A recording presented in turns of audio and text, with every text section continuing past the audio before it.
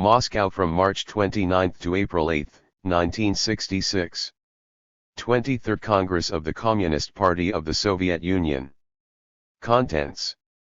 Report of the Central Committee of the Communist Party of the Soviet Union to the 23rd Congress of the CPSU delivered by L. BREZHNEV on March 29, 1966. 7. The international status of the USSR. The activities of the CPSU in the sphere of foreign policy. 11. 2. The party's effort in building the material and technical basis of communism. 57. 3. Rise of the standard of living. Development of science and culture. 96. 4. The growing role of the CPSU in directing communist construction. 116. Leonid Brezhnev's concluding speech on April 4, 1966. 159. Report on the directives for the 5-year economic development plan of the USSR for 1966 to 1970. Delivered by A. Kosygin on April 5, 1966. 161. The economy of the USSR at the present stage.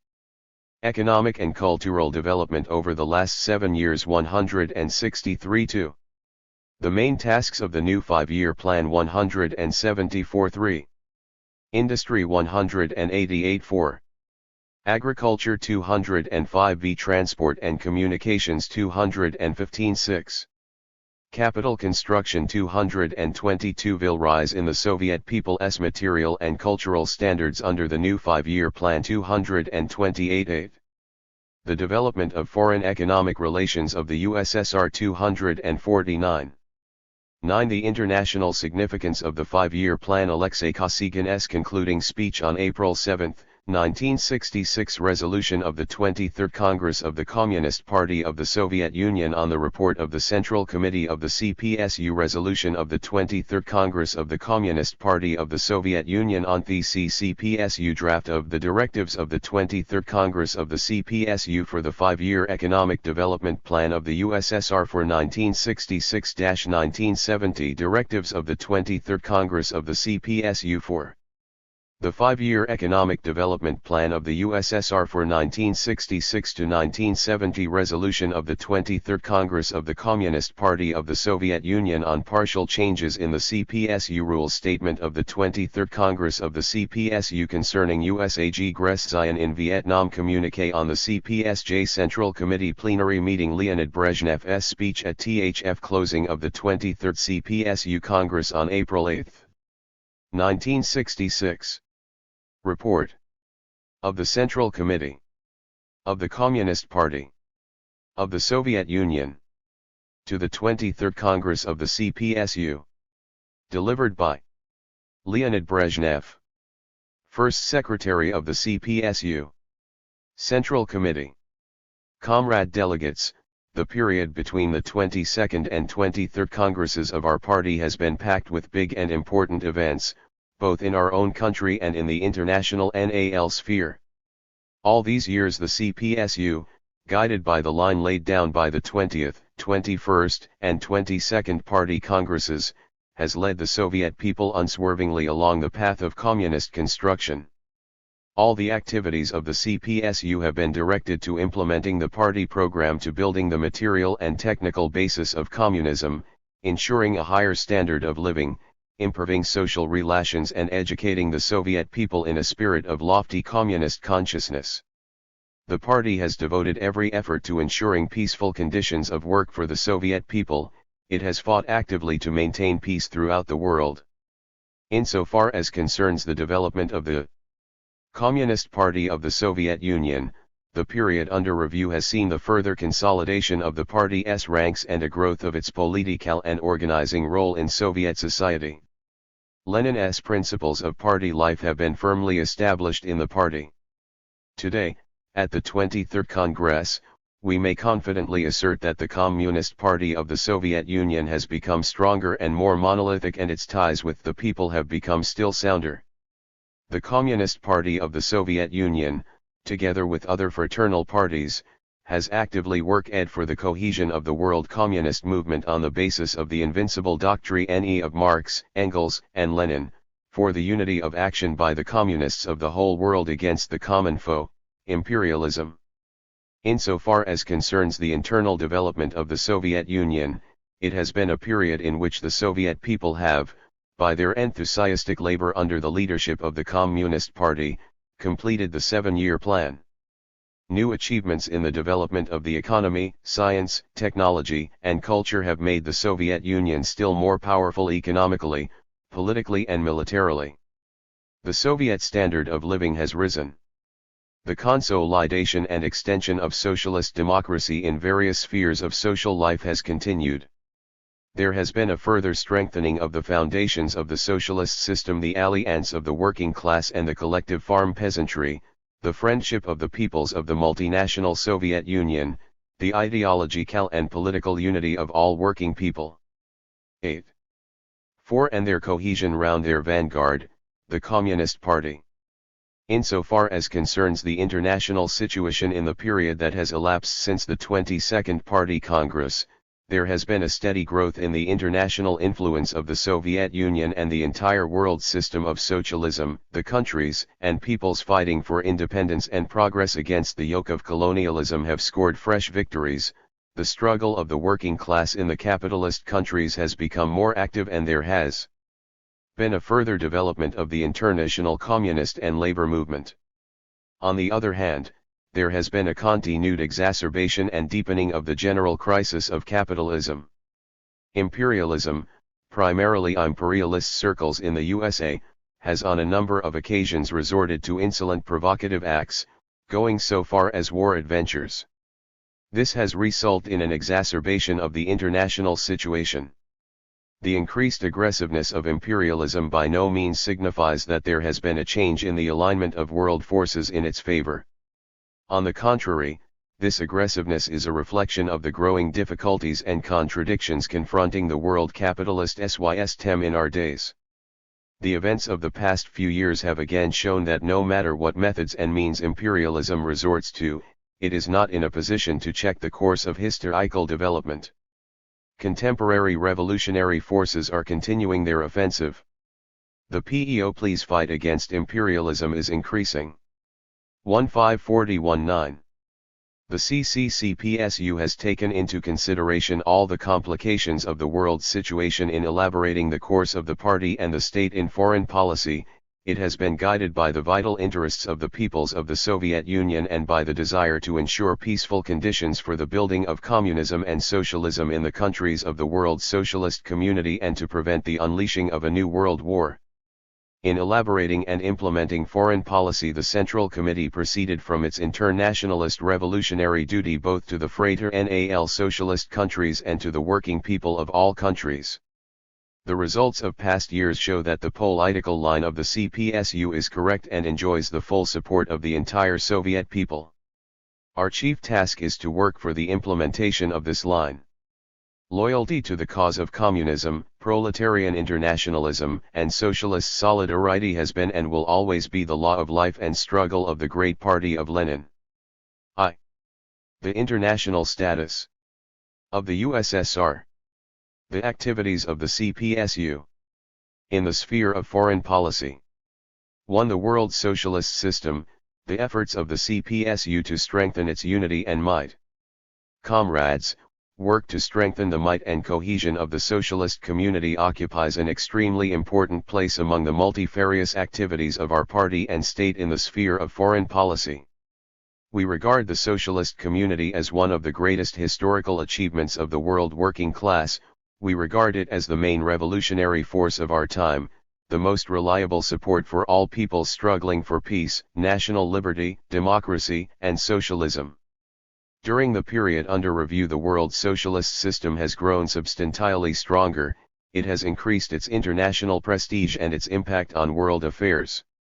In the sphere of political cooperation between the socialist countries during the period under review, the relations between fraternal parties have developed on the basis of Marxism-Leninism, socialist internationalism, and mutual support, on the principles of equality, non-interference, and mutual respect, on the 1*11. Sipple of the independence of parties and states. In this period our relations with the communist and workers' parties of the countries of the socialist community and with the socialist states have undoubtedly become better, closer, and more cordial. We have good fraternal relations with the People's Republic of Bulgaria, the Republic of Cuba, the Czechoslovak Socialist Republic, the German Democratic Republic, the Hungarian People's Republic, the Korean PEOPLES Democratic Republic, the Mongolian PEOPLES Republic, the Polish People's Republic, the Socialist Republic of Romania, the Democratic Republic of Vietnam and the Socialist Federative Republic of Yugoslavia.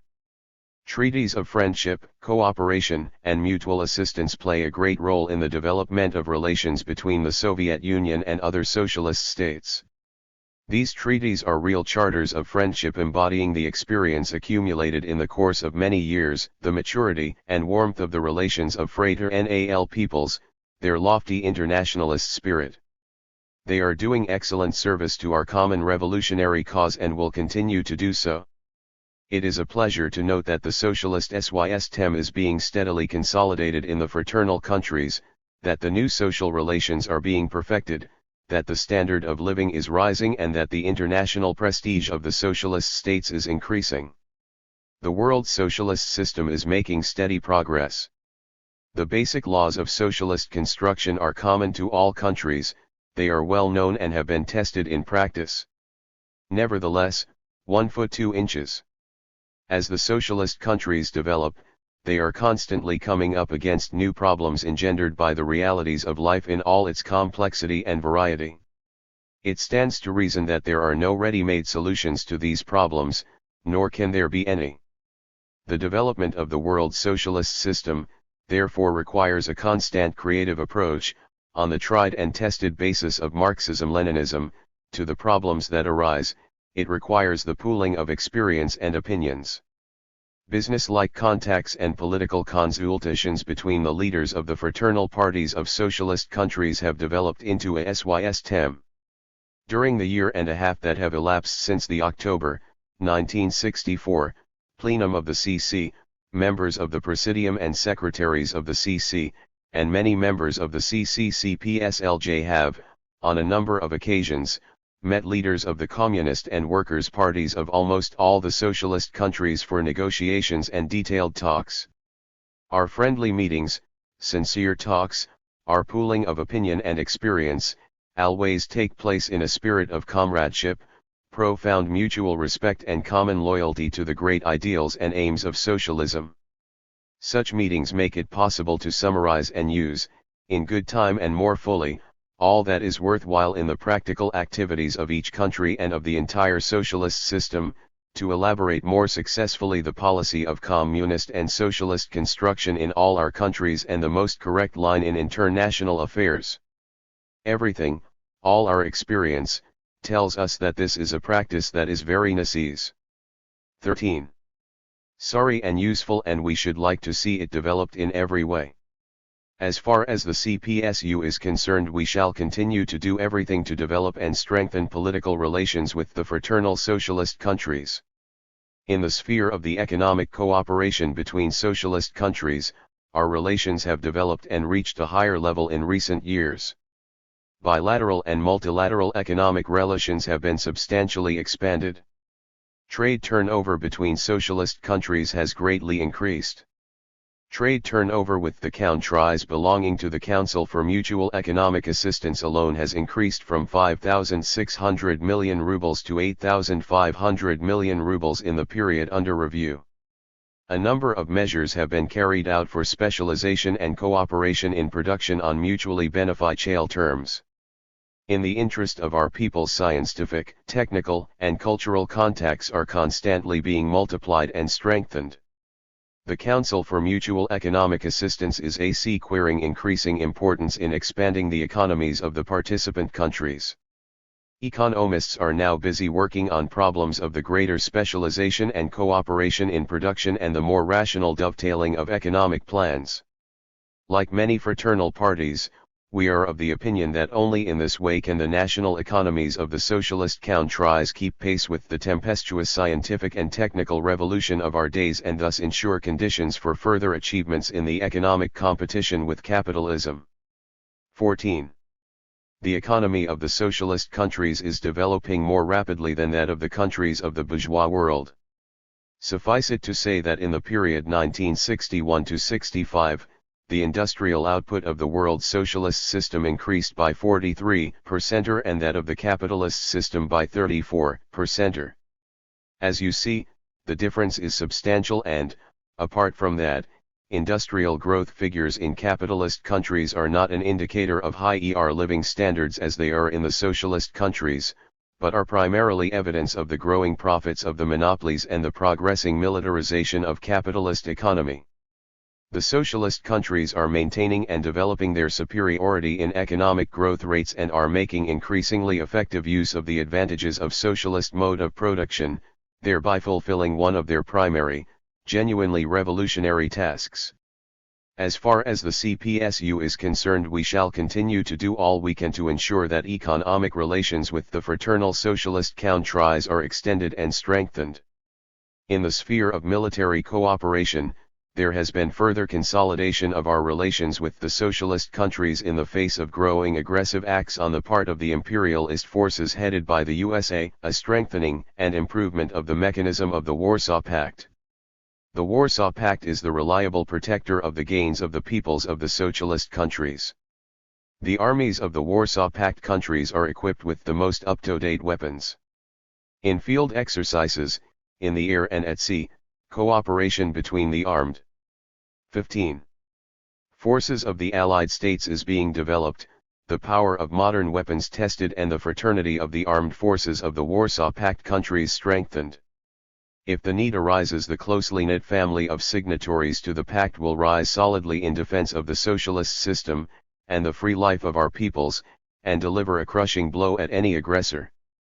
As far as the CPSU is concerned, we shall continue to do all we can to extend and consolidate military cooperation of the fraternal socialist countries. Comrades, cooperation and solidarity are the main sources of the strength of the socialist system. The development and deepening of this cooperation is in accordance with the vital interests of each individual country and of the socialist system as a whole. It promotes the cohesion of our ranks in the struggle against imperialism. Such cohesion is particularly necessary in the present situation when the US imperialists are escalating their aggression against the Vietnamese people, have launched an unprovoked attack on the Democratic Republic of Vietnam, a socialist country. The CPSU is working consistently for united action by all socialist countries in assisting fighting Vietnam.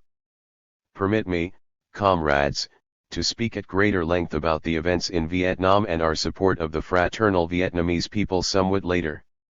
The CPSU and the Soviet people fully support the fraternal Korean people who are fighting against US imperialism to unify Korea on a democratic basis. Our party, all the Soviet 16 people, are confident that the Korean people will be victorious and that Korea will be united and free.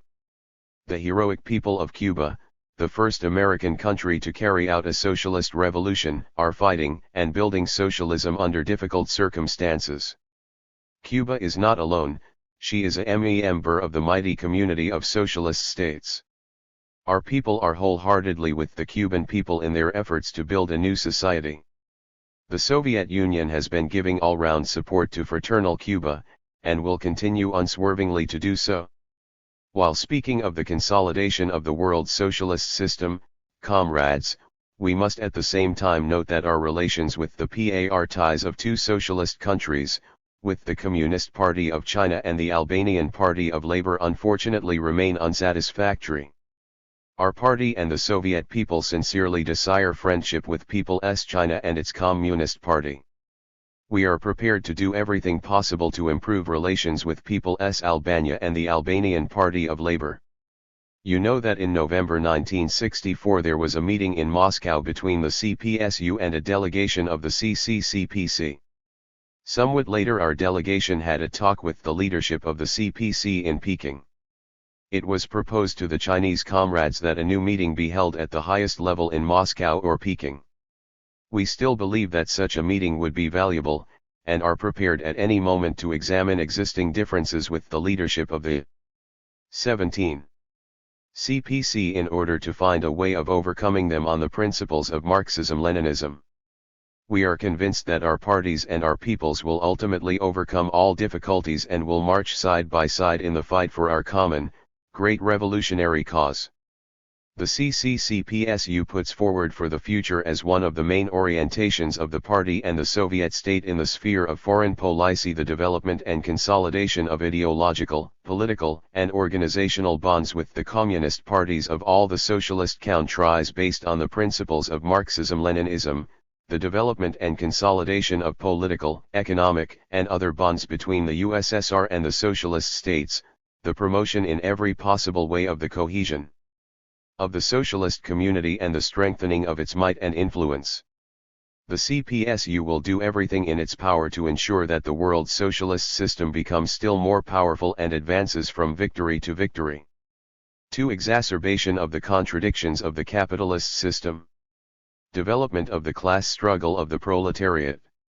Comrades, in its foreign policy the CPSU has paid regard to the processes taking place in the capitalist world.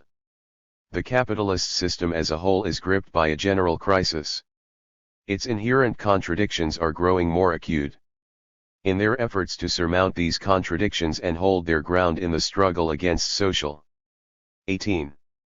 Ism, the bosses of the bourgeois world pin strong hopes on state regulation of the economy, scientific and technical progress and on greater military production. However, this has not, nor could have cured capitalism of its basic ailments. Although economic growth in the main capitalist countries has been more rapid since the war than between the two world wars, it is obvious that capitalist economy has remained unstable. Periods of relative rises in production are succeeded by recessions. Such rises and drops have occurred in many capitalist countries, particularly in the United States. When to this is added the mounting inflation, the tremendous growth of the national debt and the indebtedness of the population, it becomes clear that the hidden destructive forces inherent in the capitalist economy are still operating and that it will not escape new upheavals. The law of the uneven economic and political development of capitalist countries is operating implacably, the contradictions between the capitalist states are growing more acute. For a number of years economic growth in the West European countries and Japan was more rapid than in the United States, but in the last few years the tables have turned. Economic growth in the USA has been accelerated, while in Western Europe and Japan rates of growth have sharply fallen. The US monopolies have taken advantage of this and mounted a fresh offensive in the world markets. American capital is again being invested heavily in the industries of Italy, the Federal Republic of Germany, Britain, and other count. 19. Tries.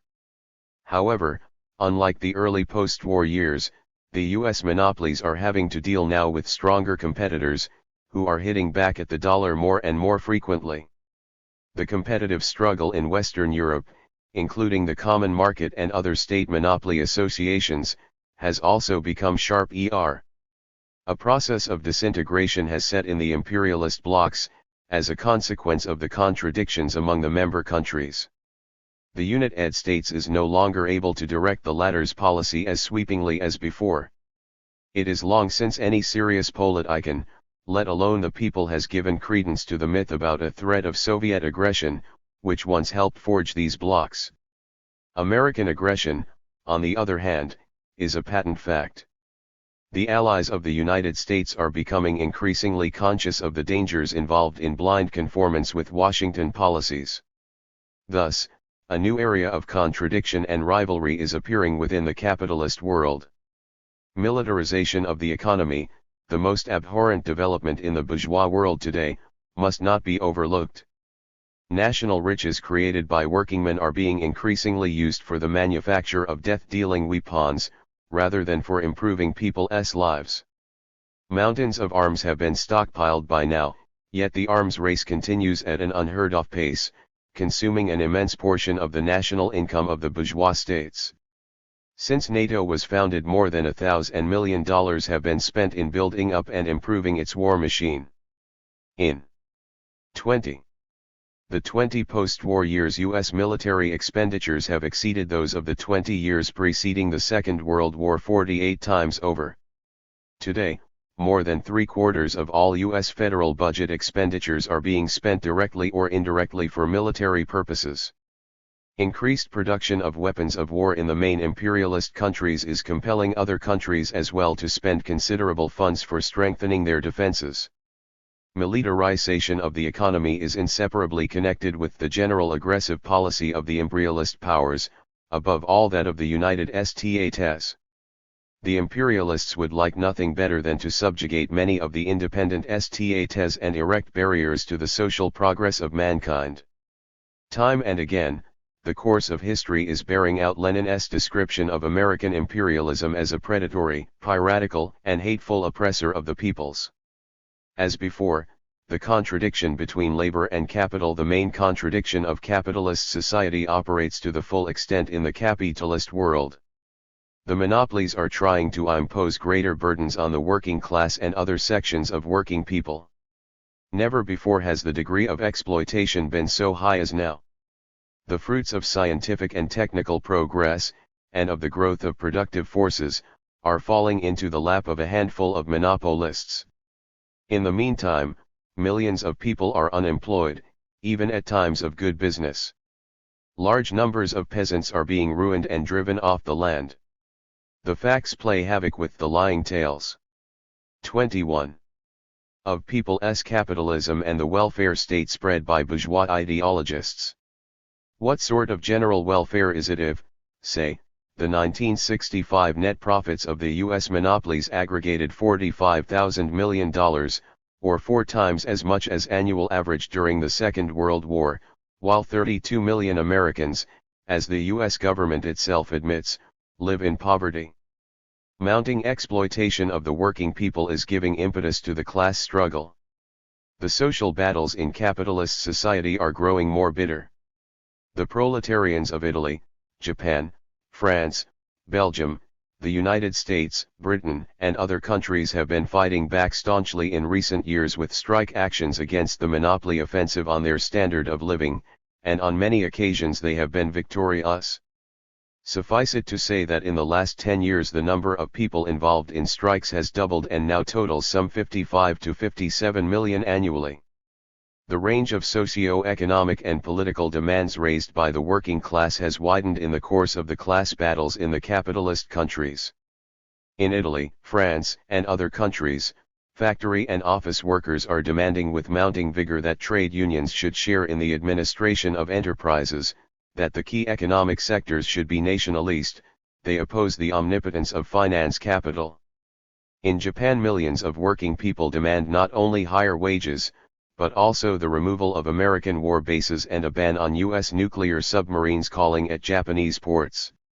Headed by the communist parties, who are 22. Their vanguard, the proletariat of the capitalist countries, are waging an active struggle against war, against the colonial policy of the imperialists, and in support of peoples that have become victims of imperialist aggression. The resounding political successes scored lately by the working class and all the left forces of France speak plainly of their increasing influence on the country's social life, and of the growing political maturity of the masses. The working class of Italy stands in the van of a broad progressive front and is frustrating reactionary attempts at encroaching on the democratic gains of the people. During the period under review there has been a great upsurge in the United States, in the fight against racial discrimination, in the campaign for the civil rights of the 20 million American Negroes. Large sections of the American nation are protesting more and more vigorously against the U.S. aggression in Vietnam. Other social strata opposing monopoly oppression, the bulk of the peasants and the intelligentsia are rallying more closely round the working class. A broad anti-monopoly front is being formed. This process promotes closer unity of the people and stimulates their struggle for the ultimate goal, for the revolutionary transformation of society, for socialism. Times are becoming increasingly difficult for capitalism. Its doom is becoming more and more obvious. but the capitalists will never give up control of their own free will. It is only through tenacious class battles that the working class and the rest of the working people will achieve victory. 23. We know that the workers' movement in the capitalist countries has to cope with serious difficulties and fight hard battles. Many such battles lie ahead. The communists and all the people of the Soviet land express their heartfelt solidarity with the working people in the bourgeois countries. Soviet people feel inspired by the thought that the gains of the Soviet working class and those of the other socialist countries are a support to our class brothers in the courageous struggle for their rights, for their liberation, for the future of their children, for the victory of the new social system. 3. The CPSU works for the unity of the world communist movement. Comrades, a century ago, when Marx and Engels raised the banner of scientific communism, there were no more than a few dozen PEOPLE in the International Organization of the Proletariat. Communist League, which they founded, was the world's first. That was the time when the world heard the proud word communist, imbued with such deep meaning. This word resounded, never to disappear, because it connotes the supreme truth, the supreme purpose of millions upon millions of workingmen. Half a century ago, when our party led by Vladimir Lenin marshaled the people to assault capitalism, there were 400,000 communists in the world. Today, 88 communist parties in all.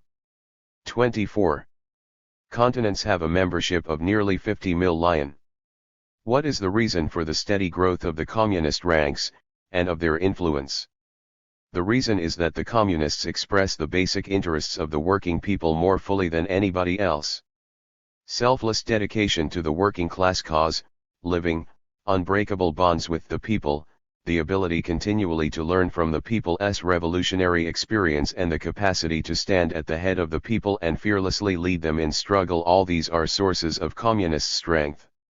Armed with a scientific theory of social development, communism is the only political movement in the world that is able to see clearly the historic prospects of mankind. The general line of the communist movement, worked out collectively by the fraternal parties at the 1957 and 1960 meetings, is a line for achieving the triumph of peace, democracy, national independence and socialism. It accords with the interests of all mankind. In the last few years, most of the communist parties have adopted new program documents on its basis, defining national as well as international interests and problems.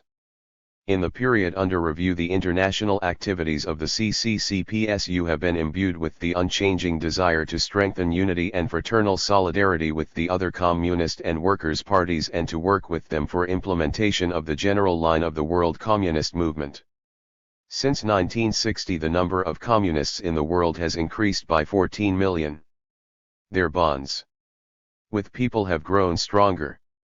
The world communist movement has consolidated its position as the most influential political force of our time. The communist parties of the socialist countries are doing immense constructive work. They are resolving the difficult problems of economic development, new social relations and the communist education of the people, and are providing for the defense of their socialist gains. This work is of historic significance. It strengthens the international positions of socialism and adds to the force of attraction exercised by its ideas all over the world. The communist parties in the capitalist countries are heading the struggle of the masses against the monopolies and forging a political revolutionary army in class battles. Today, communist parties are exerting a strong influence on the entire national life in many of these countries. The communists are the finest sons of the working class, the working peasantry and the progressive intelligentsia. They produce prominent social and political leaders and many devoted fighters for the working people's cause. Communists are leaders of many trade unions and democratic mass organizations in the capitalist countries. Communists are members of parliament and mayors of many towns and villages. Communists are publicists and scientists, writers and teachers. Communists stand at the head of partisan detachments and underground groups of revolutionaries in countries where an armed struggle is in progress against the dictatorship of the bourgeoisie. All this is practical evidence of the mounting influence exercised by the Com. 26. Communist parties, and of their unbreakable ties with the people. In France, Italy, Finland, Belgium, Britain, Austria, Denmark, Cyprus, Australia, Canada, India, Ceylon, Syria, Iraq, the Sudan, the South African Republic, Chile, Uruguay, Argentina, Colombia, Brazil, Ecuador, Mexico, Guatemala, and other countries wherever communist parties exist, they are waging a determined struggle for greater influence on the masses, for the interests of the working class and all other working people. More and more, the communists are winning the sympathies of the people. In a number of European and Latin American countries, the communist parties have grown into a major political force. A quarter of all electors vote for communists in these countries. The communists are the most active fighters for the unity of the working class movement. Lately, distinct headway has been made in the struggle for such unity, although it still encounters considerable difficulties. These are due above all to the right-wing leaders of the social democratic parties. But it is not these leaders who represent the true interests of the working class movement. The working class is becoming increasingly conscious of the dangers implicate in the policy of the right-wing social democrat leaders, who are bent on safeguarding capitalism and maintaining split in the working class movement. The masses are becoming increasingly convinced from their own experience that nothing but concerted efforts will yield tangible results in the struggle against monopoly capital. The working class wants unity, and we are deeply convinced that this will be achieved. The collapse of imperialism's colonial system and the emergence of a large group of young independent states on the world scene confronts the communist movement in Asia, Africa, and Latin America with new tasks. Born in the flames of national liberation revolutions, it is gaining strength in the struggle for their consummation, for the consolidation of freedom and independence, and for social progress. The communists tread a thorny path in the countries of the capitalist world, falsely styled free. Every step made by the communist movement there involves grim struggle against an experienced, treacherous, and ruthless foe. Our party, which has traveled a glorious path from the early underground Marxist circles of the late 19th century, from the barricades of 1905 through the battles of the October Revolution to the victory of socialism, knows full well how much courage, tenacity, and heroism is required of communists in the struggle for the people's cause under sustained enemy fire. For many years now, the communist parties of Spain, Portugal, Greece, West Germany, Venezuela, Peru, the South African Republic, and a number of other countries have had to operate underground. The Communist Party of the United States is fighting gallantly in most difficult conditions, withstanding the assault of a giant coercive police machine, and hounded continuously by anti-communist ideologists in the pay of the bourgeoisie. Unable to defeat the communists in Politico 28.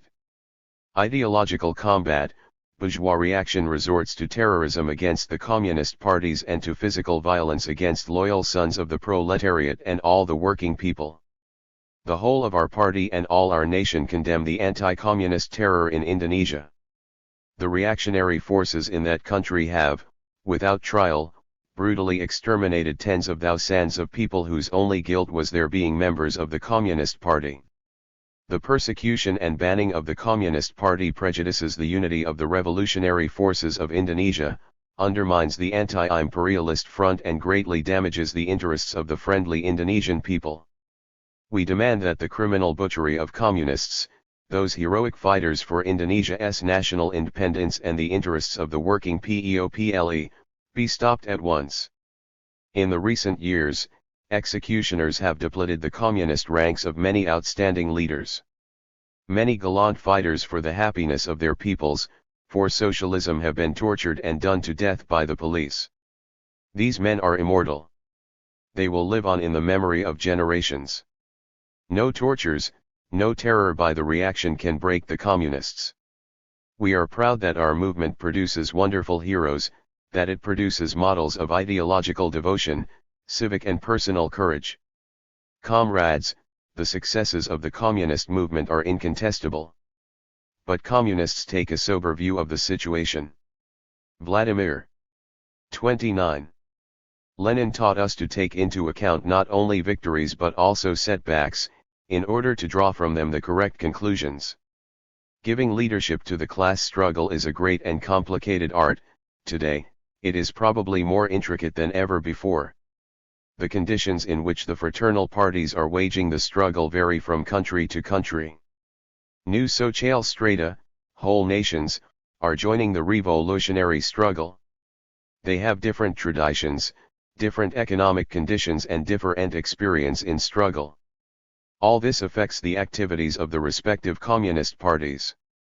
The experience of the revolutionary movement during the last few years has again demonstrated that success is achieved by parties that adhere to the tried and true Leninist principles of strategy and tactics, and take account of the existing situation. Experience shows that deviations from the Marxist-Leninist line either to right or left become doubly dangerous when they are combined with nationalism, great power chauvinism and hegemonic ambition. Communists cannot help drawing the proper conclusions from this.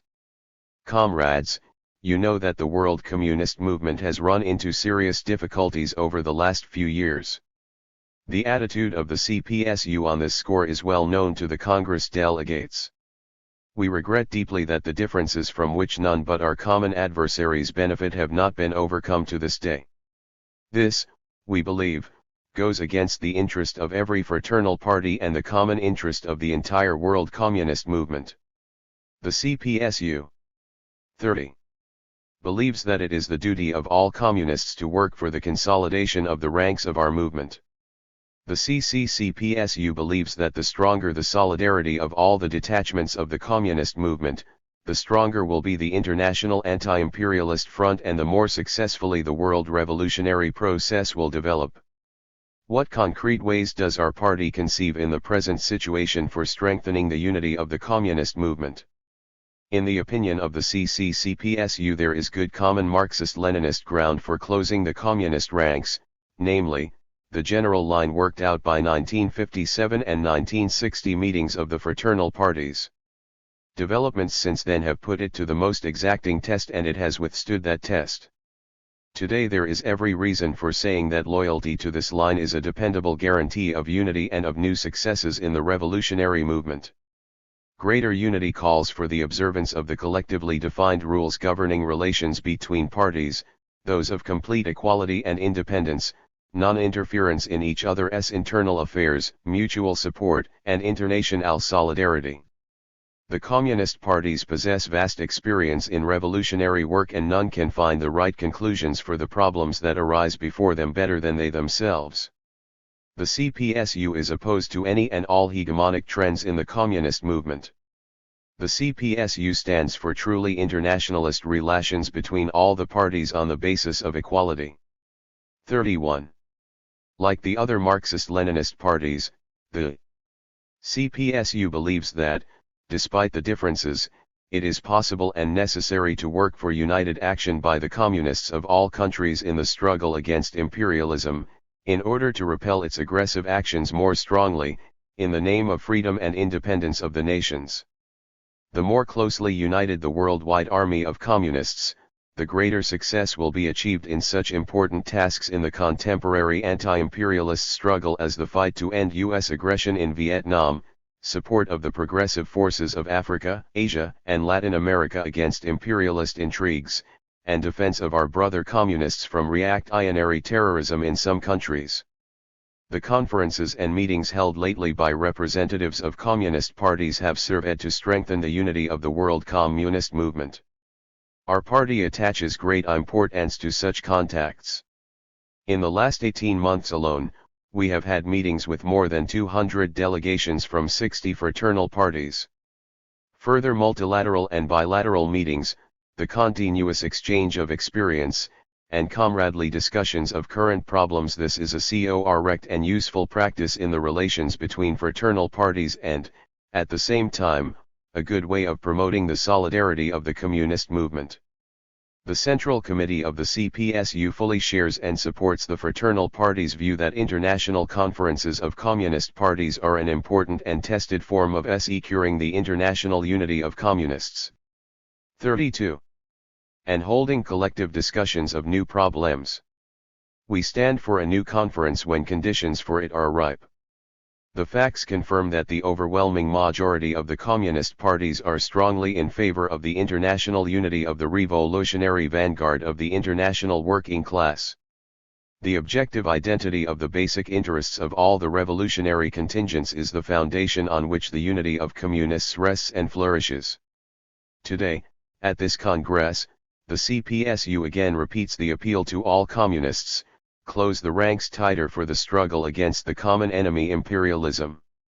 Comrades, the Communist Party of the Soviet Union is unswervingly loyal to its internationalist revolutionary duty.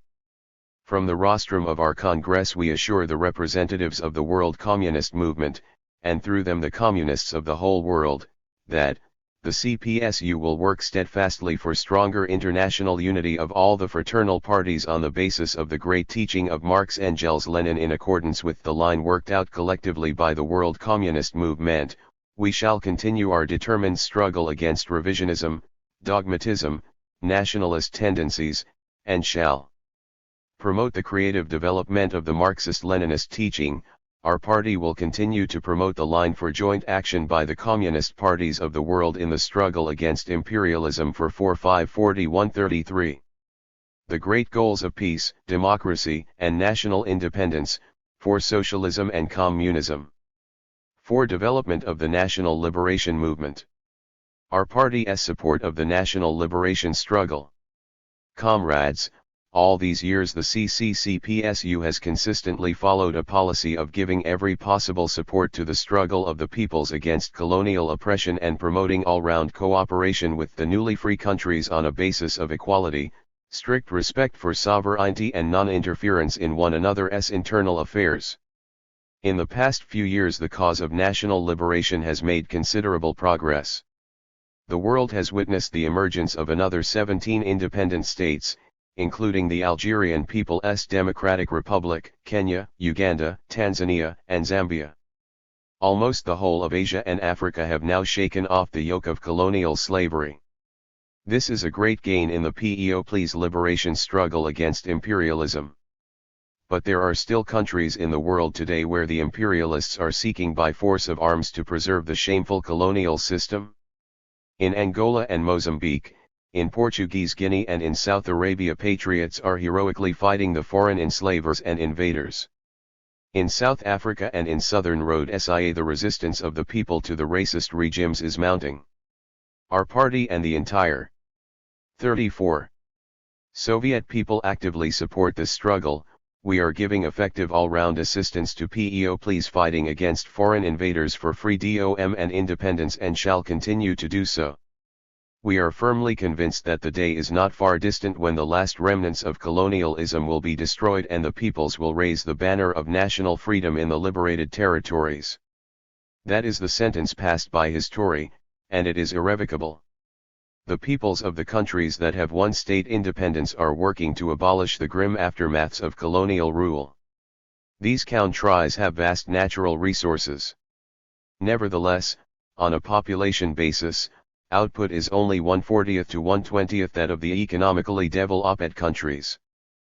But the peoples who have achieved independence are fully determined to overcome their age-old backwardness. The new life in the liberated countries is burgeoning in fierce combat with imperialism, in a sharp struggle between the forces of progress and the forces of internal reaction. Some social strata, supported by imperialism, are trying to direct the development of the liberated countries along the capitalist road. Others, expressing the interests of the bulk of the people, are working to promote development along the road of social progress and genuine national independence. Experience shows that the struggle for social progress and national independence is more successful, where there is greater unity of all patriotic, progressive, and democratic forces. Communists, being as they are, selfless fighters. 435. Against imperialism for the interests of the people, are active in this struggle. Unquestionably, where this is forgotten and where communists are even persecuted, the cause of strengthening national independence and freedom is harmed. It should be borne in mind that to this day many of the newly free countries are subjected to economic exploitation and political pressure by imperialism, which has not reconciled itself to its defeats. It is doing everything it can to preserve the possibility of exploiting the peoples and is resorting to new and craftier methods. The capitalist monopolies still have considerable control over the economy and resources of many of the developing countries in Asia, Africa, and Latin America and are continuing ruthlessly to pillage them. The USA, Britain, and other Western powers are draining nearly $6,000 million a year out of these countries as profits on capital investments. Wherever they can, the imperialists try to utilize the internal contradictions in the newly free countries.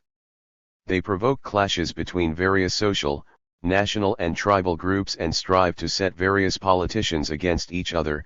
They try to move to power those belonging to the most reactionary and corrupt elements who enrich themselves through ties and collaboration with foreign capital. In some countries they succeed in setting up anti-popular regimes, whose representatives are not averse to being the direct accomplices of imperialism in the international arena as well. The imperialists ignore the national sovereignty. 36. Of the newly free countries. They cynically lay claim to the right of intervening, by force of arms, in the internal affairs of other peoples.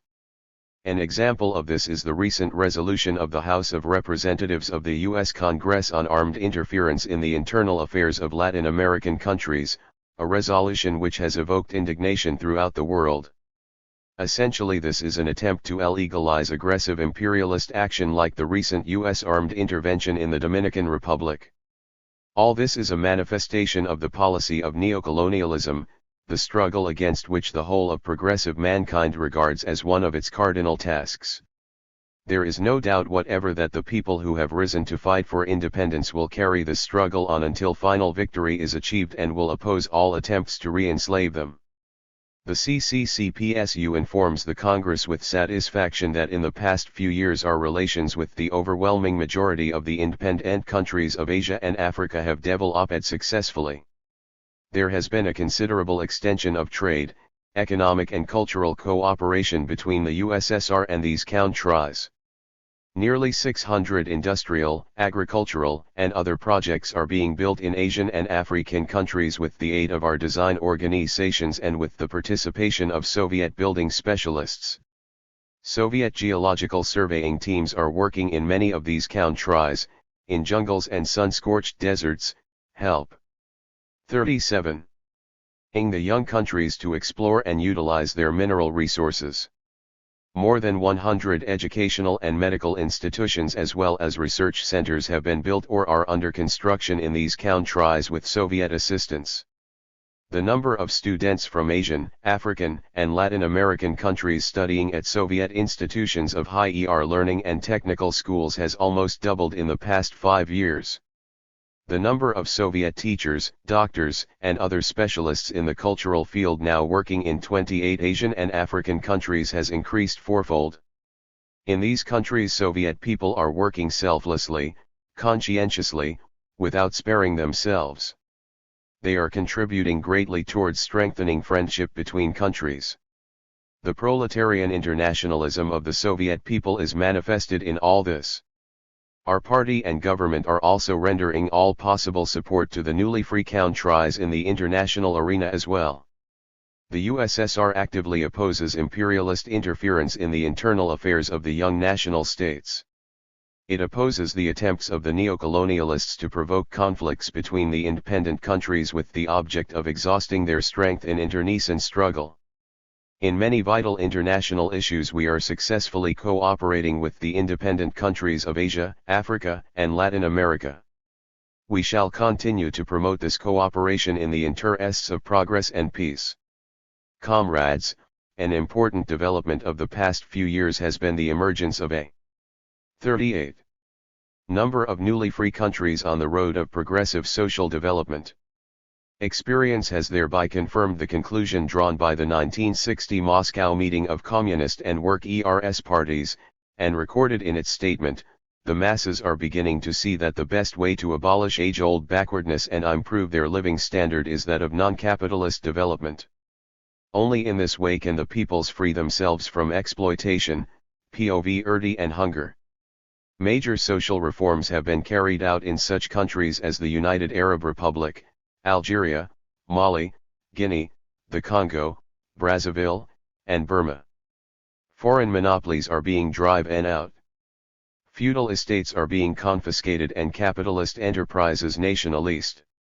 The state sector in the economy is being enlarged, industrialization implemented and broad social legislation adopted in the interests of the people. It goes without saying that the form and scale of these processes differ in different countries. The revolutionary creative work of the peoples who have proclaimed socialism as their objective is introducing features of its own into the forms of the movement towards social progress. We have established close, friendly relations with the young countries steering a course towards socialism. Naturally, the further these countries move towards the objective they have chosen, the more versatile, profound, and stable our relations with them will become. The relations between the CPSU and the revolutionary 39. Democratic parties of these countries are likewise developing. The achievements scored by the newly free countries that have taken the road of social progress is evoking the special hatred of the imperialists, who are spinning a web of conspiracies against them. Recent developments show that the reactionary forces have become more active, particularly in the African continent. Imperialist plots have been exposed and thwarted in a number of African countries. In face of the intrigues and plots of the imperialists and the conspiracies of the agents bribed by them, the liberated peoples are doing the only correct thing: they are resolutely repelling the enemies of freedom and progress and displaying increasing vigilance. The Communist Party and the entire Soviet people indignantly condemn the criminal policy of plots and subversion against independent countries. Special mention must be made of the courageous liberation struggle of the peoples of Latin America. Only recently the USA regarded Latin America as a reliable bastion. Today in every country in that continent the people are waging a struggle against US imperialism and its accomplices, the local military, feudal lords and bourgeoisie, who are linked up with foreign monopolies. This struggle is headed by the working class and the communist parties. An important factor of our day is the consolidation of the unity of the Asian, African, and Latin American peoples in the struggle. 40. Against imperialism. The Afro-Asian Solidarity Movement, the movement for the unity of the Arab peoples and for the unity of the peoples of Africa, and the Solidarity Movement of the peoples of the three continents are in line with the vital interests of these peoples, and we actively and ardently support them. Comrades, the Communist Party of the Soviet Union regards as its internationalist duty continued all-round support of the people's struggle for final liberation from colonial and neo-colonial oppression.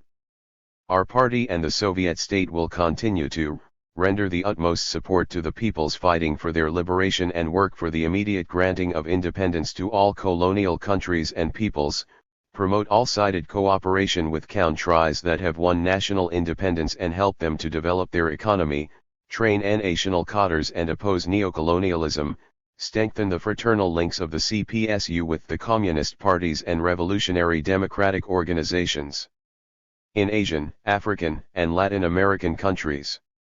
The successes of the national liberation movement are inseparably bound up with the successes of world socialism and the international working class. The firm and unbreakable alliance of these great revolutionary forces is the guarantee of the final triumph of the cause of national and social liberation. 3541-41. 5. Struggle of the Soviet Union against the aggressive policy of imperialism, for peace and world security. Comrades, in foreign relations the Soviet Union has consistently pursued a policy of peace, a policy that springs from the very nature of our state, which always acts in the interests of the people. The foundation for this policy was laid by Lenin, and we steadfastly adhere to the Leninist approach to foreign affairs. The years that have elapsed since the 22nd Congress of the CPSU have witnessed a tense struggle between two opposing trends in the international arena, the peace-loving and the aggressive. Alongside other socialist countries, the Soviet Union has pursued a policy aimed at relaxing tension, strengthening peace, achieving peaceful coexistence of states with different social systems, and creating conditions in international life under which each nation would freely advance along the road of national and social progress. On the other hand, these years have seen a still more glaring manifestation of the aggressive nature of imperialism, and the threat it constitutes to peace and to the freedom and independence of nations. The imperialists have brazenly interfered in the affairs of other countries and peoples, even going so far as to engage in armed intervention. As a result, there has been an exacerbation of world tension. The threat of war from the aggressive acts of the 42 imperialists, particularly the U.S. imperialists, has increased. Under these conditions, the party and the Soviet state have pursued a policy of resolutely rebuffing the forces of aggression, countering any further deterioration of the situation in the world and combating the threat of a world war. In this we have relied on the steadily growing might of the Soviet Union and the world socialist system, on the support of peace-loving forces throughout the world. We have always sided with peoples subjected to imperialist aggression and have rendered them political, economic and, when necessary, military aid. We have exposed the perfidious designs of the aggressors. The Soviet Union's vigorous efforts jointly with other peoples which cherish the cause of freedom and peace have time and again compelled the imperialists to retreat. In speaking of mounting world tension and of the threat of a world war, special mention must be made of U.S. imperialist aggression against Vietnam. In flagrant violation of the Geneva Agreements, the USA has piratically attacked the Democratic Republic of Vietnam and is waging a barbarous war against the people of South Vietnam. This imperialist power, which styles itself a champion of freedom and civilization, is using almost all the known means of destruction and annihilation against a peace-loving country situated thousands of miles away from America, a country that has never harmed U.S. interests. More than 200,000 U.S. troops, U.S. aircraft carriers, huge bombers, poison gases. 43. And napalm are being used against the heroic patriots of Vietnam. Irresponsible statements threatening to escalate military operations still further are being made in Washington. Recently the U.S. State Department officially declared that there is a program of destroying vegetation and crops in Vietnam with chemicals in order to deprive the Vietnamese of food sources. Such is the real face of U.S. imperialism. Through its aggression in Vietnam the U.S. has covered itself with shame which it will never live down. But no matter what outrages the aggressors commit they can never break the will of the Vietnamese people who have risen in a sacred struggle for the freedom of their country, for their life and honor, for the right to order their own destiny. Their heroic, just struggle will go down in history as a splendid example of unyielding courage, staunchness, and determination to achieve victory. A powerful movement in support of Vietnam is mounting throughout the world. Moral and political isolation of the U.S. aggressors is being intensified. The Vietnamese people enjoy the assistance of the Soviet Union and other socialist countries and the sympathy and support of the broad masses of all countries. Indignation against the war in Vietnam is growing among the American people as well. All this is promoting the best internationalist traditions of the world working class. The Soviet Union and the peace-loving peoples of the whole world demand that the USA stop its aggression against Vietnam and with 44.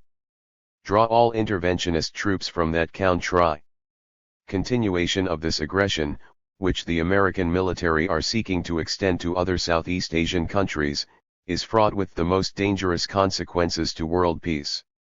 We categorically declare that if the aggressors escalate the shameful war against the Vietnamese people they will have to contend with mounting support for Vietnam from the Soviet Union and other socialist friends and brothers. The Vietnamese people will be the masters of their country and nobody will ever extinguish the torch of socialism, which has been raised on high by the Democratic Republic of Vietnam. As a consequence of U.S. aggression in Vietnam and other aggressive acts of American imperialism, our relations with the United States of America have deteriorated. The U.S. ruling circles are to blame for this. The USSR is prepared to live in peace with all countries, but it will not reconcile itself to imperialist piracy with regard to other peoples. We have repeatedly declared that we are prepared to develop our relations with the USA, and our stand in this has not changed. But for these relations to develop, the USA must drop its policy of aggression. Good fruit of peaceful cooperation cannot be grown on the poisonous soil of aggression and violence. Our party and our government categorically reject the absurd standpoint that the great powers can develop their relations at the expense of the interests of other countries and peoples. All countries, big and small, have the same right to respect of 45. Their sovereignty, independence, and territorial integrity. And nobody has the liberty to violate this right. Comrades, the Soviet Union is vitally interested in ensuring European security. Today West German imperialism is the USA's chief ally in Europe in aggravating world tension. West Germany is increasingly becoming a seat of the war danger where revenge-seeking positions are running high. West Germany already has a large army in which officers of the Nazi Wehrmacht form the backbone. Many leading posts in the government are occupied by former Nazis and even war criminals. The policy pursued by the Federal Republic of Germany is being increasingly determined by the same monopolies that brought Hitler to power. The Rhineland politicians fancy that once they get the atomic bomb, frontier posts will topple and they will be able to achieve their cherished desire of recarving the map of Europe and taking revenge for defeat in the Second World War. One of the most ominous factors endangering peace is the bilateral military alliance that is taking shape between the ruling circles of the USA and the FRG. This factor remains an object of our unflagging attention. US and West German imperialism are a peculiar sort of partners. Each wants to make use of the other for his own designs. Both seek to aggravate tension in Europe, each in accordance with his own considerations. The West German militarists entertain the hope, an unrealizable hope, of course, that this will enable 46. Them to carry out their revenge-seeking plans.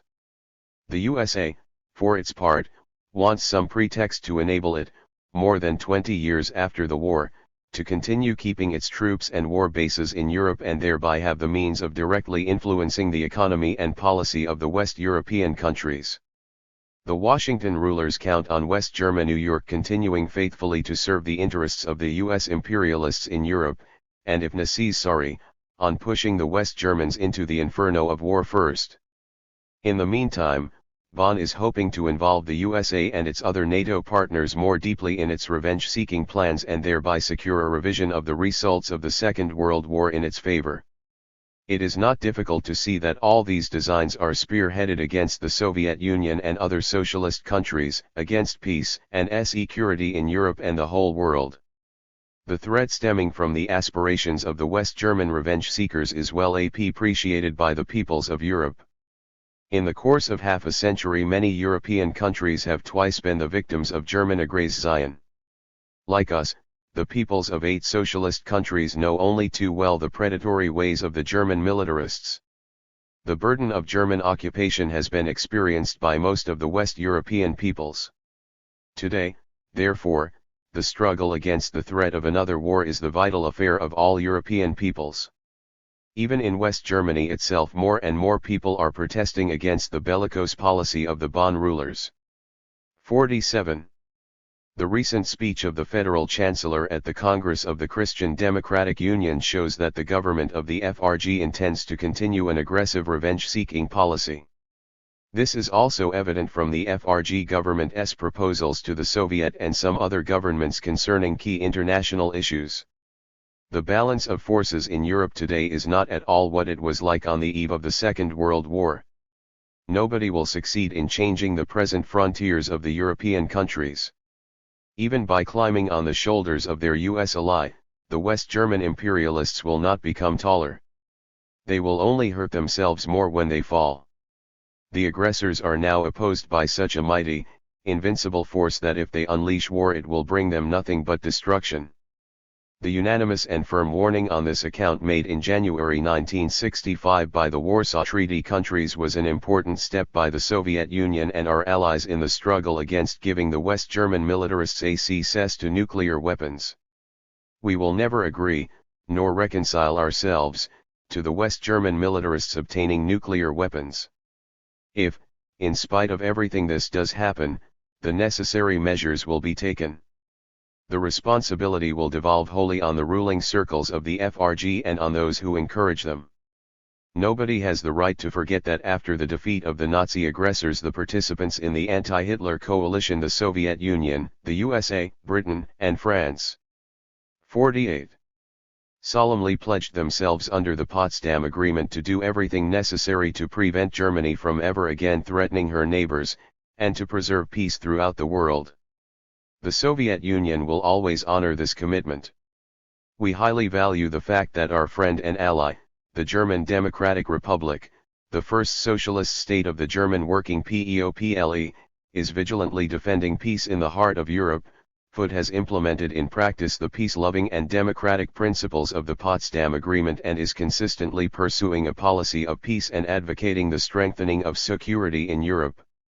As a whole, comrades, the positions of the socialist community in Europe are now firm and reliable.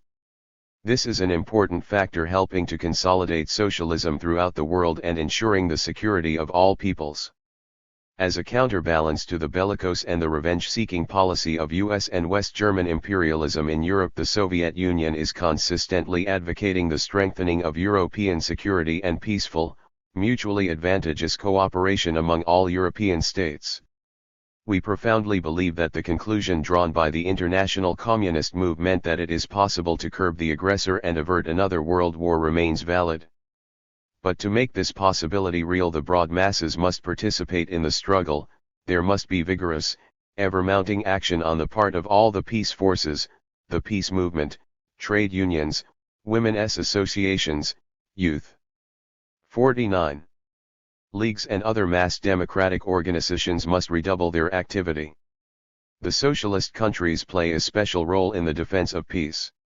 We are well aware of this, and for that reason the CPSU shows tireless concern for strengthening our country's defensive might and consolidating our military alliance with other socialist countries. The CPSU sees its duty in keeping the Soviet people in a state of unceasing vigilance with regard to the intrigues of the enemies of peace and does everything to prevent the aggressors, if they try to violate peace, from ever taking us by surprise and to make certain that retaliation overtakes them inexorably and promptly. Comrades, while exposing the aggressive policy of imperialism, we are consistently and unswervingly pursuing a policy of peaceful coexistence of states with different social systems. This means that while regarding the coexistence of states with different social systems as a form of the class struggle between socialism and capitalism, the Soviet Union consistently advocates normal, peaceful relations with capitalist countries and a settlement of controversial interstate issues by negotiation, not by war. The Soviet Union firmly stands for non-interference in the internal affairs of other countries, for respect of their sovereign rights and the inviolability of their territories. It goes without saying that there can be no peaceful coexistence where matters concern the internal processes of the class and national liberation struggle in the capitalist countries or in the colonies. Peaceful coexistence is not AP. 50. Applicable to the relations between oppressors and the oppressed, between colonialists and the victims of colonial oppression. As regards state relations of the USSR with capitalist countries, we want these relations to be not only peaceful, but also to include the broadest mutually advantageous contacts in the economic, scientific, and cultural fields. At this Congress we can note with satisfaction that our peace-loving policy has had notably success in the period under review. The Soviet Union has good relations with most countries. The USSR has always attached great importance to relations with neighboring countries, and we are pleased to note that our good neighborly policy has yielded beneficial results. Our relations with Finland and Afghanistan are characterized by trust, friendship, and cooperation. Normal relations are taking shape with the Scandinavian countries, although it cannot be said, of course, that there are no obstacles to their further development. The Soviet people welcome the certain turn for the better that has taken place in recent years in the Soviet Union's relations with Turkey and Iran. The CPSU and the Soviet government have always paid great attention to improving relations with such major Asian countries as India and Pakistan, which can virtually be considered our neighbors as well. In the period under review, our traditional, time-tested friendship with India and her great people has been further consolidated. There has likewise been an improvement in our relations with Pakistan. 51. The Tashkent meeting of the leaders of India and Pakistan with the participation of the Soviet Prime Minister in conformity with the Soviet government's proposal was an event of worldwide significance. The very fact that this meeting was held, the results achieved by it and the positive assessment of these results by world opinion speak eloquently of the great trust that the peoples have for the peace-loving foreign policy of the Soviet Union. The Soviet Union has always favored the development of friendly relations with Indonesia. The Indonesian Revolution made a noteworthy contribution to the anti-imperialist struggle of the peoples. The courageous people of Indonesia have every right to see that the gains achieved by them in the long and bitter struggle for independence and progress are preserved and further enhanced. The Soviet Union supports Cambodia, a country friendly to us, in her just struggle to preserve and strengthen her independence, neutrality and territorial integrity. There has been a considerable improvement in our relations with France. This is a positive development stemming from a community of interests in a number of key international issues, and from long-standing traditions of friendship between our peoples. Further development of Soviet-French relations may serve as an important element in strengthening European security. In recent years, our relations, particularly in the economic field, with such a major European 52. country as Italy have begun to improve. We are prepared to develop these relations. An activization of Soviet-British relations would undoubtedly be useful. The future will show how far British foreign policy makes this activization possible. We can note that lately there has been a certain advance in our relations with Japan, with whom we are developing mutually advantageous economic ties. But we cannot help taking into account the fact that there are U.S. troops and war bases on Japanese territory in the immediate proximity of Soviet frontiers. Recently, Japan and the South Korean government, a puppet of Washington, have signed a militarist treaty which we emphatically condemn. All this, of course, hampers the development of our relations with Japan. The dismantling of foreign military bases on alien territory and the withdrawal of foreign troops from such territory have been and remain a major international issue. The imperialist powers, primarily the United States of America, have established numerous military bases scattered throughout the world and have stationed contingents of their armed forces on the territories of other countries. These bases and armed forces are being used to further interests alien to peace. They are being used as a means of bringing pressure to bear on peace-loving countries, and frequently for open armed interference in their internal affairs. The Soviet Union considers that it is high time to end this situation which threatens the peace and security of countries, high time to dismantle military 53. bases on foreign territory and withdraw foreign armed forces from this territory. We shall continue to pursue a policy aimed at achieving this purpose in the interest of strengthening world peace and security. In furtherance of the vital interests not only of the Soviet people but also of the broadest masses in all countries, the Soviet Union is waging a consistent struggle to slow down and stop the arms race started by the imperialists, to reach agreement on practical steps towards general and complete disarmament. Soviet policy on these issues enjoys the understanding and support of many countries. In the period under review, the USSR has continued to take an active part in the work of the United Nations. The admittance of many newly free countries to UN membership has substantially changed the situation in that organization, and the change has not been in favor of the imperialists. In the UN, the Soviet Union undeviatingly strives to facilitate the unity of countries opposing aggression and thereby enhance the role played by the UN in the struggle for universal peace and the independence of the peoples. On the initiative of the Soviet Union, the UN General Assembly at its latest session adopted important resolutions against interference in the internal affairs of countries and against the proliferation of nuclear weapons. We shall continue to regard the UN as an arena of active political struggle against aggression, for peace and the security of all peoples. The Communist Party of the Soviet Union considers that at this stage in the struggle for 54. an improvement of the international situation, and for the consolidation of peace and the development of peaceful cooperation among nations it would be most important to achieve the following: to put an end to U.S. aggression in Vietnam, withdraw all U.S. and other foreign troops from South Vietnam and enable the Vietnamese people to decide their internal affairs by themselves, accept the position set forth by the government of the Democratic Republic of Vietnam and the National Liberation Front of South Vietnam as a basis for the settlement of the Vietnam problem, to ensure strict adherence to the principle of non-interference in the internal affairs of states, to conclude an international treaty on the non-proliferation of nuclear weapons, completely remove the question of the nuclear armament of the FRG or of giving it access to nuclear weapons in any form, implement the aspiration of the people's law setting up nuclear-free zones in various parts of the world, secure a solemn obligation on the part of the nuclear powers to refrain from using nuclear weapons first, reach an agreement on the banning of underground nuclear test. Implementation of these steps aimed against the threat of a nuclear war would open the road for a further advance towards the complete banning and destruction of nuclear weapons.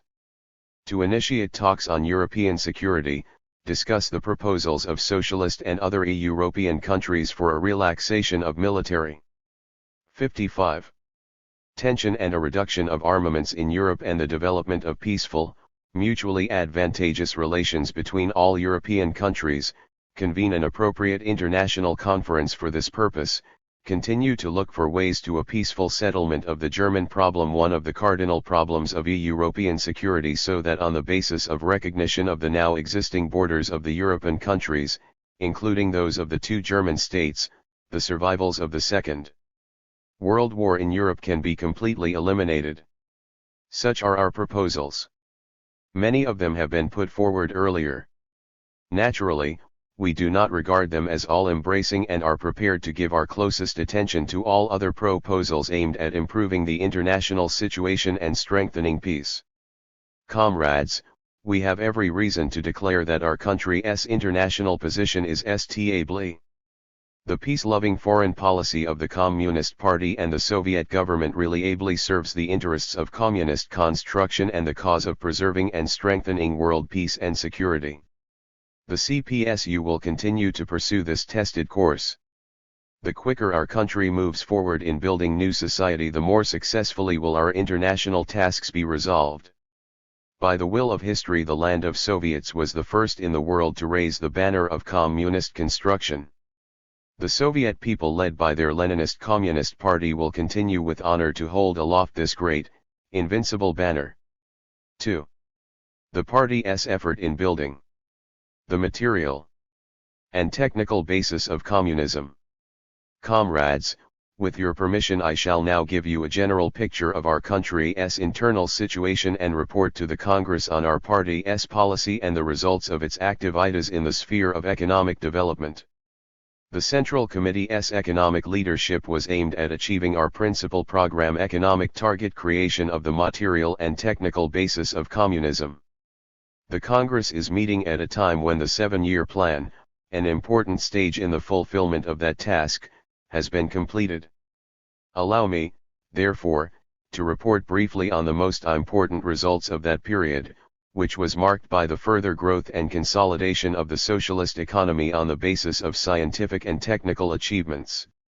During the past 7 years, the national income used for accumulation and consumption increased by 53%, or industrial production by 84%. The basic assets of the economy, 57, increased by 92%. Industrial enterprises exceeded output targets to the tune of 46,000 million rubles. New deposits of oil, gas, iron ore, non-ferrous metals, chemical raw materials and other minerals have been surveyed and are being exploited industrially. The fuel and power, and the iron and steel industries have been expanded. The main sectors of heavy industry increased regularly throughout these years, and there was also a substantial increase in the output of foodstuffs and of household goods and items of cultural use. The CPSU and the entire Soviet people have every reason to be satisfied with the results of the country's development in these years. During this period, our country has increased its economic and defense might. Figuratively speaking, it has gained in height and strength, and broadened in the shoulders. It took over 40 years of labor for the Soviet people, 32 years if the war years are left out, to create the economic and defense potential with which we started the 7-year plan. In the course of 7 years, the working people, under the leadership of the party, have almost doubled the basic production assets. 32 and 7 years, that shows how our economic development has been accelerated. Comrades, in the last of these 7 years our country celebrated the 20th anniversary of the victory of the Soviet Union in the Great Patriotic War. In this connection it is worthwhile recalling that in 1940, on the eve of the war, we produced 18.3 million tons of steel, 13.1 million tons of rolled stock, 31.1 million. 58 tons of oil, 5.7 million tons of cement, 145,400 motor vehicles, 31,600 tractors, and 48,300 million kilowatt-hour of electricity. That was all our people had when they rose to fight a savage enemy. We suffered appalling losses in the war. Over 20 million Soviet people perished. Throughout the tremendous territory from the western frontier to the Volga everything lay in ruins. Thousands of towns and villages, tens of thousands of factories, mines, and other enterprises, state and collective farms, schools, and houses. It seemed that many decades would be needed to restore what had been destroyed. But the Soviet people under the leadership of the party performed miracles of labor heroism. In 1965, the year of the 20th anniversary of victory and the last year of the 7-year plan, our industry was producing 5 times as much steel as in 1940, 5.5 times as much rolled stock, almost 8 times as much oil, practically 13 times as much cement, 4.2 times as many motor vehicles, more than 11 times as many tractors, and 10.5 times as much electric power as in 1940. Is there any need to comment? The achievements of our people me truly tremendous. The development of our country's productive forces has been accompanied by an improvement in socialist public relations. Our social system has become still stronger and more stable. The two forms of socialist property, the property of the whole people and collective farm and cooperative property, have been strengthened. The social wealth of the country and the incomes of the working people have grown, and 59. Important measures have been implemented to straighten out the wages system and increase remuneration for labor in all sectors of the economy. Democratic principles in industrial management have been extended. During the 7-year period the number of workers has increased by 14 million, and the number of specialists and office workers by 7 million. The growth in the number of workers reflects the high rates of industrial growth in our country and is evidence of the rising role of the working class, the most progressive, most organized class in our society, and consequently, of the stability of the socialist system.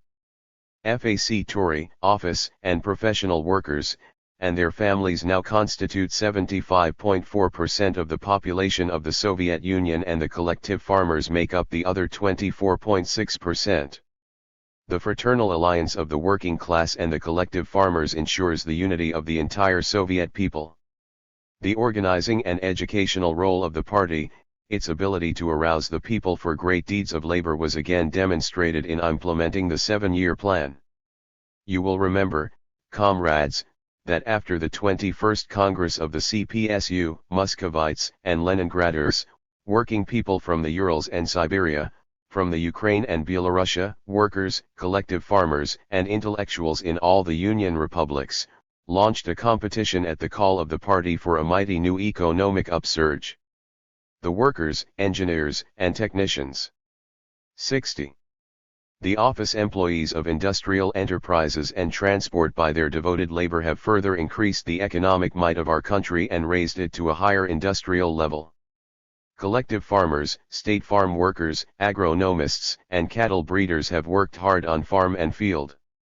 They have overcome tremendous difficulties and have made their contribution to the development of the country's economy so as to ensure the supply of food for the people and raw material for industry. Builders have erected thousands of factories, hundreds of thousands of houses, as well as schools and hospitals. Scientists, engineers, Workers in the field of culture. All Soviet intellectuals participate actively, through their constructive labor, in the creative effort of the Soviet people. Permit me, in the name of the Congress, heartily to congratulate the advanced workers and innovators in production, the whole working class, the collective farmers, our intelligent SIA, the entire Soviet people on their wonderful labor achievements. In recent years the economy of the Soviet Union has made great headway, and there are some indisputable achievements in its development. This is good, but it is not in the tradition of our party to close our eyes to faults and reconcile ourselves to them.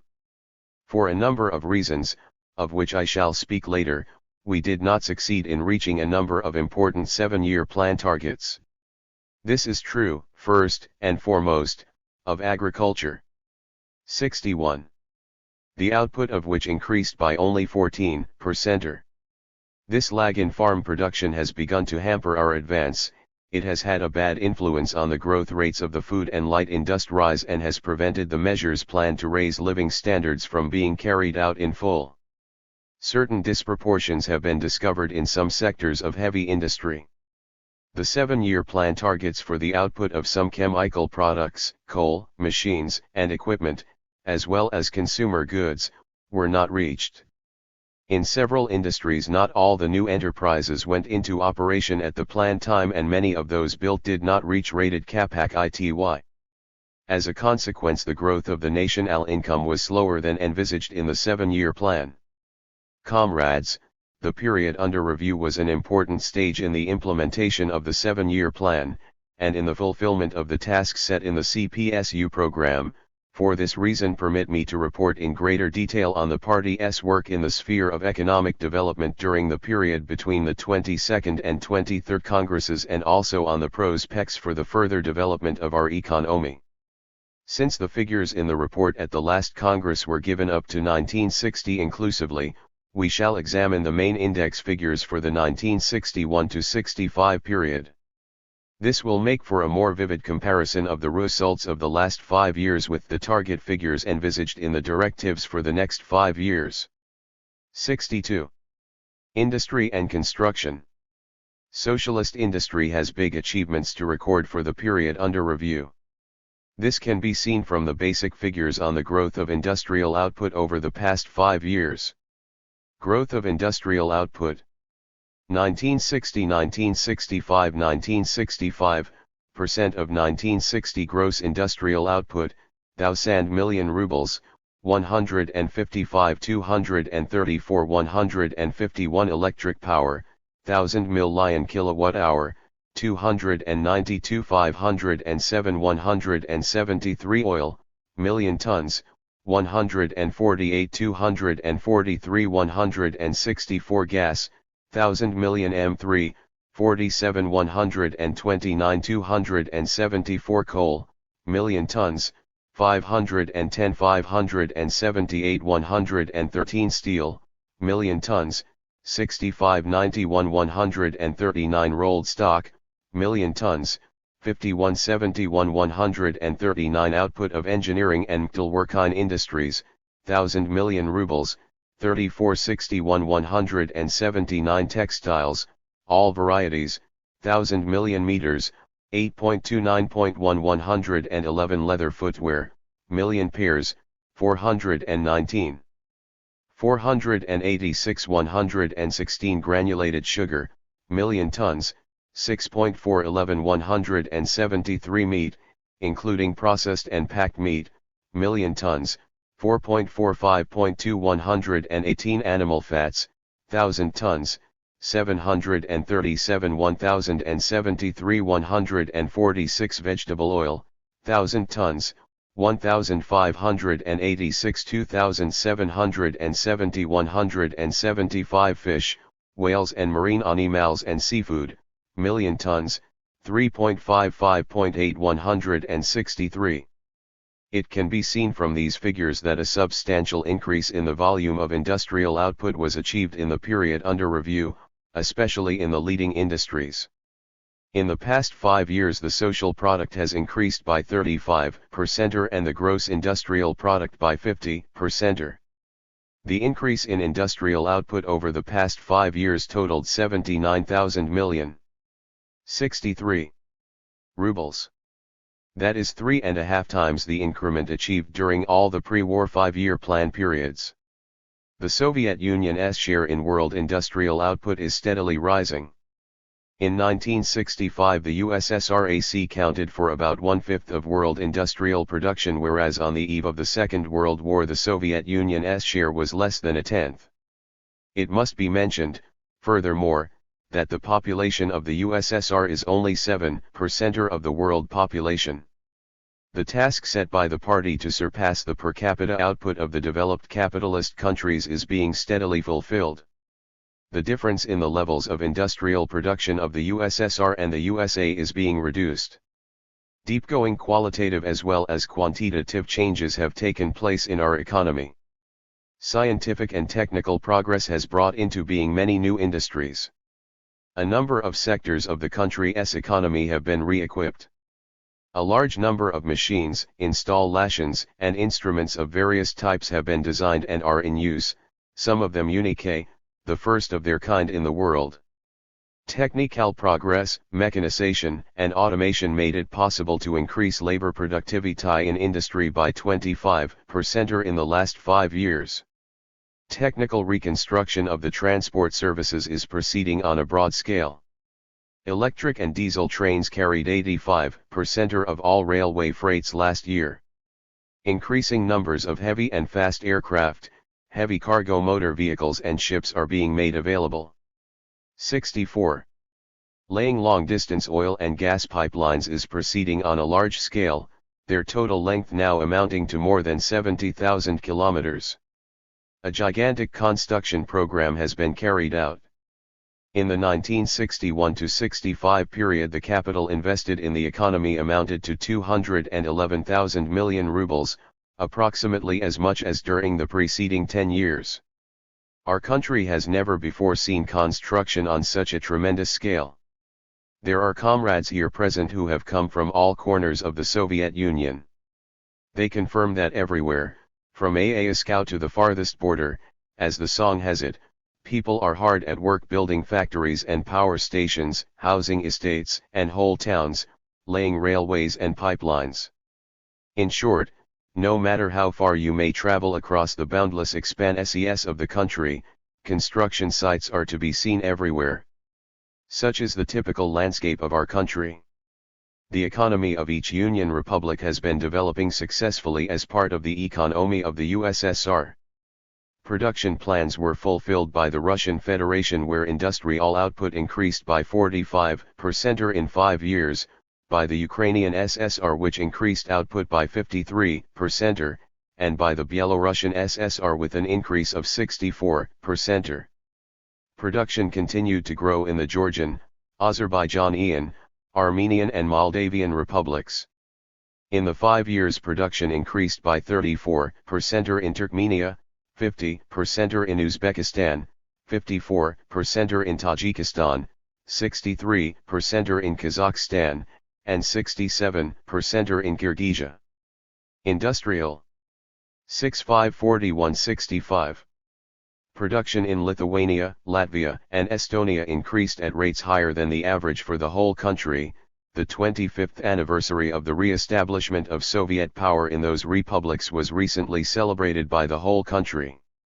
As you see, comrades, industry in the country as a whole and in each republic individually, has grown and improved. Economic ties and mutual assistance between the Union republics have expanded. It is particularly gratifying to note that in recent years the political equality of the Union republics and the friendship of the peoples of the USSR, achieved and steeled in the course of socialist construction, have been strengthened by economic equality. This is a vivid demonstration of the vitality of the Lenin national policy. It demonstrated to the whole world that only socialism enables the peoples to overcome economic underdevelopment and backwardness and become advanced, highly industrial socialist nations. This is a reliable foundation for the further cohesion of all the peoples of our great multinational country. When examining economic development we must mention the faults in our work as well as its positive aspects. In recent years such unfavorable symptoms have been manifested as reduced growth rates in production and in the productivity of labor, and lower efficiency in the use of fixed assets and investments. A correct appraisal cannot be made without a critical approach, and without that we shall make less progress. 66. After the October, 1964, plenum, the CPSU analyzed the state of affairs in the economy, laid bare the causes of these unfavorable manifestations and outlined ways of overcoming them. A number of factors contributed to the retarding of economic growth: defects in management and planning, underestimation of cost accounting methods of running the economy, and the insufficient use of material and moral stimuli. The forms and methods of management, planning, and economic stimulation employed until recently were not in accordance with the new, higher level of the country's productive forces and had begun to hold back their development. The bad harvests of 1963 and 1965 had an adverse effect on the economy, and prevented the target for improved living standards from being reached in full. Nor must the deterioration of the international situation be ignored. The aggressive acts of the U.S. imperialists forced us in recent years to make additional and substantial allocations to strengthen our country's defenses. It must be admitted that as a consequence of the subjectivist approach, some miscalculations were made in drawing up the 7-year plan, and some targets were set too high. The increase in production fixed for some industries did not always accord with real possibilities. The territorial system of industrial management divided the leadership of industries among numerous economic areas. The principle of a single technological policy was violated. 67. Research institutions were cut off from production, and this held up the development and introduction of new machinery. Isolated, separate corrections would have been insufficient to surmount the difficulties that had arisen. The interests of communist construction required the elaboration of a system of measures that would ensure the more rational use of the gigantic productive forces that had been created in the country, a rapid rise in living standards, and the full disclosure of the advantages of our system.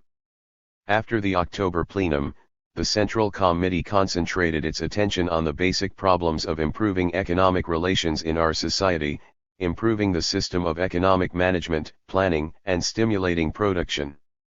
At the March and September, 1965, plenums of the CPSU, a new approach to economic management was evolved, and the principles of our party's economic policy at the present stage of development were defined. These principles consist in giving a greater role to economic methods and stimuli in running the economy, radically improving state planning, extending the economic activities and initiative of factories and collective and state farms, and making factory staffs more responsible for and materially more interested in the results of their work. The implementation of this economic policy will facilitate the creation of conditions necessary for accelerating technical progress, increasing efficiency in social production, and in developing productive forces. 68. All Union and Union Republican ministries have been set up for the purpose of improving the leadership of industries and accelerating scientific and technical progress. They have been made responsible for the state of affairs in the respective industries, for a high technical level of production and the satisfaction of the country's need for industrial goods, and for the implementation of the economic reform. The new centralist management of industries is in harmony with the substantial extension of the rights of the Union republics, enterprises, and associations, and the greater stress on economic methods of leadership that is its advantage. We should like to warn those working in the ministries against attempts to revive the narrow departmental approach to business that was a frequent fault of the old ministries. There is still much to be done to implement in full the new system of planning and economic stimuli. This is one of the most important tasks for the next few years. The success of our cause, comrades, now depends to a considerable extent on the ability, initiative, and efficiency of executives, engineers, and technicians, on a bold approach to the solution of the intricate problems of economic development, on the ability to mobilize factory staffs to fulfill plans and achieve the maximum efficiency in production. We are convinced that party organizations and executives who have had considerable experience in socialist construction and are politically mature, factory directors, shop and 69. Department managers, all of them working in close contact with scientists, engineers, and technicians, will be fully able to cope with the task set them. The decisions of the March and September plenums have been widely commented on abroad. Our friends have assessed them correctly, and our enemies, as usual, have tried to distort them. The reactionary bourgeois press has said quite a lot recently about a crisis in Soviet economy. Some people even had the illusion that our latest economic measures represented a retreat from socialism. What can one say about this? These assertions are ridiculous from beginning to end. It is obvious to anybody that our unshakable foundation has always been and remains public ownership of the means of production. We are not only retaining but improving the principle of planning in our economy. The strengthening of the centralist planning leadership of the economy is now culminated with the further development of the initiative and independent work of enterprises. This means that the socialist principles of economic management are being applied more correctly and efficiently. Since socialism is a society whose principle is payment for labor according to its quantity and quality, this presupposes the operation of economic stimuli, of material incentives, and the drawing of millions of working people into the management of the country's economic life. The products turned out by a socialist enterprise are the result of the concerted efforts of 70. The entire staff. It is, therefore, quite logical that in addition to giving a material stimulus to each worker in accordance with his own personal labor, the entire staff is given material interest in the end results of the factory's work. This will make it possible to combine personal and public interests. The decisions of the March and September plenums of the CPSU met with the unanimous support of the entire Soviet people. We hope that the measures adopted by these plenums for improving leadership in the economic life of our country will also be approved by the delegates to the 23rd Congress. Comrades, our Congress must examine and endorse the directives for the new 5-year plan. Since the Congress will hear a report on that question by Comrade A. N. Kosygin, allow me to dwell only on the main features of that plan, features which mirror the fundamental ideas and political propositions which the CPSU has considered necessary to use as the basis for the new 5-year plan. First of all, it must be said that the 5-year plan for 1966-70 is a further important stage in building the material and technical basis of communism. The CPSU has defined the cardinal task of the new 5-year plan. This task is to make the utmost use of the achievements of science and technology, of the industrial development of the whole of social production, of its heightened efficiency and the rise in labor productivity to ensure a further substantial growth of industry and high, stable rates of development in agriculture and, as a 71. Result of this, to secure a substantial rise in the standard of living and fuller satisfaction of the material and cultural needs of all the Soviet people. In the next 5 years further steps will be taken to solve such problems as eradication of the essential distinctions between town and country, and between mental and physical work.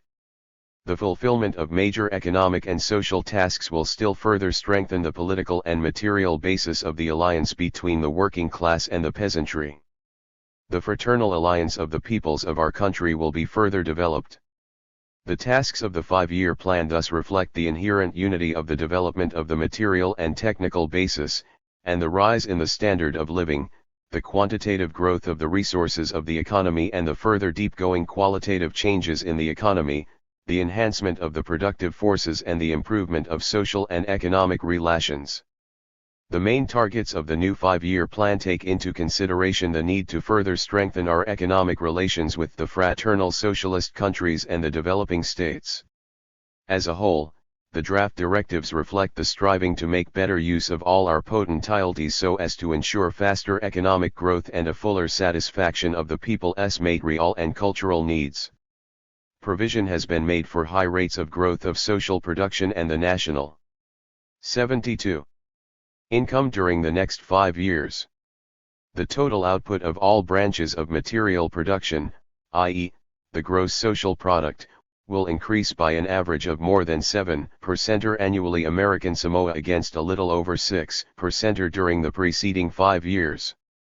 At this point it should be mentioned that during the next 5-year period the annual average absolute increment in industrial output will amount to 22,00023,000 million rubles as against 15,800 million rubles during the preceding 5-year period. It is planned to increase gross industrial output during the coming 5-year period by approximately 50% and agricultural output by 25%.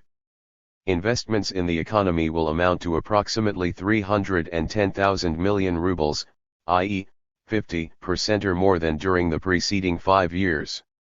This will ensure the development of all branches of the economy and of all the Union republics, accelerate the growth of key industries and do away with both inter- and intra-sectoral disproportions which in recent years have hindered the harmonious development of our economy.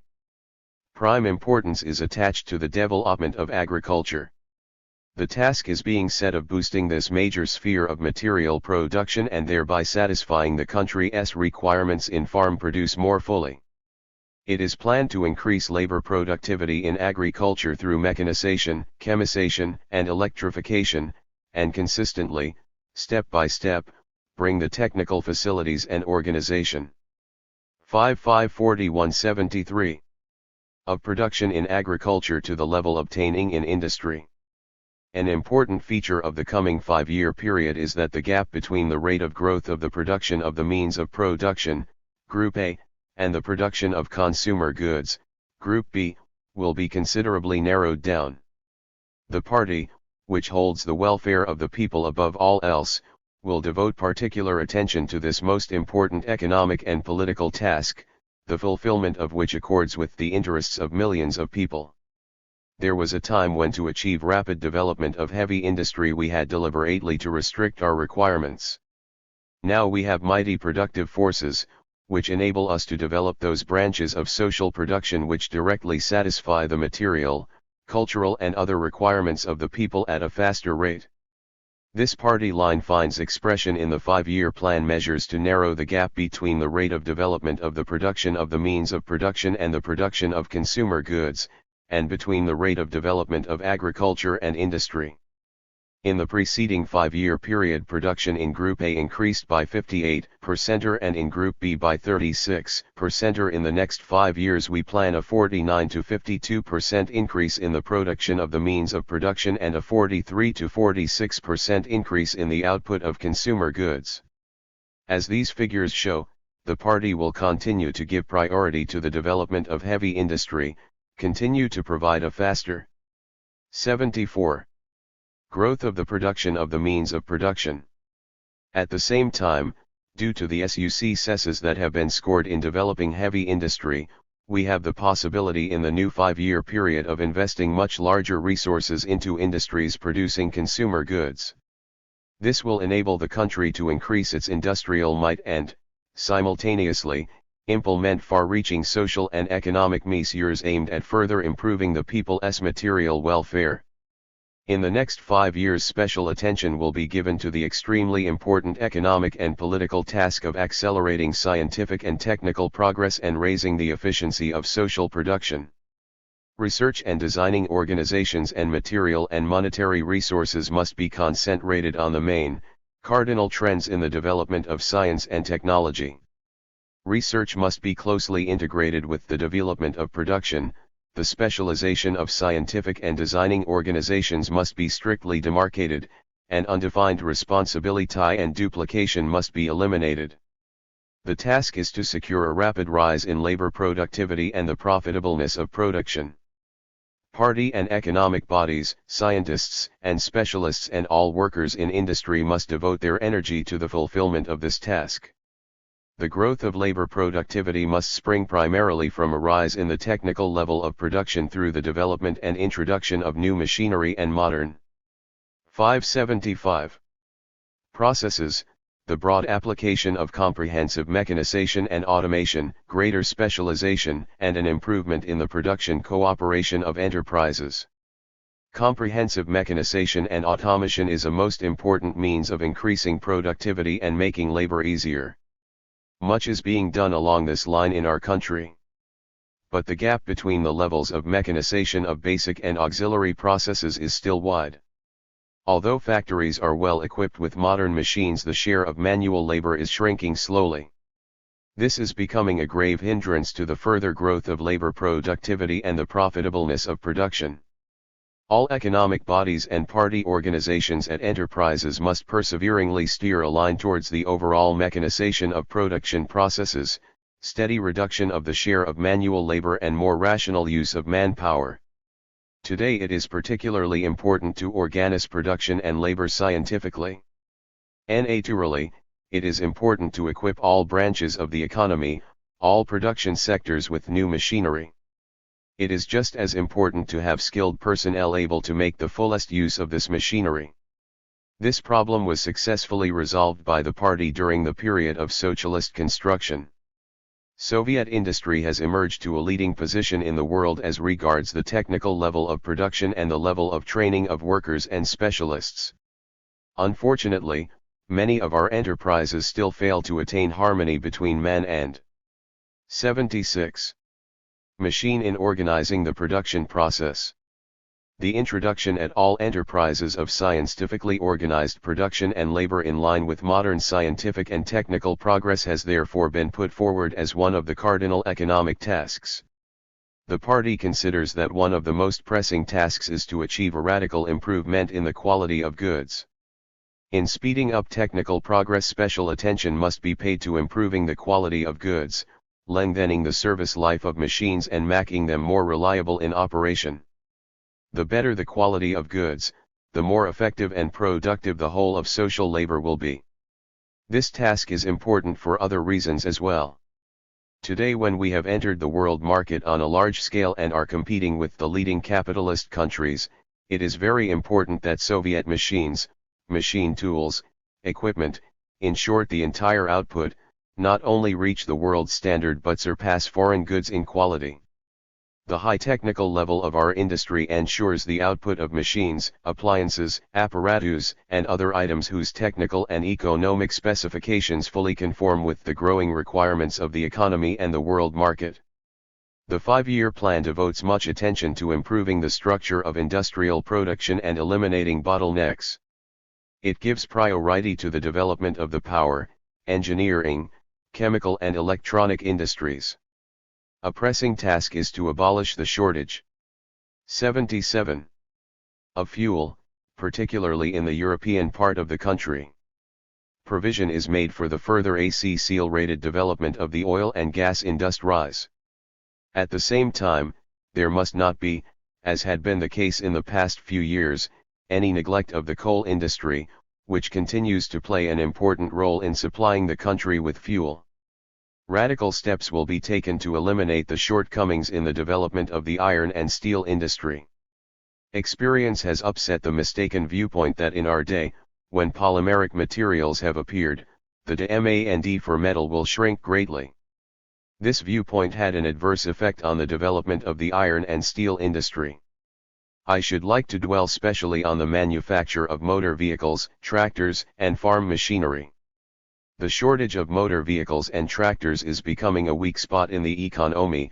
Few motor cars are being manufactured. To meet the requirements of the economy more fully, the new 5-year plan envisages a considerable increase in the output of motor vehicles, for which purpose the existing factories are to be reconstructed and new ones built. There will be an increase in the output of large and specialized lorries as well as tractors, particularly plow tractors. The quality of all farm machines is to be improved. Proper distribution of the productive forces is of immense economic and political importance in our huge country where there is such diversity of natural conditions and such uneven density of the population. Further explo. 78. Ration of the natural resources of the country's eastern regions is planned.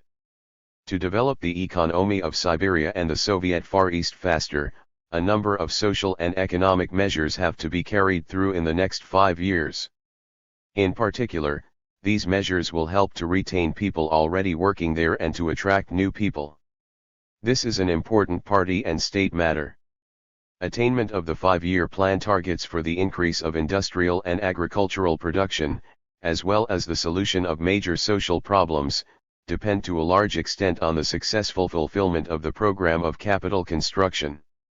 A considerable share of the increment will come from the production capacities which must be commissioned in the next 5 years. We shall have to build hundreds of factories, mines, power stations, irrigation systems, power transmission lines, as well as new towns and settlements, state farms, collective farm premises, millions of new flats and cottages, thousands of schools, kindergartens, nurseries, and hospitals. The fulfillment of this enormous volume of construction will require a further increase in the capacity of the building industry and an enlargement of the technical facilities of building organizations. Industrialization remains, as before, the main trend in the development of the building industry. A sharp reduction of the time and money spent on construction can only be achieved through further industrialization. Pre. 79. Fabricated ferroconcrete parts and elements and other effective materials and structures will continue to play an important role here.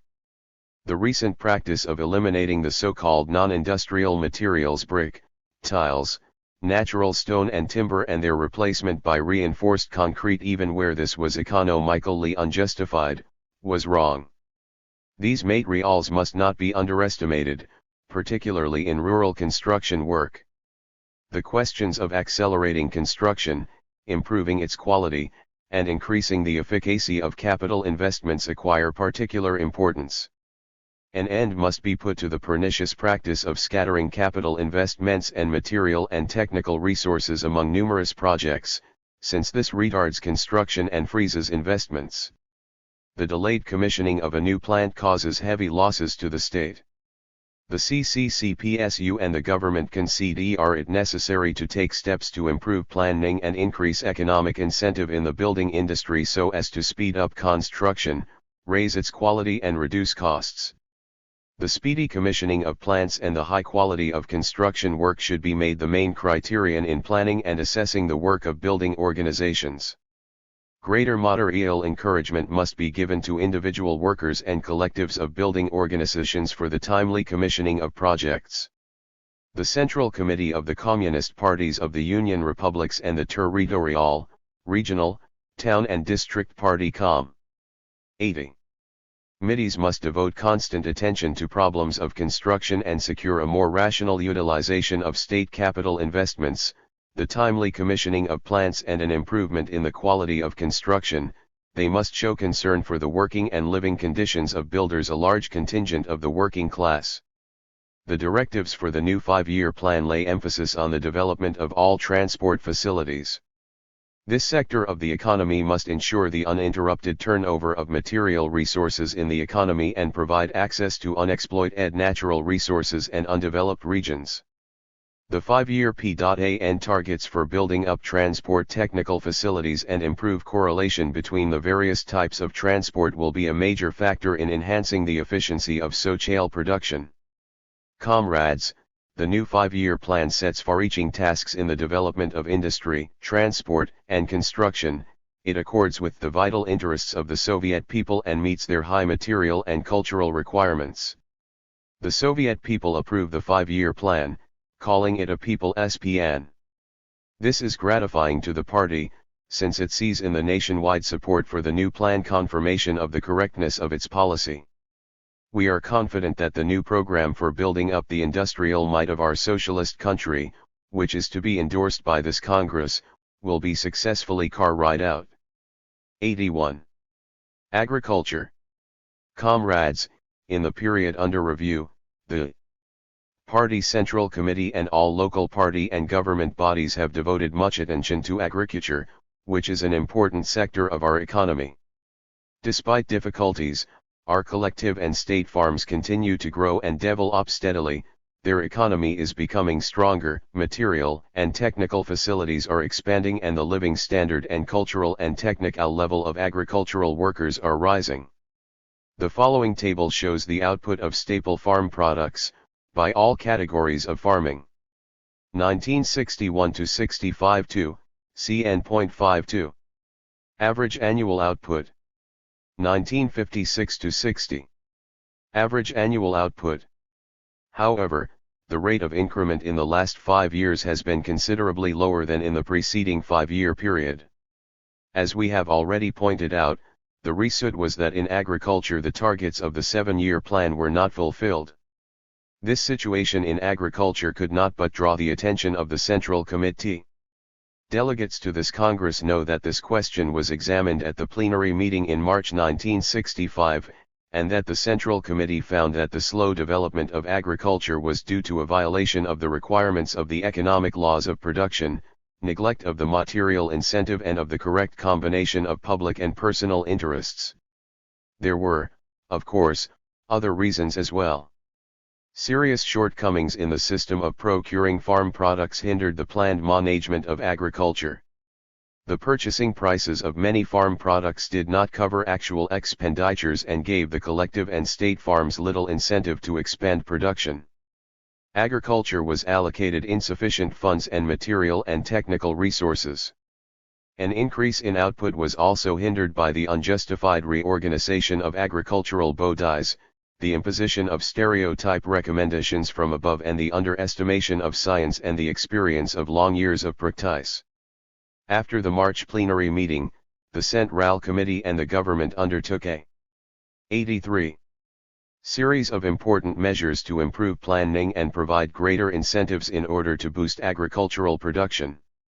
A fundamentally new system of purchasing farm products has been instituted.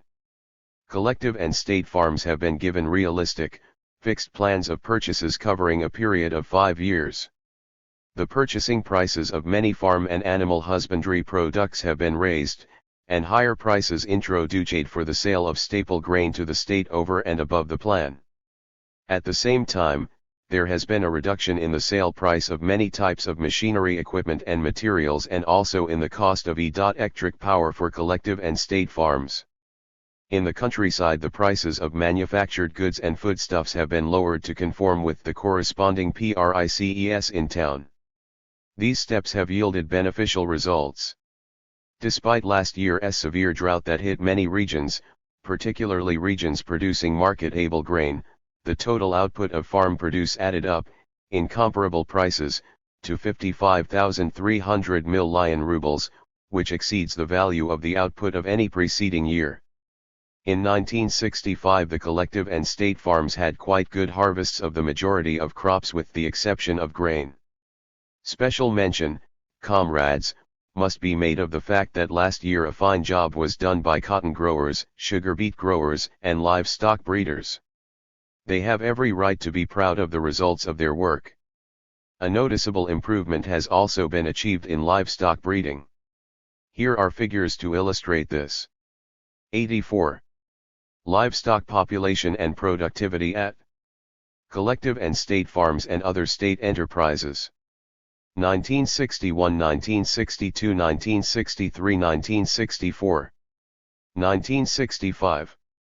Cattle, million head ax the end of the year 58.2, 62.5, 61.3, 62.1, 65.5 of which, cows 20.1, 21.8, 22.3, 22.6, 23.5 pigs, million head 49.4, 53.9, 27.7, 38.3, 41.3 sheep and goats, million head 109.1, 110.9, 108.4, 100.2, 103.1 poultry, million head 152.0, 154.5, 97.7, 127.8, 140.2 average milk yield per cow, kilos 1851, 1765, 1599, 1700, 2006.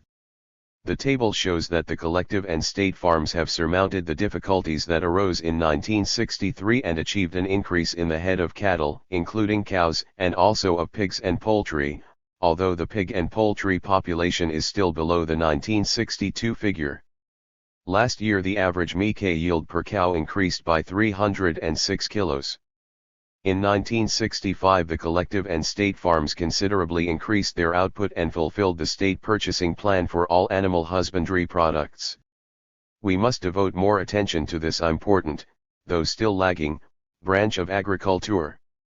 Under the new 5-year plan, the task is to develop animal husbandry both by enlarging the livestock population and, chiefly, by increasing its productivity. This approach will make it possible considerably to step up the output of animal produce in the immediate future and raise its profitableness. The further growth of grain output, the effective utilization of hay meadows and pastures, a higher level of mechanization. 85. Of farm work and an improvement of the breeds of livestock will help us to accomplish this task. With the object of enlarging fodder resources, the Party Central Committee and the Council of Ministers of the USSR have taken steps to expand the mixed feeds industry and the industries producing feed proteins, microelements, and antibiotics. It has been found expedient to develop the new microbiological industry. Comrades, we have all grounds for saying that the decisions of the March plenary meeting are beneficial to the development of agriculture. The people have seen for themselves that the economic policy worked out by the party for the countryside is correct, they have supported it with deeds, and that is the main thing. A key task of our party and people is to secure an upsurge in collective and state farm production. The Central Committee considers it necessary to implement a number of measures in agriculture with the purpose of creating conditions for the further growth of the productive forces in the countryside and abolishing the disproportion in the development of industry and agriculture. The draft directives for the 5-year plan outline the prerequisites for the solution of this task. Investments in agriculture are to be almost doubled. In the next 5 years, as compared with the previous 5-year period, agriculture is to receive 700,000 more tractors, 680,000 more lorries and 4,000 million rubles worth more farm machinery. Electricity consumption in agriculture is to increase by approximately 86. Mately 200%. The collective and state farms are to be supplied with more mineral fertilizers. In 1970 they will receive twice as much fertilizers as in 1965. An increase in grain production remains one of most important tasks. Formerly this problem was chiefly tackled by enlarging the crop area. To some extent, the collective and state farms will continue to enlarge the area sown to grain through a more rational use of arable land, primarily plowland. But the main thing is to increase the yield per hectare to the utmost. This is the decisive condition for accelerating the development of agriculture in general and of grain production in particular. A considerable expansion of the area sown to rice and groat crops is planned in order to meet the country's requirements in these products quickly and fully. Provision is also being made for further increasing the output of such staple crops as potatoes and other vegetables, as well as cotton, flax, sugar beet, sunflower seeds, tea, fruit, and grapes. Work to increase soil fertility and the efficiency of agriculture in all zones is to be conducted on a nationwide scale during the next few years. We have to farm in regions with different soil and climatic conditions. In some areas, crops are periodically subjected to disastrous droughts and in others they suffer from superfluous moisture. To ensure stable bumper harvests in zones with unfavorable natural conditions, the Central Committee and the government consider it any 87. Necessary to carry out an extensive program of land improvement, primarily in the central zones of the European part of the USSR, Byelorussia, the Baltic region, the south of the Russian Federation, and the Ukraine, Kazakhstan, the Central Asian republics and some other areas. Perhaps, one of the next plenary meetings of the Party Central Committee should discuss this question. The soil is an immense source of wealth for our society and the foundation of agricultural production. The preservation of this wealth, its productive utilization, the enhancement of soil fertility, control of wind and water erosion, and where necessary the planting of forests must be regarded as matters of state importance. The Central Committee considers it necessary to draw attention to yet another problem, that of utilizing machinery at collective and state farms. The countryside is steadily receiving and increasing the number of tractors, lorries, harvester combines and other machines. Labor there is acquiring the features of industrial work. Yet, in recent years, there has been a drop in many key indicators of the utilization of the fleet of machines and tractors. Machine operators tend to leave their jobs, causing fluidity in the labor force. All this creates difficulties. Facilities for repairing farm machinery must be enlarged to the utmost, the Selkos Technica enterprises and the collective and state farms supplied with modern equipment, and machine operators given better training and bigger material incentives. Under present conditions, the task of increasing agricultural production cannot be successfully 88. Carried out without constantly stepping up the supply of machinery to agriculture, radically resolving the question of repairing and servicing this machinery, and improving the training of machine operators of the most diverse qualifications. In order to develop productive forces in agriculture, it is necessary further to improve social relations in the countryside. The experience of many years has convincingly confirmed the vitality of both the collective and state farm form of the organization of socialist economy. However, in recent years there have been unjustified attempts to reorganize many collective farms into state farms. The March plenary meeting has remedied this situation. As you know, it has been decided to convene the Third AL Union Congress of Collective Farmers, which will examine the new rules of the agricultural artel. This Congress will be a major political event in collective farm development and will help to consolidate the collective farm system still further. The collective farms have now become economically strong, large, and highly mechanized. Relations among themselves and with state bodies have broadened considerably, and the political and cultural level of the collective farmers has risen immeasurably. We should like to have your opinion as to whether it would be advisable to set up elective farm and cooperative bodies in the districts, regions, territories, republics, and in the center. This democratic form of management would allow us to make fuller use of the advantages of the cooperative economy. 89. In the further development of agricultural production, considerably expanding intercollective farm production and economic relations, utilize natural, material, technical and labor resources most rationally, and improve the organization of processing and selling produce. In making this recommendation, we are taking past experience into consideration. As you all know, during the first years of collective farm development there was a system of managing collective farms which consisted of collective farm unions in the localities and a collective farm center. These bodies were regarded as authoritative by the peasants. This was a further embodiment and development of the ideas in Lenin's cooperative plan and allowed the collective farm system to be further democratized and the broad masses of collective farmers to be drawn into economic, cultural, and social activity. At the same time, the role of state farms as state enterprises in the countryside must be still further enhanced. Each state farm must in all respects become a model of large-scale socialist farming. Thus, at the present stage the task is to do everything possible to facilitate the development and prosperity of both state and collective farms. Comrades, the party is fully aware that it is no simple matter to achieve an upsurge in agricultural production.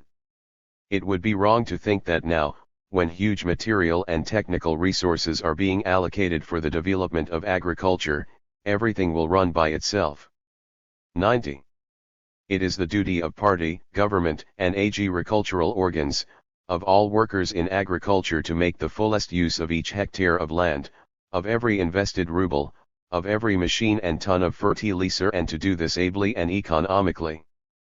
The fulfillment of the plans in agriculture will depend on the creative initiative and energy of rural workers, on the correct organization of labor, and on the quality of the work of the heads of collective and state farms and of agronomists, livestock experts, machine operators, and economists. In the further progress of agriculture an extremely important role is to be played by science and by the utilization of its achievements in production.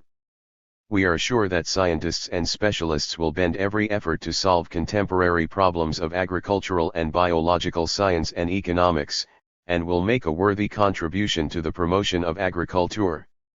Regional, territorial and district party committees must show constant concern for strengthening all sectors of production with skilled cadres and rendering them more practical assistants.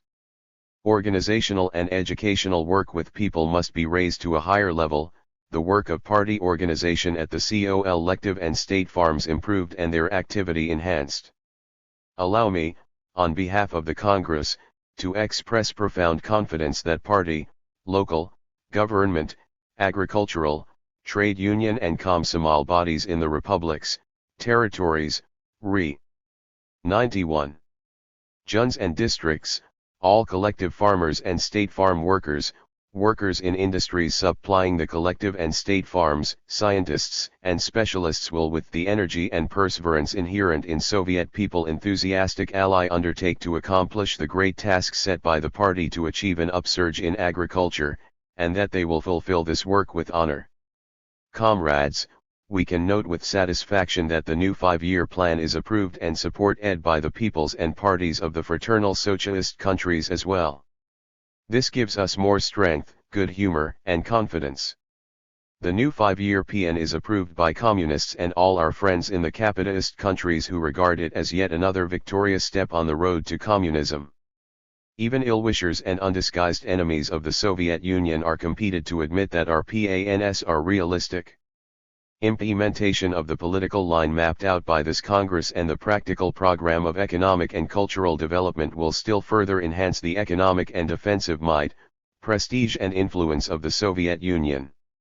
It will deal imperialism yet another blow and will be a political and economic victory of world significance of the Communist Party, the Socialist State and the Soviet people. The main thing today is to pool all our efforts for the fulfillment of the 5-year plan. Under the new conditions the party organizations bear still greater responsibility for the work of collectives, for the economic development of districts, towns, regions, territories, and republics. They must come forward as the 92 Ganissers of the fulfillment of the plans drawn up by the party and promote the creative initiative and the emulation movement of the MOS-SES, and give every encouragement to the movement for communist work. The party sets party and economic executives the extremely important task of acquiring modern scientific knowledge in the sphere of technology, economy, and the organization of production. All executives in industry, agriculture, construction, and transport must perseveringly learn the art of directing production under the new conditions and at need solve questions concerning the organization of labor. There must be a fundamental improvement in the training and retraining of personnel engaged in the management of production.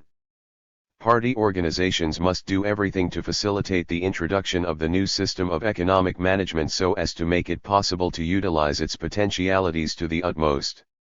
What are the most important conclusions to be drawn from the above? Firstly, during all these years Soviet economy has been developing at a rapid rate and important qualitative changes have taken place in its structure. This has created the necessary conditions for the solution of the immediate, more complex tasks set by the draft directives for the new 5-year plan. Secondly, the period under review has shown that the Communist Party of the Soviet Union creatively and boldly solves the most complex problems of economic management and discards everything failing to stand the 93 test of time and hindering our progress. The Central Committee considers that the recent plenary meetings worked out the correct way to resolve basic economic problems which will lead to an acceleration of the rate of our development. Thirdly, the Soviet Union has continued to strengthen its position in economic competition with the leading capitalist countries.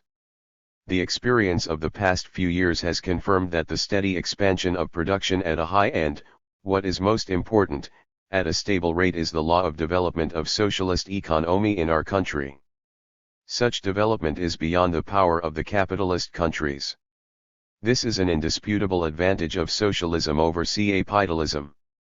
Comrades, socialist competition has started throughout the country with the aim of worthily marking the 23rd Party Congress. Numerous reports on labor achievements are being sent into the Congress from all parts of the country. The plan for the first quarter of the first year in the new 5-year period was fulfilled by the workers in industry by the day the Congress opened.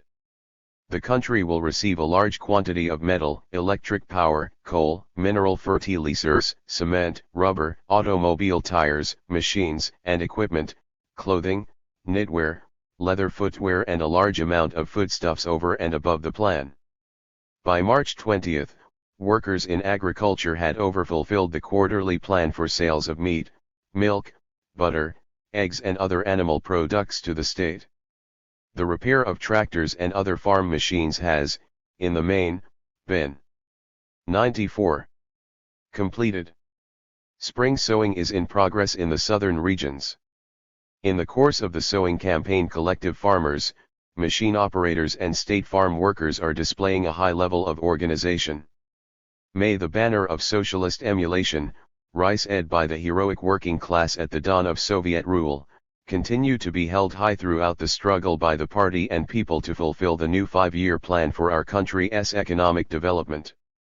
The party profoundly believes that the Soviet people, who are full of inexhaustible energy and enthusiasm, will accomplish magnificent feats of labor to further the great aim of building communism. 3. Rise of the standard of living. Development of science and culture.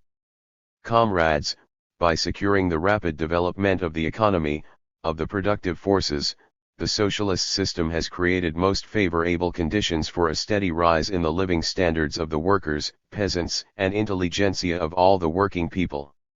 Socialism is the only system under which it is possible to follow a fair principle of distribution according to the quantity and quality of labor, because public ownership is dominant. There is no exploitation of man by man and all members of society are equal in relation to the means of production. The prosperity of every working person is rising in step with the growing social wealth. The national income of the Soviet Union is one of the biggest in the world. It is rising continuously, and the incomes of working people are rising with it. In the last 5 years the national income increased 33%, and last year, 96, surpassed 190,000 million rubles. Nearly 3/4 of this sum, all of 141,000 million ruble, was spent on satisfying the requirements of the Soviet people. The party and the Soviet government, availing themselves of the successes in economic development, are doing everything to improve the living conditions of the people. In the period under review, the average wages of factory and office workers increased 19%. Wages have been raised for people employed directly in the public services, including educational, health, cultural and retail trade workers and people employed in the housing and community services. At the same time prices were reduced for woolen, silk and linen textiles, some articles of clothing, ready-made children's clothes, clocks and watches, bicycles, photo cameras, medicines and for some other consumer goods. In our country public funds play an important part in raising the people's standard of living. Payments and benefits received by the population out of the public consumption fund amounted to 41,500 million rubles in 1965 against the 27,300 million rubles in 1960. These funds were spent on increasing the pensions and on the additional benefits granted to war invalids and the families of soldiers and officers killed in the war. The granting of pensions to collective farmers was an important social measure. More than 70 million are attending tuition-free general, vocational, specialized secondary and higher educational establishments, schools and courses. The number of 854197 hospitals, polyclinics, sanatoria, and holiday homes is climbing steadily. More than 4 million doctors and other medical workers are concerned with health protection. The number of children at preschool institutions has nearly doubled, and totals about 8 million. We speak of these major social measures with legitimate pride, because they are possible only in a socialist country where everything is done in the interest of the people. The Central Committee of the party and the Soviet government were constantly concerned with extending the scale of house building. In the last 5 years, dwellings totaling 393 million square meters of living space were built in the cities, towns, and on state farms, and more than 2 million new cottages were built in the villages. Town improvement has made good headway. Many new houses are built, but the housing problem is still acute. Therefore the party attaches prime importance to this problem and considers it necessary to increase allocations for housing construction, to expand building facilities and to improve the quality of housing. Alongside state-financed building, house building cooperatives should be extensively promoted. In the coming 5 years it is planned to build houses totaling 480 million square meters of living space in the cities and towns and on state farms. This means that 100 million square meters more will be built at the expense of the state and on the funds of housing cooperatives than in the previous 5 years. The rural population and the collective farms will build some 98.2 or 2.5 million new cottages. More than 45,000 million rubles are to be spent on housing and communal construction against the 35,000 million spent in the past 5 years. Party, government, economic and trade union bodies must see to it that the house building plans are fulfilled. They must pay more attention to the maintenance and repair of houses. They must make the procedure of registering and distributing housing strict and efficient, and see to it that the public knows what is being done. The CPSU holds that the lag in rural construction can no longer be tolerated. Regrettably, attention to rural house building and to proper planning and improvement of villages has been lax for many years. House building and the construction of cultural and service facilities in villages has got to be tackled in earnest. The collective and state farms have got to be prodded to action in this matter. Comrades, in the last few years the Central Committee of the Party and the Soviet government devised a number of new measures to improve the supply of food and consumer goods, and to expand retail trade. In 1965, retail sales totaled 104,600 million rubles, surpassing the 1960 figure by 34%. The Congress delegates know that we have made considerable headway in this sphere. There were no interruptions in the supply of bread, pottery, macaroni, noodles, milk and dairy products, eggs, butter, vegetable oil, sugar, confectionaries and other products. More of these products were sold last year than in any previous year. For all this, the supply of some commodities, 8.99, is still behind the demand. The assortment of meat products is not always adequate. Although the supply of milk is ample, not enough sour milk products and cheeses are being put out, the assortment of dietetical products is insufficient, and the demand for buckwheat and rice is not fully met.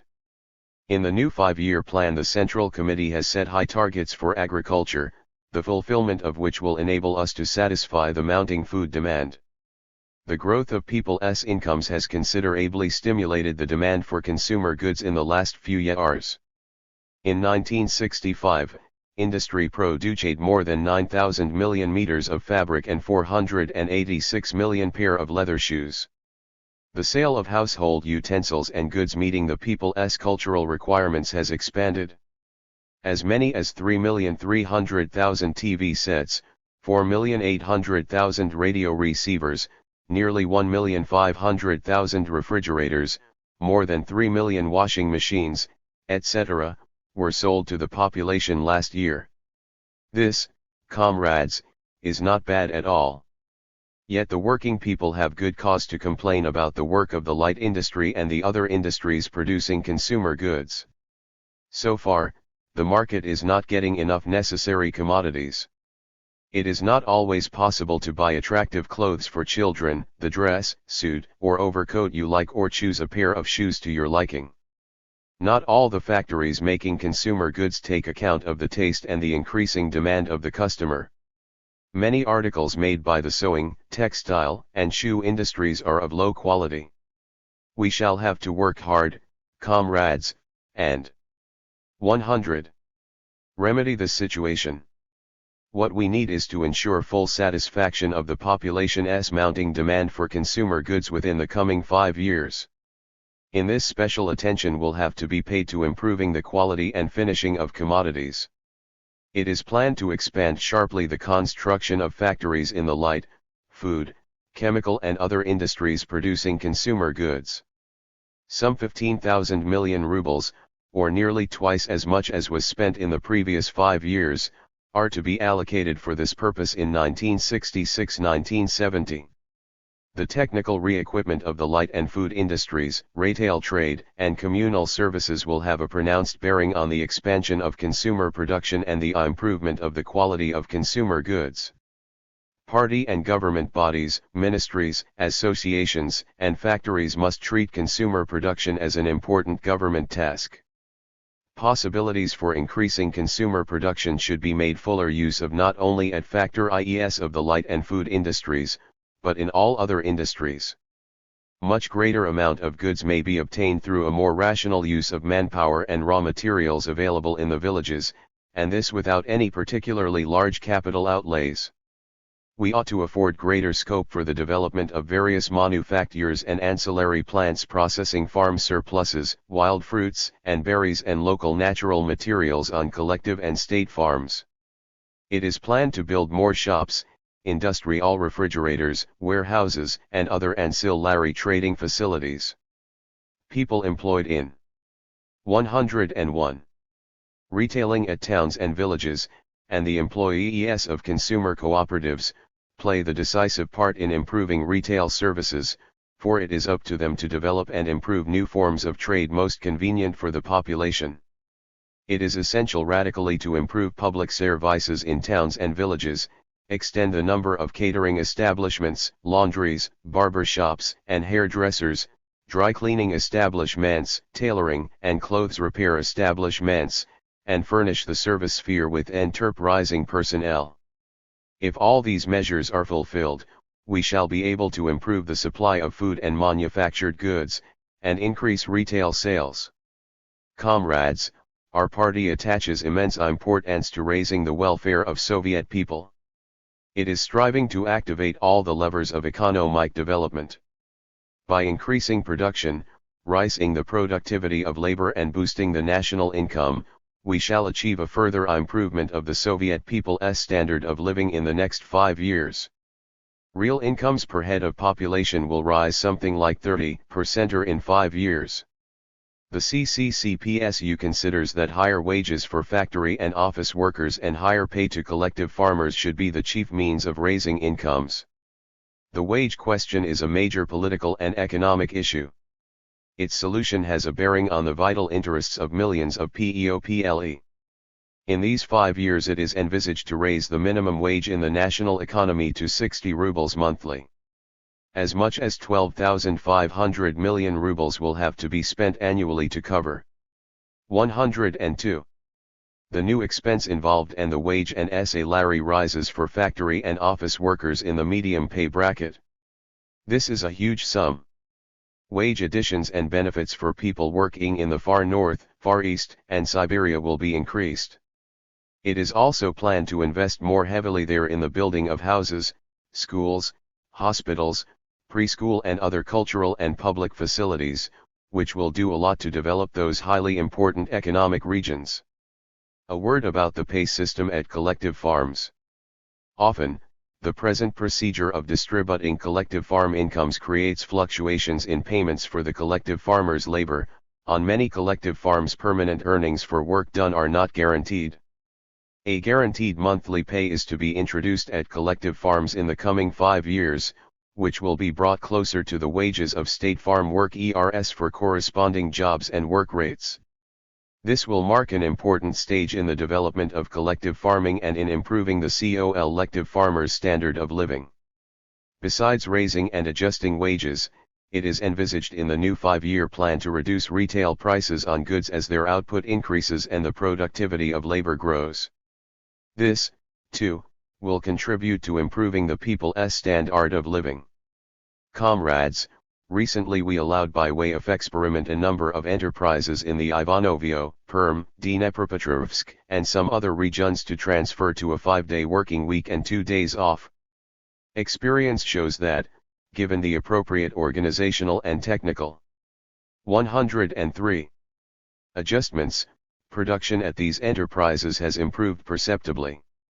On the strength of this experience and in response to numerous suggestions coming from working people, the Central Committee considers it possible to go over to a 5-day working week and 2 days off, with the 41-hour week remaining in force.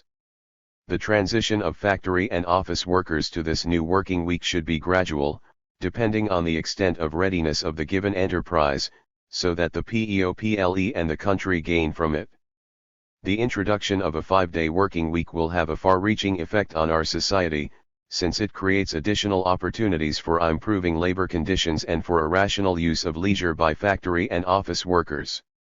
There will be more time for recreation, bringing up children, combining study and work, and rising the people's cultural and technical level. Comrades, concern for the welfare of people who devoted the larger part of their lives to work and have now retired is an obligation the socialist state must unfailingly fulfill.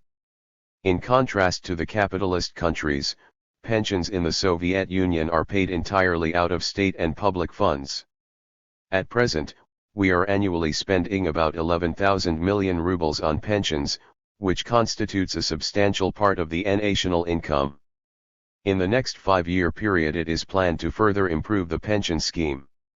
It is envisaged in particular, to raise the minimum old age pension for factory and office employees. 104. To apply to collective farmers the old age pensioning procedure defined in the pension law for factory and office workers, which sets the pensionable age for women at 55 years and for men at 60 years, to raise the minimum old age pension for collective farmers and to apply to them the pension setting procedure established for factory and office workers, to improve the disablement benefits scheme for the working people. Reduction and abolition of the income tax for factory and office workers will continue. It is an important fact that the new 5-year plan envisages effective measures to bring the living standards of the rural and urban population still closer together and to raise the general standard of living in the Soviet Union. The implementation of these measures will mean that good work has been done to bring closer the time when the essential distinctions between town and country and between mental and physical labor disappear. The political effect of all these measures consists in adding strength to the unbreakable alliance of the working class and the peasants, and the monolithic unity of the whole Soviet people.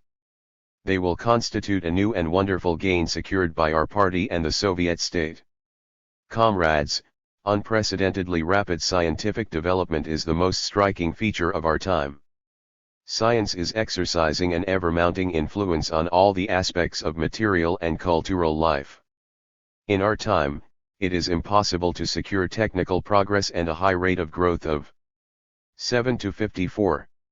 105. The productive forces without extensive scientific research and the rapid application of its results in production. The fact that science has become a direct productive force is radically changing man's labor.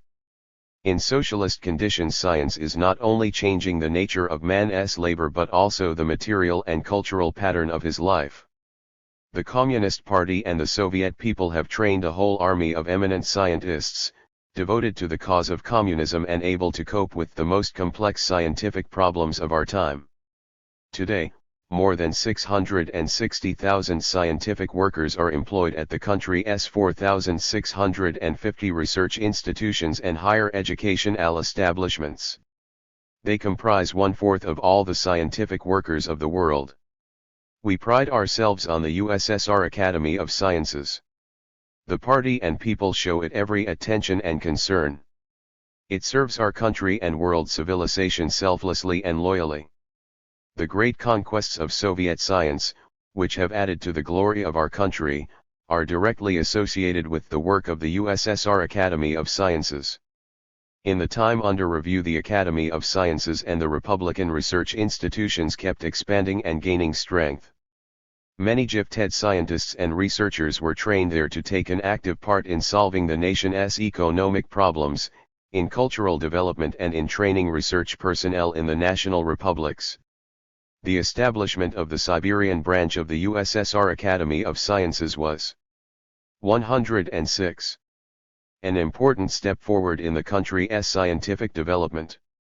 Soviet scientists have helped to introduce new and highly efficient production methods, build up a strong atomic industry and atomic power engineering, tap our giant mineral resources and raise high-grade varieties of farm crops. Major advances have been made in mathematics, physics, chemistry, biology, medicine, geology and other fields of knowledge. The whole world acknowledges the outstanding achievements made by Soviet science in studying the universe and exploring outer space. The Soviet Union holds priority in such phases of space exploration as the launching of the world's first artificial Earth satellite, the first manned spaceflight, the first group flights, the first space flight by a woman, and, last but not least, man's first walk in outer space. The soft landing on the moon of the automatic station Luna 9 has marked an important step in the exploration of space and the development of interplanetary communications. The world's first photographs of a lunar landscape, transmitted by the Soviet station, is of the utmost scientific importance. The flights of the automatic stations Venus 2 and Venus 3, which delivered a pennant with the Soviet national emblem to Venus and yielded a wealth of scientific information, constituted a fresh achievement in national science. Permit me, from the rostrum of our Congress, again most heartily to congratulate Soviet scientists, designers, engineers, technicians and 7 feet 107 inches workers, and our glorious cosmonauts, on these scientific triumphs. Soviet science has won great prestige and has indisputably great accomplishments to its credit. However, mention should be made of the deficiencies that hold up its development. The gravest is the slow introduction of the results of scientific research into production.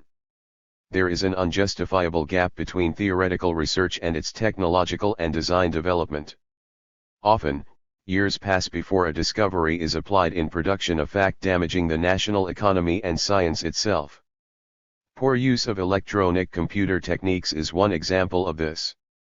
And it is a fact that modern computer and control techniques lead to a sweeping revolution not only in production methods, but also in economics, planning, accounting, designing and scientific research itself. The recent reorganization in industrial management and the establishment of branch ministries have created favorable conditions for the rapid introduction of scientific achievements in production. But favorable conditions are not yet a guarantee of success. The ministries and party and government bodies must therefore focus attention on science and the introduction of its achievements in the economy. The work of academic and specialized research institutes, the designing organizations and factories must be better coordinated, and they must be given a chance to work together in order to reduce to the minimum the time term for the practical introduction of scientific achievements. At the same time, the scientists themselves, the Acad. 108. My of Sciences and the Committee for Science and Technology must see to it that the results of scientific research are applied in production within the shortest possible period of time. The more science feeds the economy with new ideas and technology, the higher the rate of technical progress. What we need is creative endeavor and a broad perspective in our technological policy.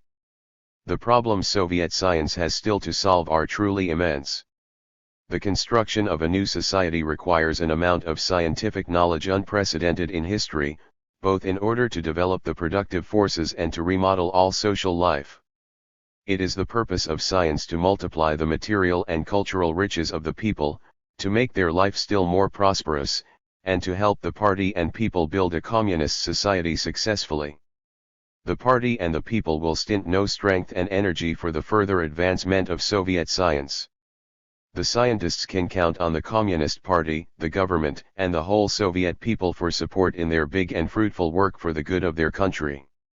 Comrades, the school and the specialized secondary and higher educational establishments play an immense role in political, economic and cultural development, and in rearing the new man. Our party takes pride on having evoked a thirst for knowledge and education in the Soviet people. There are 214,000 general schools in the country with a total enrollment of more than 109.48 million. It is planned to build over 22,000 new schools in 1966-70.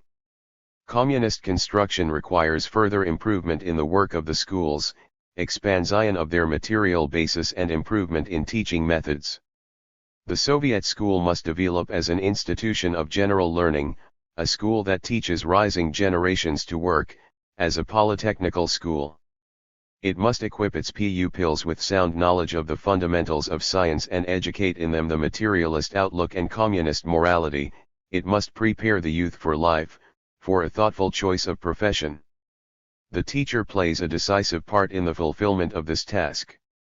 Today our schools have more than 2,400,000 teachers. The teachers constitute one of the biggest contingents of the Soviet intelligentsia. It is with profound respect and solicitude that the party and the people treat the Soviet teacher, who gives his strength and knowledge and all the warmth of his heart to training and educating children.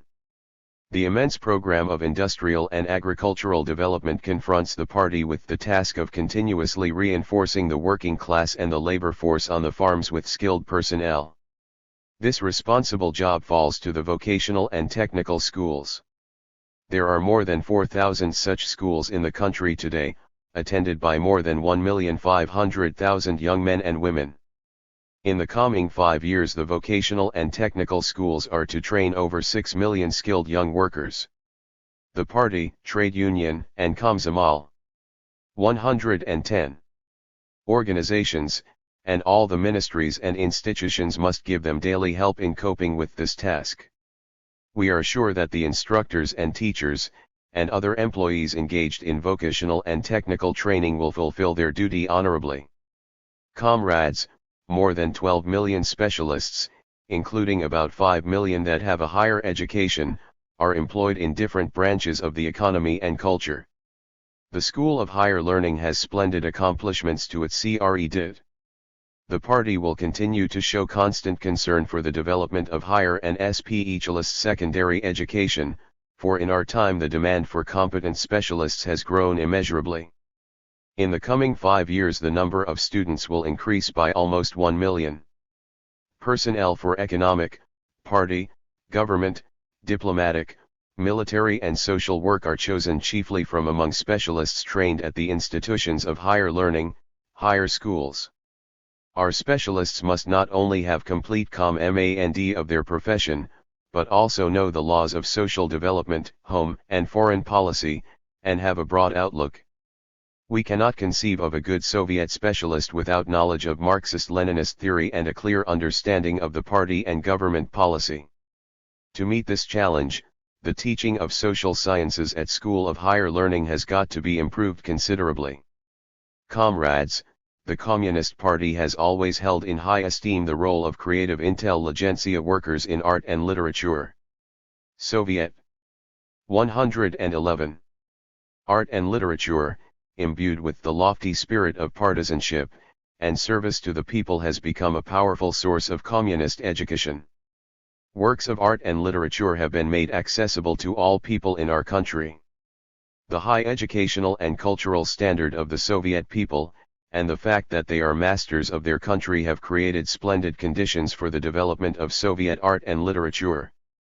The best works of art and literature enrich not only the treasure store of Soviet classical arts, but also the progressive culture of mankind. Quite a number of good novels and a lot of good poetry, songs and paintings, clever films and plays have appeared in our country over the last few years, winning the acclaim of readers and audiences. Many of them were awarded the Lenin Prize, and the number of writers, sculptors, stage directors and actors, filmmakers, musicians and artists whose works have enriched the spiritual life of the people in this period, far exceeds the list of prize winners. It is a very significant fact that the present-day reality, the problems of communist construction, have become dominant in Soviet literature, the cinema, theater, painting, music and sculpture. Artists of different generations are striving to comprehend and depict the image of our contemporary deeper and more expressively. A quest is underway, and there are setbacks alongside creative triumphs. It is only natural that we want the setbacks to be as few as possible.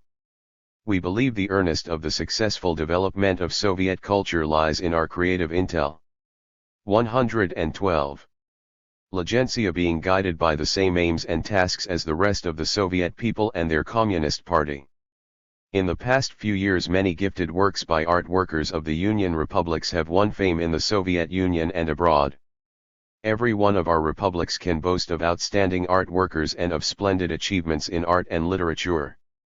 The national, consequently exceedingly varied, cultures of peoples comprising the fraternal family of the Union of Soviet Socialist Republics, constitute a culture single in its socialist content, imbued with the grand spirit of communist construction and common concern for the welfare and prosperity of our great multinational country.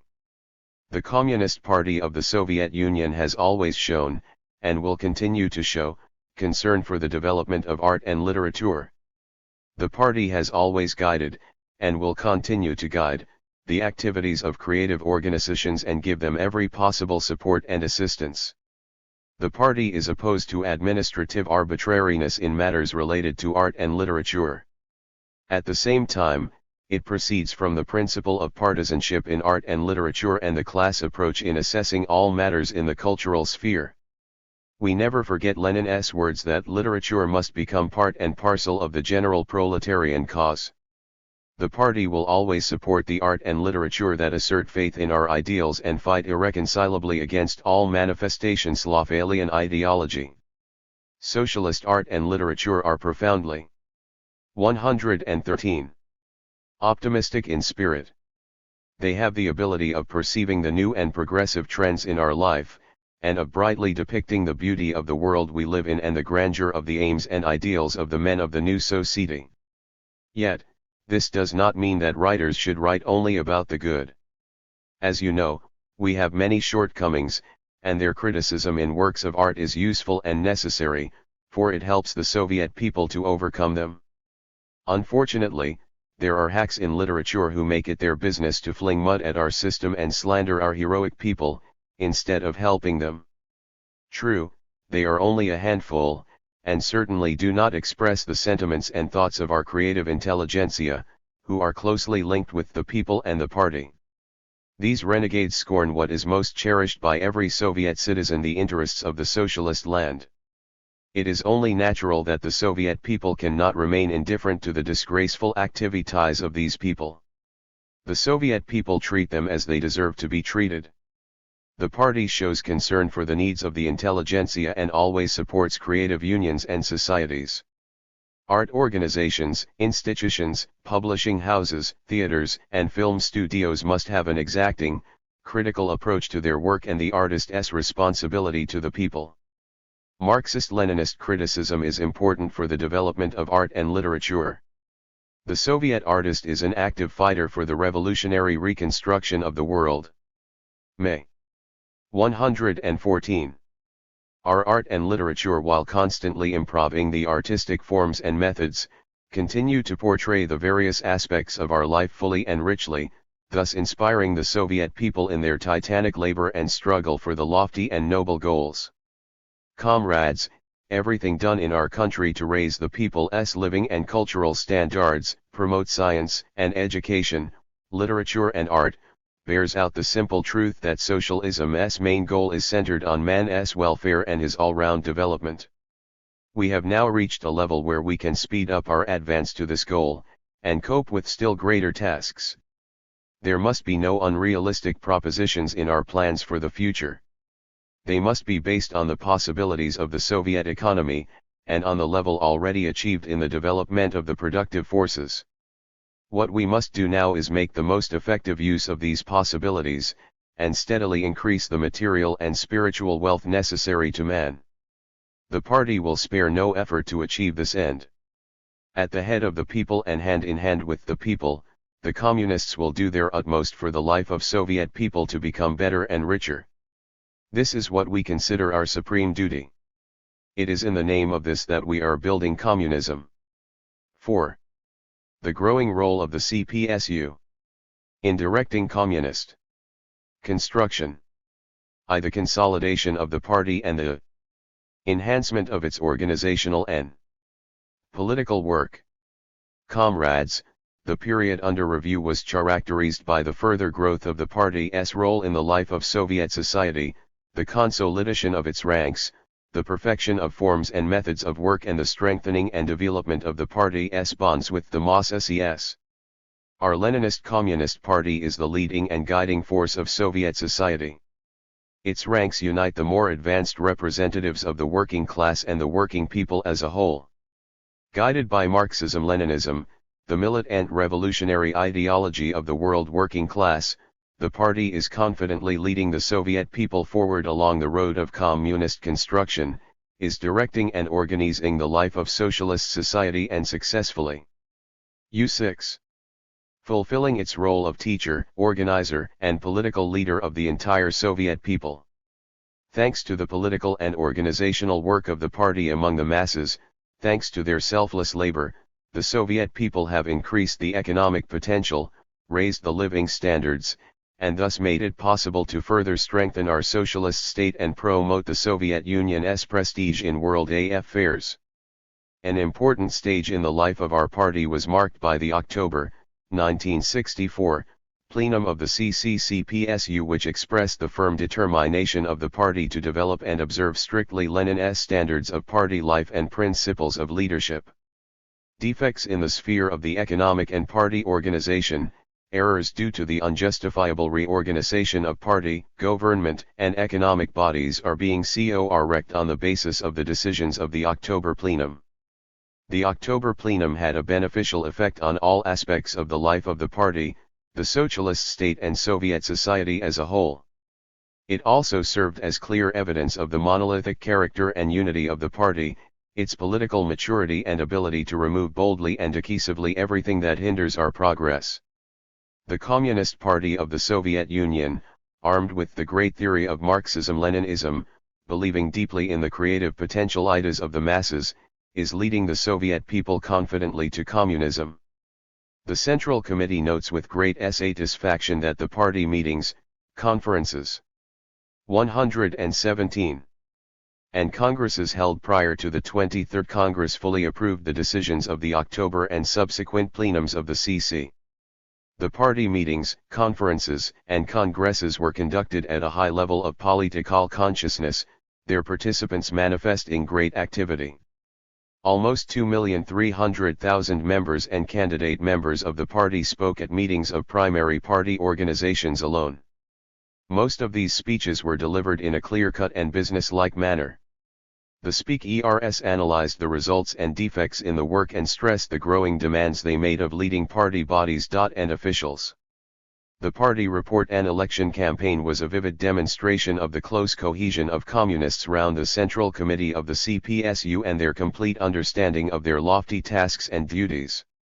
Another manifestation of this increased activity of communists and the great interest of non-party people in all the work of the party is the tens of thousands of letters that have been sent to the CPSU and the 23rd Congress, letters in which the people of our country cordially greet the delegates, wish them success, express their gratitude to the party for its solicitude for their welfare, make proposals, and offer advice and criticism on questions concerning the life of the party and the state.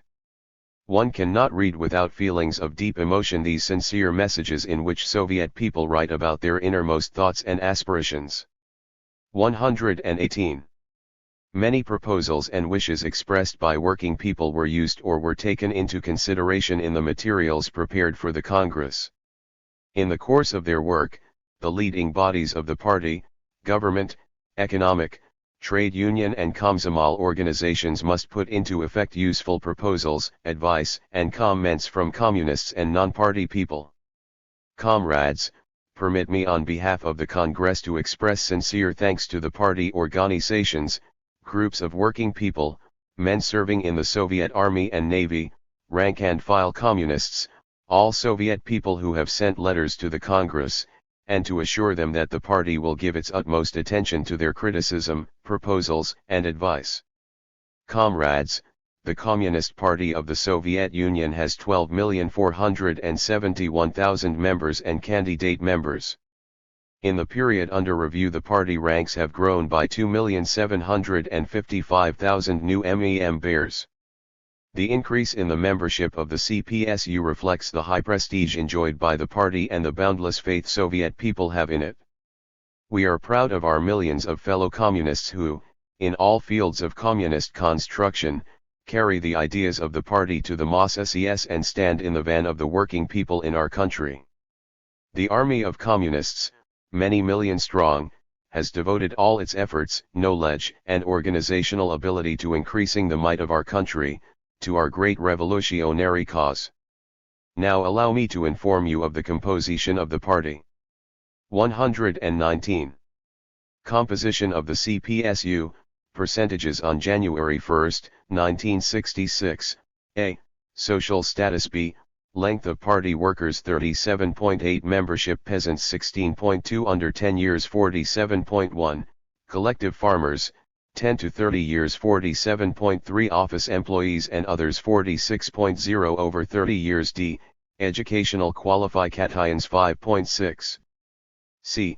Age groups higher and income under 25 years 6.2 lead higher education 18.2 26 to 40 years 46.8 secondary education incomplete second 30.9 41 to 50 years 24.9 ARI education 27.5 over 50 years 22.1 primary education 23.4 As can be seen from the above figures, our party consists mainly of workers and collective farmers. In recent years the percentage of workers accepted into the party as candidate members has increased.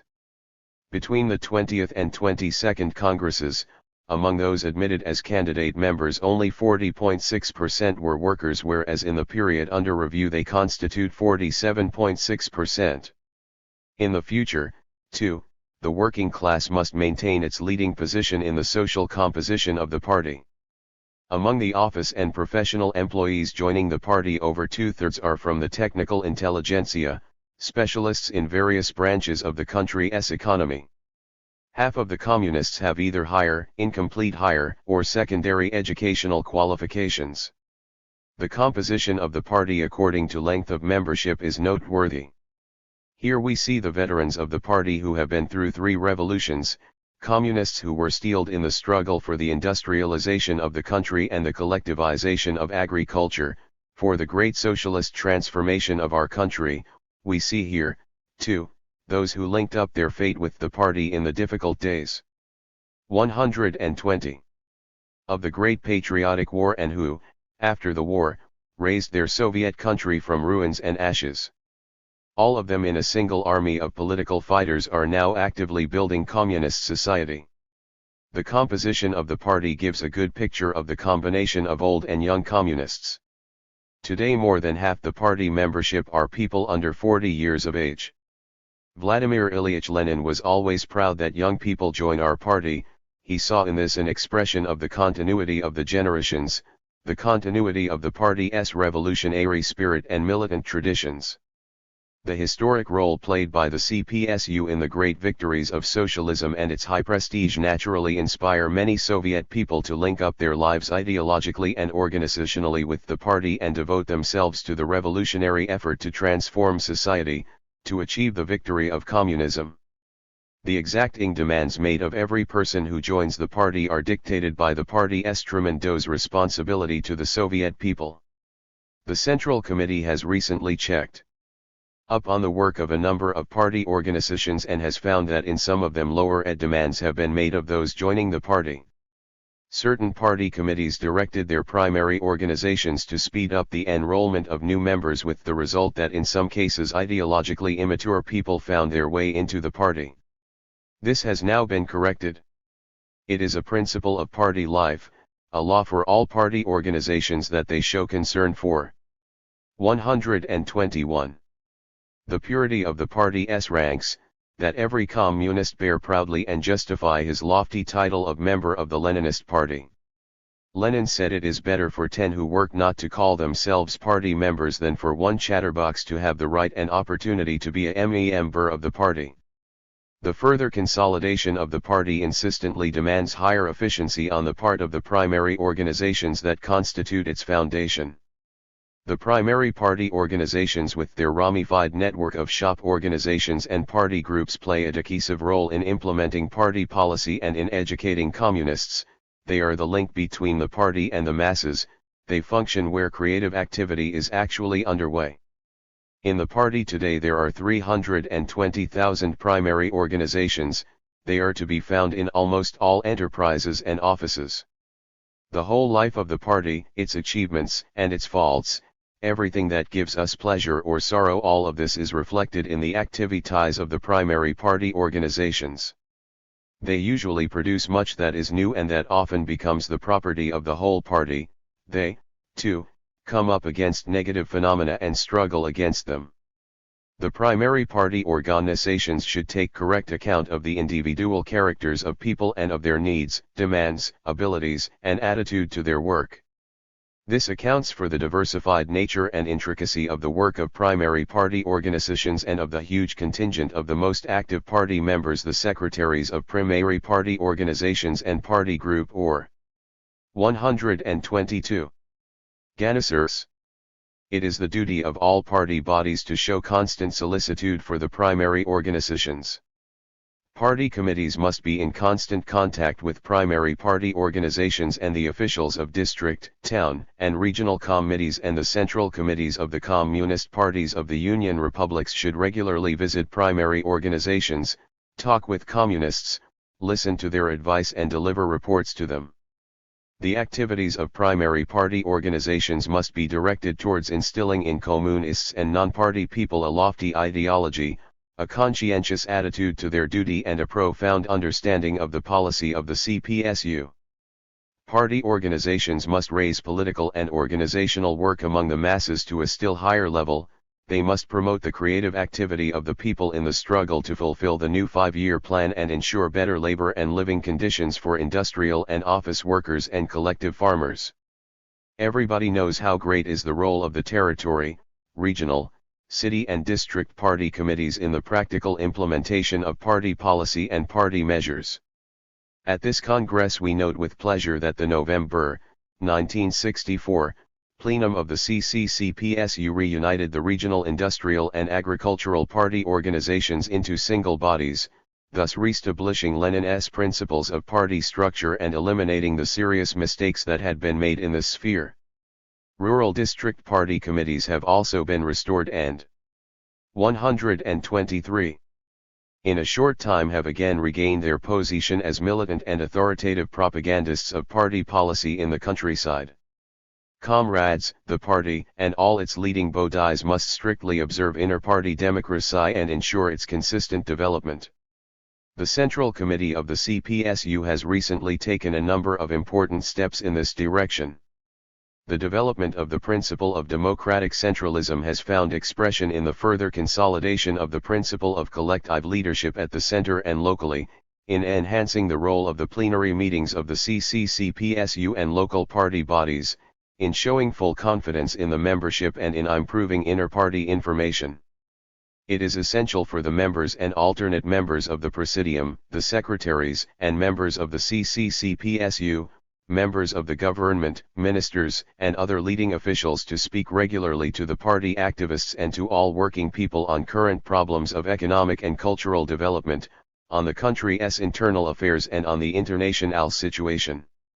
It is essential to pay greater attention to and respect the opinions and proposals of communists, create conditions for extensive criticism and self-criticism so that party organizations can at any moment correct any communist who has deviated from the party rules and prevent aggravation of faults in the work. Those who suppress criticism must be made liable to the severest penalties. The development of inter-party democracy presupposes a simultaneous improvement of in 124. No party discipline. These two are inseparably bound together. Complete democracy, freedom of opinion on all questions discussed, and iron discipline when a decision has been taken in accordance with the will of the majority of communists, such is the inviolable law of the party.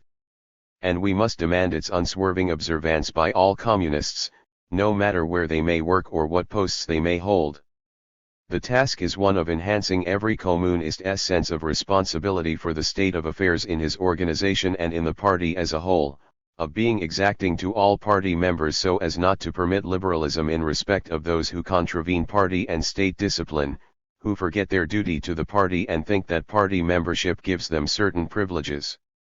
The all-round development of inter-party democracy will promote the further consolidation of the party, extend its ties with the masses and give it still greater prestige.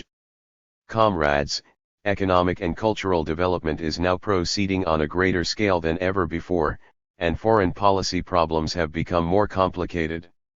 Under these circumstances, the correct promotion and training of leading party and the state officials assumes great importance.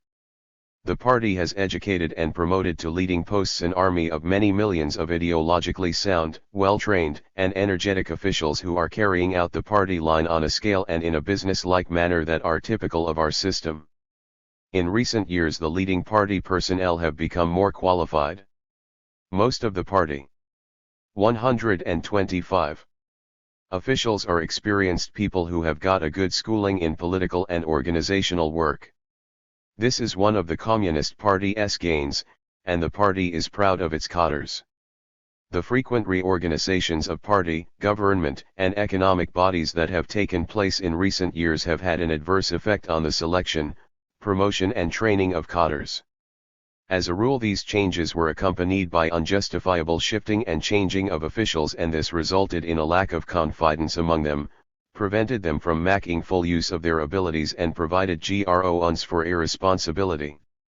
At the present time, we have every possibility of seeing to it that party, state, and economic bodies and mass organizations are headed by competent organizers who have a profound knowledge of their business and have authority among both communists and non-communists.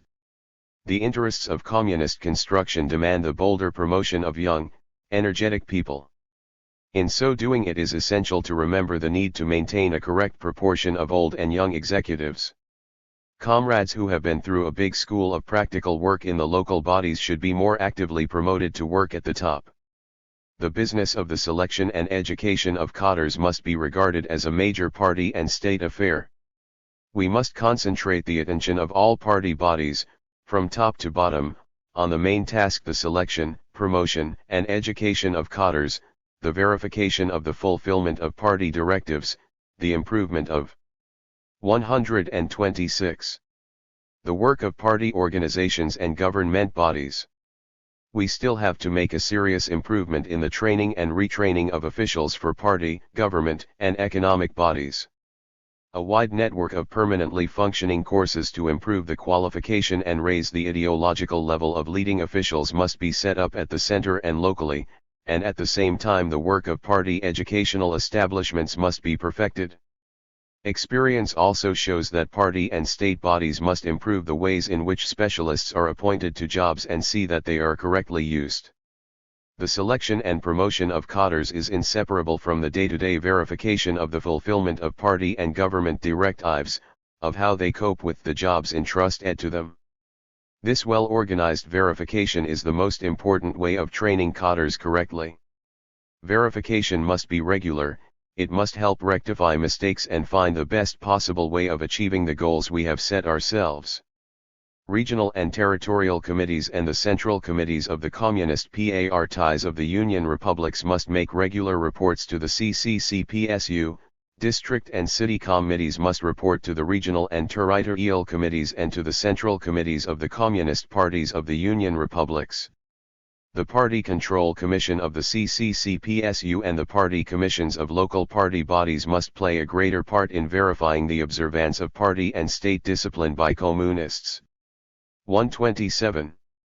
Comrades, the strength of the Communist Party is in its close bonds with the people. The party sees its duty in strengthening ties with the masses, developing socialist democracy, and improving the work of state and mass organizations. The socialist democracy of our state system is best embodied in the Soviets of Working People's Deputies that are both organs of state power and the biggest mass organizations of our people.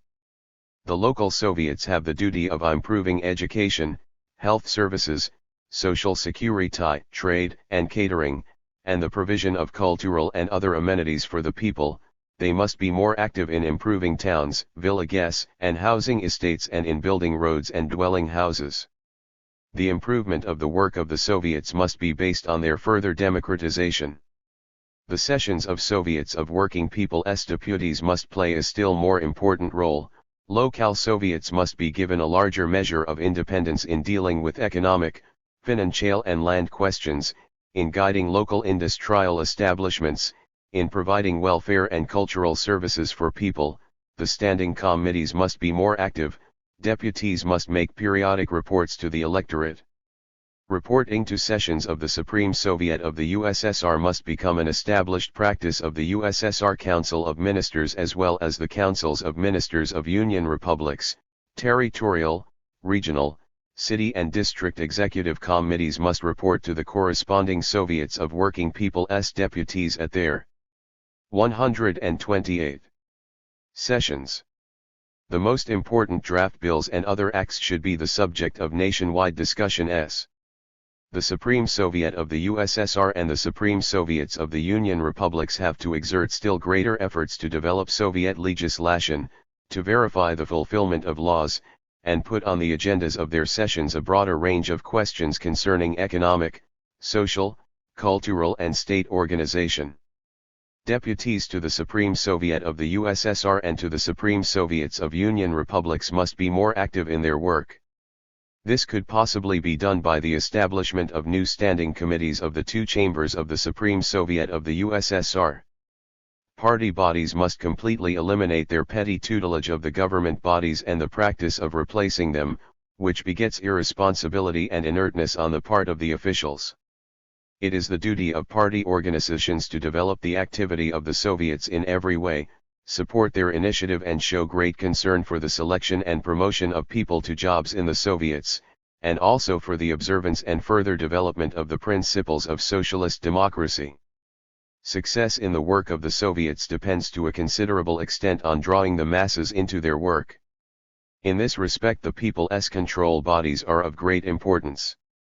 Party organizations must daily guide the work of the people's control bodies and give them all-round assistance and support.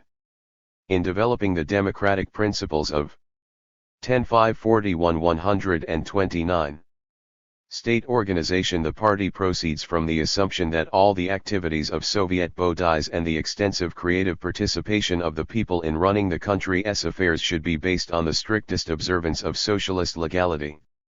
Soviet laws are the embodiment of norms of socialist justice that have been tested in practice and are an expression of the will of all the people. They are permeated with solicitude for the people and are the reliable protector of our social system and of the interests and rights of Soviet citizens. The militia bodies, the procurators' offices and the courts are doing a great deal for the further consolidation of socialist legality and justice.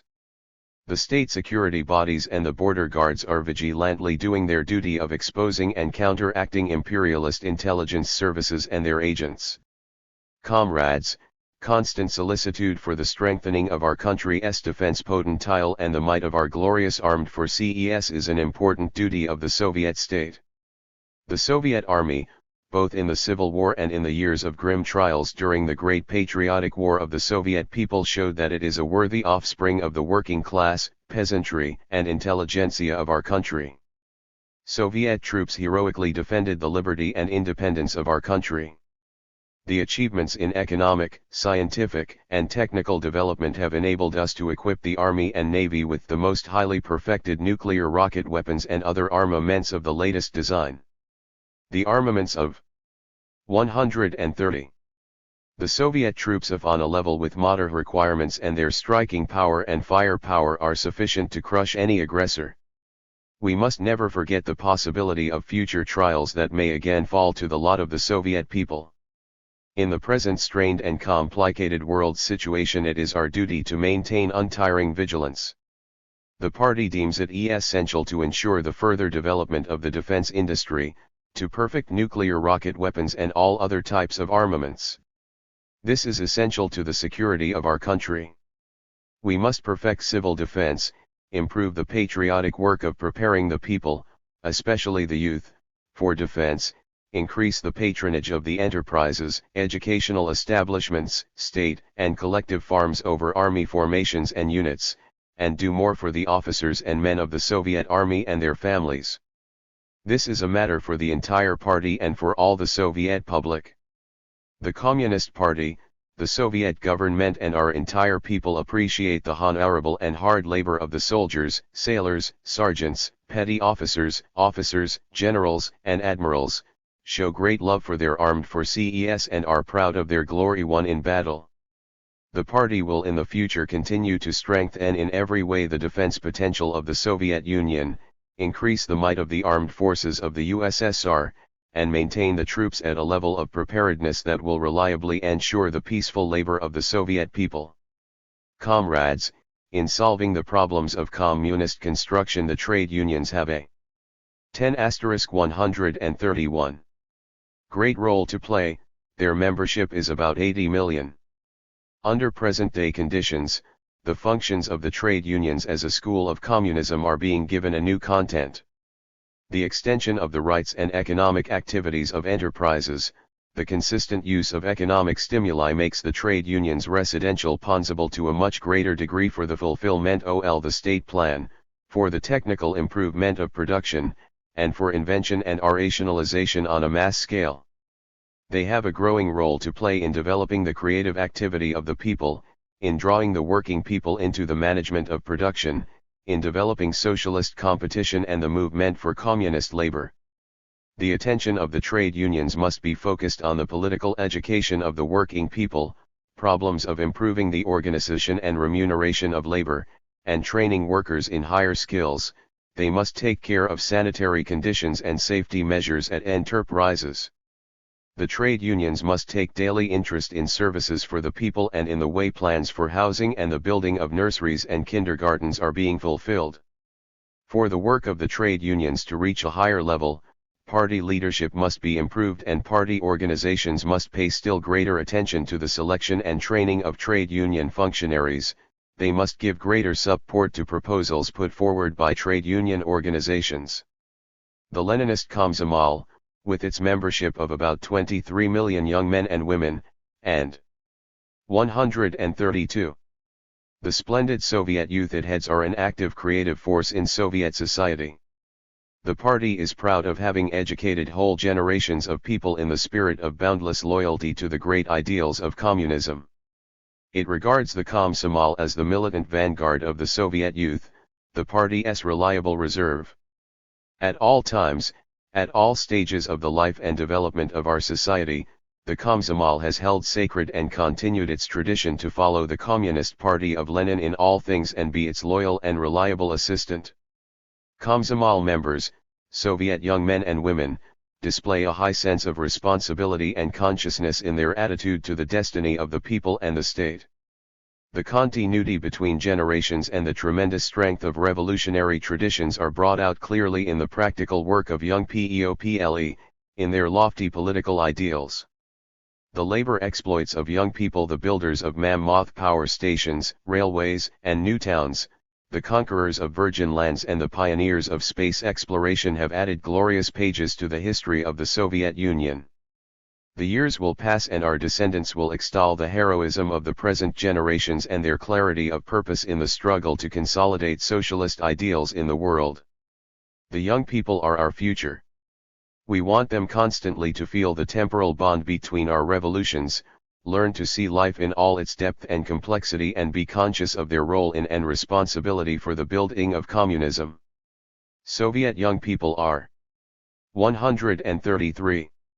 Imbued with revolutionary romance, with the romance of labor heroism, the nobility of man, lofty ideals, and preparedness to defend their country against all encroachments by its enemies.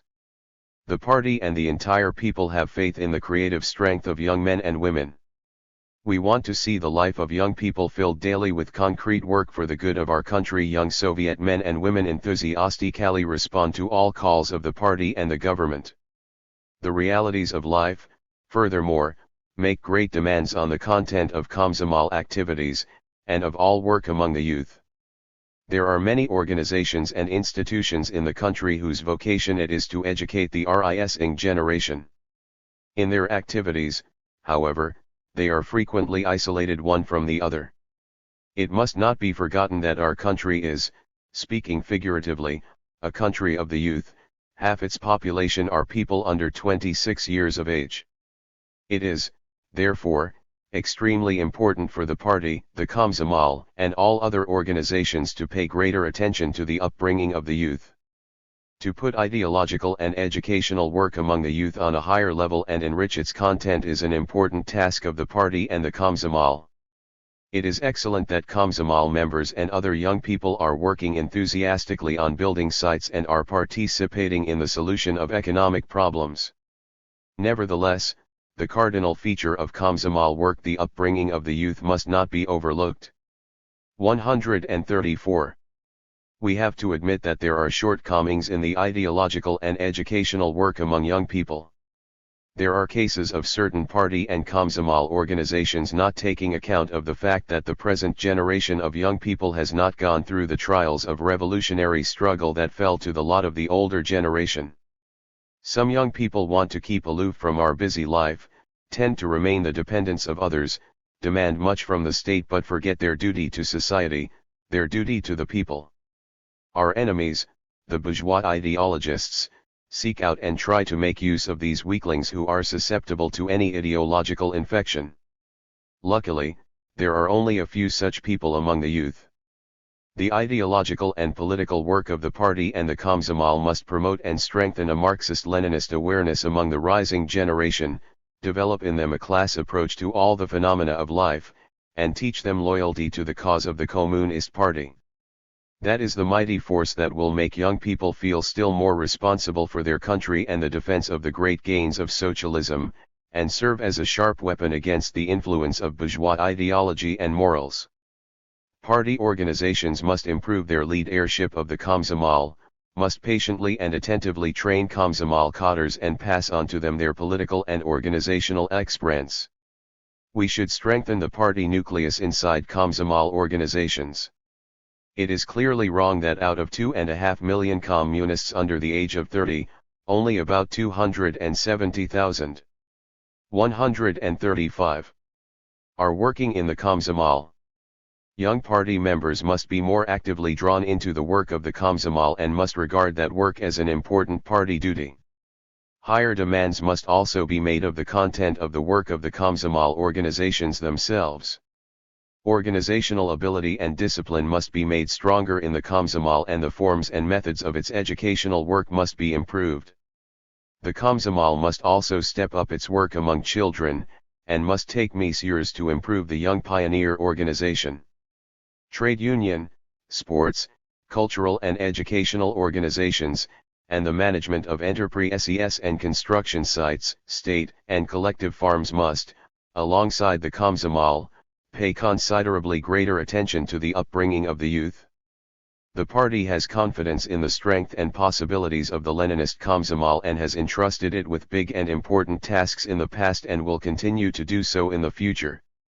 It is a matter of honor for the entire party to educate young people and make them worthy of our revolutionary times. Like a mother who carefully nurtures her children, the party must educate the young generation, the hope and future of our great country, to be people strong in spirit, staunch and devoted fighters for our great cause. 2. About some changes in the rules of the CPSU. Comrades, the rules of the CPSU adopted by the 22nd Congress conform to the standards of party life, the need of the times and the 136 tasks of communist construction. Yet the experience of the past few years showed that it is necessary to make a few amendments and addenda. A number of proposals to this effect was made at party general meetings, CONFR and CES, and congresses of the communist parties of our Union republics, and in letters to the CPSU. In the main they pursue the purpose of raising still higher the name of party member, extending intra-party democracy, ensuring a further development of the initiative and activity of party organizations, and enhancing the responsibility of party members for the work of their organizations and the party as a whole. On summing up the practical experience of the period between the congresses, as well as the proposals of local party bodies and party members, the Central Committee considers it necessary to submit for the consideration of the Congress the following amendments and addenda to the rules of the CPSU. Allow me, comrades, to put them before the Congress. In order to make admission to party membership more exacting, it is suggested that young people under 23 years of age be admitted to the party only through the YCL. This will enhance the role of the Komsomol as the party reserve and will help us select for the party the most active section of young people school ed in the ranks of the YCL. We agree with the organizations and comrades who believe that right to give recommendations for admission to the party should extend to communists with at least a 5-year. 9541-137. Party record, and not to communists with a 3-year record, as provided for in the rules at present. It is suggested that it be put down in the introductory part of the rules that the party purges its ranks of persons who violate the program, and the rules of the CPSU, and who discredit the lofty name of a communist by their behavior. It is suggested that a procedure be introduced whereby the decision of a primary party organization expelling a member from the party should enter into force as soon as it is endorsed by a district or city committee of the CPSU. It should be as final as its decisions concerning admission to the party. This will enhance the responsibility of district and city committees of the CPSU in examining misdemeanors of communists. The procedure will not prejudice the rights of communists, because they will be able, as before, to appeal to any superior party body, including the CPSU. It stands to reason that the regional and territorial party committees, and the central committees of the communist parties of Union republics, will be obliged, as they are now, to exercise control over the way the district and city party organizations handle the cases of members who infringe upon the party rules. It appears undesirable to penalize infractions by reducing a party member to the status of candidate member. This measure has not justified itself in practice. The party organizations have a sufficient choice of other disciplinary measures. If a communist is not worthy of 138. The lofty name of party member, the party organization should deliberate his continued membership of CPSU. Some amendments and addenda concern the section of the rules dealing with the higher party organs. In view of the ever-increasing tasks and the greater role of the party in communist construction, the need may arise in the period between Congresses to discuss the more important political problems at representative party forums broader than the plenary meetings of the CPSU. In Lenin's lifetime, and right up to 1941, all party conferences were held in such cases. It should be put down in the rules that, whenever necessary, the Central Committee may convene all Union Party conferences, and that the Central Committees of the Communist Parties of Union Republics may convene Republican Party conferences. It is suggested that we accept the proposals of the Central Committees of the Communist Parties of Union Republics for holding Congresses of the Communist Parties of Union Republics at the same time, and that such congresses be convened not less than once in every 4 years. In many letters, party members propose that the Presidium should be renamed the Political Bureau of the CPSU. The motive behind these proposals is that the party had had a political bureau of the CC for a considerable length of time during Lenin's lifetime and later. The name Political Bureau will reflect more fully the nature of the work done by the supreme political body of our party, which 9*139 guides the activities of the party between plenary meetings of the CPSU. We support this proposal. The opinion has been voiced that the Bulletin RIA of the CPSU for the RSFSR is redundant at the present time. All important matters related to the work of the territorial and regional party organizations of the RSFSR are handled by the Presidium and the Secretariat of the CPSU despite the existence of the Bureau of the CC for the RSFSR. It is therefore needless to have such a parallel body as the Bureau of the CPSU for the Russian Federation. The CPSU concurs with this opinion. In view of the fact that the CPSU and the 23rd Party Congress have received many proposals concerning the provisions governing the renewal and continuity of party organs and their leading cadres, we shall have to hold counsel on whether it is advisable to keep these provisions in the party rules. As such, the principle of systematic renewal and continuity has existed in our party for a long time. And it is a good principle. The party has always seen to it that new cadres, grown to the task, should be promoted to leading party and government offices. As for the provisions now governing this process, life has shown that they have not justified themselves. Sometimes, Formal considerations took precedence in the election of communists to leading party organs over the principle of selecting cadres according to their general ability and political qualifications. As a result, good men who could still have done good. 140. Work in party committees, are often compelled to step down from elective organs. The obligatory restriction of the term of office for secretaries of primary party organizations to 2 years has resulted in great fluidity. Previously, 30 to 35% of the secretaries of primary organizations were replaced each year, while of late the percentage has risen to 60%. What is more, 2/3 of the SEC retirees have had to step down merely because the term defined in the rules had expired. This has begun to have a negative effect on the work of the primary party organizations. The provision in the rules requiring the renewal in every regular election of at least 1/2 of the city and district party committees and the party committees and bureaus of primary party organizations has also caused an unjustifiable reduction of the contingent of mature and experienced people eligible for election to party committees.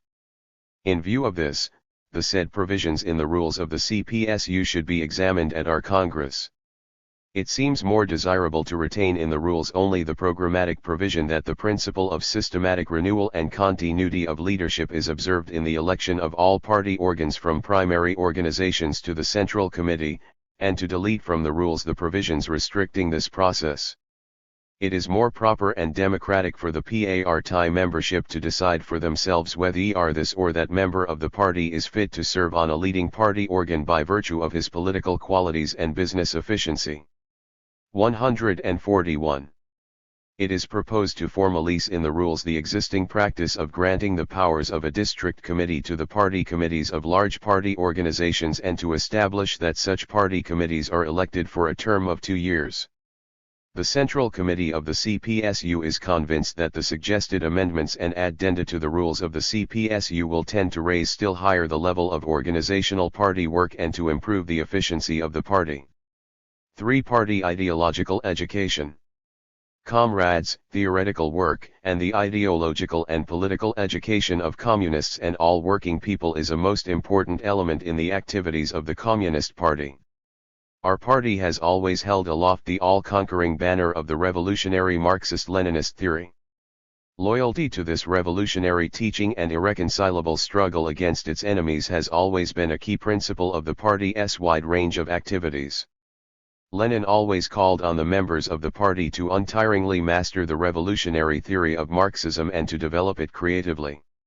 He has set us the great example of how creatively theory should be treated and produced priceless theoretical and practical solutions for many of the basic questions related to the development of the socialist revolution and the building of a new society.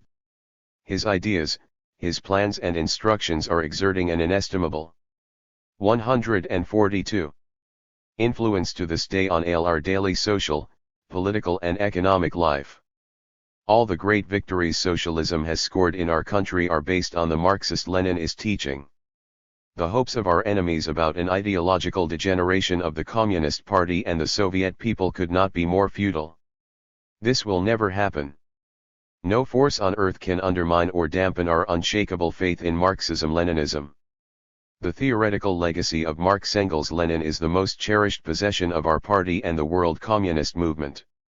We may say legitimately that the creative development of the scientific Marxist-Leninist theory and its organic fusion with the revolutionary practice of the working class and all the working people is the strongest and the most striking feature of our party's activities throughout its history. In the present circumstances, the scale and tasks of our theoretical work are still greater. No society has ever stood in such great need of scientific theory as the Socialist Society. This is why theory must continue to blaze the way for practice and ensure a strictly scientific approach to the management of the Soviet people's economic and cultural life. Theoretical work, conducted on a big scale, has to light the way for our party like a bright beacon. The party considers the further creative development of Marxist-Leninist theory as a cardinal task and a necessary condition for success in the building of communism. The social sciences are to play a big role in 143. Developing Marxist-Leninist theory, and the party has always relied on them heavily. The most important task of Soviet scientists is to solve important problems in economics and politics, philosophy, sociology, history, law, and other social sciences in close relation to the practice of communist construction. It is up to them to investigate thoroughly such problems as the trend and character of the formation of communist social relations, the improvement of the state system and the development of socialist democracy, the forms and methods of economic management, the scientific organization of labor, the content and methods of communist education, and other urgent issues. The development of social science size and the practical application of conclusions thus reached are of no less importance than using achievements in natural sciences for material production and for the development of the nation's spiritual life. Combating bourgeois ideology, revisionism, dogmatism, and reformism is of the utmost importance. We should never lose sight of the fact that imperialism is our class enemy. It conducts subversive activities against the socialist system, its principles, its ideology, and its morals. The giant imperialist propaganda machine corrupts the individual and attempts to distract the people from politics. In all circumstances, the struggle against bourgeois ideology must be uncompromising, because it is a class struggle, a struggle for man, for his dignity and freedom, a struggle to invigorate the positions of socialism and communism, in the interests of the 144. International working class. It is the honorable task of our scientists to create works devoted to the 50th anniversary of the Great October Socialist Revolution and the 100th anniversary of the birth of Lenin. Marxism-Leninism took shape and developed as a science in irreconcilable struggle against all sorts of distortions, against the ideology of the exploiting classes. It has always deeply analyzed objective historical processes and the class struggle, worked out the theory and tactics of revolution on this basis, and lit the way for the building of a new society. In this lies the vital force, the immortality of the great communist teaching. The realization of the great ideas of Marxism-Leninism is bound up intimately with the creative endeavors of all sections of the people, with their active participation in communist construction, something that is achieved by extensive and purposeful organizational and ideological work of the party. The molding of the new Soviet man is the greatest result achieved by the party through many years of ideological work. A proud successor to the revolutionary traditions of the generation of fighters who founded the world's first workers' and peasants' state, the Soviet man has built socialism, has withstood and defeated fascism in deadly combat, safeguarded the great gains of our revolution, and is now the first in history to be building communism. The working class, the collective farmers and the Soviet intelligentsia are displaying models of lofty socialist consciousness and heroic. 145. Labor. A most profound change has occurred in the consciousness of Soviet people after the victory of socialism. The main thing now is to raise the standard of all the sectors of the party's ideological work still higher. We must remember Lenin's tenet that communist education is inconceivable outside the sphere of conscious labor and social activity. All ideological work must be closely associated with life, with the practice of communist construction, for otherwise, as Lenin repeatedly stressed, it deteriorates into the mere political phrase-mongering. It is the purpose of the party's ideological work to marshal the working people for the successful fulfillment of all tasks related to the building of the material and technical basis of communism, to mold their scientific world outlook, to instill communist morals in all members of society, and to ensure the harmonious all-round development of the individual.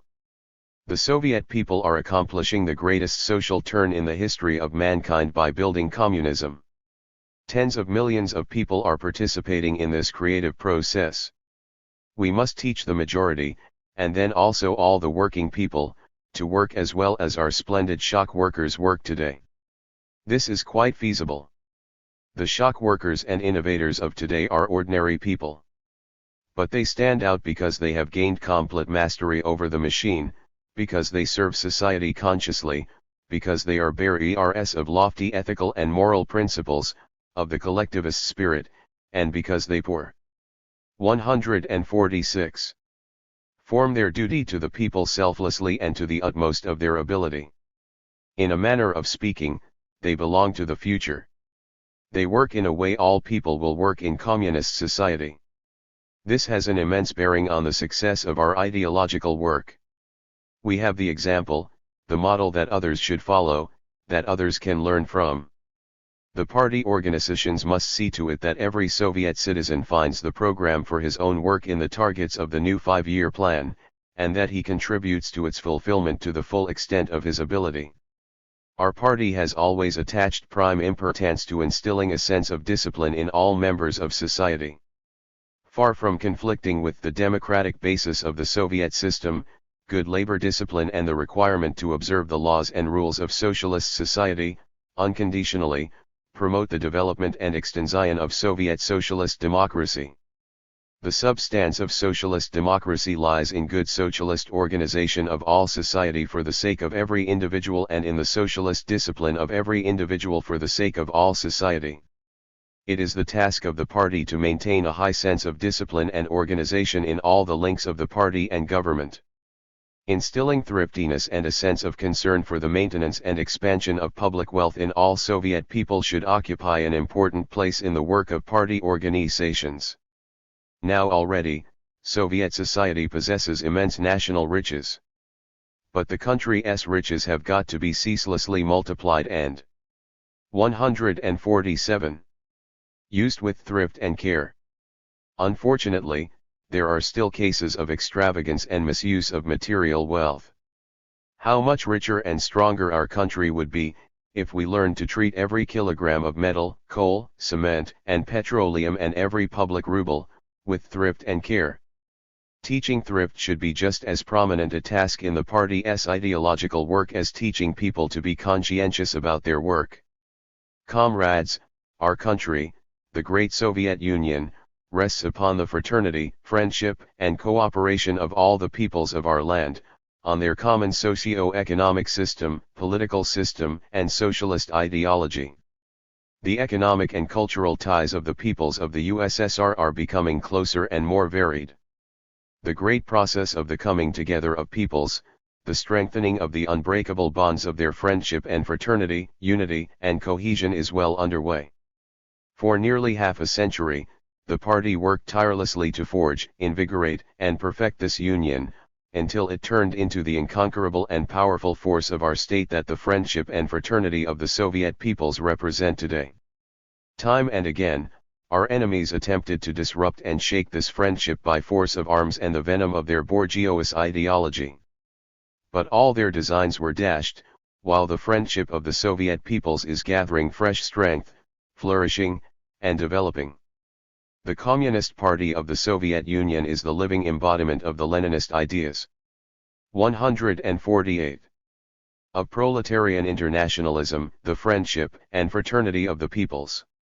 The finest sons and daughters of the 131 nations and nationalities of our country are represented in it. We take pride in the fact that all the national contingents of our party merge, like the waters of the rivers in a huge ocean, in the Communist Party of the Soviet Union, a union of like-minded Leninists, united in will, in purpose and in ideology. Our Congress is an impressive example and proof of this. Look around you in this hall, comrades, men and women of all of the nations and nationalities of our country are present here.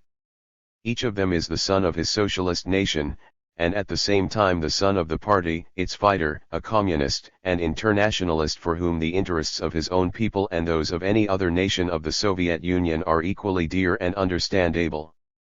In this lies the strength of our party, the strength of our multinational Soviet state, our Soviet people.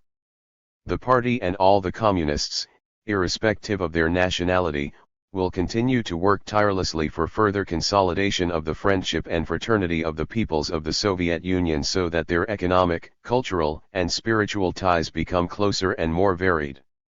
In solving any problem related to the development of our country, whether political, economic or cultural, the party will always consider the interests and national features of every people and instill in all Soviet men the spirit of proletarian internationalism, of inviolable devo. 149. to the fraternity and friendship of the peoples of the USSR. This is the only correct national policy. The experience of the Soviet Union's development attests to its being correct and viable. It has always been, and always will be, a most important task of the Communist Party of the Soviet Union to cement the friendship and unity of the multinational Soviet people and develop its bonds with the fraternal peoples of the socialist countries, with the communist parties and the working people of the world. Comrades, we are faced with great tasks of improving ideological and political work in the countryside. The psychology of the rural worker has undergone a radical change in the course of the socialist remaking of agriculture. He has become educated and cultured, and the alliance between the working class and the peasants has become more firmly consolidated. At the same time, note must be made of serious shortcomings in the cultural and educational work in the countryside. Over a period of many years, due importance was not attached to extending the network of clubs, libraries, cinemas, and sports facilities in the countryside. The attention of party, local government, trade union, komsomol, and all ideological institutions must be drawn to the elimination of these shortcomings. There must be a basic improvement in the political and cultural education of rural workers, and more help must be forthcoming for the countryside from urban cultural and educational institutions, theaters, and creative associations and organizations. 150. This work must be carried on along a wide front. A higher level of culture and an improvement of life in the countryside will undoubtedly step up the development of the productive forces of the collective and state farms. Comrades, the scale of the ideological and educational work among the people is closely linked up with the enhancement of the theoretical and political knowledge of communists. Furthermore, we must take into consideration the fact that our party has become numerically large. Nearly a quarter of the membership are communists of up to 3 years party standing and candidate members. The party has extensive experience of organizing the theoretical education of communists. While solicitously preserving all the best that had been accumulated in the past, it constantly improves party education. The Central Committee has worked out and is putting into effect a new, more harmonious system of party education, which takes into account the different levels of theoretical training among cadres and is aimed at drawing the entire army of communists into active agitation and propaganda work among the population.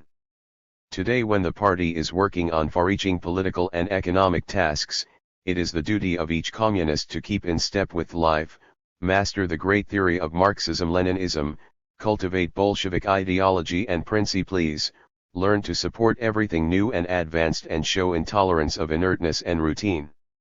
Communist ideology is the source of 151. The strength of our cadres, of their staunchness in carrying out the party's policy. In the ideological field there are large and complicated tasks which require a radical improvement of party guidance. Today the Soviet man is an active participant in the struggle for the party line, a real master of his country. His interests and cultural requirements range far and wide. All this must be taken into consideration in ideological work. We have considerable material resources for the further promotion of educational work among the masses. A total of 7,700 newspapers and nearly 4,000 magazines are published in the country. Their circulation in the period under review has risen by 74 million copies, i.e., by 60%. More than 1,250 million copies of books and pamphlets are printed annually. In the country we have more than 70 million radio receivers and radio rediffusion sets, and 120 TV stations. According to the directives for the 5-year plan, there will be 40 million TV sets in the Soviet Union in 1970. The party has skilled propagandists, agitators, journalists, and TV, cinema, radio and theatrical workers. This is truly a golden fund, which the party must cherish, solicitously foster and correctly utilize. We must resolutely discard the erroneous idea that ideological work is the business solely of specialists in this sphere of party activity. This view runs counter to the party's traditions and narrows down the front of its ideological influence. Ideological work is the business of our entire party, of all communists. You must. 152. Always remember that the ideological effect on the masses, the efficacy of all agitation and propaganda depend directly on the power of example set by party members, by the leaders. The identity of word and deed is a high Leninist requirement that must continue to be a law in all the work of our party, of every communist, of every leading functionary. Party organizations must tirelessly improve all forms and means of ideological and political education, carry on planned ideological work and achieve a better coordination of the efforts of all contingents of the ideological front. The work must be organized in such a manner as to make party propaganda, mass agitation, culture, education, in short, all means, serve the lofty cause of shaping Marxist-Leninist consciousness in Soviet people, and the great cause of building communism. Comrades, the 23rd Congress of the Communist Party of the Soviet Union is taking place on the eve of two great anniversaries. Next year there will be the 50th anniversary of the victory of the Great October Socialist Revolution and the establishment of the world's first socialist state. And 1970, the last year of the new five-year plan period, will witness the 100th birthday of the greatest genius in history, the founder and leader of our party and state, Vladimir Ilyich Lenin. Unquestionably, all Soviet people will mark these anniversaries with further outstanding successes in the building of communism. These great events give the five-year plan special coloring and significance. The colossal 153 effort of the party and people to fulfill the new five-year plan will be illumined by the bright light of these two historic anniversaries. The political, economic, and social significance of the new five-year plan and what we do to implement it range far beyond the boundaries of our country. Our new plan of economic development is a practical embodiment of the unshakable fidelity of the party and Soviet state to the Leninist principles of proletarian internationalism, to their internationalist duty to the world socialist system, the world communist and working class movement and the national liberation movement. The successful fulfillment of the five-year plan will render an excellent service to the cause of further strengthening the unity of the world socialist system and will still further enhance the Soviet Union's economic and defensive might and its international prestige. For that reason, comrades, we must set out fulfilling the tasks of the five-year plan with all the energy and perseverance of communists.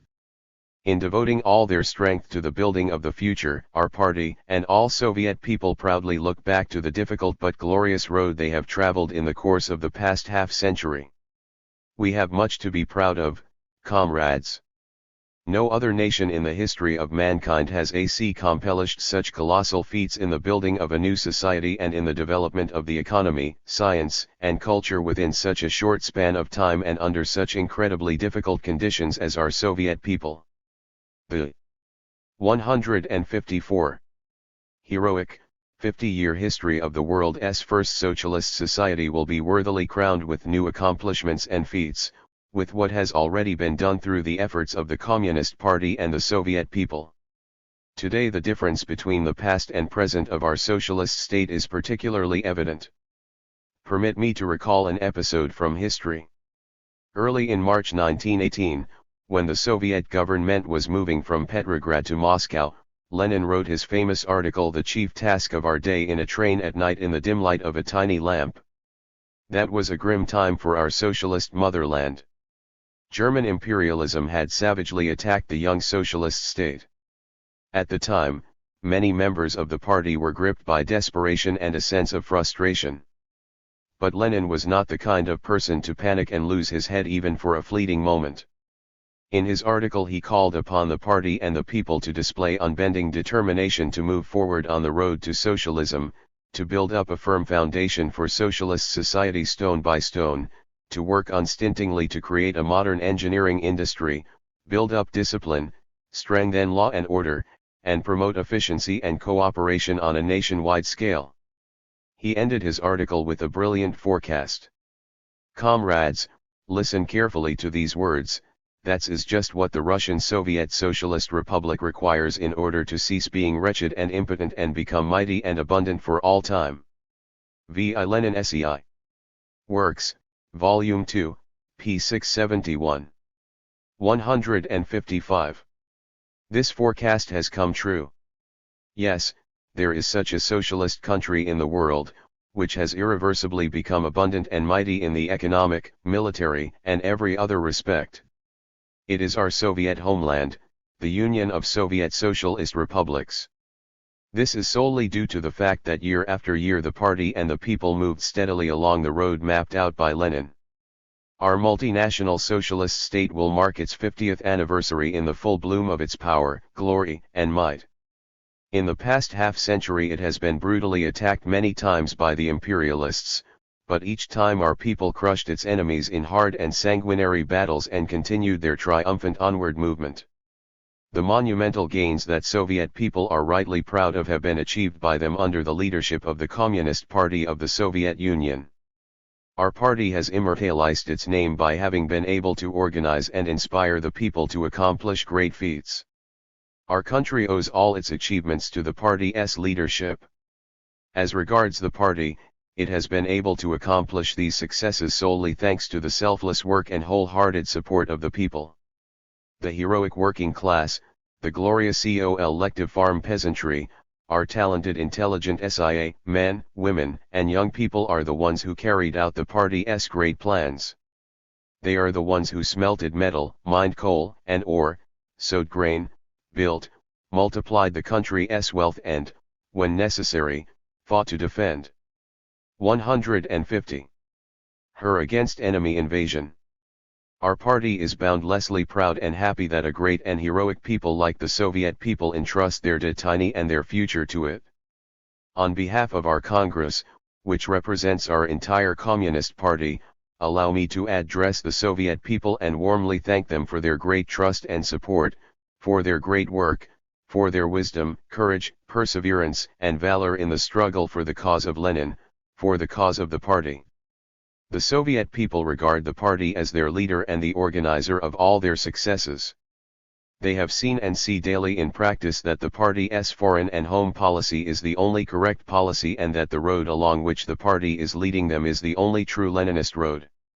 On behalf of the Congress, which represents all contingents of our many million-strong Communist Party, allow me to assure the working class, all working people, all the peoples of our multinational country, that the Communist Party will continue devoting all its strength to the struggle for the happiness of the people and the prosperity of our country, for communism, and that by its practical work it will justify the great trust of the Soviet people.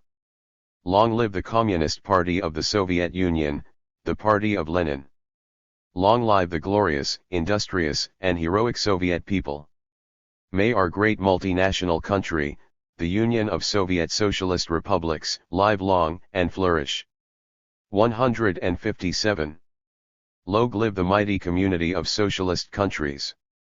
May the world communist and working class movement develop and grow stronger. Long live Marxism-Leninism through the centuries.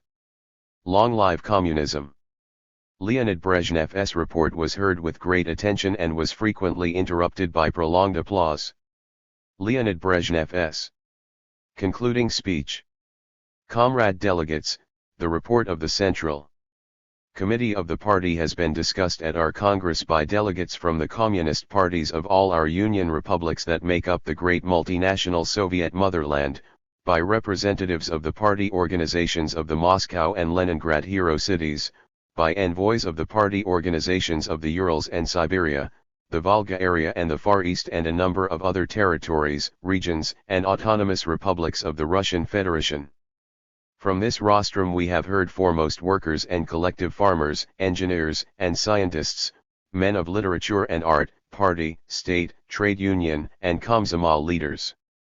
The plenipotentiary representatives of the 12 million-strong Leninist party in a profound and practical way discuss the major problems of the party and country life, the results. 159. Gained oil the path traversed, and plans for the future.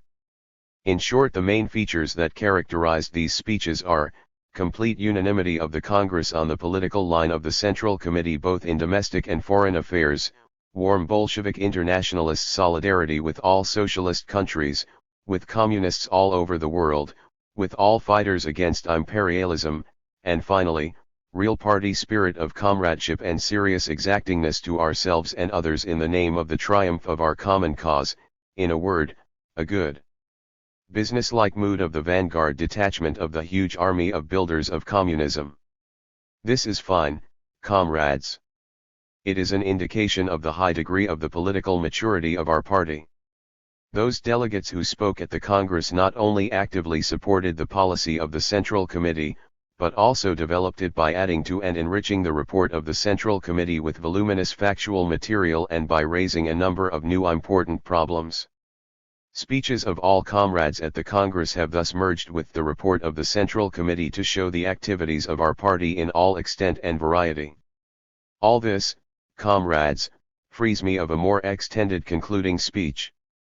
Stormy, prolonged applause.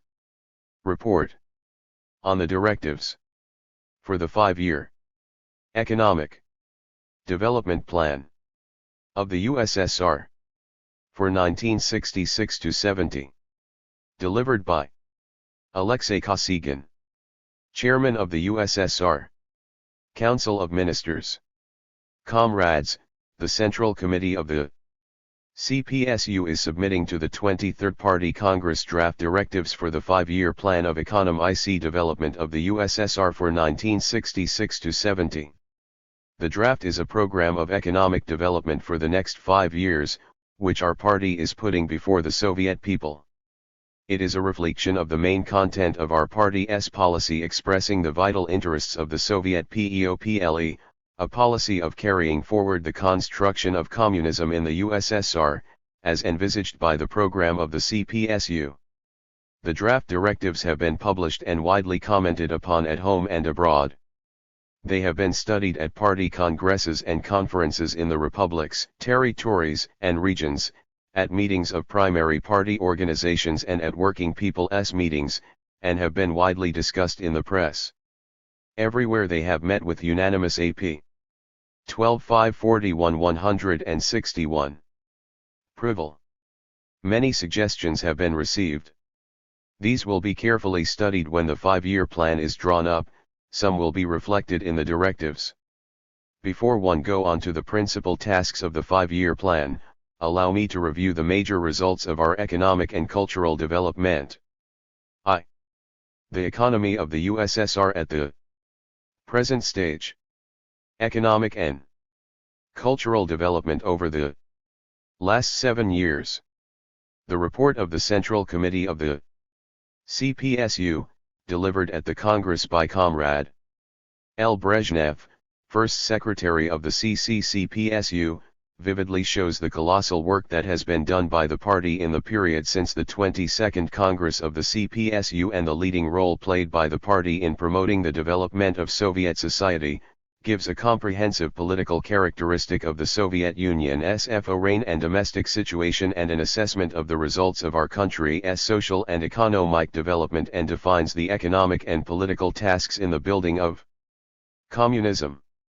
Long-term economic plans, which reflect the advantages of the socialist social system, play the key organizing role in developing our economy and culture.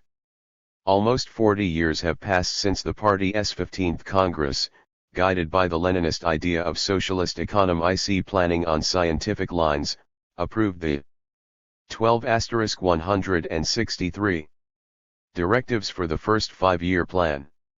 That was the start of the system of 5-year plans, which have played such a tremendous role in the Soviet Union's political, economic, and cultural development.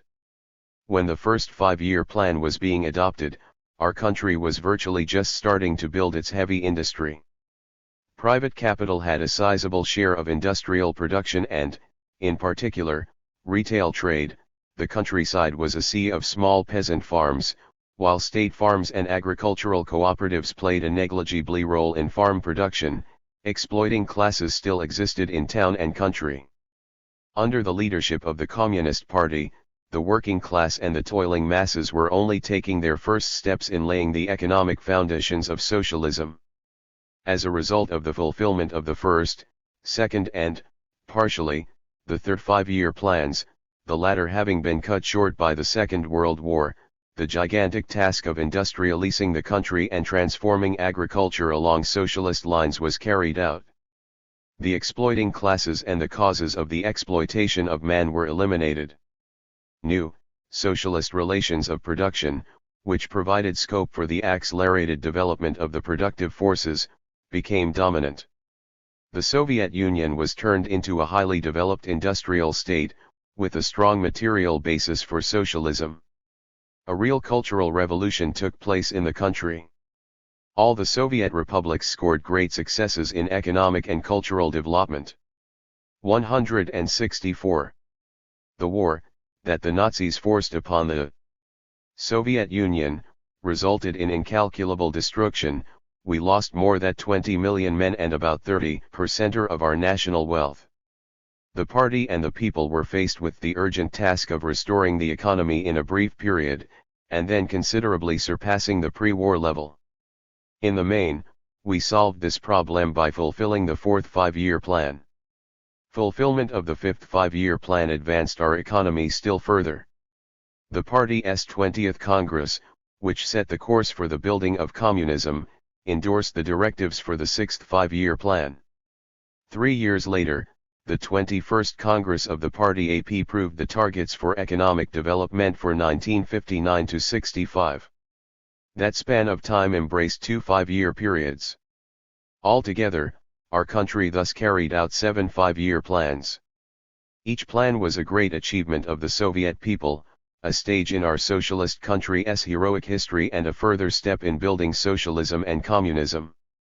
To give a picture of the road that has been traveled from the first five-year plan to the present day and to clarify the starting position of the next, eighth five-year plan, let me cite some figures to show how the output of the key heavy industry items has grown.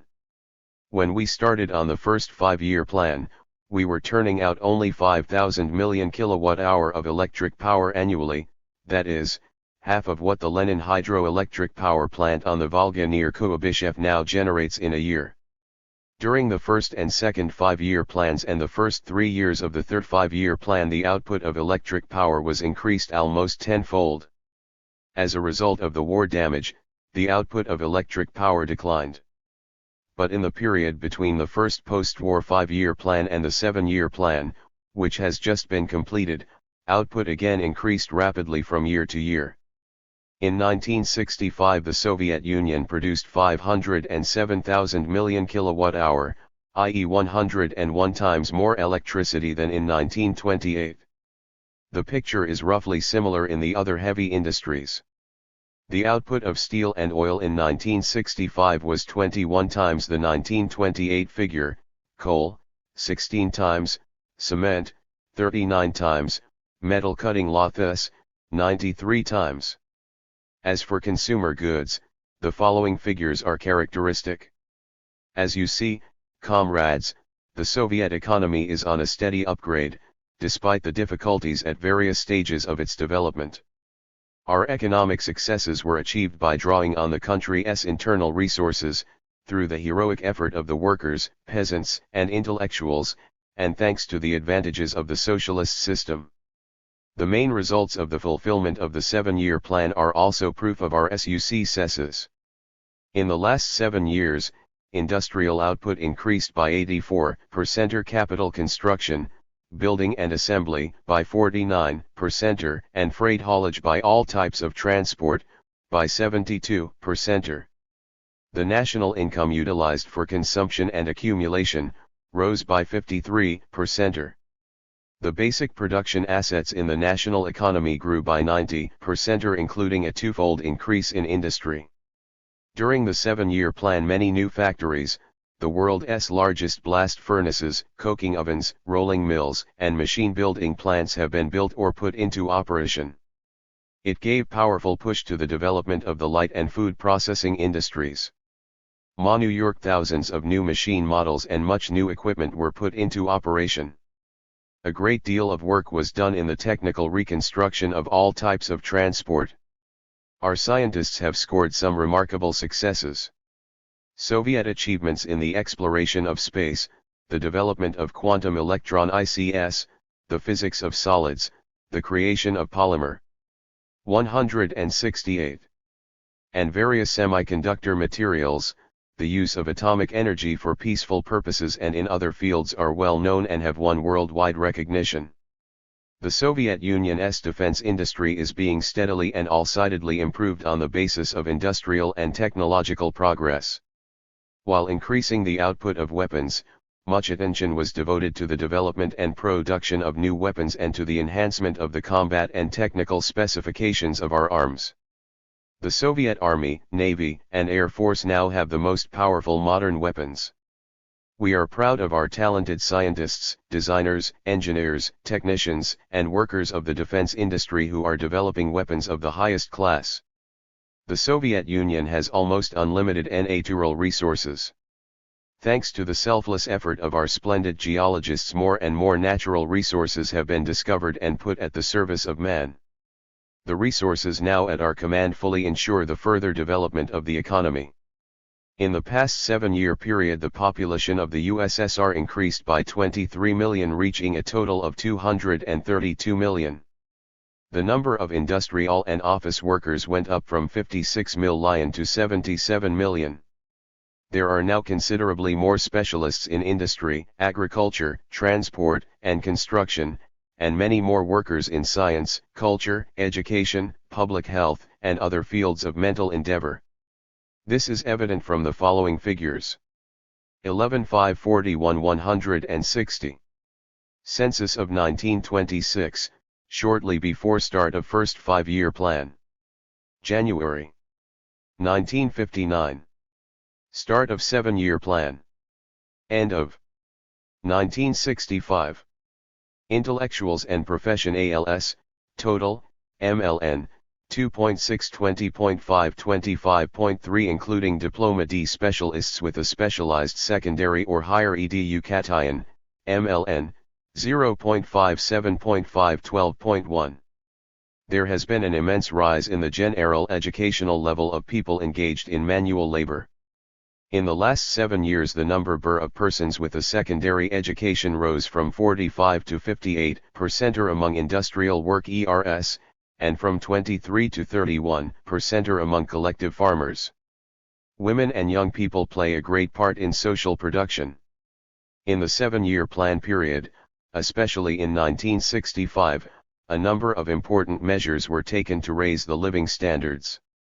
For the country as whole, the wages of industrial and office workers went up from an average of 78 rubles in 1958 to 95 rubles in 1965, and together with the payments and benefits accruing to them from public consumption funds, from 104 to 128 rubles. State pensions were introduced for collective farmers in 1965.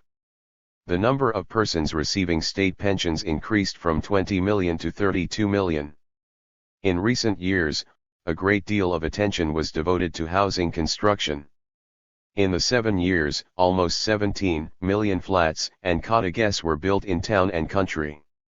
This amounted to nearly 40% of the housing in the country at the start of the 7-year plan. 170. The people's consumption has gone up considerably. In the 7 years, the sale of goods through the state and cooperative retail network increased by 60%. The plan targets were thus more than met for most of the major indices, such as gross industrial production, freight haulage in transport, and others. But the targets for agriculture were not accomplished. In the past 7 years farm production increased by only 14%. The March plenary meeting of the CPSU analyzed the causes of the lag in agriculture and mapped concrete measures to eliminate shortcomings and accelerate the development of all branches of agricultural production. As the result of the lag in agriculture, the food and light industries fell short of their targets, and this could not help but slow down the growth of the national income and of the people's prosperity. Another reason for the slowdown in the growth rate of real incomes was that the rate of growth of labor productivity dropped somewhat in recent years. In 1956 to 60 labor productivity increased by an annual average of 6.5%, and in 1961 to 65 by 4.6%. We must do everything we can to overcome this lag. This is partly due to the fact that the international situation has recently been seriously aggravated through the fault of the United States, which started and is escalating the aggressive war in Vietnam, a war which may assume much wider proportions at any time and is a threat to world peace. In view of this, and 11-171. Other aggressive acts on the part of the imperialists, the CPSU and the Soviet government were forced to increase defense expenditure. There are other reasons for some of the targets of the 7-year plan having not been met. These are the mistakes and miscalculations made in the 7-year plan. This applies particularly to agriculture and some industries. These miscalculations were aggravated by a thoughtless and voluntarist approach to the solution of a number of complex economic problems, which upset the necessary proportions between the various sectors of the economy and also within the sectors themselves. In some cases, economic unjustified target figures which could not be fulfilled, were set. Accordingly, under the new 5-year plan the targets for some industries are lower than those formerly envisaged. The party condemned the subjective approach to economic problems as alien to Leninism, as amateurish, heedless of scientific data and practical experience. The decisions of the October, 1964, and subsequent plenary meetings of the Central Committee put an end to such methods of management by restoring and developing, in modern conditions, the Leninist principles of scientific direction of socialist construction. These decisions are aimed at bringing management and planning in line with the demands of the objective economic laws of socialism, mobilizing and mustering for communist construction all the potentialities and advantages of planned economy, and promoting. 172. Still further the creative initiative of the masses. Summing up the results of the 7-year plan, we can safely say that great successes in economic development have been achieved. Our socialist economy has grown immeasurably and become more diversified. Scientific and technical progress and the introduction of the latest achievements of science and technology have been speeded up. The Soviet Union's international positions have been further strengthened and its prestige enhanced. Our magnificent working class has displayed great labor enthusiasm and a high degree of political awareness in carrying out the stupendous and complex tasks that had been set before socialist industry by the 7-year plan. Collective farmers and the workers of state farms have worked extensively and fruitfully. By their heroic efforts they are perseveringly surmounting the difficulties and consolidating the economy of the collective and state farms. Scientists, designers, engineers, technicians, agronomists, and workers in public education and public health, all contingents of the Soviet intelligentsia, are making an outstanding contribution to the national cause of building the material and technical basis of communism, developing the country's productive forces and boosting its economy and culture. The dedicated labor of millions is a most important condition for success in economic and cultural development. There is no doubt that in the next 5 years the Soviet people will make another great stride forward in the country's economic and cultural development. 2. The main tasks of the new 5-year plan. Comrades, the draft directives for the new 5-year plan envisage the fulfillment of far-reaching economic tasks.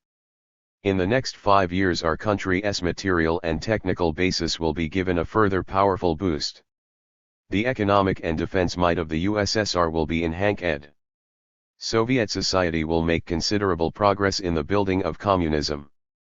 Marxist-Leninist science is the theoretical foundation for the new 5-year plan just as for the whole of Soviet economic policy. In defining the main objectives of the 5-year plan, the party is guided by Lenin's teaching on the building of communism, the socialist economy, the socialist state system and the scientific management of economic and social processes. At the same time, the party takes into account the experience gained in socialist and communist construction in the USSR and the experience of other socialist countries. 174.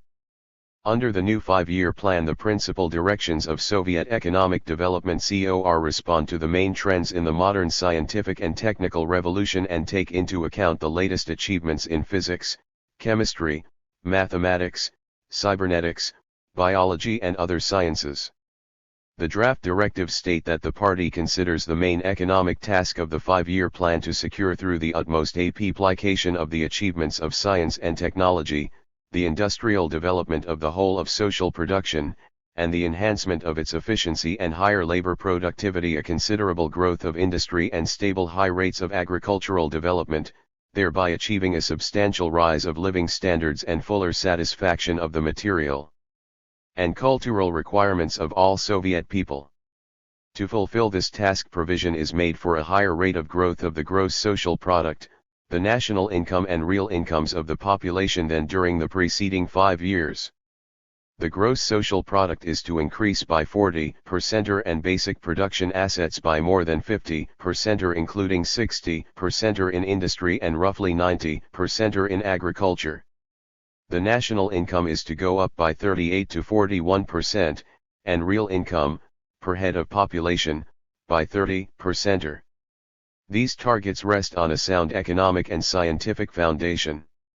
They have been set to meet the growing requirements of Soviet society and in accordance with the actual level of 175. Our economic development and realistic possibilities of expanding social production. We shall have to carry out the important tasks of ensuring the simultaneous growth of accumulation and consumption. They can be carried out only by enhancing the economic effectiveness of social production, which is inseparably linked up with accelerated scientific and technical progress. A feature of the new 5-year plan is, therefore, that it aims at a rapid technical re-equipment of all branches of production, a progressive modification of its structure, and the timely substitution of obsolescent products by new and better ones. It envisages further industrial development of all branches of social production. Rapid introduction of scientific and technical achievements into production has now become the main condition for raising the productivity of social labor. Without this, it is impossible successfully to build the material and technical basis of communism. Science plays a tremendous role not only in developing and in enhancing its efficiency, it also makes a great contribution towards satisfying the people's day-to-day requirements and helps to improve working and living conditions. The course the economic competition between the two world systems will take depends, in large measure, on the level of scientific development and on the scale of application of the results of research in production. In this context, the 5-year plan must provide for a more rapid promotion of fundamental, theoretical, and also applied scientific research. 176. And for the concentration of means and resources in key and most promising scientific and technological fields. Scientific and technical research must provide production with timely and clear prospects and suggest effective solutions. A well-ordered system of balanced organization and stimulation of the speediest and most economical application of the results of research in production must be set up as soon as possible. The development of direct cost accounting links between research institutes and factories will undoubtedly promote a more rapid application of the results of research to production. The direct and immediate task of scientific institutions and ministries is to ensure close ties between science and production. It is extremely important to work out scientific principles for the further development of the power industry, the development of new structural, building and other materials and highly efficient technology, which would embrace automation and economic management. Inventors, rationalizers and scientific and technical societies are called upon to play a big role in promoting technical progress and applying the achievements of science and technology in production. They are also making a large contribution towards developing and improving production technologies. Economic and public organizations must provide inventors, rationalizers, and members of scientific and technical societies with the most favorable conditions for creative work. The plan envisages an increase in the rate of 177. Growth of labor productivity through large-scale application of scientific and technical achievements in production, the promotion of production specialization, scientific organization of labor, and improvement of skills and greater economic incentives. The average annual rate of growth of labor productivity per working person will rise to 6% in industry American Samoa against 4.6% in 1961 to 65, to 6.6% in construction as against 5.3%, and to approximately 7% in the socialized sector of agriculture as against 3.7%. Far-reaching measures are to be taken to provide better working conditions and lighten the labor of workers, and to replace manual labor by machines. Modern machines will considerably lighten not only manual but also mental effort and make it more efficient. Modern technical means are to play an ever-growing role in economic management. Common ed with communication means, transmitting information from factories, electronic computers will greatly enhance the efficiency of the management of industry and construction, and the work of transport, and facilitate the drawing up of scientifically substantiated optimum variants of plan targets. These machines will carry out various functions in engineering, economic and financial estimates, considerably automate accounting and make labor more productive. The introduction of these machines in the system of management is an important economic task. To a large extent, technical progress in the economy and the advance of science depend on 178. How well we organize the system of providing information on the results of research at home and abroad, on achievements and new methods in production, on inventions and technical improvement suggestions. We must set up a highly efficient system of scientific information on a nationwide scale. It will help planning and economic bodies and research organizations to accelerate the application of scientific and technical achievements in the economy. It will enable our research workers and designers to avoid unjustified duplication in their work and save time and money. With the cooperation of scientists, the Committee for Science and Technology must take steps to set up an efficient and reliable system of scientific information. Scientific and technical progress goes hand in hand with higher quality products. To improve quality, we must be firm in stopping production of all obsolescent goods, replacing them with new items which are up to modern standards. This line must be clearly expressed in the 5-year plans of industries and individual enterprises. In the next 5 years, industry must produce more and more new types of products whose quality exceeds that of world standards.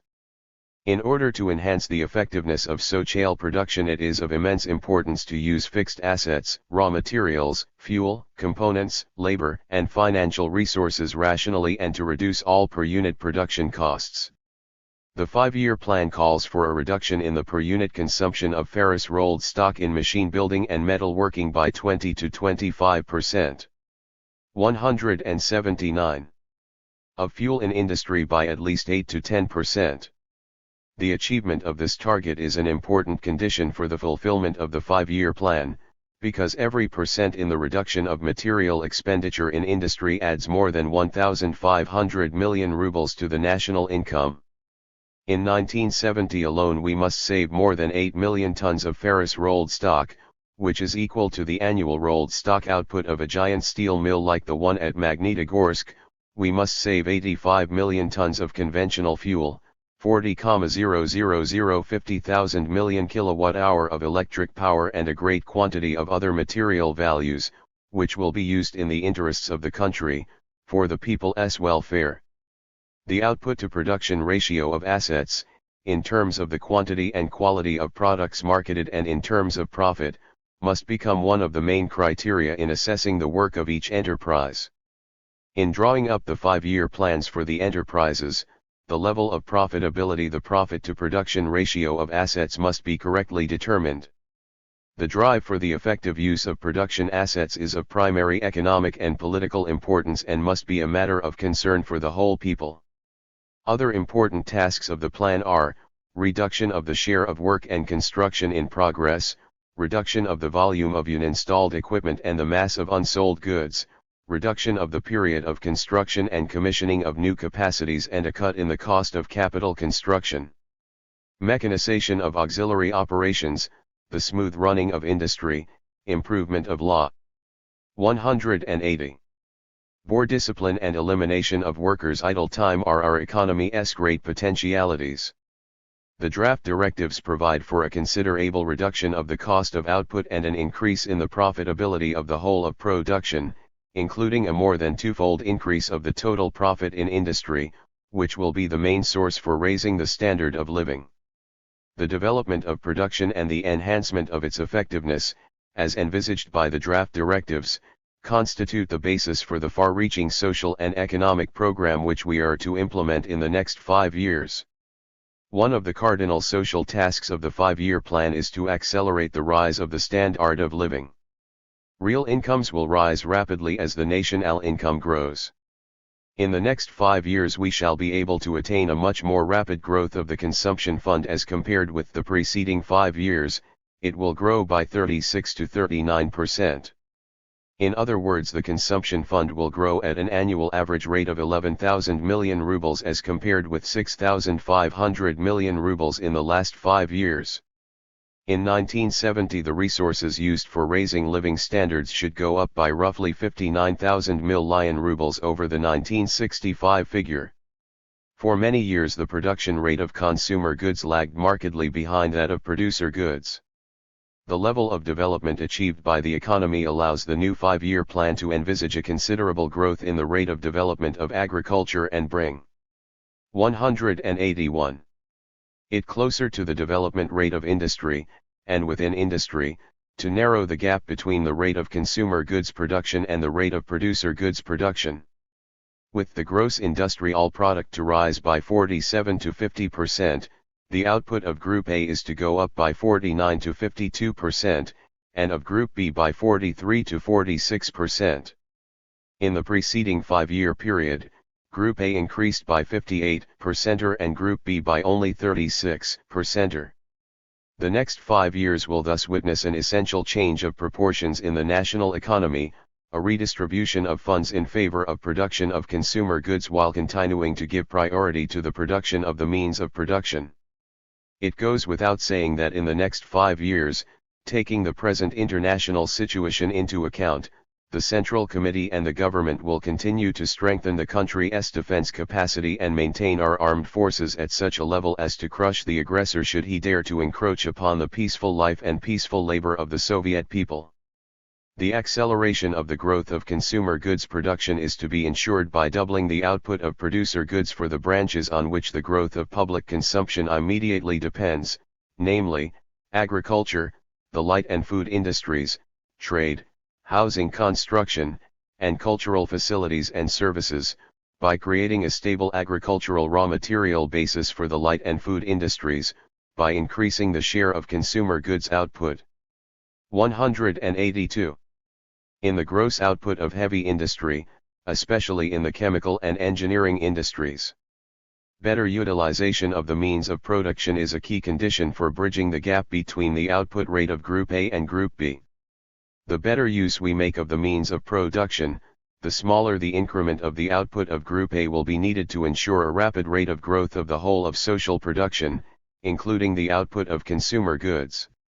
At the same time, a speed up of the growth of consumer goods production is a necessary prerequisite for the further successful development of the economy. This is the only condition under which it is possible to activate all the material incentives for boosting production. Another important social task is to further erase the essential distinctions between town and country, consistently raising the material and cultural level of the rural population, bringing it closer to the urban living standards. Agriculture will be brought up closer to industry in terms of production technology. During the next 5 years the basic production assets of agriculture will be nearly doubled and considerably renewed, and the rate of growth of productivity will be relatively higher than in industry. A decisive condition for the fulfillment of the 5-year plan will be the transition to the new methods of planning and economic management worked out at the March and September plenary meetings of the CPSU. The task is to introduce these methods consistently, to build up and improve centralist guidance of Plan 183. Ning and, at the same time, to develop democratic principles of economic management and make every effort to promote the creative activity of the masses. The introduction of the principle of profitability must be fully ensured in all branches and links of the economy. Modern conditions make new, greater demands on our economists. Scientists will have to work on a series of pressing problems of planning and economic management under new conditions. This requires a searching and thorough study of economic processes and the drawing up of scientific recommendations for improving the practical work involved in economic development. The draft directives envisage a further powerful upsurge of the economy and culture of all the Union republics. They stem from the party's Leninist national policy, aimed at the utmost consolidation of the friendship and fraternity of the peoples of the USSR. In the next 5 years the volume of industrial output is to go up roughly by 50% in the RSFSR, the Ukraine, Latvia, and Estonia, by 60% in Georgia, Azerbaijan, Uzbekistan, Kyrgyzstan and Turkmenia, by 70% in Belarusia, Kazakhstan, Lithuania, and Moldavia, and by 80% in Tajikistan and Armenia. This ensures a more rapid growth of industrial production in republics where industry had once been less developed. The 5-year plans of the Union republics must take their economic features and potentialities into account, provide for strengthening and improving the economic ties between 184 them and meet with the interests of all the fraternal peoples of the USSR. While promoting its economy and culture, each republic will thereby make the maximum contribution towards the fulfillment of national tasks. That is precisely in what communist Leninists see the substance of socialist internationalism and the foundation on which to further consolidate the inviolable friendship of all peoples of our country. It is of prime importance to cite the productive forces in the Union republics and economic areas of the country rationally and most effectively. In the next 5 years, we must boost industrial and agricultural production in the areas east of the Urals, where vast resources of industrial raw materials, fuel, and electric power are concentrated. Large-scale economic construction is to be started in the eastern areas of the country. A number of sweeping economic projects, which will include mining and processing enterprises, and new railways, motor roads, and oil and gas pipelines are to be built in these areas on the basis of the deposits of oil, gas, cheap coal and ferrous and non-ferrous metal ores and other resources that are being developed or have been newly discovered. The economic potential of the Soviet Far East, which is rich in ferrous and non-ferrous ores, fuel and power sources, timber, fish and other natural resources, is to be built up considerably in the coming 5 years. We are developing our economy in close cooperation with other socialist countries. The at 185. Attainment of the principal targets of the 5-year plan presupposes the further promotion of economic relations with the countries of the world's socialist system. The party and the entire Soviet people, party, local government, economic, trade union and other mass organizations are faced with big and complex tasks in carrying out the new 5-year plan. In the fulfillment of the tasks set by the 5-year plan, paramount importance is attached to the promotion of socialist emulation, which has become a striking manifestation of the revolutionary creative work of the masses and one of the major forms of their participation in the building of communism. The efforts and energy of the millions participating in this emulation must be directed towards the attainment of the principal targets of the 5-year plan, and the greatest advantage taken of exemplary methods and advanced experience. In this connection a few words must be said about people's control bodies, which are helping the party to instill in people a high sense of responsibility for work entrusted to them, to foster in Soviet people the feeling that they are the masters of their country. People's control must be still more active in the nationwide drive to enhance the effectiveness of production and capital investments, apply new technologies, improve the quality of goods and strengthen state discipline. Things must be organized in such a way as to enable socialist emulation, people's control, production conferences and all other forms of 186. Creative activity of the masses to draw the maximum number of people into the management of production and bring to light and utilize the untapped reserves of the economy. 3. Industry. Comrades, in the new 5-year plan period, industrial production is to increase by roughly 50%. Emphasis on industrial development in the new 5-year period is to be on improvement of branch and interbranch structure, priority development of the more progressive and economical industries and manufactures, increase in the share of industries ensuring the technical re-equipment of the national economy and the manufacture of new and better goods, considerable expansion of such new industries as electronics, radio and electronic engineering, atomic power engineering, manufacture of pure and extra-pure materials, computers and synthetic materials, the gearing of industry to fully meet the needs of agriculture and to step up the manufacture of consumer goods. These fundamental structural shifts are in line with the urgent demands of the national economy. 188. The growing scale of production demands higher quality indicators in industry, a considerable improvement in the use of producer goods, a reduction of relative expenditures of raw materials, components, and fuel. This is a task which is to be solved above all by the enterprises and their workers. At the same time, that is also the starting point in determining the basic trends in technical policy. The rate of technical progress largely depends on the specialization of production. Many specialized branches of industry have been established in our country, particularly in machine building and metal working. But the development of specialized interbranch plants is still lagging. It is not right to have a machine building plant make the full range of its components, castings, forgings and tools and accessories. The production of castings is split up among more than 3,000 workshops, mostly operating at a low technical level and, consequently, at a high cost. We must be firm in changing these practices. In drawing up the 5-year plan, the State Planning Committee should make provision for the specialization of existing plants and the construction of new specialized interbranch plants and shops. More attention should be paid to extending specialized production of spare parts for machinery and plant. The development of the latter will make for better organization of the repair of plant, which is now very costly, requiring up to 10,000 million rubles a year. One of the important tasks of the 5-year 189 plan is the further development of the power and fuel industries. Lenin's idea of the electrification of the whole country is the basis of the new 5-year plan also.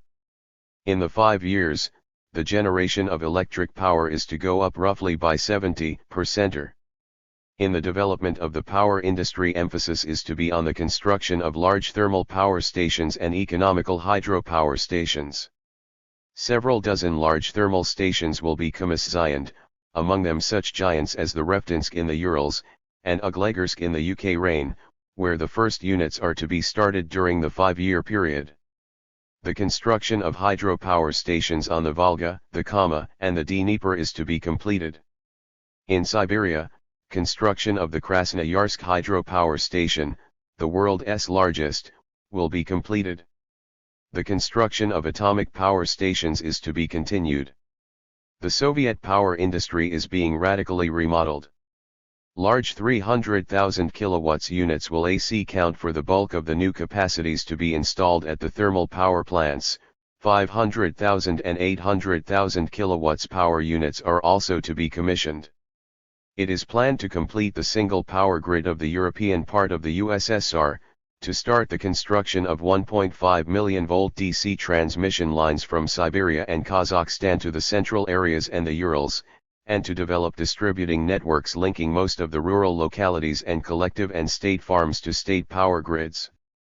There is to be a considerable increase in power consumption in all branches of 190. Material production. The supply of electricity for domestic needs in towns is to increase 60% and in the country, by about 200%. In the new 5-year plan period, the development of the fuel industry is to be considerably speeded up, bringing about a further improvement of the fuel balance. The share of gas and oil in the overall production of fuel is to increase to 60% as compared with 52% in 1965. By 1970, the extraction of oil is to be increased up to 345 to 355 million tons, and of gas, to 225,000 to 240,000 million cubic meters. The annual increase in oil extraction will amount to over 20 million tons, and the increase for gas is to be more than 20,000 million cubic meters. The extraction of oil and gas is to be further intensified. Oil-bearing layers are to be developed artificially, by simultaneous working of well at several levels and by other highly effective methods. The working of several levels as single well units will reduce drilling and, over the 5 years, save almost 400 million rubles in capital investments. The bulk of the increase in oil extraction is to come from developed oil areas. But, as other delegates have noted, new large oil and gas areas, Tyumen and Mangyshlak, are also to be developed. Newly discovered oil and gas deposits are to be the basis for large extractive industries in western Siberia, which by the end of the 5-year period will produce as much oil as the Azerbaijan Republic. There is to be a 50% extension of the network of main gas. 191. Pipelines and a sharp rise in the carrying capacity of the new gas pipelines through the use of large diameter piping.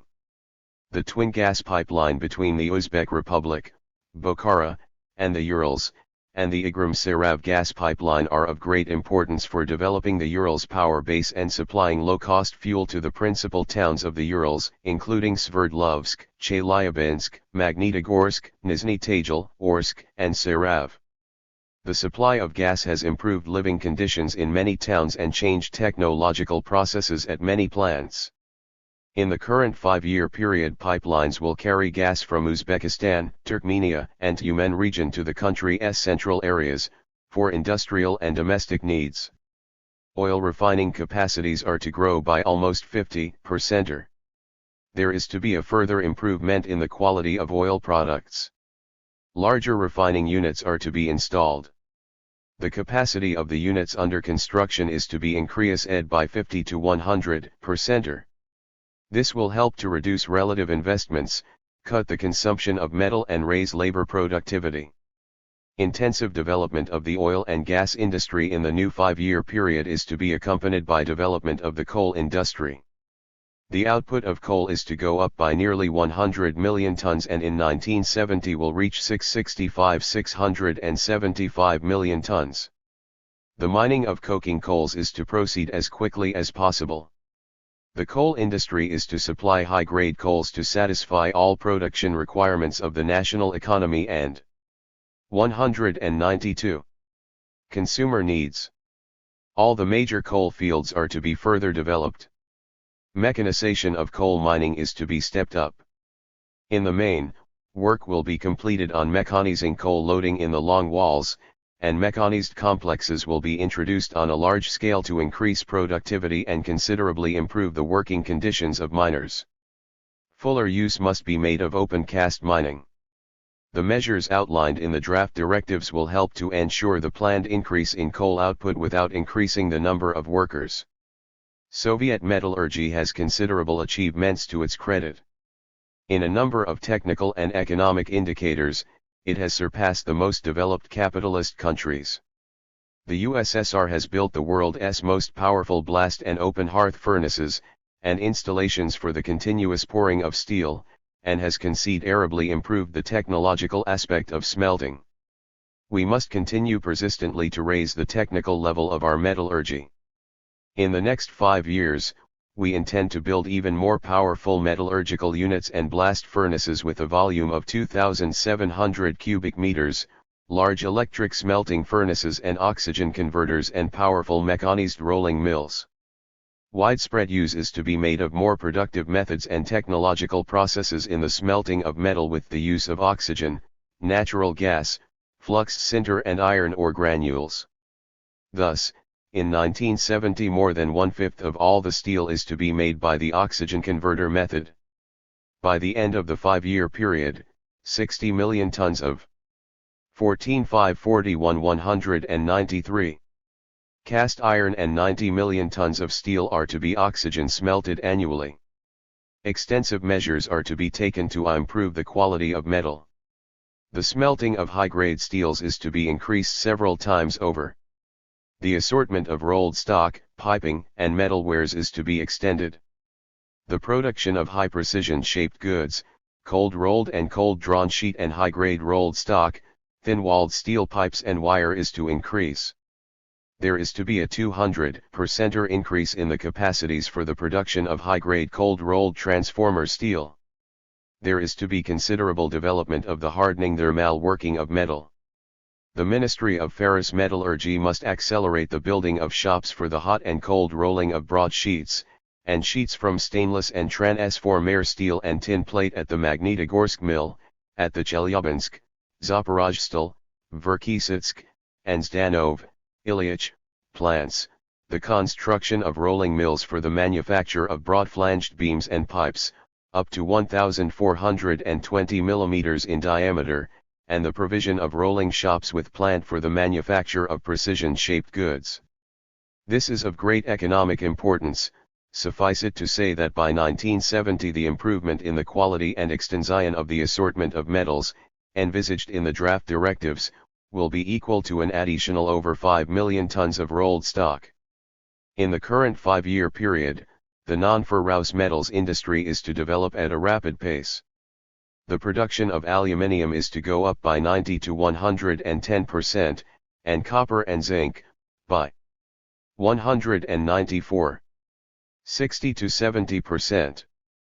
The output of lead, magnesium, tin, nickel, titanium, and tungsten and molybdenum concentrates and also of precious metals and diamonds is to be expanded considerably. Special importance is attached to the complex and fullest use of ores. Provision is made for a high rate of development of the chemical industry, particularly the manufacture of mineral fertilizers, chemical brass, plastics and synthetic resins, synthetorubber and other products of organic synthesis, chemical consumer goods and various articles for everyday use. By the end of the 5-year period, the production of mineral fertilizers is to reach 62 to 65 million tons a year, plastics and synthetic resins, 2.1 to 2.3 million tons, and chemical fibers, 780,000 to 830,000 tons. There is to be a considerable increase in the manufacture of synthetic materials for making fabrics, knitted wear and artificial furs. Tire cord will be almost entirely made from chemical fibers, as will most fishing nets and tackle, filter and other technical fabrics. It is planned to build a large synthetic fiber mill at Mogilev to turn out 50,000 tons of lobson fiber annually. Facilities are to be installed at the Polotsk chemical mill to make 48,000 tons of polyethylene and 50,000 tons of nitron fiber a year. The Nizhny Kama chemical mill, one of the largest producers of high-grade artificial rubber as a substitute for natural rubber, is to be started. Construction is nearing completion at the Kyboksary chemical mill, which is to have faci 14,195. Liddies to make new type of dyes and highly efficient pest and disease control chemicals. In the 5 years chemical output will be considerably increased, but it will still be somewhat lower for some items than previously anticipated. This does not mean neglecting chemistry, it is a realistic approach. The old targets for the chemical industry were not backed up by projects, manufacturing processes, equipment, and the capacities of building organizations.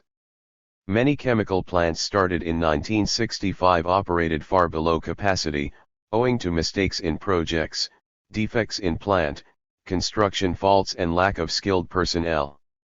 A great deal of attention must be devoted to raising the quality and extending the assortment of chemical goods, and organizing the production of new chemical products. Engineering has a decisive role to play in the technical re-equipment of the national economy and the raising of labor productivity.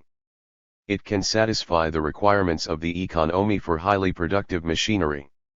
Many engineering plants manufacture great quantities of diverse equipment which is up to or above world technical standards. For instance, productivity of the blooming mills commissioned in 1964 at Krivoy Rog and Chelyabinsk mills considerably exceeds that of similar mills abroad. The world's most powerful hydro turbines and generators for them have been made for the Brask and Krasnoyarsk hydropower plants, the latest type equipment for blast furnaces and the cement industry, and giant excavators are being made.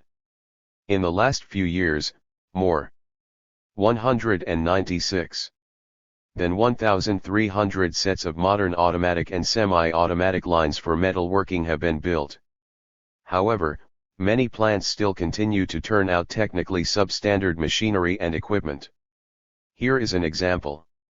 The first models of the new TE-10 diesel locomotives made in 1958 were soon followed by improved models with 1.5 to 2 times the horsepower of the TE-3, now in serial production.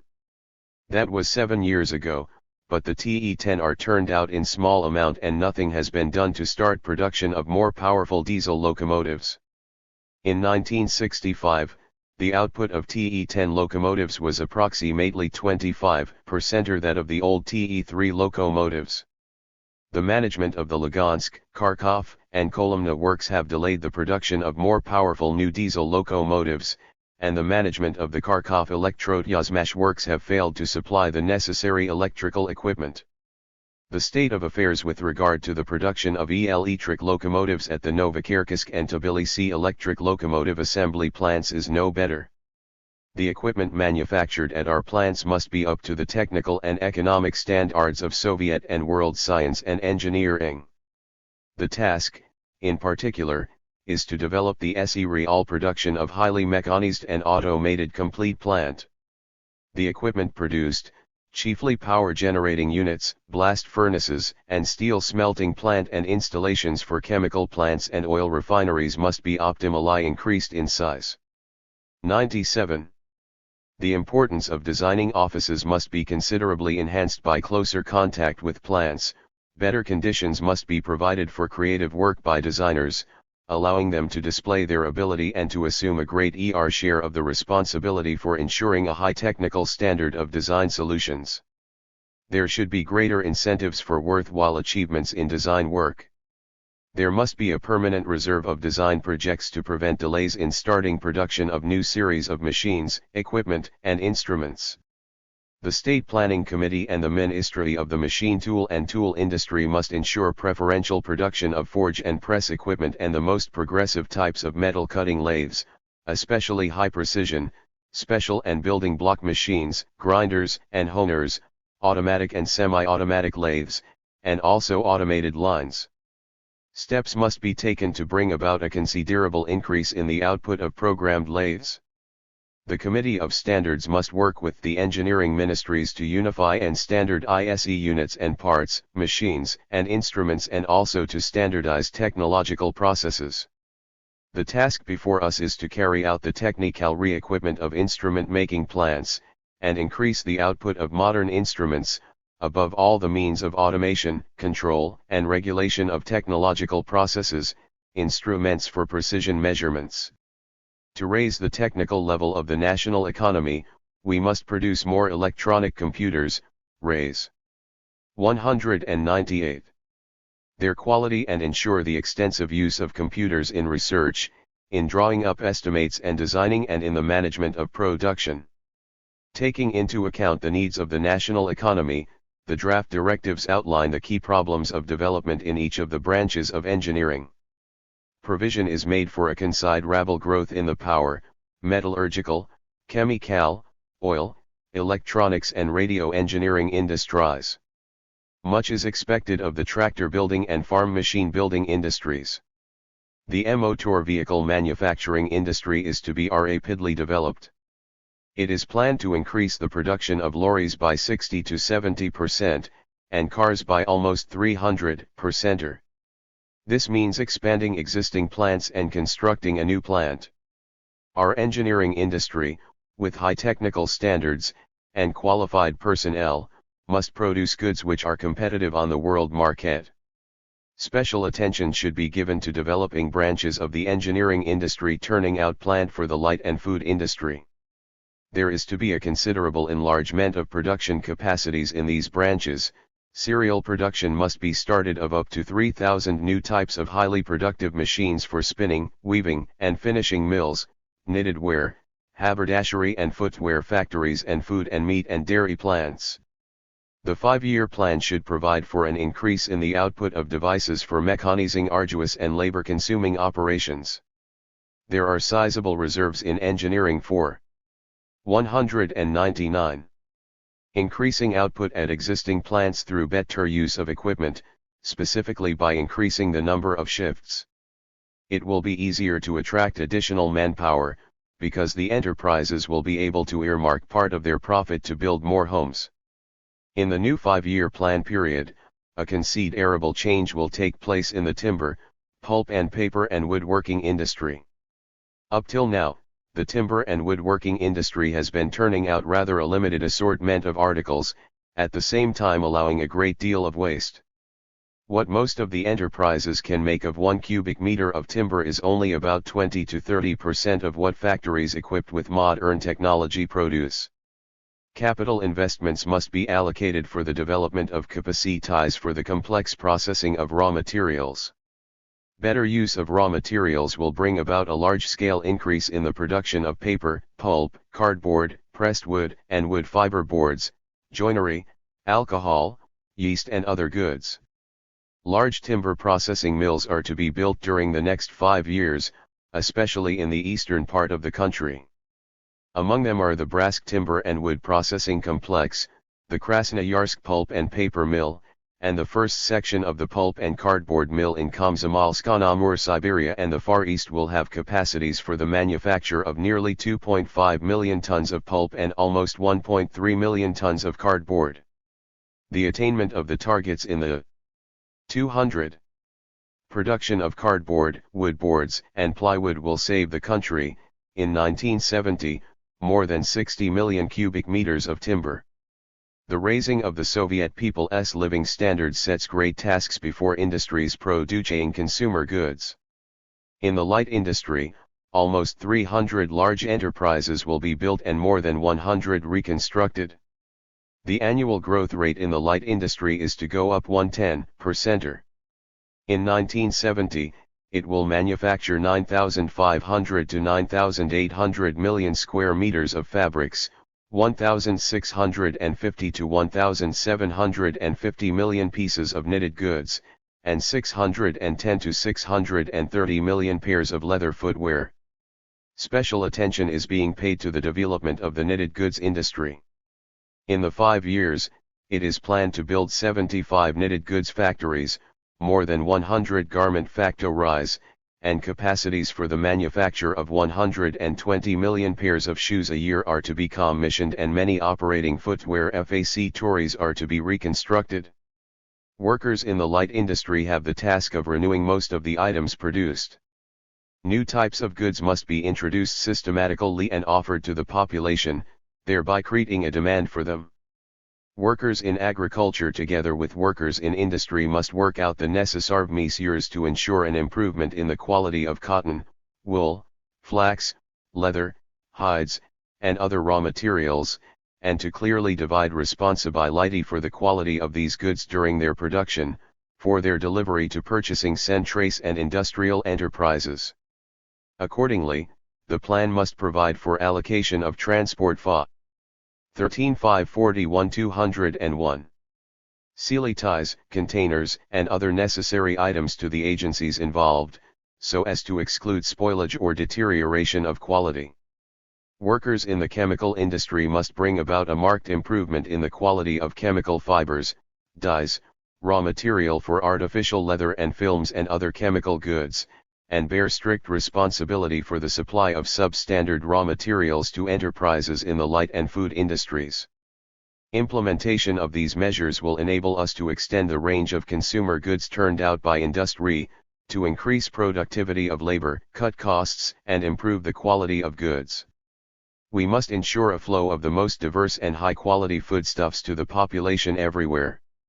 Over the 5 years, the volume of output in the food industry is to increase by 40%. By the end of 5-year period, the production of meat from state resources is to go up to 5.9 to 6.2 million tons, as compared with the 4.8 million tons in 1965, and the output of cheese and dairy products is to go up considerably. The fish catch is to be increased by 50 to 60%. For that purpose, the fleet of the fishing industry is to be supplied with large modern fishing vessels, mostly floating plants turning out high-quality products. Workers of the fish industry must make better use of their fleet, and work steadily to cut the cost of fish. The 5-year plan should provide for broad development of pond fish farming.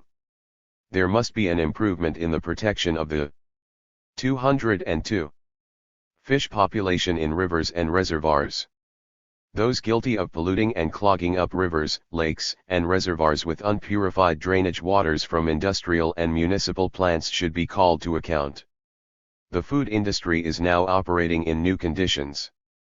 The demand for goods is becoming ever more diversified and there is a call for higher standards. The manufacture of all sorts of intermediate products, delicatessen and pre-packaged items should be considerably expanded and the operation of the canning industry improved. The production of consumer goods is an important and honorable task. Its fulfillment must be under the constant control of party, government, trade union, and Komsomol organizations, in fact, of the public at large. Comrades, introduction at the enterprises of an economic reform approved by the September plenary meeting is a most important prerequisite for the fulfillment of the Industrial Development Plan. A number of large enterprises, employing a total of more than 300,000 industrial and office workers, are already working under the new system. During the second quarter, another large group of enterprises, employing almost 700,000 men, is being transferred to the system. This will be followed by the introduction of the new system into certain branches of engineering, the food industry and the textile industry. In early 1967, the total number of industrial and office workers at enterprises operating under the new system is to be almost one-third of the total labor force in industry. 13 feet 203 inches. On going over to the new system, the first two groups of industrial enterprises undertook to make an additional 150 million rubles worth of industrial goods and to obtain 56 million rubles of profit over and above the planned figure. Most of the enterprises, which began working the new way in the first quarter, have overfulfilled the increased plan for sales and profits. Revenues to the state budget have increased. The enterprises now have the appropriate funds for boosting production material incentives and social and cultural measures and housing construction. The wages of industrial and office workers have increased. The new system calls for efficient organization of material and technical supplies. The State Committee of the Council of Ministers of the USSR for Material and Technical Supplies and the ministries must improve the work of supply agencies from top to bottom. The introduction of the new system makes for a substantial improvement in the economic atmosphere at the enterprises, gives the workers a larger stake in higher labor productivity, saving of materials, lower costs, and higher quality of goods. If we make the right use of our reserves, and they are enormous, we can safely say that industry will not only fulfill but overfulfill the targets of the 5-year plan. This will be a great victory for our working class, engineers, technicians, designers, and all workers in industry. 4. Agriculture. Agriculture has an especially important part to play in our country's economic development. It largely determines the growth of other branches of the economy and the working people's rising material welfare. The directives on the 5-year plan for agriculture are based on the decisions of the March plenary meeting of the CPSU Central Committee. The main task for agriculture over the 5 years is considerably to increase the production of farm and animal produce and to ensure a high and stable growth rate for it. The annual average volume of all farm produce must increase, over the 5 years ahead, by 25% as compared with the preceding 5-year period. The production of cereals is to increase at a priority rate. The annual average grain output is to go up by 30% to 167 million tons. The annual average production of other farm products is to be increased as follows. 205. Sugar beet, to 80 million tons, as against the 1961-65 average of 59 million tons, cotton, to 5.6 to 6 million tons, as against 5 million tons, potatoes, to 100 million tons, as against 81 million tons, meat, to 11 million tons, as against 9.3 million tons, milk, to 78 million tons, as against 65 million tons, eggs, to 34,000 million as against 29,000 million. Higher yields are the most important means of increasing the production of grain. This calls above all for better farming methods, which must be based on scientific principles. Our country, with its vast territory and diverse natural conditions, cannot, of course, do with stereotyped farming schemes. These are ruled out, and the final say should be with agricultural science, the specialists and farmers working on the state and collective farms. There must be a considerable increase in the output of grain in the Ukraine, Northern Caucasus, the Central Black Soil areas, the Volga area, Kazakhstan, and Siberia. These areas have large reserves for increasing grain crop yields. The Ministry of Agriculture of the USSR and the Councils of Ministers of the RSFSR and Kazakhstan must devote special attention to the state of affairs in the virgin lands, where the fields are very weedy and considerable areas are being eroded. There, the system of farming must be put in order, and high and stable crops achieved as soon as possible. 206. One of the new tasks to be solved in the 5-year period is to raise agricultural production in the non-black soil area of the Russian Federation, Belarusia, the Baltic Republics, Polski, and the northwestern regions of the Ukraine. They are to carry out large-scale land improvement measures and liming of acid soils, make intensive use of mineral and organic fertilizers, develop grass cultivation and implement other agrotechnical measures. These areas are to yield additional large quantities of milk, meat, grain, and other products. Serious attention is also to be devoted to other areas with sufficient humidity. The use of fertilizers in these areas will yield additional considerable quantities of low-cost farm produce, in particular, grain. Thus, all the areas provided with water will be used on a far wider scale than hitherto. Extensive irrigation work is to be carried out in the arid lands with highly fertile soils, Central Asia, Northern Caucasus, the Volga area and the south of the Ukraine. Drainage in the areas of excessive humidity and irrigation of arid lands will allow us to intensify farming and together with cereals extend the production of cotton, sugar beet, flax, sunflower, vegetables, fruits, grapes, and perennial grasses. Another important task is to increase the production of animal products and to improve their quality. The chief means of doing this is to create a stable fodder base and so raise the productivity of livestock, the weight and fattiness of animals, milk yields, wool clips, and also to increase the cattle and poultry population.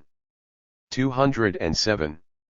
For this purpose, together with an expansion of the production of cereal feed, perennial and annual grasses, there must be a marked improvement in the use of natural fodder areas. The plan envisages appropriations for large-scale improvement, and this money should be used with the maximum economic effect. There must also be better use of the areas under fodder crops. Such in broad outline is the production program for agriculture. To ensure fulfillment of this program, the draft directives envisage large-scale deliveries of various machines to the farms. At present, our tractor and farm machinery industries make almost all the machines required for the complex mechanization of cereal, sugar beet, potato, cotton, and maize production. A system of machines is now being developed for cultivating and harvesting flax, vegetables, and other crops and also for mechanizing operations in livestock farming. There is to be a remodeling of existing and building of new plants, in particular, specialized plants to make motors, units, and spare parts. In the next few years, a large tractor works is to be built in Pavlodar, Kazakhstan. Machine builders must devote special attention to the quality of tractors and combine harvesters, increase speed and H.P ratings, and achieve substantial cuts in the consumption of fuel. That is also the way to be followed in manufacturing other farm machines with an eye to zonal conditions. Workers in the tractor and farm machine. 208. Building industries are to make better sets of machines for crop and animal farming and increase their output, and also to meet in full the demand for tractor and farm machine spare parts. In the 5 years, the collective and state farms will receive 1,790,000 tractors, or 60% or more than in the preceding 5 years, 1,100,000 lorries, 550,000 grain harvesters and many other machines and equipment. Within 5 years the power facilities per worker in agriculture are to be double the 1965 figure. Steps should also be taken to build up repair facilities for farm machines, and work out measures for the correct use and storage of the vast stock of machinery and equipment going to the farms. The chemical industry will be increasing its output of mineral fertilizers from year to year.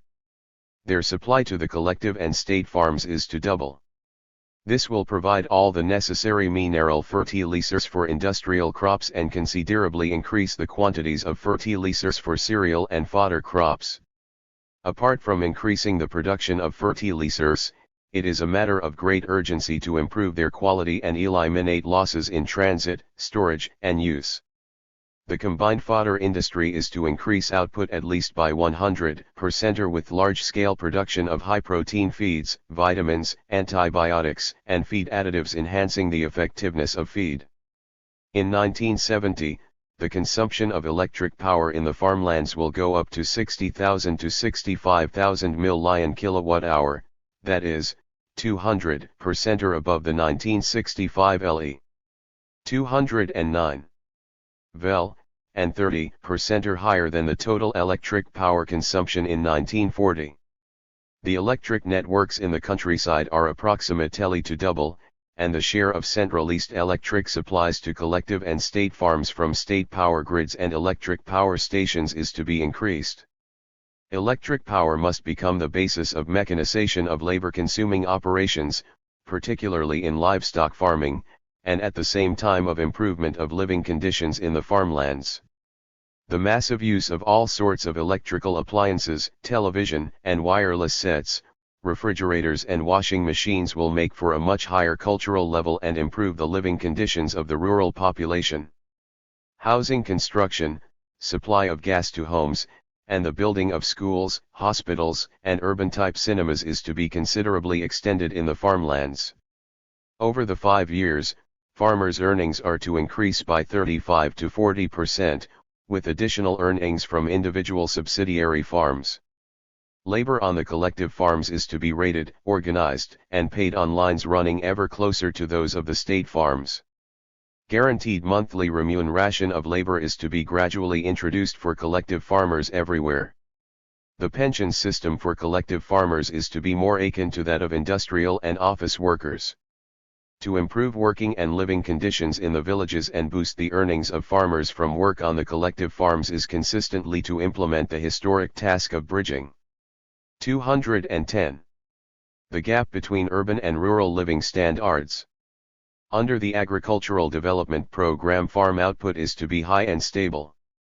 The program is quite realistic and is to be backed up by large deliveries of machinery and chemical fertilizers, and supply of electric power to the collective and state farms.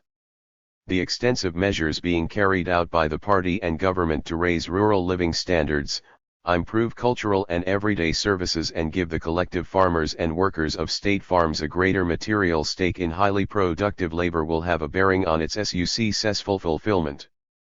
All this creates highly favorable conditions for the projected 40 to 45% boost in labor productivity on the state and collective farms, a major task in the 5-year period. The measures envisaged in agriculture will cost a great deal, and the plan provides the necessary financial allocations, with more than 41,000 million rubles, roughly double the figure for the preceding 5-year period, going to cover the cost of building production facilities, including land improvement, and of machinery paid for by the state.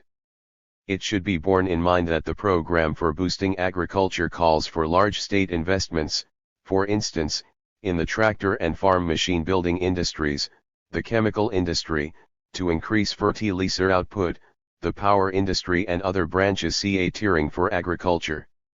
In addition to capital investments by the 211 state, the collective farms are expected, according to preliminary estimates, to invest about 30,000 million rubles in the expansion of their economy. In the current 5 years, the average annual incomes of collective farms are to go up by more than 40% or as compared with the average incomes for 1961 to 65. This is to be ensured by the collective farms increasing their gross and commodity output under the new terms of procurement of collective farm produce and the higher purchasing prices, the lower prices of producer goods supplied to the collective farms and the halving of the income tax on collective farms, as laid down by the March plenary meeting. The growth of collective farm incomes will make it possible to increase the earnings of each farmer depending on each farm's overall economic results achieved, a fact that will be an incentive to collective farmers in making the collective farm and its every branch a more profitable undertaking. This will serve to consolidate the economic basis of the collective farm as a form of socialist agriculture. The state farms account for a large share of the total farm output, and it is now a most important task to make them more efficient. With that end in view, measures are being worked out to introduce a new system of planning on the state farms and have them operate entirely on a cost accounting basis. This will tend to consolidate the economic position of the state farms, carry forward their specialization, reduce 212 costs, and turn them into model agricultural enterprises.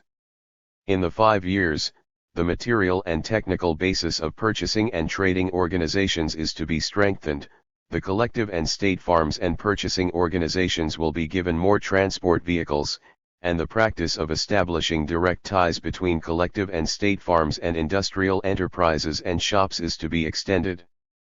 This will help to deliver vegetables, fruits, melons, and other perishable goods to the consumer areas without loss ses, to improve the supply of fresh farm produce to the population, cut procurement costs, and give sizable additional incomes to the collective and state farms. Because of the seasonal nature of farming, the manpower available on the state and collective farms is not being fully used throughout the year. It is therefore economic common sense to develop ancillary enterprises for the primary and subsequent processing of farm produce and the manufacture of other products, and also to set up diverse industries depending on local conditions in the farmlands. This will also provide income to the collective and state farms and additional earnings to the rural population. The state will give the collective and state farms the necessary assistance in setting up such industries. Many food plants should be built in the farmlands where the raw materials and manpower are available. It is a good idea for food and light industry plants to set up seasonal brand CHES on the collective and state farms. 213. A great production program has been projected for agriculture and the conditions for its successful fulfillment have been created. The task now is to make efficient use of these possibilities and make each ruble invested in agriculture pay. The party calls on all collective farmers, workers of state farms, mechanizers, and all farm specialists to make the first year of the 5-year period a decisive turning point in crop farming and other branches of agricultural production. This will lay a sound foundation for the successful fulfillment of the 5-year plan for agricultural development. V. Transport and communications. The successful work of industry and agriculture and the strengthening of the country's defenses largely depend on the transport system. The well-organized running of trains, boats, buses, and airplanes is important to millions of people. More than 70% of all freight traffic is handled by the railways. They are coping with the growing volume of freight traffic, moreover, without increasing the number of employees. This has been achieved by introducing new equipment and on this basis raising the productivity of labor.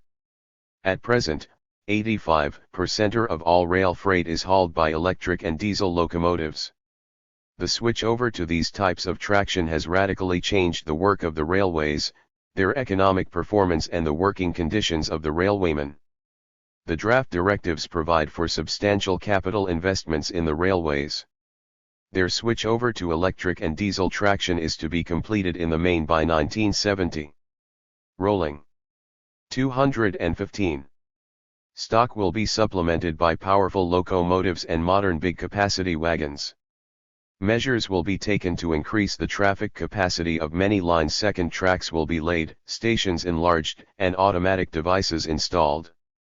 It is planned to build new railway lines from Kungrad to Makat and from Guryev to Astrakhan, with a total length of more than 1,600 kilometers. The new outlet from Central Asia to the European part of the country will accelerate the development of the very rich oil fields in Mangi Shlak Peninsula. A railway line from Tyumen to Tobolsk and the Surgut area, 650 kilometers long, will be built. This will be of great importance for the development of the oil industry in Tyumen region and of the area as a whole. Construction of the Mid-Siberian Railway from Barnaul to Kustana will be completed. This will improve the transport links between the Kuzbas and the Urals and relieve the heavy traffic on the main Siberian trunk line. Serious attention must be paid to utilizing reserves latent in the railways which are considerable, for example, a reduction of idle time of wagons at enterprises, sea and river ports. Much can be done in this respect by the mechanization of loading and unloading, introduction of self-dumping rolling stock, better design of railway crates and improvement of the condition of railway approach roads at factories.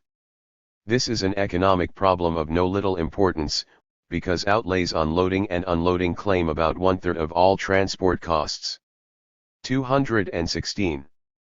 Another big reserve is reduction of irrational carriage. Planning and economic bodies must establish optimal transport links between suppliers and consumers, make provision for more even distribution of goods carriage the year round and strive for a proper combination of rail, water, road, and other modes of transport. Freight rates must be revised so that they stimulate an economically justified distribution of goods carriage among different modes of transport and better use of their facilities. The Soviet merchant marine has received many modern large vessels in recent years. Its cargo carrying capacity grew 150% during the 7-year period. The merchant marine ensures the independence of our foreign trade from the capitalist freight market. The development of foreign trade and the increase in coastal shipments make necessary a further expansion of the tonnage of the merchant marine. The draft directives call for building fast, large vessels with mechanized cargo handling and for substantial work in developing and mechanizing ports and building ship repair yards. An increase in the number of vessels and an extension of port facilities is also contemplated for the inland waterways. This will greatly contribute to the speedy development of new industrial areas in Siberia and the Far East. The expansion of shipments on the Volga, and Dnieper, and direct traffic between the Baltic, Caspian and Black Seas will relieve the load on the railways in the European part of the country. 217. And reduce transportation costs of many bulk freights. In this respect it is very important to ensure the precise, coordinated work of railwaymen and rivermen, to extend the combined carriage of goods and to speed up the reloading of freight in ports. Pipeline transport has been extensively developed, the volume of freight thus handled increased by more than 300% in the last 7 years. The cost of transporting oil by pipeline is from 50 to 67% cheaper than by rail. Our country has built very large pipelines, such as the Tuamasi-Omsk-Krasnoyarsk-Irkutsk pipeline, 3,600 kilometers long, the Druzhba, Friendship, oil pipeline from the Tatar Autonomous Republic to Poland, the German Democratic Republic, Czechoslovakia, and Hungary, with a total length of 4,500 kilometers, and the Almaty-Yevsk-Gorky-Ryazanly-Ubertsy pipeline about 1,150 kilometers long. Oil and gas pipelines totaling about 37,000 kilometers are to be built under the present 5-year plan. This will make it possible in 1970 to handle more than half of the oil shipments over long distances by pipelines and also substantially to increase the use of gas instead of oil and other fuels. We have set up large specialized organizations for building railways, bridges, and pipelines. Well equipped technically and staffed with highly competent specialists, they are carrying on intricate building jobs under difficult conditions in undeveloped areas of our country. Our people highly appreciate the builders' truly titanic labor. We are confident they will cope SUC-21 successfully with the new big tasks set them in the present 5-year plan. The draft directives provide for a sharp increase in the fleet of motor vehicles. Along with general-purpose lorries, it will be replenished by many special vehicles. The average carrying capacity of lorries will be raised. To satisfy the growing needs of the population, the production of modern buses and motor cars will be considerably expanded. Much was done in the last 7 years in enlarging motor transport organizations, providing the necessary technical facilities and organizing centralized freight carriage. This work must be continued. Today the empty run of lorries makes up almost half their total run, and idle time of vehicles during loading and unloading is excessive. The experience of the motor transport organizations which have gone over to the new system of planning and economic incentives graphically proves that it is quite possible sharply to reduce idle time and empty runs. A considerable part of the motor vehicles stand idle for a long time while being repaired. To cut this idle time to the minimum, the organization and technology of repairs must be improved, repair plants and motor transport organizations adequately supplied with spare parts of improved quality, and sufficient quantities of tires. The State Planning Committee of the USSR, the Ministry of the Automobile Industry and the Councils of Ministers of the Union Republics must take care of this. Hard surface motor roads totaling 63,000 kilometers. 219. Are to be built in the next 5 years. In addition, much can be done by drawing on local revenue sources and the funds of enterprises, collective farms, and state farms. The country's air transport was completely renewed during the 7-year period and now has a large fleet of modern high-speed aircraft. Soviet civil aviation is handling a substantial part of long-distance passenger transport in the country. Regular airlines connecting the USSR with 38 countries are in operation. The volume of air traffic is to increase approximately 80% in the present 5-year period. For this purpose modern aircraft are to be added to the fleet and new airports built. Civil aviation personnel have much work ahead of them to improve passenger service and extend air freight carriage. Big tasks have been set workers in the transport services. Successful fulfillment of the 5-year plan largely depends on the precise and well-organized work of all links of the transport system. Better use of transport facilities and reduced costs of carriage will promote higher efficiency of social production. Transport work will undoubtedly make a due contribution to fulfilling the program for the further advance of our economy. The draft directives outline a number of measures for improving all kinds of communication services for the population. It is planned to lay multi-channel cables and radio relay lines, to develop a single automated network ensuring reliable telephone service and the transmission of information. The number of FA220 phones in homes will approximately double. Powerful radio broadcasting stations will be built to serve remote areas in Siberia, the Far East and Central Asia. The network of TV stations will be considerably extended to relay TV programs to almost all areas of our country. Communication satellites will transmit programs of the central TV studios to Magadan region, Kamchatka, Sakhalin, Yakutia and other remote areas. The rapid economic and cultural advance and the growing needs of the population demand a radical improvement of all communication services. To achieve this, communication workers must avail themselves of all the opportunities provided by scientific and technical progress. 6. Capital construction.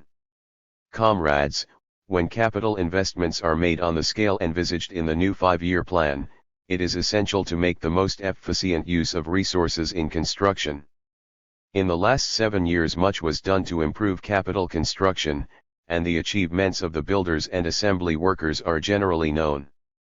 Now we must concentrate on uncompleted tasks, on shortcomings in planning, designing and organization of the work, on ways to eliminate these shortcomings. Dispersion of capital investments over a big number of projects has been, and to this day remains, the most serious shortcoming. As a consequence, many construction projects about to be commissioned are not provided with financial and material resources. In a number of cases building was hampered by the absence of technical documents or their low quality. The supply of construction sites with equipment was not satisfactory. 222. Designing organizations at times prepared poor designs and made gross miscalculations in estimating the cost of projects.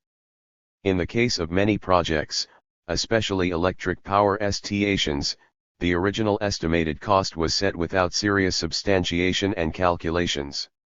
As a result, the actual cost was much higher, and large additional investments were needed to complete construction. In a number of cases, the designs of enterprises under construction, especially in the chemical and pulp and paper industries, incorporated manufacturing processes, which had not been sufficiently elaborated, and specified obsolete equipment. All this delayed the completion of construction and the attainment of the rated capacity and lowered the output-asset ratio of new enterprises. There are also considerable shortcomings in the organization of building work. Productivity of labor is still low, the use of machinery and mechanisms is unsatisfactory, and there are big losses of labor time. It must be said that organizations entrusted with planning and regulating capital construction have not coped with their duties. The targets in capital construction are greatly extended in the next 5 years. Total capital investments in the economy of the Soviet Union in 1966 to 1970 are set at 310,000 million rubles, 47% or more than was invested in the last 5 years. The commissioning of fixed assets is to rise about 50% or as compared with the previous 5 years. Capital investments will notably grow in industries which are decisive for technical pro. 223. Growth in the economy and a rise in the living standard. Appropriations for the chemical industry will increase by almost 100% or as compared with the preceding 5 years, the iron and steel industry, by about 70% or, power, engineering, and fuel industries, 50% or, and light, food and fish industries, 84% or. In addition, capital investments in the technical re-equipment of operating enterprises will also be extended through the utilization of the Production Development Fund now being set up, and of bank credits. Fulfillment of the capital construction plans, the exact and unfailing observance of schedules for the commissioning of new plant, is a prime requisite for the carrying out of production plans and the establishment of proper, rational proportions between all sectors of the economy. One of the main tasks in capital construction is to improve planning and the technical and economic substantiation of investments. Experience and economic analysis show that it is essential to channel capital investments into the technical re-equipment of operating enterprises and the speediest completion of projects under construction so that the country receives new productive potential in a short time and with the least outlays. Construction of a project must be substantiated by thorough economic calculations. In formulating capital investment plans, a proper balance must be worked out with regard to the main types of equipment and materials. 224. For the needs of capital construction and also of the capacity of building organizations. Now the 5-year plan will be drawn up for all enterprises under construction with a breakdown in yearly targets. This will give construction organizations a perspective of the entire construction period for each project. Enterprises will be able to prepare well in advance for work in coming years and order equipment in good time. Construction projects successfully coping with the plan will be financed to the full sum of appropriations for the 5 years, and it will be possible to commission units in shorter periods. The personnel of designing organizations are faced with big tasks. Our industry must develop on the basis of the latest production processes, the most progressive materials and the widest use of highly productive machines and automatic devices. Designing organizations must incorporate in projects everything new and progressive that has been developed in the residential perspective fields and utilize the most up-to-date machinery so that newly built enterprises may assure up to the latest achievements in science and technology. Designs should envisage such manufacturing processes as to enable each new enterprise to produce more goods and goods of better quality from each kilogram of raw materials than is now obtained at operating factories. New designs must ensure high efficiency of investments. Experience demonstrates that in industry it is most advisable to use units of higher capacity. 16,541-225. Ti. This yields a big economic effect. For example, building a synthetic ammonia factory having an annual capacity of 800,000 tons equipped with 200,000 ton units is 25% cheaper than building a factory of the same capacity but with 100,000 ton units.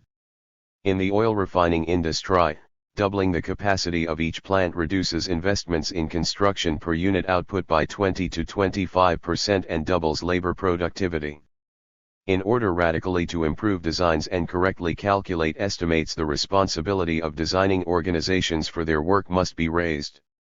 Huge capital investments are to be made in housing construction in the next 5 years. To make the most efficient use of them, serious shortcomings in designing and building houses must be eliminated. Architects must pay more attention to providing amenities for the population, improving the layout of flats and the external appearance of houses and public buildings, yet without extravagance. It is necessary further to industrialize and mechanize building work, to employ as a rule the contract system in construction, persistently and systematically apply advanced methods and efficient building processes and improve the supply system serving construction sites. The quality of building work must be radically improved and the skill of workers, especially those engaged on finishing jobs, raised. The building materials industry must expand the production of light and economical walling, attractive and durable facing materials, decora. 226. Tip cement, plate glass, ceramics, and plumbing fixtures. In 5 years the production of cement is to increase from 72 million to 100 to 105 million tons. Production of reinforced concrete prefabricate elements is to rise by 40%, slate, 60%, and window glass, 40%. The chemical industry must provide construction sites with good, durable paints and other materials. Production of local building materials must be extended in every way. Comrades, our builders are in the forefront of the work to build the material and technical basis of communism. Big and serious tasks are being set them in the new 5-year period, on whose fulfillment the high rates of our economic development and the rapid rise in living standards of the Soviet people will depend. We are sure the many millions of Soviet builders will cope well with these tasks. 16. 7. Rise in the Soviet people's material and cultural standards. Under the new 5-year plan, comrades, communist construction and the steady improvement of the people's well-being are inseparable. In mapping out the main directions for the development of the economy under the new 5-year plan, the Central Committee of the CPSU and the Council of Ministers of the USSR paid particular attention to measures for raising the people's standard of living. This was one of the pivotal questions when the draft directives for the 5-year plan were being drawn up. Accelerating the pace of growth in the Soviet people's standard of living, here is the line the party will steadfastly follow in the current 5-year period. Consistent implementation of the decisions taken by the March and September plenary meetings of the CPSU and essential improvement of basic proportions in the economy will ensure fuller use of the achievements registered in developing material. 228. Production for satisfying the growing material and spiritual requirements of the Soviet people. According to the draft directives, the absolute increment of the consumption fund, i.e., the sum total of material wealth going for consumption by the people, will be 70% or greater in the present 5-year period than in the preceding 5 years. The growth rates of the population's real incomes, retail trade, turnover of public catering establishments and services to the population will be higher than in 1961 to 1965. Here are the relevant figures: increase in 1961 to 65%, increase in 1966 to 70%, real per capita income 20 about 30, retail trade 34 43.5, public catering turnover 35 almost 50, services 90 about 150. As you see, the principal targets of the growth rates of the people's welfare considerably exceed those of the preceding 5 years. In the coming 5 years, higher remuneration and improvement in the working and living conditions will be ensured by drawing on two sources: the resources concentrated in the hands of the state, and that part of the income, profit, which will remain at the enterprises in ever-increasing amounts in the form of an incentive fund and a fund for social and cultural measures and housing construction. From now on, rises in the wages of factory and office workers will largely depend on the results of operation of the respective enterprise, such as an increase in the volume of goods sold, improve. 229. Ment of its quality, rise in labor productivity and level of profitability and growth in the amount of profit. Broad possibilities are opened up before the personnel of each enterprise. An increase in the remuneration of labor wages of factory and office workers and incomes of collective farmers for their work on the collective farm is the decisive link in the planned advance of the people's living standard. This is the primary stimulus of production and the main source of the population's higher incomes. During the 5 years, average monthly wages of factory and office workers will rise by not less than 20% and amount in 1970 to about 115 rubles. If payments and benefits from the public consumption funds are added, the figure will be about 155 rubles per employed person. Incomes received by collective farmers for work on the collective farms will rise on the average by 35 to 40%. Total remuneration of factory and office workers and collective farmers will grow approximately 40% in the 5 years. The principal feature of our wages policy is the steady enhancement of the stimulating role of wages in the solution of the major production tasks of the 5-year plan. It is essential to combine correctly systematic wage increases with the provision of priority incentives for those workers who make the biggest contribution to expanding and improving production. To achieve this, every worker, engineer, and technician should know by how much his wages will rise from an improvement in production indica. 230. Tours, how large a share he will receive from the additional income of his enterprise. The minimum wage will go up during the 5 years. Simultaneously, rates and salaries of factory and office workers in the middle brackets will be raised, which will make it possible to establish more proper correlations in remunerating the labor of various categories of employees. In so doing, more advantages should be given to those working in arduous or harmful conditions, on underground and more exacting jobs. But we still have groups of workers in the lower brackets. When we speak of them, we refer to unskilled factory and office workers and the lower echelon of service personnel. To reduce this category numerically, it is necessary to mechanize more widely auxiliary jobs and all kinds of calculating operations and to automate production. Retraining will enable many of these workers to take up skilled jobs.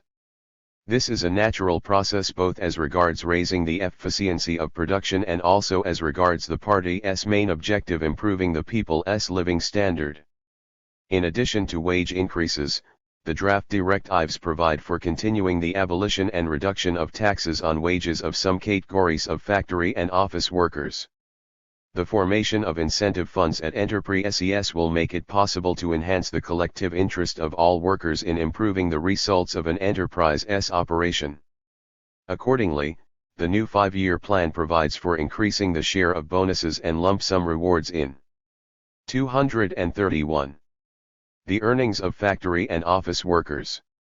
This will make for better combination of the interests of each worker with those of the collective and society as a whole. Bonus systems, taking account of the labor productivity, quality, and individual and collective results of production, should be gradually extended to all categories of workers as the new incentive system is introduced. In formulating the wages policy, consideration should be given to the specific features of the country's different regions, their climatic conditions, economic development levels, and existing retail prices. Special allowances have not yet been extended to all workers in eastern Siberia, the Far East, and in the country's North European regions. This inconsistency must be rectified. At the same time, greater privileges will be extended to people working in the far north and other areas put in the same category. It is a known fact that in recent years the working class of capitalist countries has won a certain increase of wages in the course of tense class struggle. But these rises largely lose their importance owing to the systematic growth of prices of prime necessities, higher rents and rates of public utility and other services, and high cost of medical aid. Even in the most developed capitalist countries, large sections of the working people are doomed to poverty and indigence, not because of insufficient development of the productive forces but because of the social vices inherent in the capitalist mode of production, such as crises, unemployment, ruin of the small producers. 232. Racial and national inequality, discrimination in the payment for work of women and degradation of some economic areas. The socialist system has removed these obstacles to an improvement in the people's welfare. For the first time in history, the system made the people's living standard directly dependent on the development of material production and labor productivity, and thereby opened before each working man the way to the ever fuller satisfaction of his material and cultural requirements. In raising the well-being of the people, alongside an increase in incomes through payment for work, an important role is played by the public consumption funds, which in Soviet conditions make it possible faster to improve the living standard of large families and better to satisfy the social and cultural requirements of the population. The draft directives envisage an increase of at least 40% of the general aggregate of payments and benefits received by the population from the public consumption funds. The increment in these funds will be primarily used for perfecting the pension scheme, the upbringing and maintenance of children in nurseries and kindergartens, improving the public health system and cultural and other services in town and country. In 1970, approximately 60,000 million rubles will be spent for this purpose. As regards the pension scheme for factory and office workers, it is planned to raise the old age pension minimum for factory and office workers and collective farm. 15,541 233. ERS by more than 30%, to introduce old age pensions at the age of 50 for some categories of women workers engaged on more exacting jobs, to equalize collective farmers with factory and office workers as regards the pension age and procedure for calculating pensions, to increase the pension minimum for collective farmers who are Group 1 invalids, and to introduce pensions for Group 3 invalid collective farmers disabled by an accident on the job or occupational disease. Another important trend in using the public consumption funds is the maintenance and public upbringing of children. The number of children accommodated in state preschool institutions will grow to 12.2 million in 1970, 60% or more than in 1965. This will, in the main, meet the urban population's need in these institutions and will considerably extend their services in rural areas. The number of pupils in prolonged day schools and groups will more than double. An important socio-economic measure in the new 5-year period is the introduction of the 5-day working week, 5 workdays and 2 free days, for factory and office workers, while preserving the existing total length of the working week. This will give the working people more leisure and greater opportunities for recreation, study, and improvement of skills. The transition to the 5-day week will help raise the productivity of labor and improve the economic performance of enterprises. 2 days off a week will make it possible to organize the 234 pair of equipment more efficiently, to cut down idle time, the consumption of fuel and power, etc. A number of textile mills, engineering, chemical, and steel works have been working 5 days a week for some time now, the result being a rise in labor productivity and a cut in production costs. In the past few years, much has been done to improve trade. The sale of staple foods and main manufactured goods has substantially grown. During the past 5 years, more than 4,000 million rubles were spent on the building of shops and other trading establishments, and also warehouses and vegetable storages. About 65,000 new shops and 42,000 dining rooms and other public catering establishments were opened, and the network of warehouses and cold storages was greatly extended. But the development of state and cooperative trade still falls short of requirements. The demand for some goods is not satisfied in full, and in some places the sale even of goods in ample supply is inadequate. Sales services bringing goods to the consumer's home are insufficiently developed, especially in the countryside, and limited use is made of mobile shops which do not cost much to run and can greatly improve the servicing of the collective farmers and state farm workers. Improvement of Soviet trade is a major task. State and cooperative retail trade will increase by 45,000 million rubles, i.e., by about 43.5%, in 5 years. The plan envisages a considerable increase in the sale of foodstuffs and light industry. 15*235. Goods.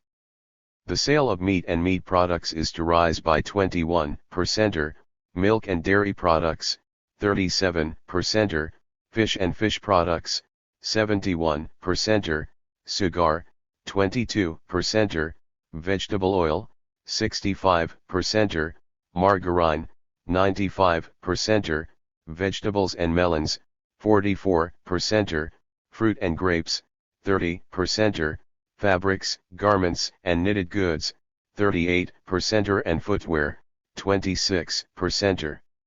The sale of consumer durables and electrical appliances will grow even faster. Here are some comparative figures: sold in 1961 to 65 to be sold in 1966 to 70 domestic refrigerators, million, 4.7 18.5 washing machines, million, 10.9 19.0 radio sets and radiograms, million, 2.15 30.0 TV sets, million, 12.0 27.0 furniture, 1,000 million rubles, 8.0 11.6. Our task is to fully balance goods resources with the effective demand of the population. Workers in trade have not yet succeeded in properly organizing the study of consumer demand. This gives rise to errors in the work of the trading organizations, hampers the supply of the population with some goods, and in a number of cases leads to overstocking and big losses. Recently, trade organizations have started blocking orders with industry, and this has already produced good results. This practice should be applied everywhere, which will increase the influence of trade on the production of consumer goods and improve their assortment and quality. To improve services and to make trade workers more interested in the expansion of sales, a new system of planning and incentives similar to that applied in industry will be intro. 236. Duchate in trade. Public catering has many serious shortcomings. Now staffs of canteens and restaurants can no longer give the shortage of products as an excuse, yet the food is often untasty and service is not up to standard. Greater attention should be paid to the improvement of public catering. The turnover of public catering enterprises will grow by about 50% in 5 years. Many cafes, restaurants and other eating places will open. Hot meals should be made available at all factories, building sites, state farms, and educational establishments. Consumer cooperatives will be further developed. They must organize the uninterrupted sale of clothing, footwear, fuel, building materials, household and sports goods, and stationery and consumer durables, expand bread baking, improve public catering and other services in the rural areas. Now that identical prices obtain in rural and urban trade, conditions should be created to enable the rural buyer to obtain everything he needs in the local shops as well. This is a task of the consumer cooperatives. A reduction in state retail prices of consumer goods, above all of children's goods, will be one of the sources for increasing the welfare of the people. This will be done as the production of consumer goods is expanded and the necessary goods and financial resources are accumulated. It is necessary to improve trade on the collective farm markets. This will contribute to an improvement of the living standards and an in 237. Increase in the income of collective farms and collective farmers. The rise in the living standards of the Soviet people largely depends on an improvement in the service industries.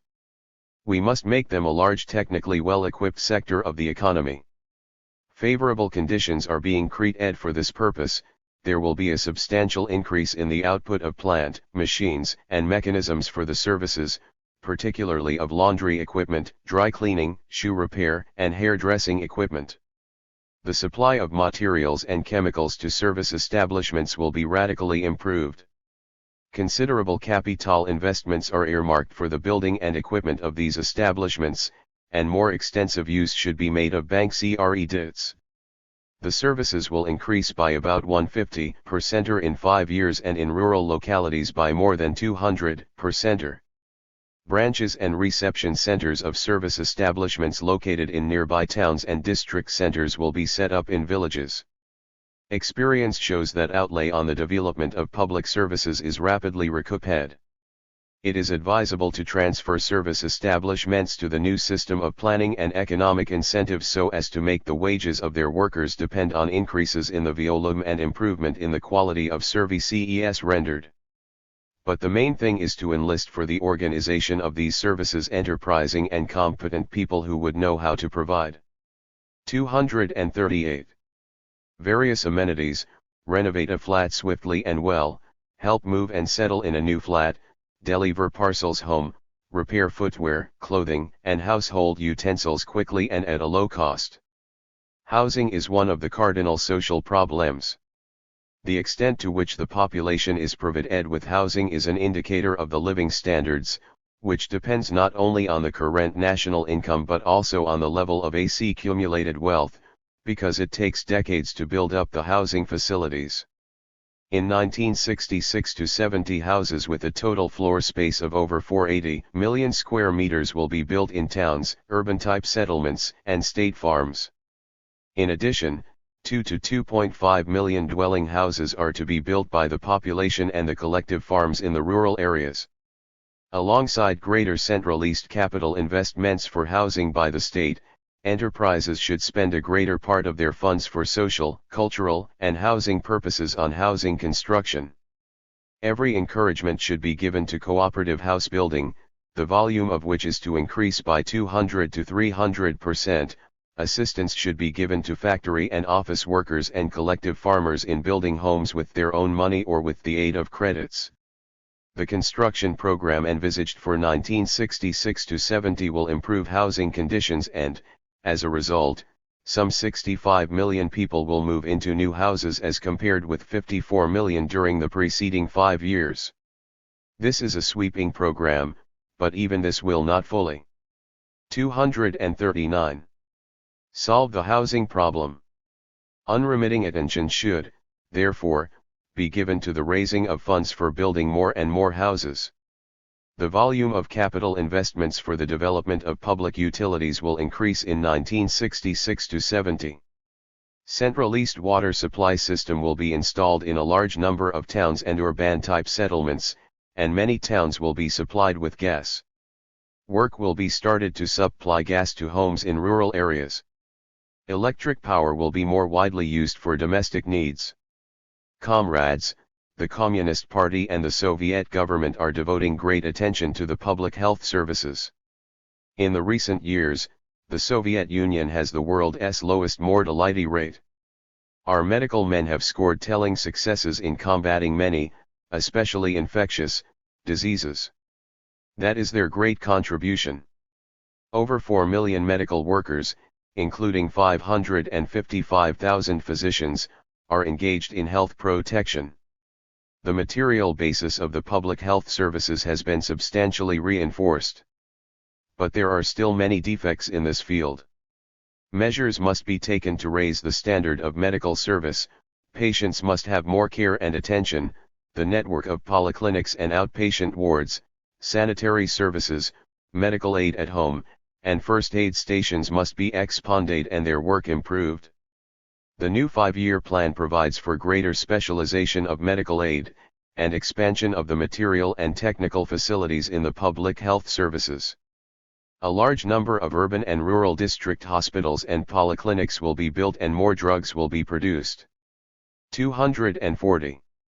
In the 5 years, steps will be taken to improve prophylactic measures and child health protection, to develop physical culture and sports, to create a more healthful environment, purification of air and water, and to provide better working and living conditions. The sanitary and anti-epidemic services must raise sanitary requirements, notably demands on the managements of industrial enterprises and economic organizations. Virus infections, above all influenza, and also cardiovascular diseases and malignant tumors must receive special attention. Much has to be done to develop new drugs, antibiotics, effective vaccines, and serums, and also to make new medical instruments, appliances and equipment. We have no doubt that our medical men, scientists, physicians, and all medical workers who are highly esteemed by our people, will fulfill their tasks with credit and score new successes in their field. The 5-year plan must also mark a new stage in cultural development. The mighty upswing in material production and the substantial rise in the living standards will create objective conditions for the advance of Soviet socialist culture. Socialist construction continuously multiplies the output of material wealth and makes it available to the whole population, thereby creating the necessary prerequisites for the development of culture and placing it within the reach of wide sections of the people. The craving for culture, the rapid cultural advance in our country, where all POWER and all public wealth belong to the work 241 ing people, is unparalleled, and no capitalist country can match this. That is what Lenin had in mind, when in the early Soviet years he said, "Nowhere are the masses of the people so interested in real culture as they are in our country, nowhere are the problems of this culture tackled so thoroughly and consistently as they are in our country." SEI. Works, Volume 3, p. 809, FLPH, Moscow, 1961. Lenin's statement is even more topical today. The next 5 years must witness a rapid advance of socialist culture.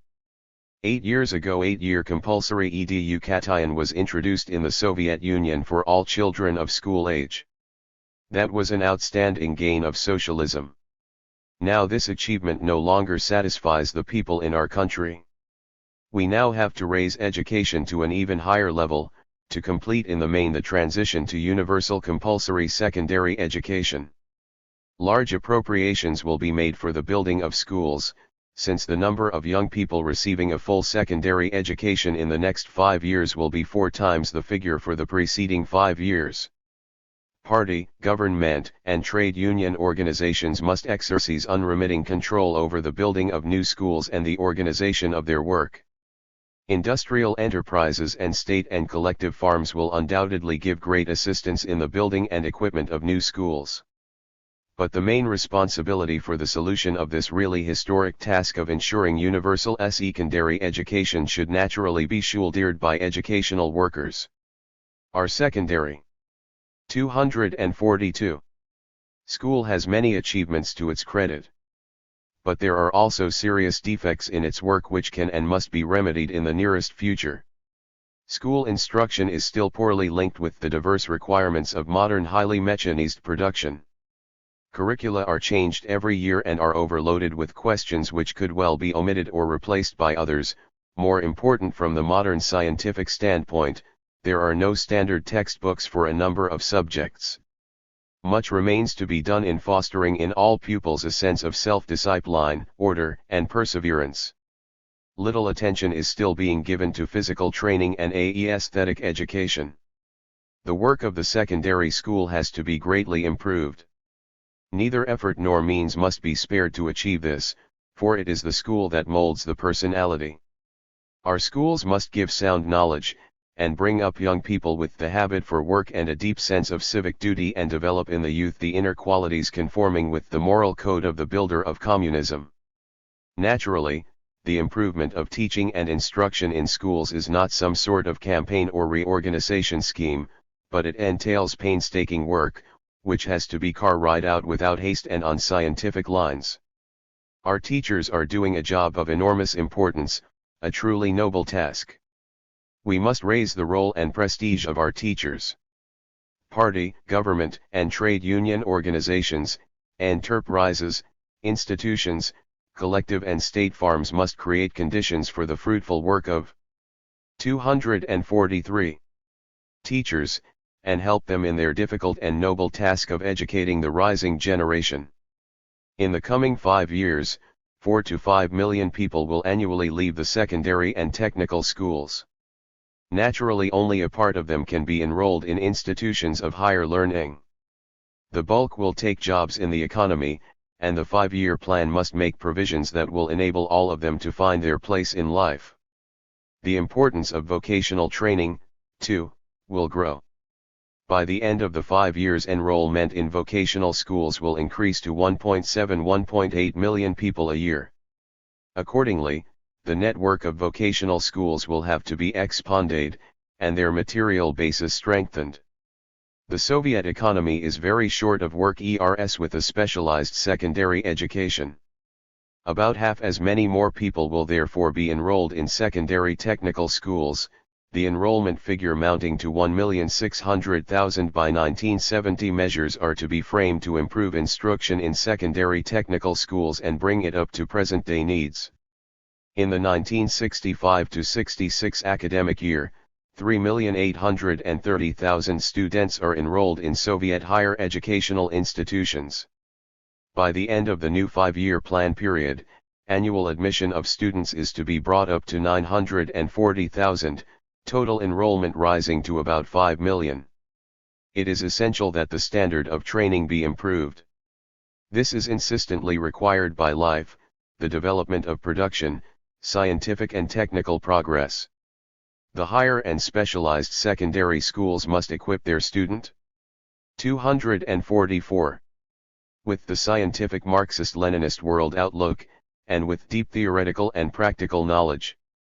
The country expects the higher school to produce good specialists and skillful organizers of production deeply conversant in economics, methods of management and scientific principles of organizing labor. The curricula of higher educational institutions ought to be analyzed, and so should the working time of students and teachers, lectures, seminars, practical work, the independent work of students in libraries, laboratories, etc. should be arranged rationally. All facilities ought to be made available to teachers and students for creative work and research. We have excellent higher schools and research institutes. Our country may be legitimately proud of its outstanding scientists, who have already left their mark in world science, and of its talented young scientists. For all this, we must note that the organization of the work at research institutes, the selection of personnel, its distribution, and the existing economic and moral incentives often do not sufficiently ensure better research work, organization of new research, bold scientific search, close links with production and the application of scientific and technical achievements in the economy. Research, particularly in the field of natural science and technology, has got to be turned into the most productive sphere of social labor. This is more than a mere wish, it is a feasible demand and it has got to be fulfilled. Our bourgeois opponents have been saying. 245. Lately that the CPSU and the Soviet government are interested in nothing but the technical sciences and the related branches of natural science. This contention is groundless, because all our activity has a sound scientific foundation and is based on the most advanced theory of social development. Social development and the molding of the individual are based on Marxism-Leninism, which is a science. Marxist-Leninist philosophy has long since become the methodological basis of scientific research in all fields of knowledge. Sociological research based on the materialist understanding of history, which generalizes the concrete facts of the life of socialist society, is playing an ever greater part in solving the practical problems of politics, production, and education. Our country has good opportunities for the further development of socialist culture. Our intelligentsia consists of more than 25 million people with a working class and peasant background. A far-flung system of culture and art institutions has been built up in all the Union and autonomous republics. It is a distinctive feature of our time that all sections of the PEOPLE are taking part in artistic endeavor. Something like 10 million people in town and countryside are taking part in the work of PEOPLE's culture universities, people's theaters, philharmonic societies, song, dance, and music groups and other amateur art companies. Book publishing, cinema, radio, and television have been greatly expanded. They are powerful vehicles of ideological and cultural education of people, and we must make the most of them. 246. The present level of economy and culture, and their further development are paving the way for the solution of a major problem of communist construction: the eradication of distinctions between physical and mental labor and between town and countryside. The coming 5 years ought to see a big step forward in the solution of those great social problems. The draft directives define the material basis for the successful development of Soviet culture and art. The whole ramified system of the utrez, clubs, palaces, and houses of culture, libraries, museums and other cultural institutions in town and country must serve effectively the communist education of working people, raising their cultural level and helping to develop the gifts and talents with which our people are so richly endowed. Writers, musicians, artists, and all other cultural workers ought to make the most of the favorable conditions and opportunities created by the socialist system in meeting more fully the rising spiritual demands of the Soviet people. The implementation of the measures set out in the draft directives, designed to improve the living standards and cultural level of the people, will, as I have already said, entail immense expenditure. However, the Central Committee of the party and the government consider these measures as the minimum. It depends on us, on the results of our labor and on our skillful management how much farther we shall be able to go even in these 5 years and how much more we shall be able to do in improving the living standards of the people. If we manage 247 to surpass the planned targets for growth of production, reduction of costs and greater profitability, the nation will be able to afford additional measures to improve the standard of living. 8. The development of foreign economic relations of the USSR. Comrades, in the past 7 years, the Soviet Union continued to develop economic relations with other countries. Not only has this furthered the growth of the Soviet economy, it has also promoted closer bonds among the countries of the world socialist system, added to its might and strengthened the positions of the young Asian and African national states, that took the road of independent development. The Soviet Union's foreign economic relations have become a factor of enormous international importance, furthering the interests of the struggle for peace and social progress. Pride of place in our foreign economic relations goes to the fraternal socialist countries. They account for about 70% of the Soviet Union's foreign trade. The division of labor between the socialist countries plays an increasing role in supplying their economies with equipment and raw materials, and in large 249 ing the supply of consumer goods. It helps them to accelerate technical progress and to raise the efficiency of social production. The International Socialist Division of Labor, practiced set on voluntary lines on the basis of full equality, is helping us and our friends the fraternal socialist countries to advance more rapidly towards our common goal, communism. The economic relations between the Soviet Union and the socialist countries are going to expand still more in the coming 5 years. Our cooperation in science and technology will grow, and so will our trade. For the first time in the history of international economic relations, such large reciprocal deliveries of goods have been coordinated by a group of countries 5 years in advance. The draft directives provide for the carrying into effect, on a mutual basis, of the Soviet Union's commitments under long-term trade agreements with the fraternal countries. Cooperation with the socialist countries will help us fulfill the tasks of the new 5-year plan. The Soviet Union is going to buy from them over 1,000 sets of equipment for enterprises and shops in the chemical, light, food, and other industries. Deliveries from the fraternal countries will cover 48% of our needs in seagoing freighters, 40% of our needs in mainline and industrial electric locomotives, about 36% of our needs in railway cars, etc. We shall also purchase large amounts of such consumer goods, as garments, knitted goods, footwear, textiles, food and chemical goods, which will help satisfy the 250 requirements of our population. In return, the Soviet Union will meet the principal requirements of the CMEA countries in many types of plant and machinery, solid and liquid fuel, raw materials for metallurgical mills, metals, cotton, timber, cellulose, paper, and some other important commodities. Naturally, expanding economic cooperation poses new problems. At present, the socialist countries depend on their own production and mutual exchange for 95% of their needs in plant and machinery. Industry and the foreign trade agencies, therefore, bear the great responsibility of ensuring mutual deliveries of commodities of the highest quality within the specified time. We are confident that industry and foreign trade agencies in our own country, and those of our friends, will see to it that this is done.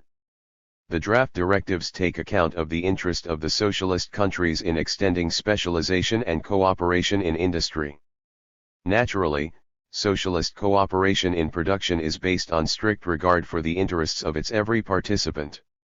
We shall have to do our best in the coming 5 years to extend our scientific and technological cooperation. It is an important trend in the rational use of the resources of the world socialist system to coordinate the efforts of the socialist countries in theoretical and applied research, and in designing and drafting all-round development of economic bonds. 251. Between the socialist countries is for us a task of cardinal importance, because it accords with the basic interests of each country in particular and the world socialist system in general.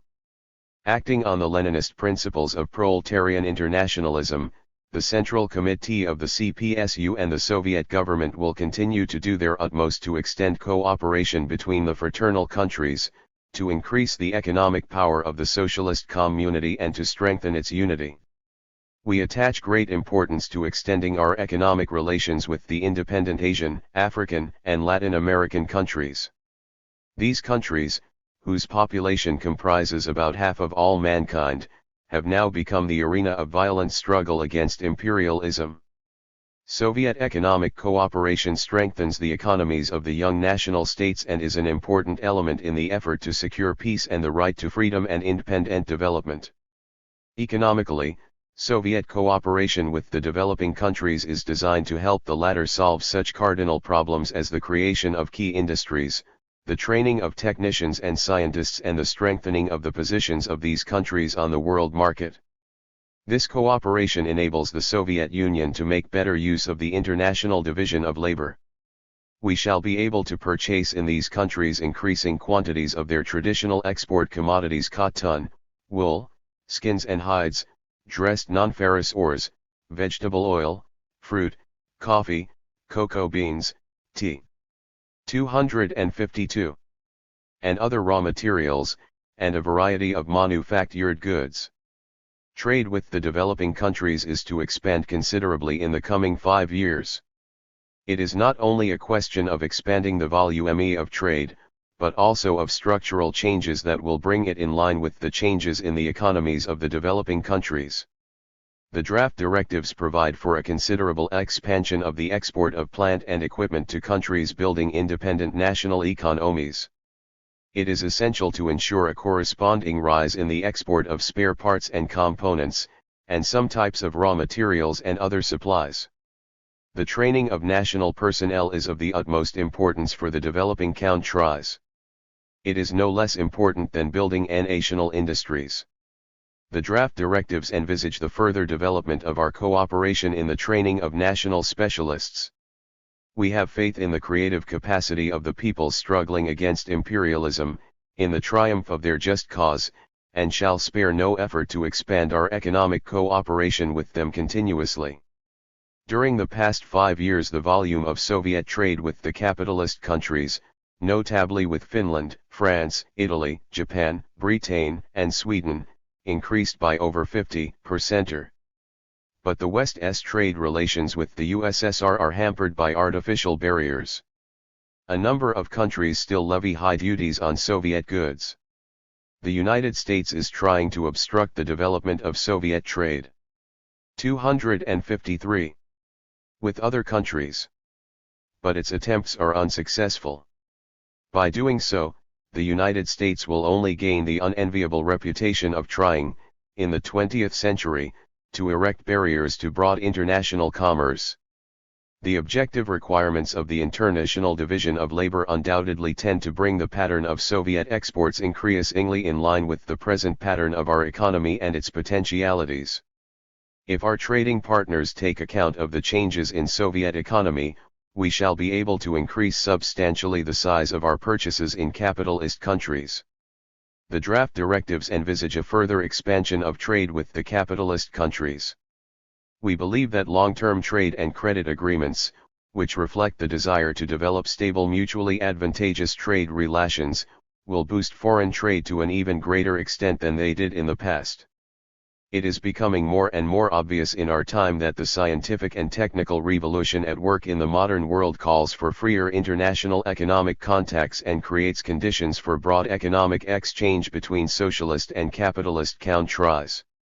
This process, for its part, may have a beneficial effect on the international situation. In the past 5 years, foreign trade helped us solve a number of important economic problems. But we are still not making the most of the opportunities that the development of foreign economic relations offers us. The time has come for us to reappraise the role of foreign trade. All too often, the staffs 254 of our foreign trade organizations shut themselves up in their own sphere and lose sight of the fact that all their work should pursue the objective of raising the efficiency of our economy. It stands to reason that the long-term plan for foreign trade cannot take account of all possible contingencies and changes that occur on the world market. This makes it doubly important for our foreign trade specialists to know the needs of our economy and suggest the most advantageous purchases and sales. On the other hand, workers in industry often consider foreign trade as secondary. This attitude is wrong and has to be radically changed. Industry and the foreign trade bodies must extend their contacts. The new 5-year plan must contain measures that will substantially improve the commodity pattern of our export and import, make them more effective, better the quality of exports, improve trading methods and provide for a better use of imported goods. It is planned to considerably increase exports and to make them more effective. It is therefore essential to give priority to exports of plant, equipment, and other manufactured goods, and to increase exports of such raw materials, semi-finished goods, and materials which guarantee us good receipts of foreign currency. Our planners, industry, foreign trade bodies and transport agencies will have to work purposefully hand in hand to attain this important economic objective. In the coming 5 years, industrial development will provide additional opportunities. 255. For foreign trade. Even today many of the country's engineering works produce technically advanced equipment of original design. It is therefore doubly insufferable that this first-class equipment, the fruit of the creative thought and skill of our wonderful engineers and workers, does not reach foreign markets just because due attention is not paid to its proper finishing and technical documentation, due to a lack of servicing and the absence of advertising. Until recently we tended to underestimate the importance of trading in patents and licenses. Such trade is playing an increasingly prominent role in the world today and is developing faster than commerce in industrial goods. Our scientific and technical personnel is able to create, and this has been proved in practice, up-to-date machines and equipment. We can, and must, therefore, assume our due place in the world's license market. In some cases, we, too, could profit by purchasing licensees, rather than developing the problem concerned ourselves. Purchase of patent rights abroad will enable us to save hundreds of millions of rubles on scientific research during the coming 5 years. One of the big tasks in the new 5-year plan is to increase production of the most effective types of goods for export. Ministries and planning bodies must seriously tackle this task.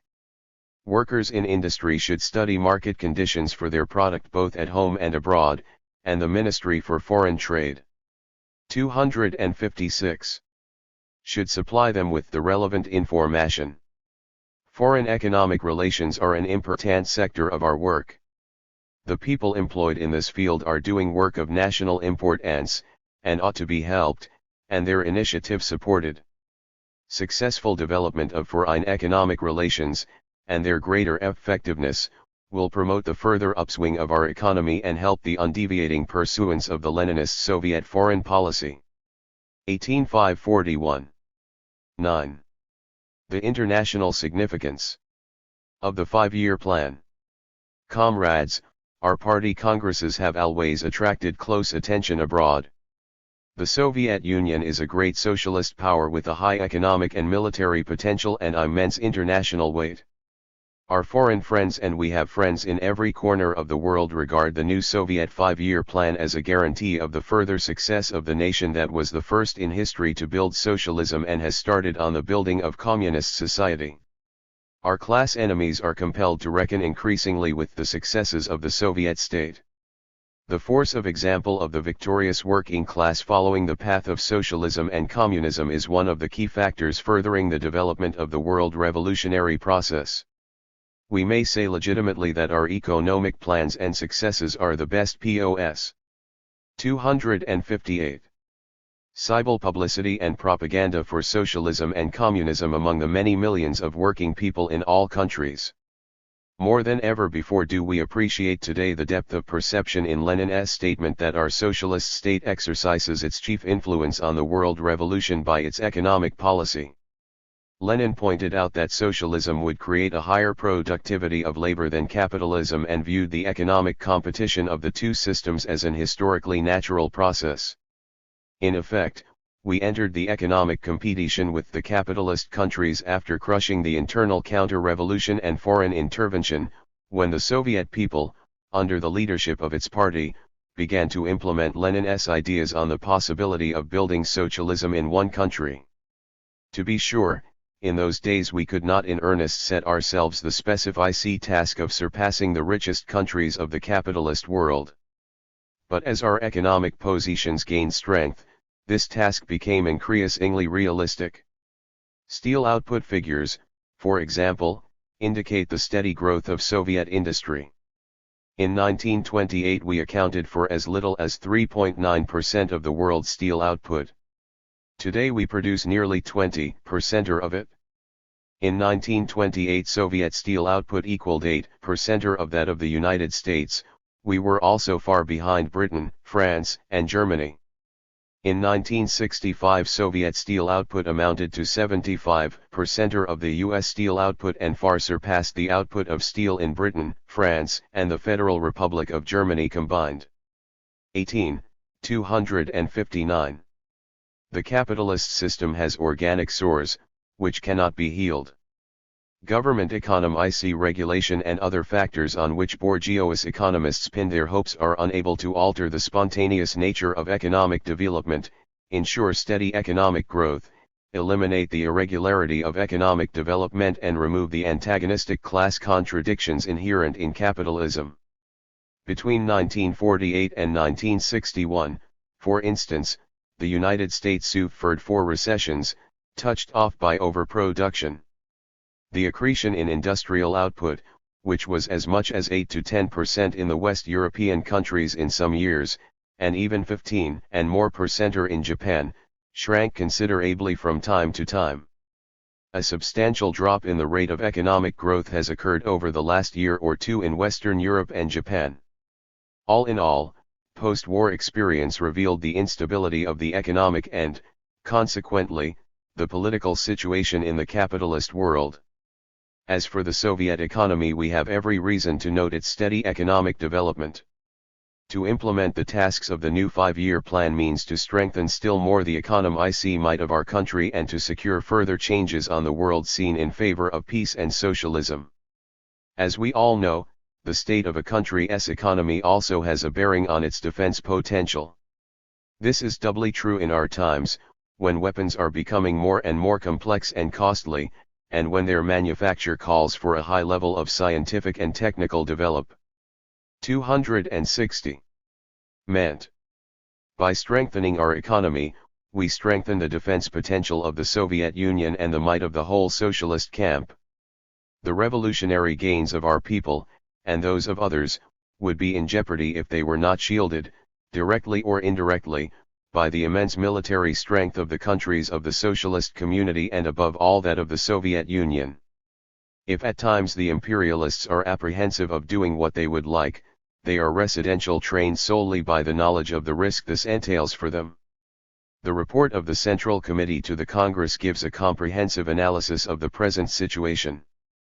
The world's situation today is characterized not only by the further growth of the forces of socialism and progress but also by attempts of world reaction to consolidate its positions and, wherever possible, to assume the counter-offensive and recoup its losses.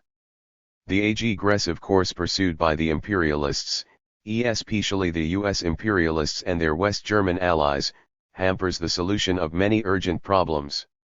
In Southeast Asia, the USA has embarked on undisguised aggression, which is casting a sinister shadow on the international NAL situation as a whole. The Soviet Union is giving extensive support to the freedom-loving Vietnamese people. We shall continue to give them assistance in the necessary proportions, until the Vietnamese people bring their heroic struggle against the interventionists to a victorious end. The US has used the war in Vietnam to be 261. A new stage in the arms race. Washington is drawing up plans for a further build-up of its armed forces. U.S. Congress has allocated an additional sum of over $13,000 million for the war in Vietnam, with total war appropriations for the next fiscal year mounting to more than $60,000 million. In the circumstances, we naturally cannot afford to relax our efforts in the sphere of defense. We have to bear in mind what Lenin said on this score. Having tackled our peaceful construction, he said, we shall apply all our strength to continue it without interruption. At the same time, comrades, be alert, cherish the defense capacity of our country and our Red Army as the apple of your eye, and remember that we have no right to relax even for an instant in safeguarding our workers and peasants, and their gains. The Central Committee of the CPSU and the Soviet government will, as before, consider as their prime task to reinforce our armed forces, which exist for the purpose of safeguarding socialism and the peaceful labor of the Soviet people. The facts show that just as the development of our economy has an increasing influence on the international position of the Soviet Union and on the world's situation, so the world's situation, in turn, has an influence on our plans, and on the course, rates, and prospects of our economic development. If matters depended solely on ourselves, we would surely have made substantial cuts in our military spending and correspond. 262.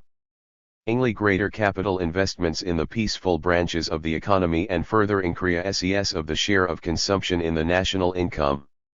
We have said repeatedly, and say again, that we consider the arms race, which the imperialist powers, notably the USA, have imposed upon mankind, as harmful and dangerous. The Soviet Union has done and continues to do everything in its power to end this senseless waste of human labor, energy, and resources. We reiterate once more that the policy of the Soviet Union is designed to safeguard peace and promote the struggle against all the forces that wish to plunge the world into war. Our main concern is to avert the threat of a new world war. Any initiative genuinely directed at maintaining and strengthening peace will meet with positive response and support on our part. The Soviet government declares its willingness to cooperate with all governments that favor, or will favor, an easing of international NAL tension and a strengthening of the security of the peoples. As before, we shall strive to make the principles of peaceful coexistence determinative in the relations between countries with different social systems. Implementation of the program for improving the international situation set out in the report of the CPSU would serve this purpose splendidly. Despite the complexity of the international situation, we communists look to the future with justified optimism. Today, when our country is in the full bloom of its power, when 203.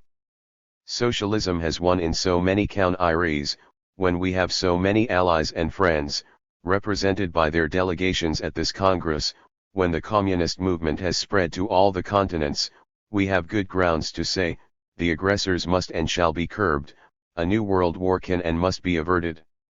To turn this possibility into reality, the CPSU and the Soviet government are advocating an enduring and dependable front of opponents of a new world war.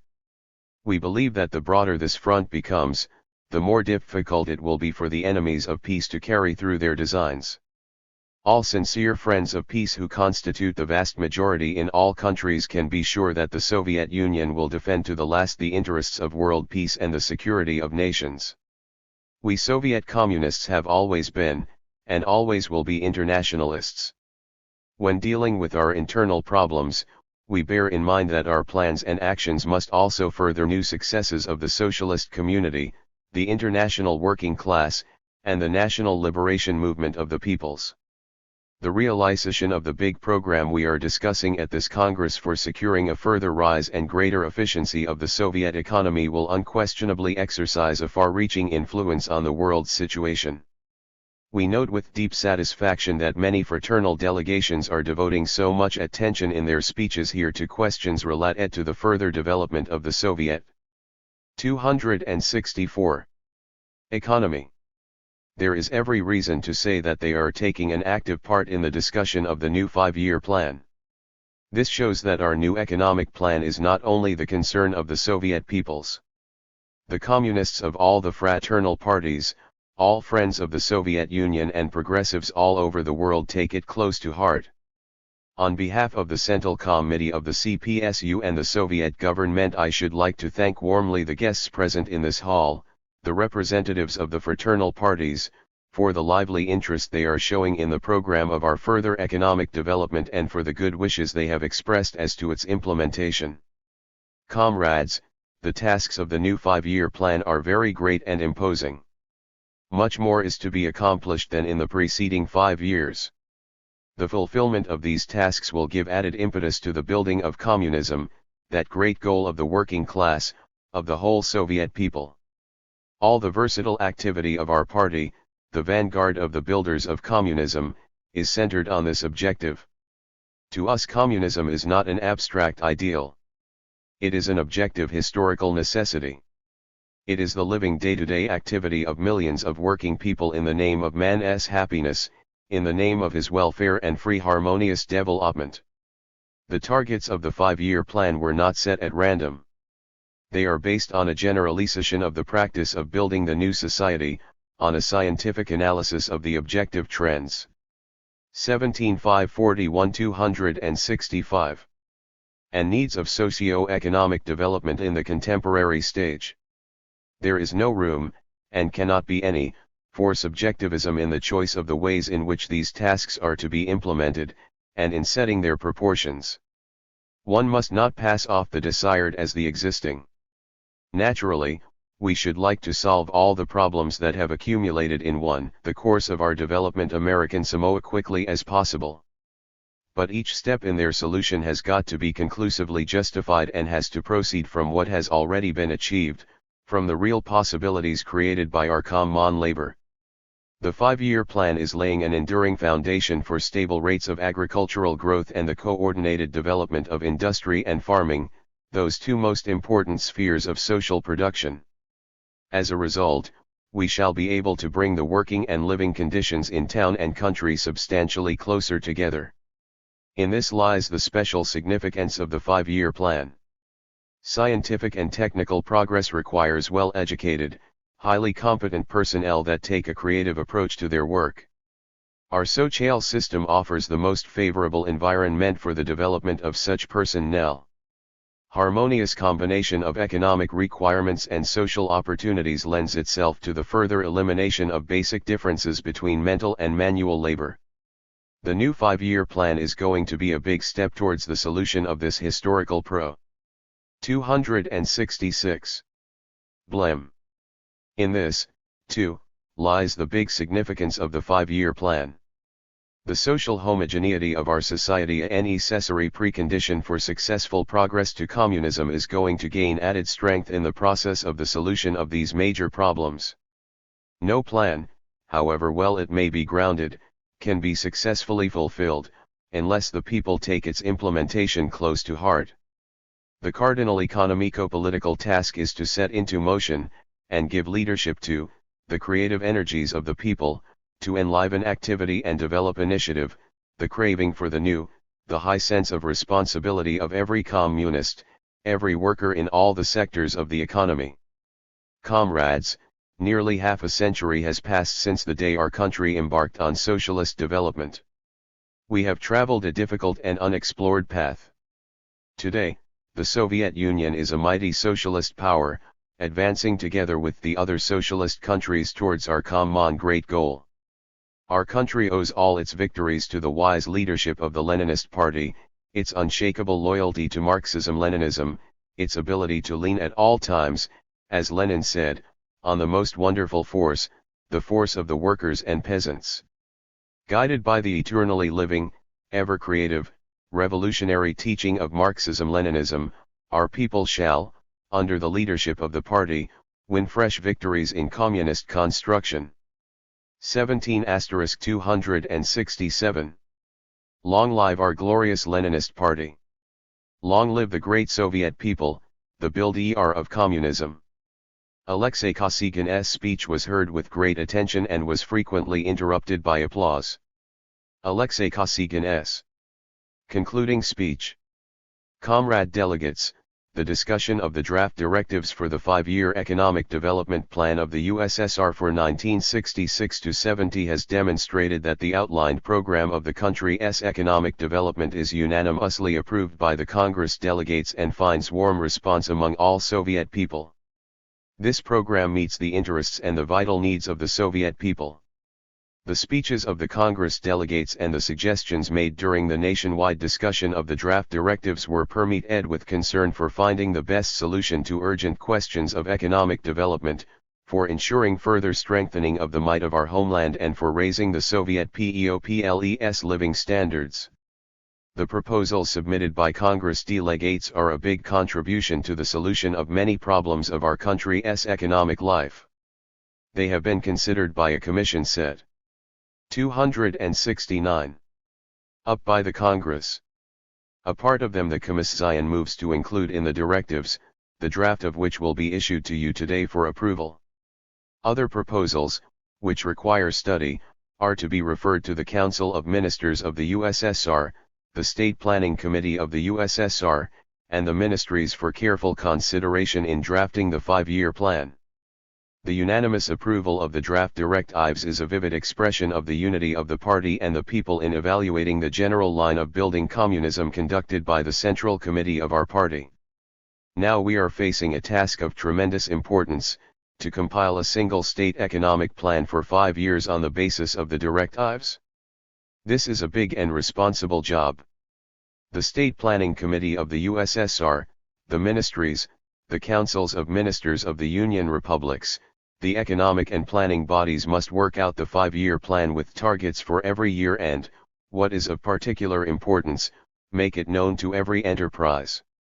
This new 5-year plan must be drawn up within 4 of 5 months to be submitted to the session of the USSR Supreme Soviet for consideration. The work for drafting the plan for 5 years must be carried out on truly scientific principles with due consideration for new conditions of economic management. No subjectivistic approach to the solution of economic problems can be permitted. This work calls for creative approach, economic justification of the plan's targets and selection of the most effective ways. 270. Of developing production on the basis of the latest achievements of science and engineering. Research and designing institutes, scientists, specialists in all branches of the national economy should be drawn into the work for the drafting of the 5-year plan. Greater use should also be made of the experience of innovators and foremost workers.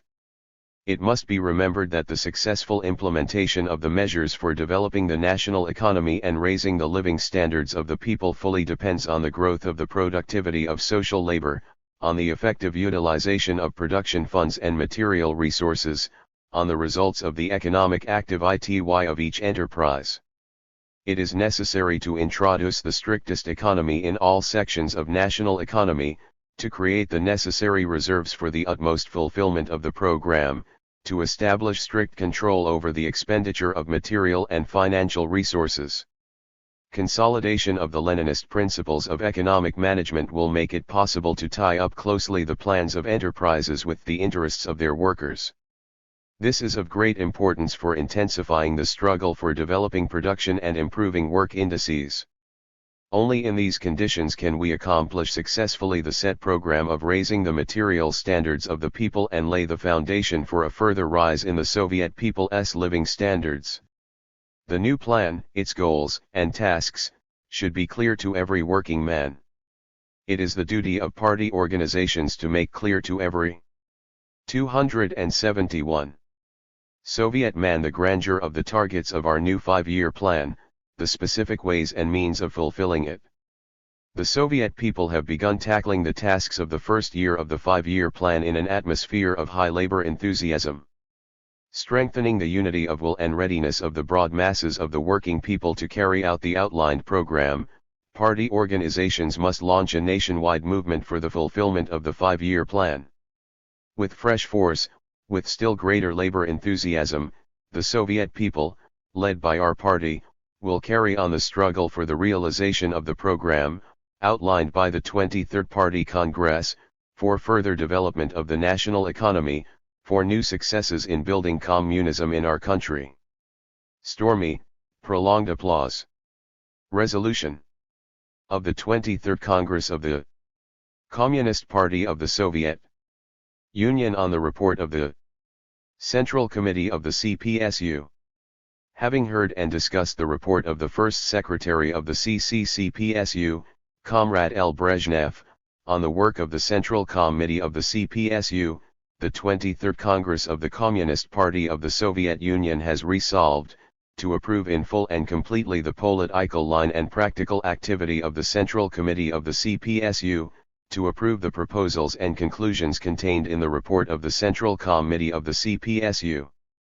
In the period under review, the activity of the party was based on the line defined by the 20th to 22nd Congresses and was directed at fulfilling the program of the CPSU, at building the material and technical basis of communism, further perfecting socialist social relations and the communist education of the working people.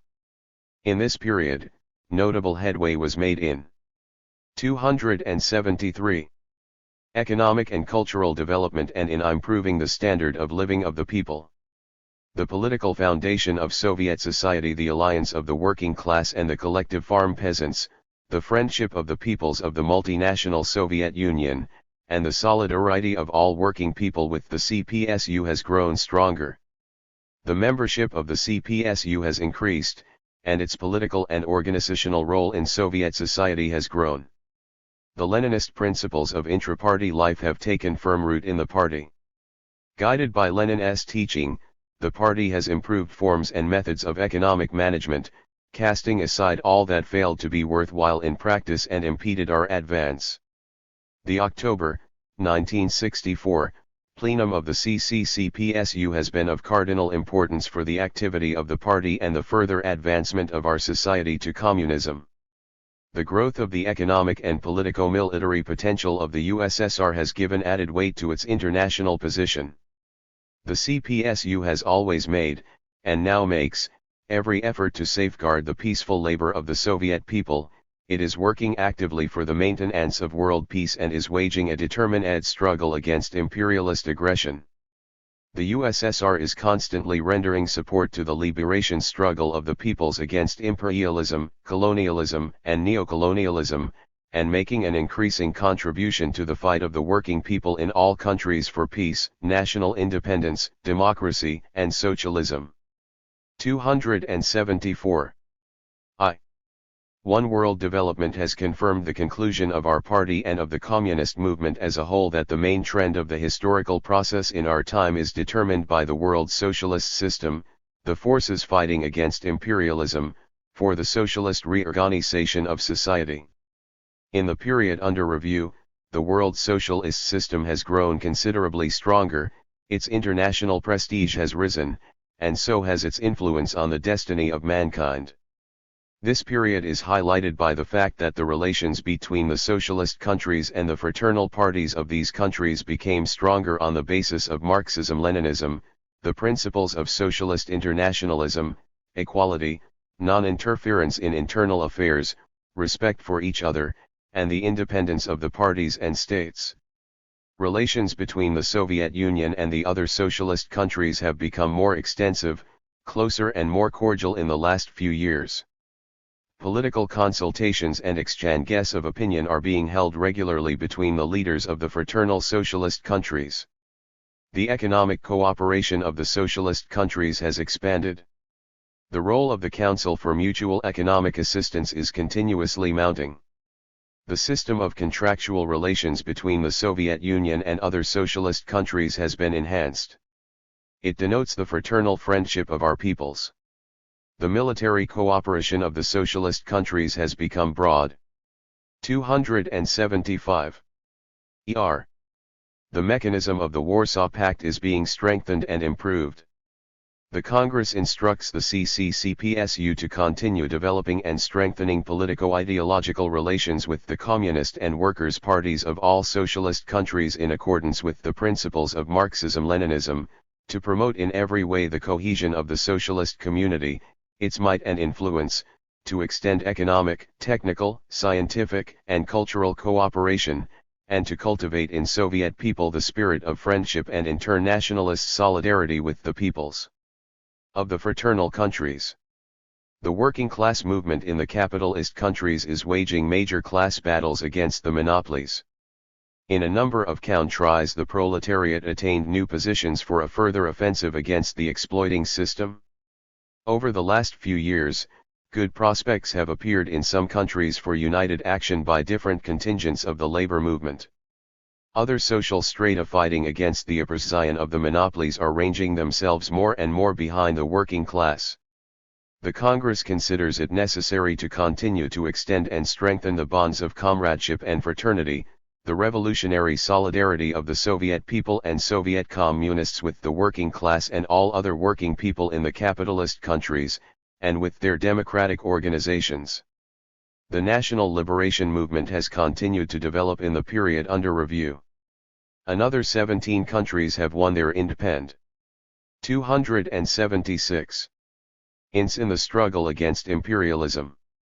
Many of the newly independent countries have entered a new stage, the stage of struggle for economic independence against the neocolonialist attempts of the imperialists to regain lost positions and obstruct social progress. Imperialism does not stand on ceremony, and often goes so far as to use armed force, in interfering in the internal affairs of the liberated countries. Lately the imperialists have stepped up subversion, particularly against the governments of countries where deep-going social reconstruction is underway. The new way of life in countries that have thrown off the colonial yoke is taking shape in ferocious clashes with the treacherous imperialist enemy and reactionary domestic forces which depend on imperialism for support in their efforts to guide the young states along the capitalist path. However, the peoples are more and more coming to associate the consummation of the national liberation revolution, the elimination of their age-old backwardness and the improvement of their living conditions, with the non-capitalist path of development.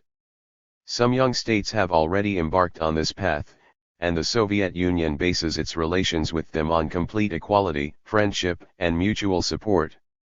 The Congress instructs the CPSU to continue to support the peoples fighting against colonial oppression and neocolonialism, to develop all-round cooperation with the newly independent countries, to promote in every way the consolidation of the anti-imperialist front of the 277 peoples of all continents, and to extend its contacts with the communist and revolutionary democratic parties of the young national states. 2. Guided by the Marxist-Leninist general line worked out by collective effort at the 1957 and 1960 meetings, the world communist movement has, in the period under review, consolidated and extended its positions as the most influential political force of our time. In the period under review, the international activities of the CPSU were marked by the determination to enhance fraternal solidarity with the Communist and Workers' parties, working with them to carry out the general line of the world communist movement and promote the unity of the great army of communists all over the world. The Congress considers it necessary to continue the policy aimed at strengthening the world communist movement, promoting united action by all fraternal parties in the struggle against imperialism, their common enemy, for the victory of peace, democracy, national liberation and socialism. The Congress believes that multilateral and bilateral meetings of fraternal parties, regular exchanges of opinion and comradely discussions of current issues constitute a useful practice, which has proved to be a good way of cementing the unity of the communist movement. Like the majority of the fraternal parties, the CPSU considers it desirable to convene a new international conference of communist and workers' parties when the conditions are ripe for it. 2 feet 8 inches. The Congress approves the line and practical measures of the CPSU for adjusting the differences in the world communist movement on the principled basis of Marxism-Leninism, the 1957 Declaration and the 1960 Statement. The Congress approves the activities of the CPSU and the concrete measures aimed at adjusting differences with the Communist Party of China on the principled basis of Marxism-Leninism. The Congress expresses confidence that our parties and the peoples of our countries will eventually overcome the difficulties and march shoulder to shoulder in the struggle for the common great revolutionary cause. Strict observance of the rules governing relations between parties, of the principles of equality, independence, and non-interference in each other's internal affairs, as defined in the 1960 Statement, is an imperative condition for the cohesion of communist ranks. The CPSU opposes hegemonistic trends in the communist movement and advocated true equality and fraternal relations between all parties along the principles of proletarian internationalism. The politico-ideological cohesion of the communist ranks, for which the CPSU will continue to work perseveringly, presupposes uncompromising struggle by the Marxist-Leninists against right and left revisionism. Deviations to the left or right of the Marxist-Leninist line are doubly dangerous when associated with nationalism and hegemonistic ambition. It is most important for the further progress of world communism that the new problems arising in world development and in the PROC. 279. Ties of the revolutionary movement should be solved creatively on the basis of Marxist-Leninist theory. 3. The balance of forces in the world keeps changing in favor of socialism, the working class and the national liberation movement. At the same time, the period under review is marked by an expansion of imperialist aggression and greater activity by the reactionaries. The deepening of the general crisis of capitalism, the exacerbation of its contradictions, are driving imperialism to greater adventurism and adding to the danger it presents to peace and social progress. More and more frequently, imperialism seeks an escape in armed provocations, all kinds of conspiracies and outright armed interventions. The period under review has confirmed the conclusion of the Moscow 1957 and 1960 meetings that the aggressive nature of imperialism has not changed. Recent events show that the imperialists have stepped up their subversive activities against countries that have taken the path of social progress. American imperialism is the chief reactionary force of our time, that has assumed the role of world gendarme. It interferes brazenly in the internal affairs of many countries and peoples in Africa, Asia, and Latin America, scorning their sovereignty, seeking to crush the national liberation movement by force of arms and restore colonial order, and persists in its provocations against revolutionary Cuba. The aggressive nature of U.S. imperialism is demonstrated most clearly by its criminal war against the people of Vietnam, the U.S. agrees. 280. SORs brutally bomb peaceful towns and villages in the Democratic Republic of Vietnam and use napalm, poison gas, and other inhuman means of extermination against the population of South Vietnam. West Germany, where the forces of revanchism and militarism are growing with the encouragement of the U.S. imperialists, has become a dangerous seat of international tension. These forces stubbornly seek access to nuclear missile weapons in order to use them for their own revenge-seeking aggressive ends. The international situation imperatively calls for the unity of all anti-war, anti-imperialist forces, and primarily for the unity of the world socialist system, all the contingents of the world communist, working class and national liberation movement, the peace-loving nations and states, and all champions of peace, irrespective of their political views and world outlook. To prevent a further aggravation of international tension, to secure lasting peace and the free development of peoples, it is essential that broad sections of the people in the peace-loving countries, all political parties and public movements, firmly repulse the aggressors. 4. The Communist Party of the Soviet Union proceeds in its foreign policy from the basic interests of the Soviet people and its internationalist revolutionary duty to the fraternal socialist countries and the working people of all countries. The foreign policy of the Soviet Union, together with that of other socialist countries, is aimed at securing favorable international conditions for the building of socialism. 281. And communism, strengthening the unity and cohesion, the friendship and fraternity of the socialist countries, supporting the national liberation movements and maintaining all-round cooperation with the young developing countries, upholding consistently the principle of the peaceful coexistence of states with different social systems, firmly repelling the aggressive forces of imperialism and deliver mankind from the threat of a new world war. To consolidate and protect peace, it is necessary to build up continuously the might of the peace-loving forces, to promote their activity and to secure the participation of the broad masses in the struggle for peace.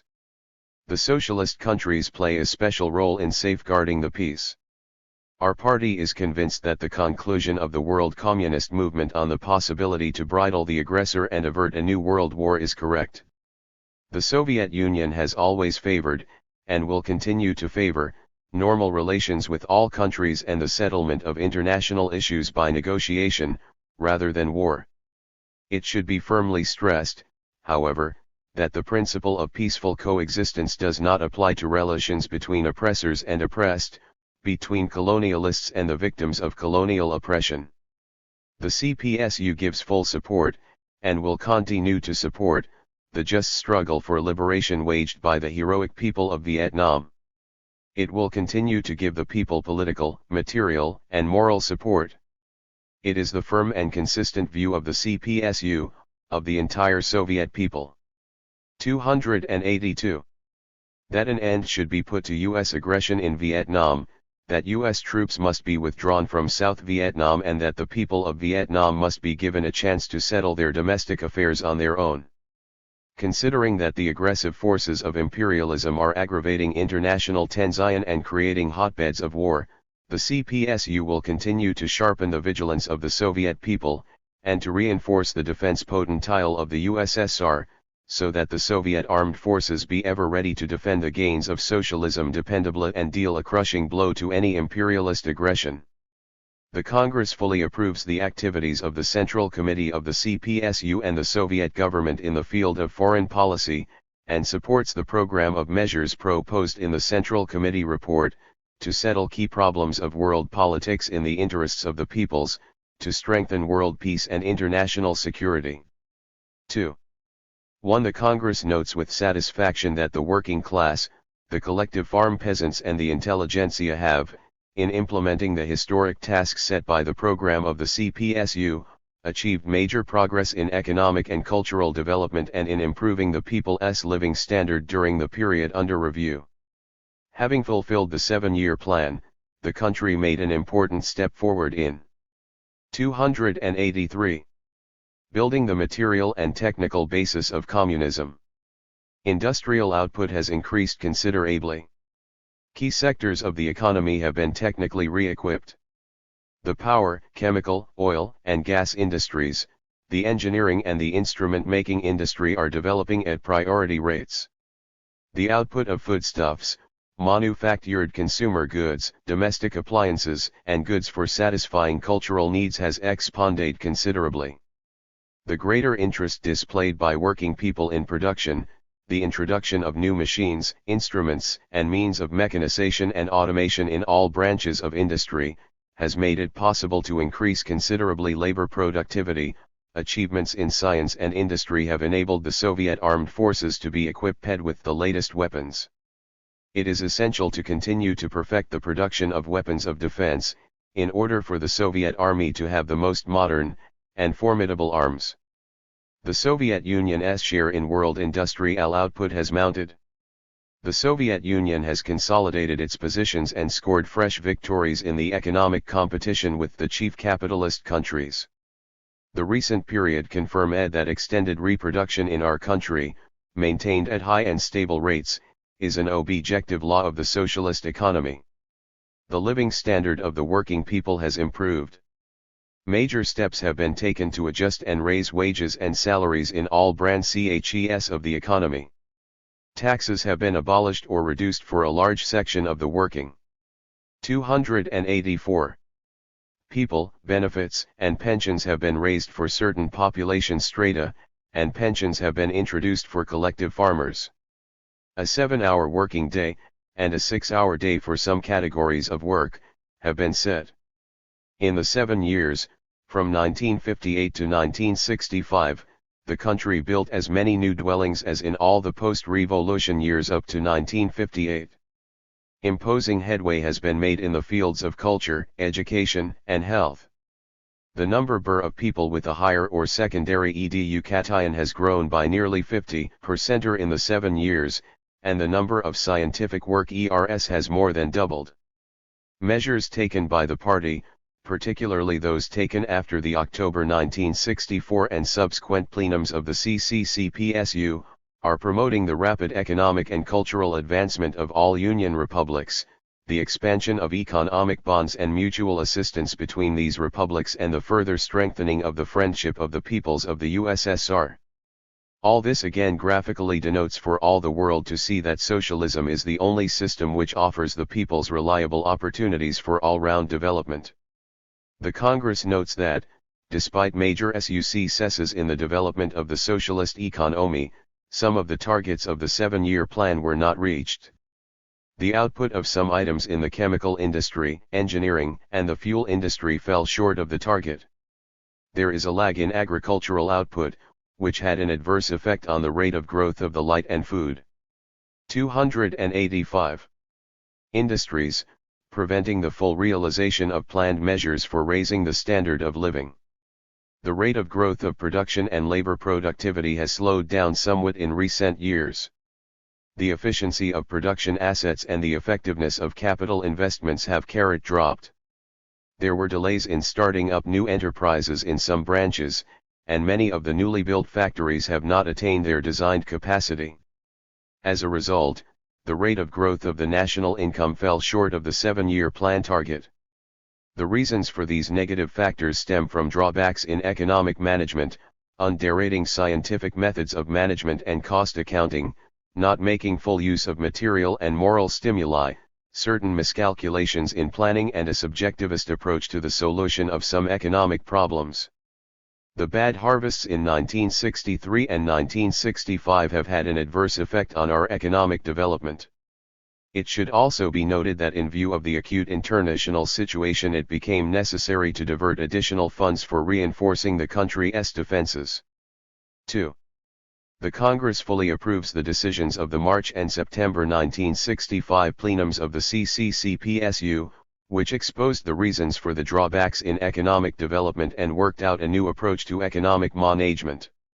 The new system of management creates more favorable conditions for the rational use of the country's gigantic productive forces, for a rapid rise of the nation's well-being. 286. And the full utilization of the advantages of the socialist system. The Congress instructs party, government, and economic organizations to pursue consistently the principles of the party's economic policy, permitting a combination of centralist management for each industry with the extension of the powers of Union republics, stressing economically efficient methods of management, a radical improvement in planning, an extension of the independence and initiative of enterprises, and the enchanting of the employees' material interest in the results of their work. The implementation of the new system of planning and economic stimulation is one of the most important tasks for the immediate future. Under the new conditions, it is also necessary to lay greater stress on the moral stimuli of production, on strengthening labor discipline, cultivating the attitude that labor is a patriotic duty, and instilling in every employee a sense of responsibility for the state of affairs at his factory, building project, or office, and to make the most of the vast opportunities for this provided by the new system of economic incentives. The Congress instructs the industrial ministries to ensure the more rapid application in production of scientific and technical achievements, closer contact between factories and research and designing organizations, and the extensive development of specialization and cooperation in production. Party, government, and economic bodies must work perseveringly to strengthen state discipline, root out bureaucratic methods. 287. Of management and do away with the narrow departmental approach and parochialism. 3. The 5-year Economic Development Plan of the USSR for 1966-70 is an important stage in the effort of the party and the Soviet people to build the material and technical basis of communism and further strengthen the economic and defense might of the country. The Congress considers that the main economic task of these 5 years is to secure a further considerable growth of industry and high stable rates of agricultural development through the maximum utilization of scientific and technical achievements, the industrial development of all social production, the enhancement of its efficiency and labor productivity, and thereby attain a further substantial rise in the living standard and cultural level of the people. In the new 5-year period, it is essential to make better use of all available opportunities for securing higher rates of economic growth. The productive forces built up by the heroic labor of the Soviet people make it possible, while continuing to develop heavy industry, to extend more rapidly those branches of social production which cater directly to the material and cultural needs of the people. The Congress considers it necessary in the coming 5-year period to secure a more rapid growth in social production, in the national income and in the real incomes of urban and rural dwellers than in the preceding 5 years, an evening out of the rates of growth of Pro. 288. Reduction of the means of production and production of consumer goods, a further rapid development of industry, with priority given to the power industry, metallurgy, engineering, the chemical industry and electronics, a considerable increase in the output of farm products, an acceleration in scientific and technical progress and a higher efficiency in social production, further technical re-equipment of transport and communications, an increase of 50% over the preceding 5 years. In capital investments in the economy, including a 100% increase of investments by the state in agriculture. Greater returns per invested ruble and a substantial improvement of basic proportions in the economy through more effective use of the material resources and finances allocated for economic development, increase in construction, in the capacity of the building industry, a reduction of the time allotted for construction, better quality construction and assembly at lower costs, an improvement in the distribution of the productive forces and a comprehensive development and specialization of the economies of the Union republics and economic regions, accelerated development of the economy of the eastern parts of the country, a further strengthening of economic ties with the fraternal socialist countries and the developing states, a development of mutually advantageous 289. Vantageous trade with the capitalist countries. 4. The Congress attaches prime importance to the development of agriculture on the basis of the economic measures worked out by the March 1965 plenum of the CPSU. The chief means of increasing the output of farm products is to consistently intensify farming on the sound basis of mechanization, electrification, and chemicalization, coupled with far-flung melioration schemes in areas with an unfavorable climate. As before, it is the most important task in agriculture to increase the production of grain. Raising the yield per hectare is the decisive condition for speeding the rate of agricultural development in general, and grain production in particular. For this purpose, it is essential that effective measures be taken to enhance soil fertility and the technique of land cultivation both on a nationwide scale and by each collective and state farm. A considerable upsurge in the socialized animal husbandry shall be ensured by boosting the output of field farming and increasing the productivity of natural pastures. The Congress considers that both the collective and state farm forms of socialized economy should be further strengthened and promoted in order to attain planned targets for a growth in agricultural output. More importance should be attached to state farms as model socialist enterprises in the countryside. The Congress instructs the CPSU to examine the question of setting up collective farm cooperative bodies in the districts, regions, territories, republics, and in the center. 290. 5. The Congress considers that in the coming 5 years a further rise in the standard of living must be ensured by raising the wages and salaries of industrial and office workers, increasing the incomes of the collective farmers from the socialized economy, establishing guaranteed payment for labor at all collective farms, increasing cash payments and benefits from public funds, further improving the pension scheme for industrial and office workers and collective farmers, and considerably improving communal services and cultural facilities for both the urban and rural population. With the growth of the output of consumer goods and the accumulation of commodity and financial resources, measures must be taken to reduce state retail prices for various foodstuffs and manufactured goods, primary for children's goods. The Congress sets a further expansion of the scale of housing construction and provision of cultural facilities and services in town and country as a cardinal task. To create better conditions for work and leisure for the people, a working week with 2 days off without reducing the number of working hours per week, shall be gradually introduced as enterprises become ready to operate under the new system. 6. An extremely important task of party and economic organizations, of all workers in industry, transport, agriculture and construction is to ensure a high rate of growth of labor productivity through the technical re-equipment of all branches of the economy, broad utilization of 20*291. Advanced methods of work and the employment of all potentialities. Scientifically organized production and the application of the latest achievements of science and technology in the economy must create increasingly favorable conditions for the highly productive work of all workers. Economic bodies and party organizations at enterprises must perseveringly work towards the overall mechanization of production processes, the consistent reduction of the share of manual labor, a more rational utilization of manpower and broad application of a scientific organization of labor.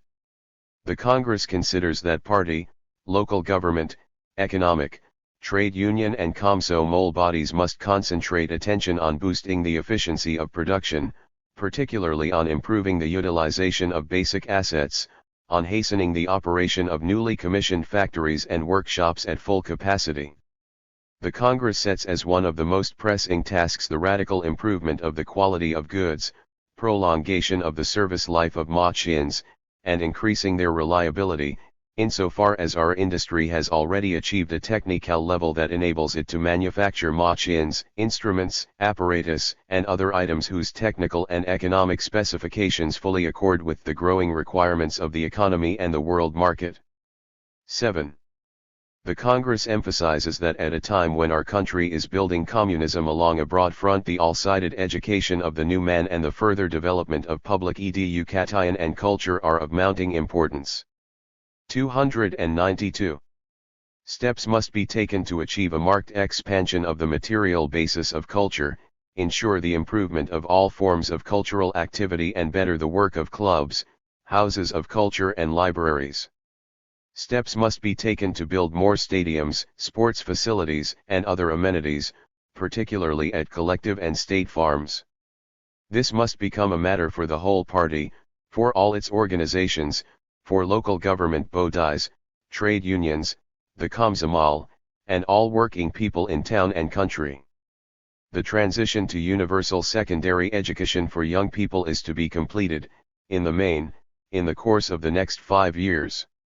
The quality and content of general, vocational and polytechnical instruction must conform with modern standards.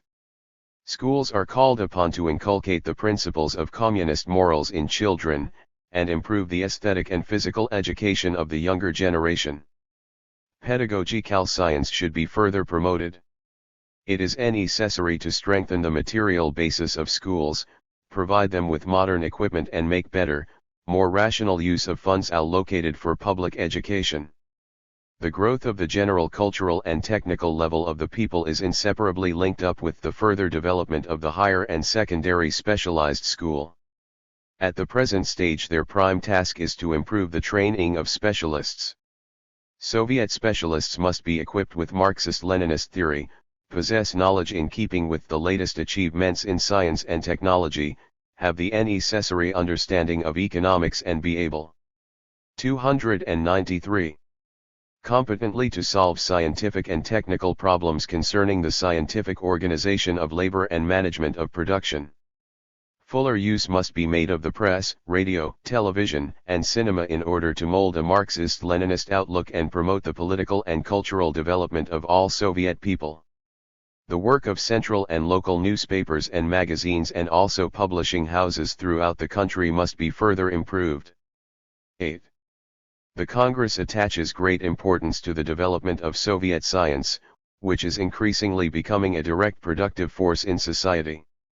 The work of our scientists must be directed towards the further solution of pressing scientific problems of modern times, towards accelerating scientific and technical progress to the utmost and securing high rates of growth of labor productivity.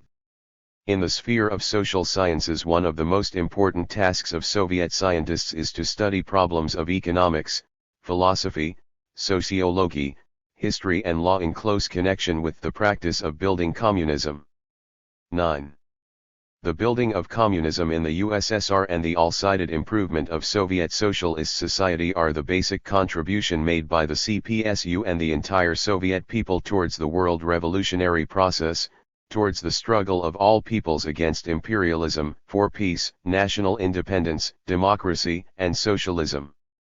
The international significance of communist construction in the USSR is that it enhances the economic, political, and defense might of the 294 whole socialist system and helps to spread and consolidate the ideas of socialism throughout the world.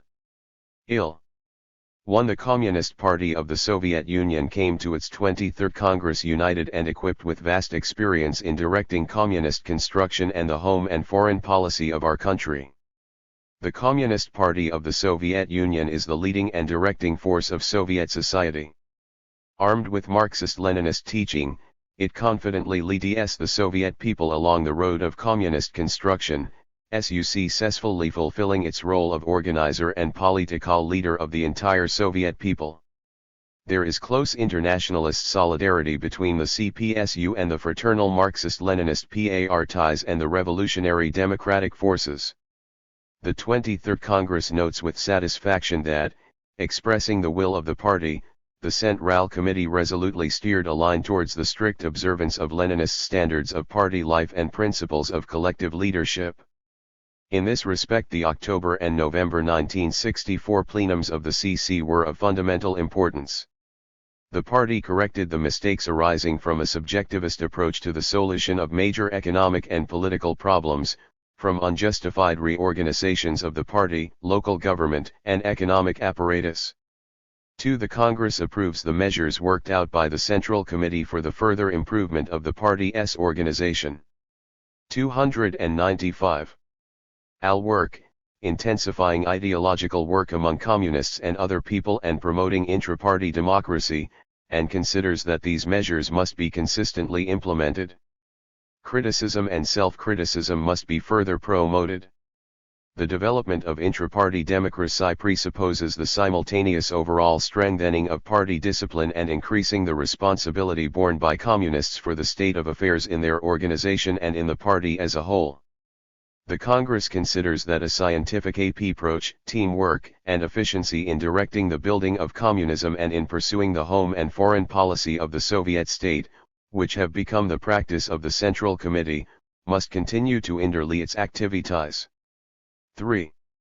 The Congress notes that the growing prestige of the CPSU increases the desire of Soviet people to tie in their lives with the party ideologically and organizationally, to become members of the party. At the same time, the Congress considers it a mistake that some party organizations have violated the principle of individual selection, demanded less of people joining the CPSU. The Congress makes it binding upon all party organizations to pay greater attention to admission into the party. Foremost, politically conscious workers, collective farmers, and intellectuals, who are active in the building of communism, must be accepted in the CPSU strictly on the terms stipulated in the party rules. In the party's social composition, workers must continue to occupy the leading place. 296. Concern for the purity of the party ranks, that each communist should be worthy of being and justify the name of member of the Leninist Party, is a law of party life, of all party organizations. The party will continue to purge itself of unworthy people, of those who infringe upon the party program and rules, who by their behavior compromise the name communist. 4. The Congress considers that all party organizations should focus their attention on the drive for the successful fulfillment of the new 5-year economic development plan. Party organizations must see to it that the principles of socialist economic management evolved by the March and September plenums of the CPSU, the new principles of planning and economic stimulation of production, are consistently implemented. At the same time, they must carry on with the usual methods of organizational and educational work, avoid substitution and petty patronage of local government and economic organs. The Congress notes with satisfaction that the rural district party committees, which have been reinstated as political bodies with all political rights, have been firmly re-established as militant and authoritative executors of party policy in the countryside.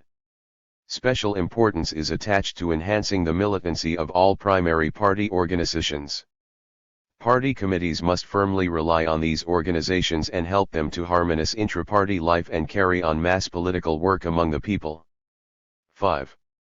The Congress emphasizes that the GRO 19541, 297 scale and complexity of the tasks of building communism require a stricter approach to the selection, promotion, and education of personnel. Command posts must be filled by people who are devoted to the ideas of communism, are well versed in their respective fields, are in constant contact with the masses, and are able to organize them to carry out the tasks on hand. Young energetic people must be promoted boldly and their energy combined with the experience of older cadres. The transition to the new system of social economic management makes it imperative for executives to master methods of economic leadership. 6. The Congress attaches great importance to correct organization of control and verification of fulfillment of the decisions of the party and the government. Party organizations must direct the work of people's control bodies and provide the necessary assistance. The role of the CPSU Party Control Committee and the PARTI commissions of local party bodies must be enhanced to make communists more responsibly for implementing party policy. 7. The Congress underscores the importance of further strengthening the Soviet state, of developing socialist democracy to the utmost. Special attention is attached to enhancing the role of the Soviets of working people's deputies to enable them fully to exercise their powers regarding economic and cultural development and seeing that decisions are carried out, to enable them to show more initiative in settling questions pertaining to planning, finances and land, in directing local industries and service and coal. 298. Rural facilities for the population. The Soviets must enhance the responsibility of executive bodies, deputies and functionaries to the people, activate the work of their sessions and submit a broader range of questions for consideration. The Congress considers that the trade unions must play a bigger role in deciding problems of economic development, that they must participate more actively in drawing up state plans and in the management of production. The duty of the trade unions is to promote socialist emulation on a still greater scale, improve educational work among the people and show more concern for labor and living conditions of industrial and office workers. The Congress rules that party organizations must pay special attention to the communist upbringing of Komsomol members and all Soviet young people.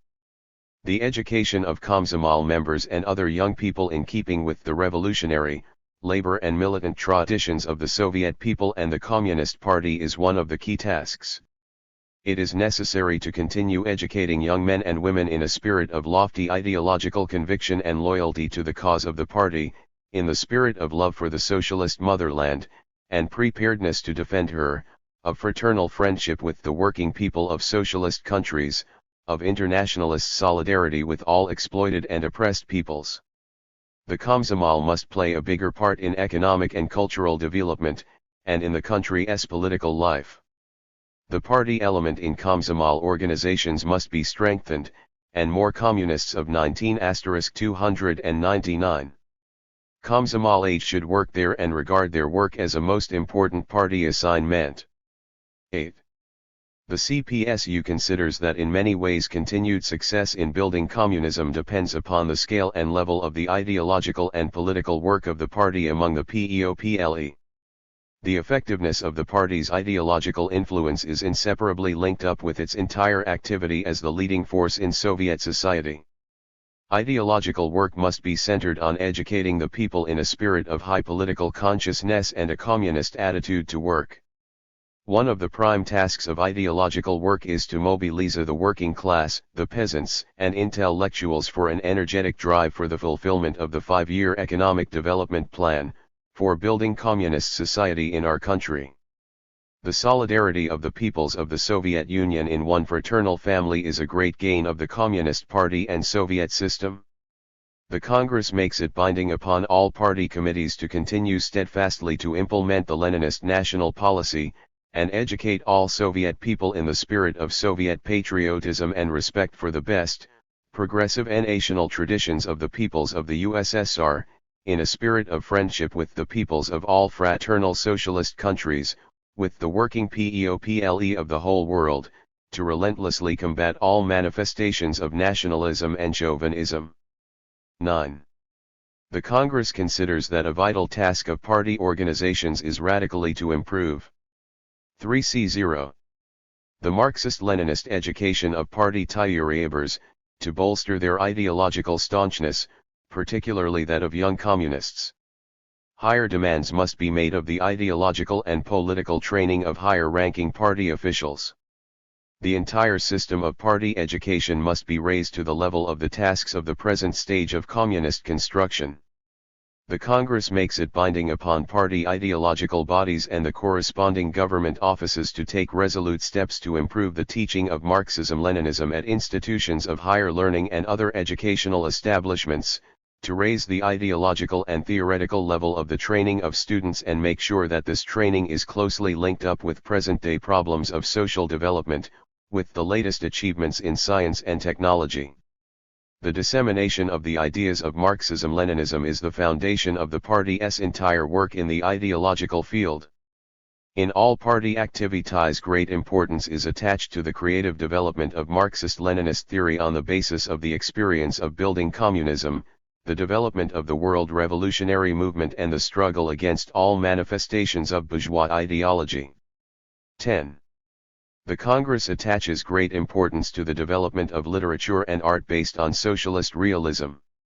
The party expects artists and writers to create new distinguished works, which would be fascinating for their profound truthful portrayal of life, the force of ideological inspiration, artistic values, and help to instill in Soviet people lofty moral qualities, devotion. 301.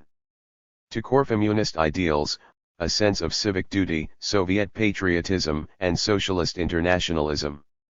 Artists' unions must play a bigger role in strengthening the link between art and the life of the people, in enhancing the responsibility of Soviet artists to society for their work, in educating them in a spirit of fidelity to the Leninist principles of partisanship and service to the people's cause. 11. The Congress makes it binding upon party organizations to secure marked improvement in mass political work.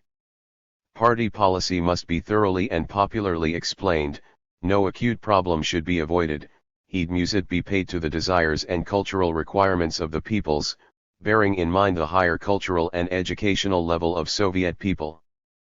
Political agitation must be founded on a well-organized system of information that constantly keeps the PEOPLE abreast of the country's political, economic, and cultural development and the international situation. Party, government, economic and civic leaders must regularly report to the PEOPLE on matters concerning home and foreign policy, and the work of party, government, and public organizations.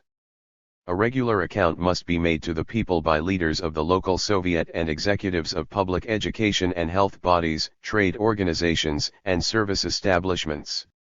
A consistent struggle must be waged against indifference to politics, survivals of private ownership mentality and Philistine sentiments, against manifestation of a nihilist attitude to the ideals and gains of socialism. 302.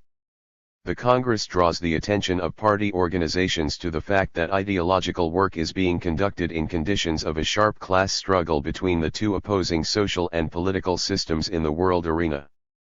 The interests of socialism and communism require greater revolutionary vigilance on the part of communists and all Soviet people, the exposure of the ideological sallies of imperialism against the Soviet Union and other socialist countries. The 23rd Congress of the CPSU has demonstrated the monolithic unity and high militant spirit of the party, Bolshevik principles and efficiency, intolerance of shortcomings and the preparedness to do everything to successfully carry out the new imposing tasks. The Congress calls upon all communists, workers, collective farmers, and Soviet intellectuals to mark the coming jubilees, the 50th anniversary of the Great October Socialist Revolution and the 100th birthday of Vladimir Ilyich Lenin, with a nationwide socialist emulation movement, a movement for communist work, with further achievements in the building of communism, with our country's worthy contribution towards strengthening the might of world socialism, and furthering the cause of the victorious development of the world revolutionary movement. The Congress expresses the confidence that the new plans drawn up by the 23rd Congress will be successfully fulfilled and that our count 303 try will take a further gigantic step along the road to communism. Forward to the triumph of communism under the invincible banner of Marxism-Leninism. Resolution of the 23rd Congress of the Communist Party of the Soviet Union on the CPSU draft of the directives of the 23rd Congress of the CPSU for the 5-year Economic Development Plan of the USSR for 1966-1970.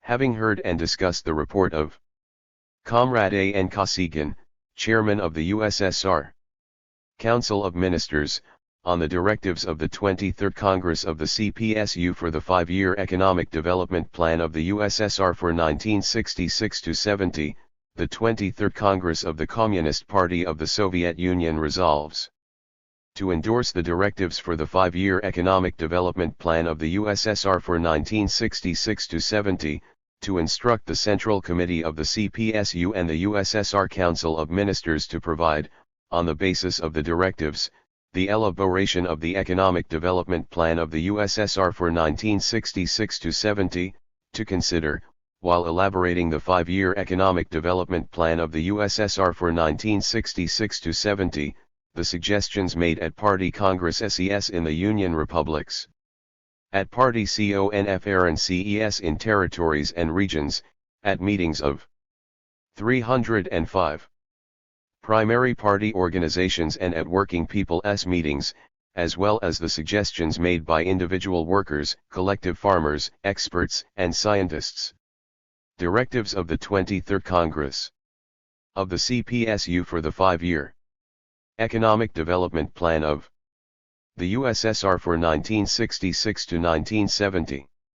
The 23rd Congress of the Communist Party of the Soviet Union points out that the Soviet people are following the Leninist general line and solving the historic tasks of communist construction in the USSR set out in the program of the CPSU. In fulfilling the 7-year plan, the Soviet people have achieved imposing successes in economic and cultural development and the advancement of science and technology. Fresh progress has been made in building the material and technical basis of communism. The economic potential and defense capacity of the Soviet Union have increased, and the living standard of the Soviet people has risen. The Soviet Union's international positions have become stronger in the past 7 years, and the influence of its policy of peace, focused on the solution of key international problems and, above all, the problem of averting another world war, has increased. Our successes epitome 307. Mise the vast possibilities of the socialist system and its basic advantages over capitalism. They help consolidate the world socialist community, advance the international working class and communist movement and proletarian internationalism, and expand the national liberation struggle of the peoples. The decisions of the October 1964 plenary meeting of the CPSU and those that followed it have a cardinal bearing on the further advancement of Soviet society along the path of communism. The measures taken to improve leadership of the country's political, economic, and cultural affairs constitute a new stage in the development of our socialist society. The decisions of the plenary meetings of the CPSU concerning agricultural development, improvement of industrial management and planning, and enhancement of incentives to stimulate production shape the principal trends and methods of economic development for the coming years. The economic policy pursued by the Party Central Committee and the Soviet government expresses the fundamental interests of the PEOPLE, and corresponds entirely to the Leninist principles of socialist management. It is related to the existing level of productive forces and is based on a scientific analysis of economic relations in Soviet society. The party considers further improvement of the life of Soviet people to be its most important task. The 23rd Congress of the CPSU considers that the economic development plan of the USSR for 1966-70 will mark a new important stage in 308. The building of the material and technical basis of communism, and will accelerate improvement of the living standard of the Soviet people. On fulfilling it, the Soviet Union will attain still higher standards in economic competition with capitalism, and will thereby exercise a strong influence on the invigoration of the world revolutionary process. Principal results of the economic development in the USSR in 1959-65. The substantial increase in the Soviet Union's economic potential, the rise in the nation's living standards and cultural level, and the strengthening of the country's defensive might is the most important result achieved in the past 7 years. Between 1959 and 1965, the country's basic production assets increased 90%. The national income, used for consumption and accumulation, was 53% higher in 1965 than in 1958. New natural resources were tapped and put to use in the economy. The educational level of the population and the technical proficiency of personnel mounted. Industrial output rose 84% instead of the 80% envisaged by the 7-year plan. Some 5,500 new big industrial plants went into operation, and power consumption per industrial worker increased 60%. The Soviet Union is in the van in outer space exploration, nuclear physics, mathematics. 310. TICS, electronics, radio engineering, metallurgy, rocketry, aircraft building, and other scientific and technical fields. Priority development has been given to the industries that secure technical progress and raise the effectiveness of social production. Electric power output has increased 120%, the output of engineering and metalworking 140%, that of the chemical industry nearly 150%, and the oil industry 120%, extraction and production of gas 330%. The percentage of oil and gas in the country's fuel balance rose from 32 to 52%. The steel output mounted to 91 million tons, which is almost 70% higher than in 1958. The technical reconstruction of transport has proceeded apace. The share of electric and diesel traction in the aggregate railway traffic rose from 26.4% in 1958 to 85% in 1965. The marine and river fleets increased considerably and were equipped with modern vessels. Marine tonnage grew by 150%. The aggregate length of trunk oil and gas pipelines grew 170%. Important measures based on the decisions of the March 1965 plenary meeting of the Central Committee of the CPSU are being taken to develop agriculture, which has been lagging behind industry during the past 7 years. These measures are having a beneficial effect on the state of affairs in farming and have enhanced the interest of collective farmers and state farm workers in the results of their labor. The total output of farm produce in 1965 was the highest ever, although the grain har. 311. Vest was less than that in 1964 due to unfavorable weather. The economies of all the Union republics have made good progress. Real incomes of the working people increased thanks to the increase in the national income. The minimum basic wages of factory and office workers were raised, as were rates and salaries for low and medium paid employees. Income tax was either abolished or reduced for a considerable section of factory and office workers. Pensions were established for collective farmers. Minimum pensions for some categories of pensioners were raised. Benefits for Great Patriotic War invalids were expanded. The grants and benefits received by the population out of public consumption funds were 74% or greater. Due to the growth of social production and the expansion of cultural and communal services, the number of workers and office employees swelled by 21 million people. The working day was reduced to 7 hours or even 6 hours for some categories. Consumption of manufactured goods and foodstuffs climbed. Retail sales increased 60%. Sales of foodstuffs and durable goods, such as TV sets, furniture, refrigerators, and washing machines, mounted considerably. House building is underway on a big scale. New houses with an aggregate floor space of 556 million square meters were built in 7 years, which is 90% or more than was built in 1952 to 58 and almost as much as from the October Revolution up to 1958. In the past 312 10 years, about one-half of the country's population moved into new flats or improved its housing. The target for new preschool establishments was surpassed. Innovators and inventors have been considerably more active in production, and their efforts yielded a saving of more than 10,000 million rubles in the 7-year plan period. The nation's economic advance could have been still more imposing if the objective possibilities implicit in our social system had been used more fully. During the 7-year plan period, serious deficiencies came to light in the development of some economic branches. 7-year plan agricultural output targets were not reached, and this had an effect on the economic development of the country. Output targets for some heavy industrial items have not been fulfilled.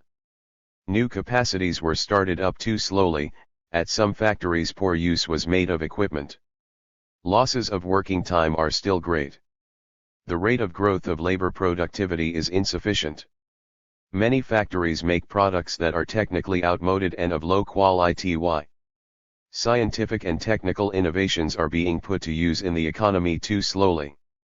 The deficiencies in economic development are largely due to the disparity that has appeared in the past few years between the steeply increased scale of production, the recently discarded methods of economic planning and management, and the system of incentives. The initiative of enterprises was held in check, their rights were restricted and their responsibility lowered. Cost accounting relations between enterprises 313 were largely of a formal nature. The operation of objective economic laws was underrated in economic planning and management. Subjectivism, arbitrary changes of proportions in the development of some branches of production, and economically unsubstantiated decisions all played a negative role. The last few years of the 7-year plan period coincided with the rise in international tension, touched off by U.S. imperialism, which launched aggression in various regions of the world. This necessitated allocation of additional funds to strengthen the country's defenses.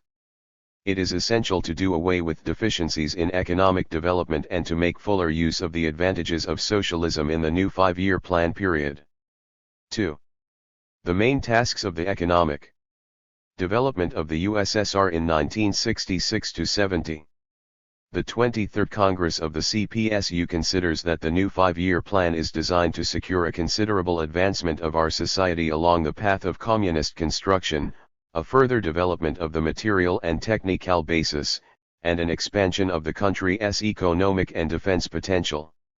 The party believes that the main economic task of the next 5 years is to secure a further considerable growth of industry and high stable rates of agricultural development through the utmost utilization of scientific and technical achievements, industrial development of all social production and the enhancement of its efficiency, and greater labor productivity, and thereby to achieve a substantial rise in the standard of living and fuller satisfaction of the material and cultural needs of all Soviet people.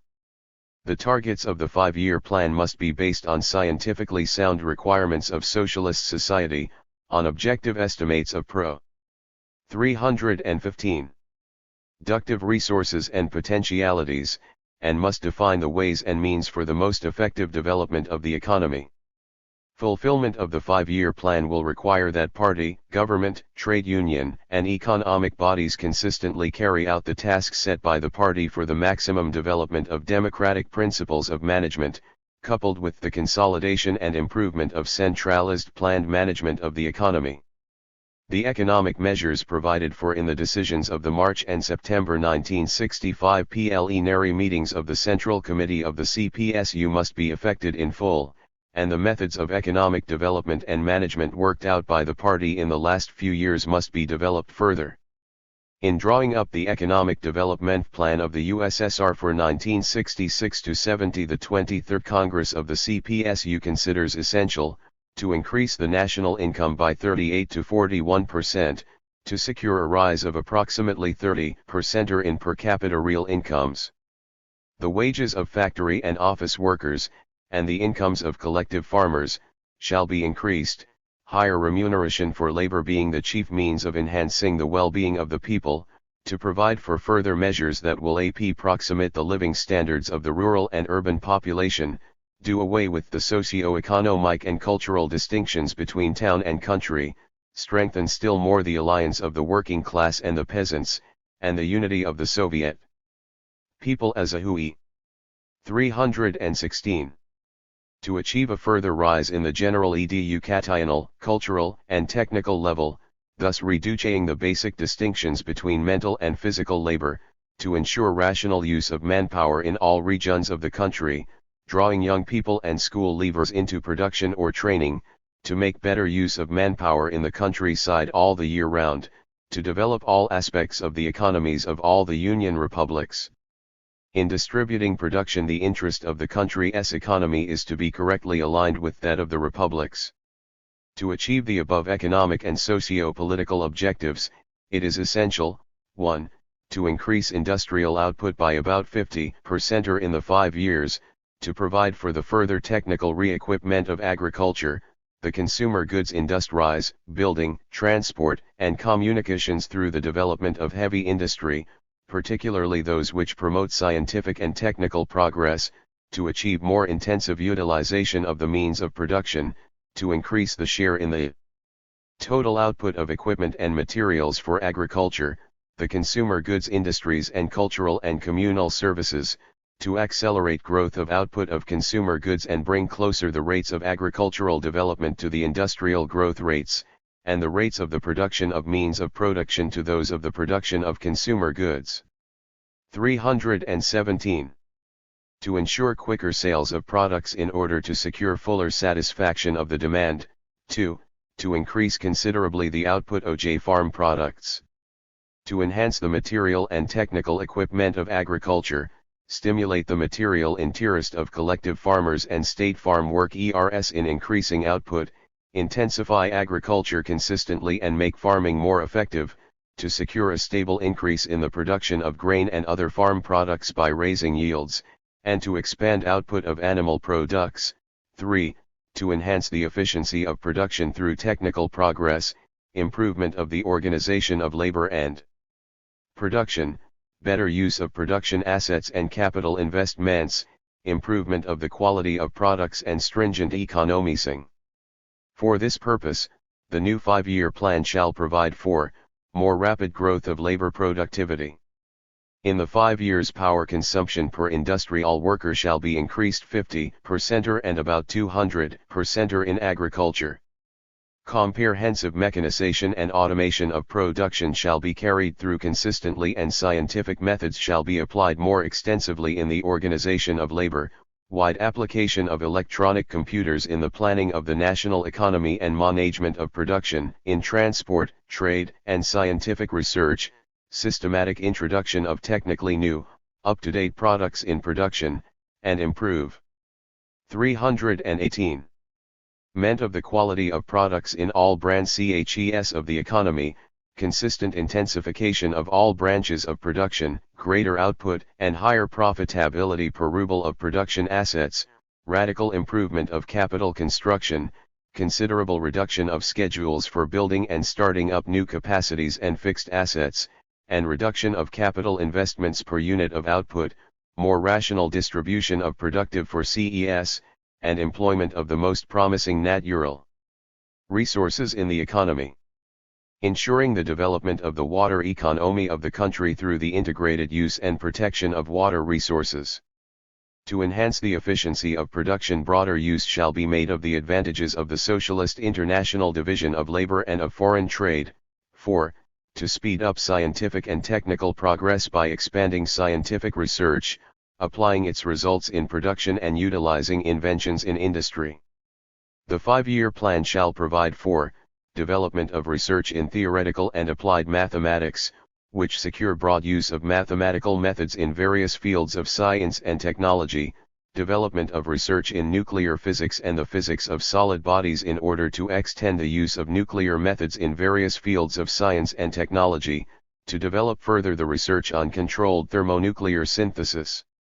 319.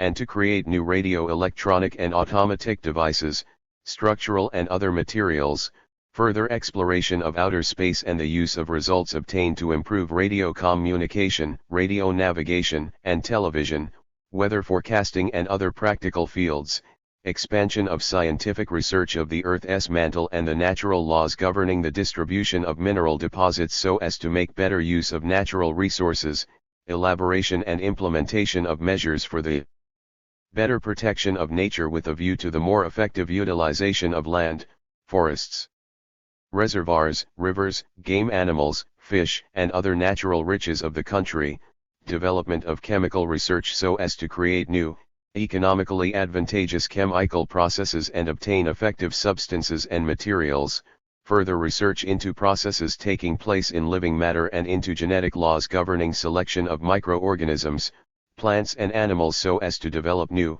highly productive breeds of animals and high-yielding varieties of plants, work on genetic problems related to congenital diseases, further development of scientific research in the field of medicine, the study of human physiology and pathology with the object of preventing and treating malignant growths, cardiovascular, virus and other diseases, further development of the social sciences. In the economic sciences, attention shall be concentrated on the further development of the theory of planned economic management based 320. On a deep-going study and utilization of the economic laws of socialism, on the definition of the ways and methods of enhancing the efficiency of social production and the use of economic stimuli to develop production, substantially higher efficiency of scientific research and speedier introduction of its results in production.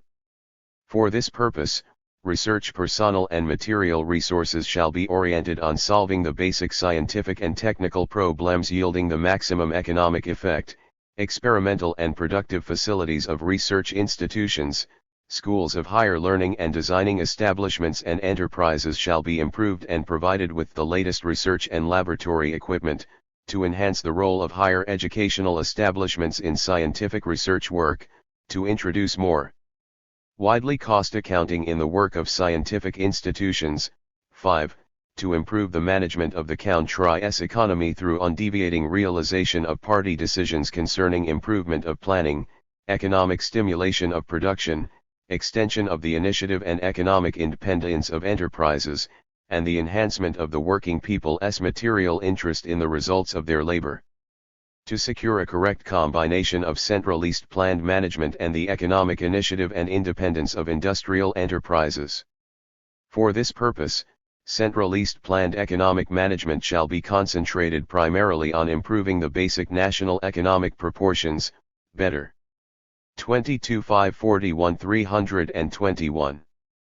In the siding of production and on the comprehensive development of economic areas, on securing high output and delivery of key products, on carrying through a unified state policy as regards technical progress, capital investments, wages, prices, profits, finances, and credits, on economic control over effective use of production assets, manpower, and material and natural resources.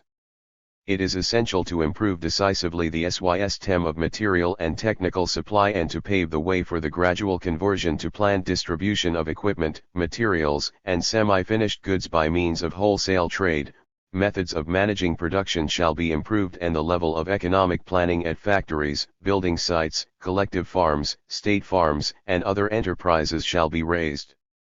To do so it is necessary to enforce constantly the Leninist principles of profitability and cost accounting, to extend consistently the rights and the economic independence of enterprises, to develop their initiative, principally by material incentives for good results achieved in the interests of society, and to increase the material responsibility of enterprises for plan and contractual commitments. The role of economic levers in stimulating production shall be enhanced. The socialist emulation movement shall be developed in every way and moral stimuli shall be promoted. As democratic principles of management are extended and the role of employees in managing their enterprises enhanced, it is necessary to instill in every worker a communist at 322. Attitude to labor, respect and concern for social property, and to strengthen labor and state discipline.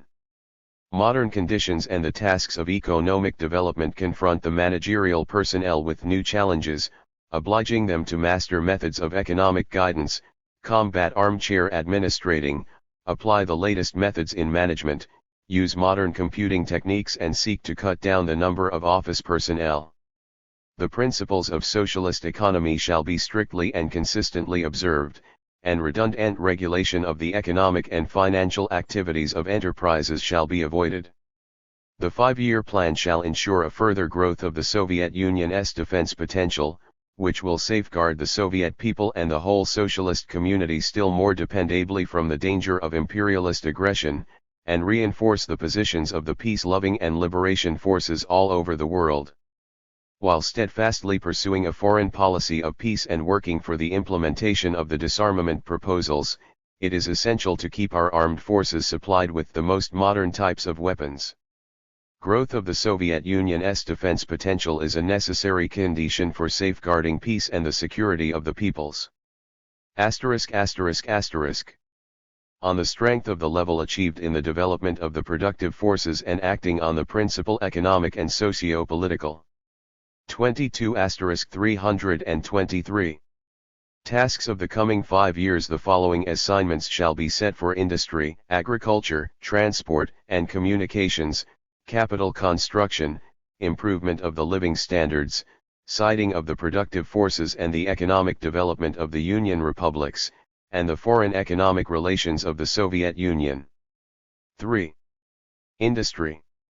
The main tasks of industry in the coming 5 years are to raise the efficiency of production, its technical level, to improve its structure, to introduce technically new goods systematically and speedily, and to improve quality, in order to provide all branches of the economy more fully with more effective means of production, highly productive machines, equipment, and appliances, high-quality raw and other materials, and the population with a wide range of goods meeting the mounting needs of Soviet people. 1. In the 5 years the industrial output shall be increased by 47 to 50%, including a 49-52% increase in the output of industries producing means of production, Group A, and a 43 to 46% increase in the output of industries producing consumer goods, Group B. 2. The pattern of industrial production shall 325. Be improved on the basis of developing heavy industry. Provisions shall be made for the priority development of electric power engineering, machine building, the chemical industry, and metallurgy, for the improvement of proportions within the various industries, for increasing the share of the economically most profitable types of production, meeting society's needs at lower outlays. The technical basis of agriculture shall be developed in accordance with the decision of the March 1965 plenary meeting of the Central Committee of the CPSU. Consignments of means of mechanization, mineral fertilizers, pesticides, and herbicides shall be considerably increased. The development of the light and food industries shall be accelerated, and production of consumer goods by factories of heavy industry shall also be substantially expanded. 3. Output of products of technically up-to-date standards and high quality shall be provided for. Efficiency, economy, dependability, and endurance of machines, appliances and equipment shall be enhanced, the power reserve of engines shall be increased, and the weight of machines per unit of capacity shall be reduced. The quality of raw and other materials shall be improved. The range of consumer goods shall be extended and their quality improved. State standards are to be brought up to date to meet the requirements of technical progress, and their role in improving the quality of products shall be enhanced. 326. Progressive scientific and technical achievements of foreign countries shall be used to the utmost, and international technical cooperation shall be developed. 4. To develop and introduce highly effective technological processes physico-chemical, electro-physical, electronic, etc. Modernization of operating equipment shall be more widely practiced. 5. The use of equipment shall be considerably improved and its productivity raised in order to achieve greater output and raise profitability per ruble of the production assets. The output of operating enterprises is to be systematically increased by eliminating bottlenecks, intensifying production processes, improving the production flow, increasing the replacement coefficient of equipment and eliminating its idling. The quality of capital repairs of equipment is to be further improved and costs reduced through the more extensive introduction of industrial methods and the development of specialist facilities at repair enterprises. 6. The level of specialization and cooperation among enterprises shall be raised, especially in the engineering industry, by developing cooperation between different industries.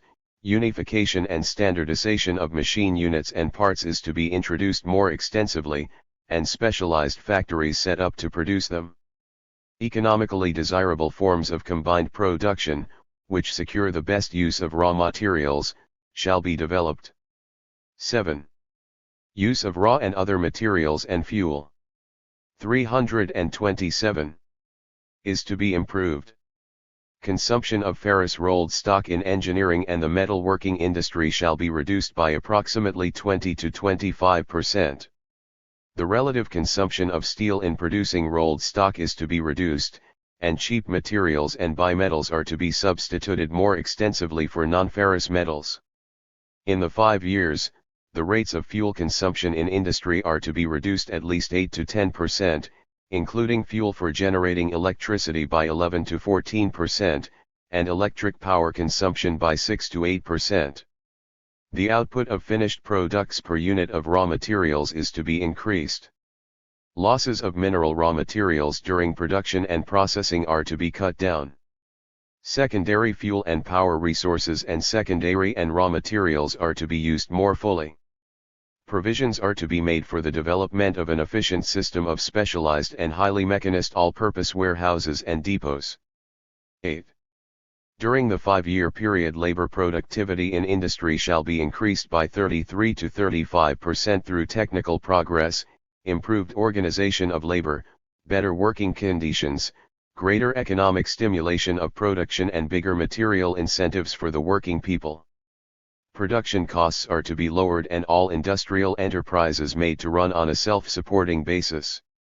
Towards the end of the 5-year period, profits in industry shall be more than doubled. 9. Provision shall be made for the following volume of output of key industrial products in 1970. 328. Electric power, 1,000 million kilowatt-hour. Oil, million tons. Gas, 1.000 million cum.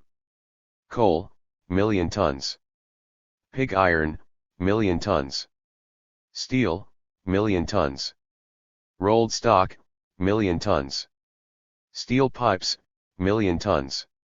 Butter, from state resources, 1,000 tons, 11.516 to 17 1066 1160 cheese and sheep's milk cheese, 1,000 tons, 308 625 675 vegetable oil, from state resources, million tons, 2.22.95 3.1 tinned products, 1,000 million conventional tins, 713.13.5 sugar, beetroot, million tons, 7.99.8 sports, recreation and household goods, 1,000 million rubles, 915.5 to 16.5 wireless sets and radiograms, million, 5.27.58 TV sets, million, 3.77.57.7 household refrigerators, million, 1.75.356.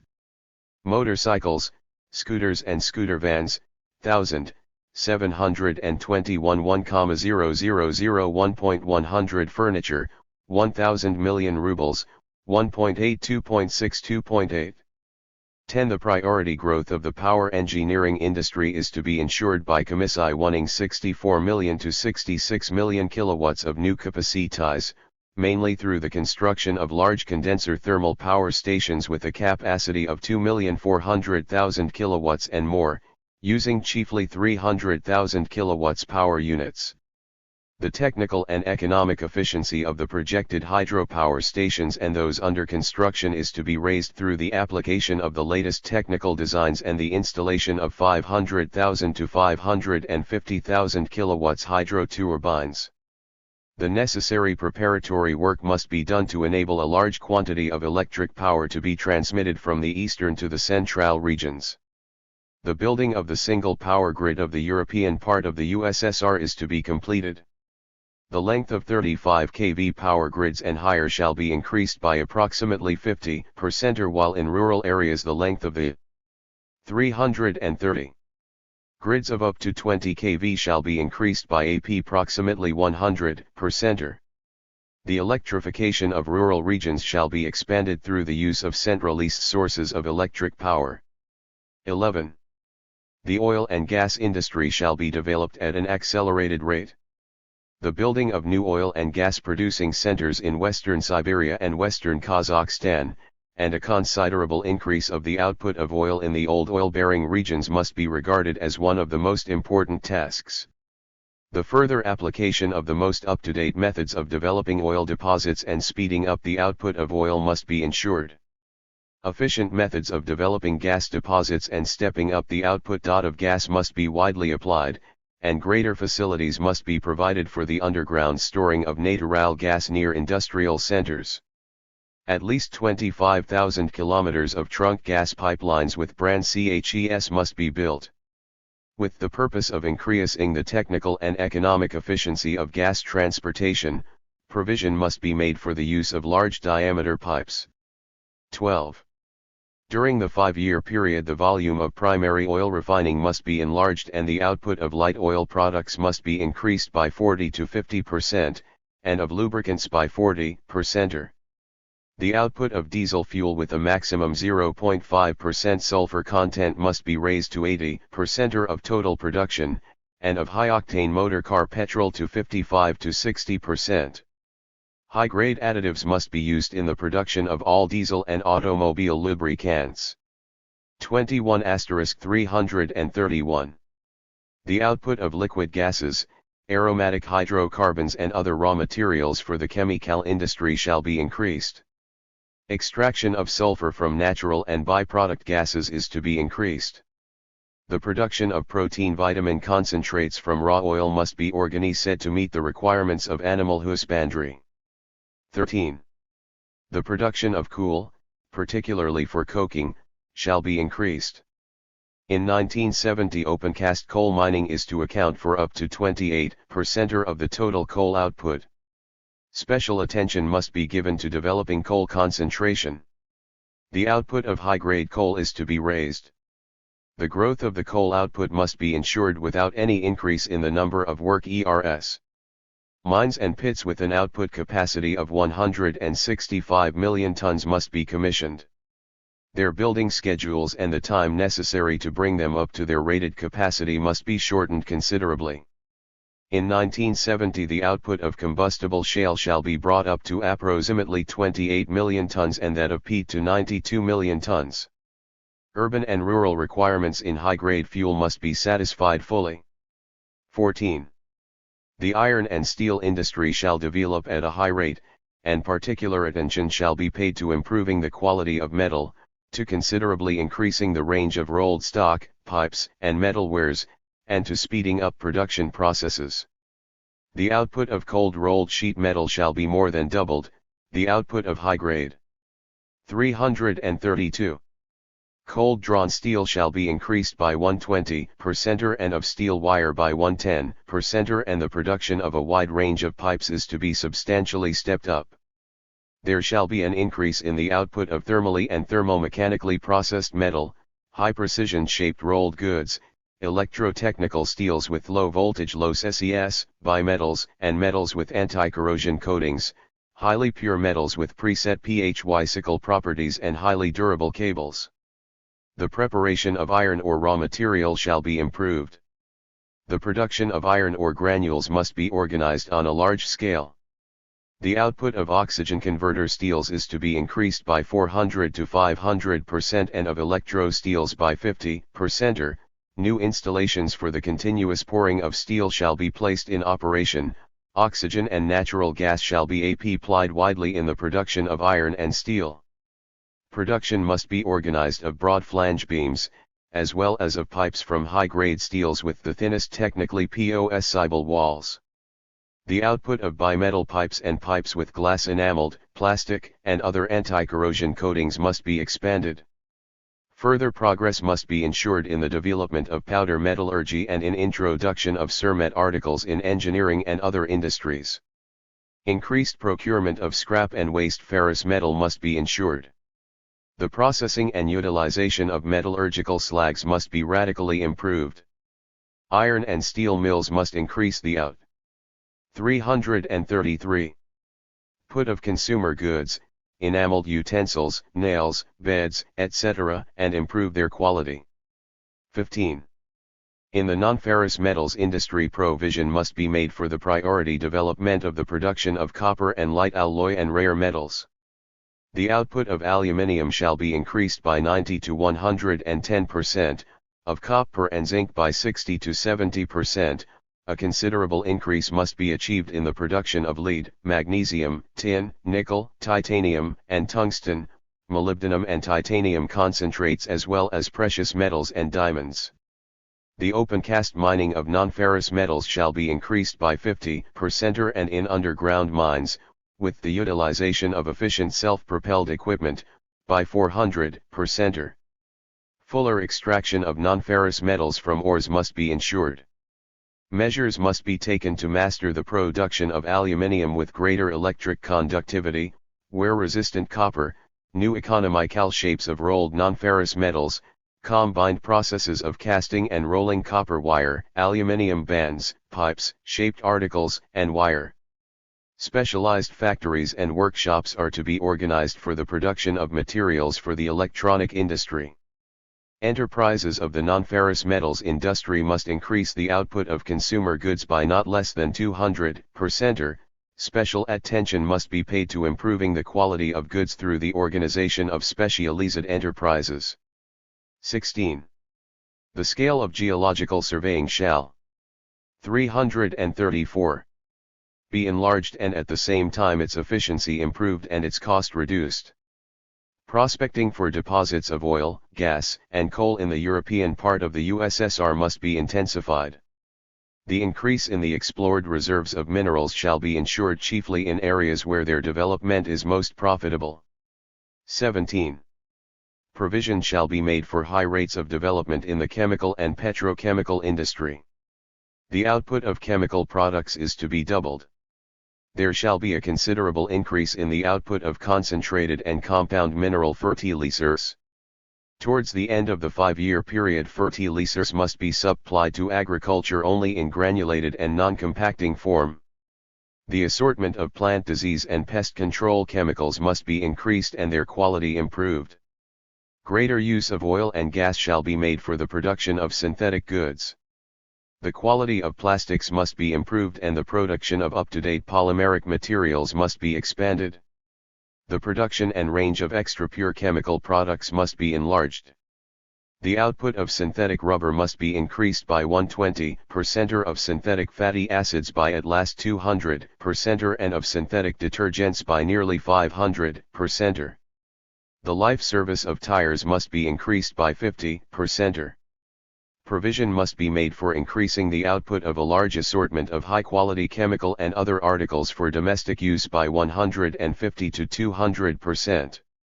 The output of chemicals produced in small quantities shall be extended, and there shall be 335.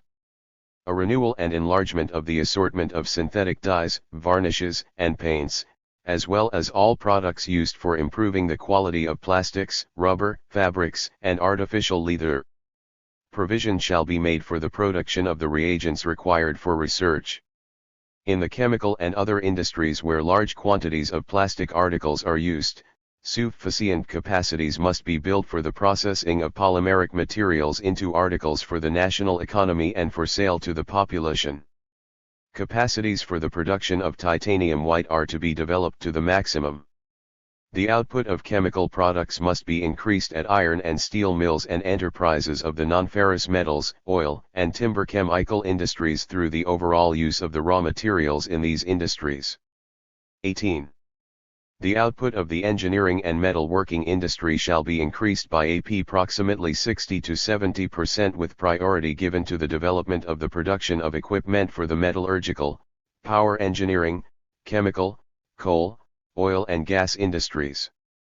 Priority shall also be given to the automobile, tractor, farm machinery, electrical engineering, electronic, radio engineering and instrument making industries, for the output of metalworking machines using electrophysical, electrochemical and other highly efficient methods, as well as for the production of high-end super precision lathes.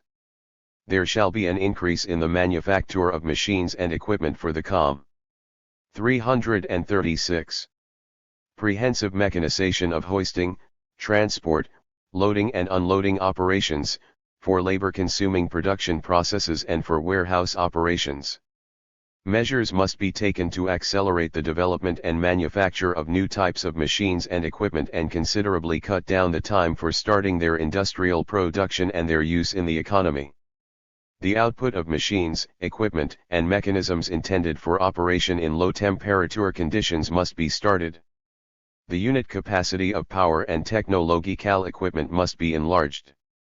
The productivity of new machines and equipment must be increased.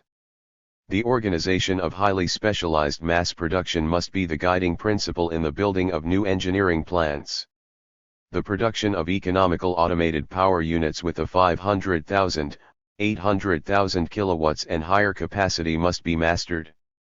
Provision must be made to start the production of improved machines and equipment for large capacity metallurgical units, technological production lines for the large-scale output of ammonia, superphosphate, and polyethylene, installations with a unit production capacity of 6 million tons a year for oil refineries, and sets of equipment for bearing, building and road work.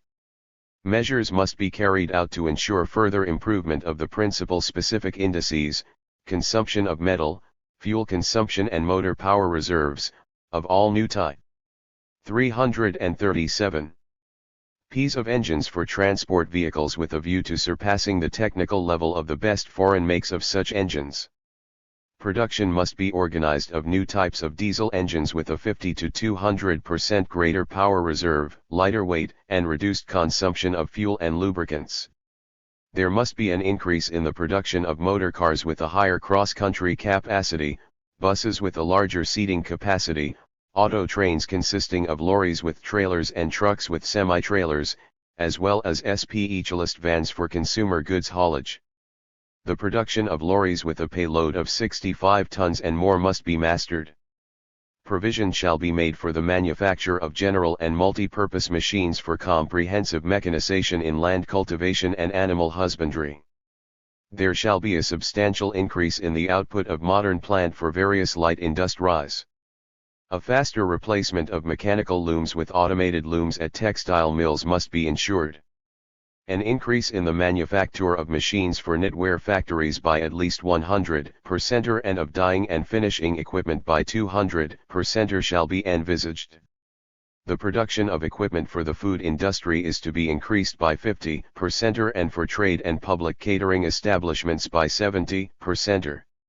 There shall be an increase in the production of the most modern types of machines and equipment for factories producing sports, 338. Creation and household goods, as well as for everyday service establishments. Special attention must be paid to the need for a considerable increase in the manufacture of automation instruments and systems, for an enlargement of their assortment and for an improvement of their efficiency.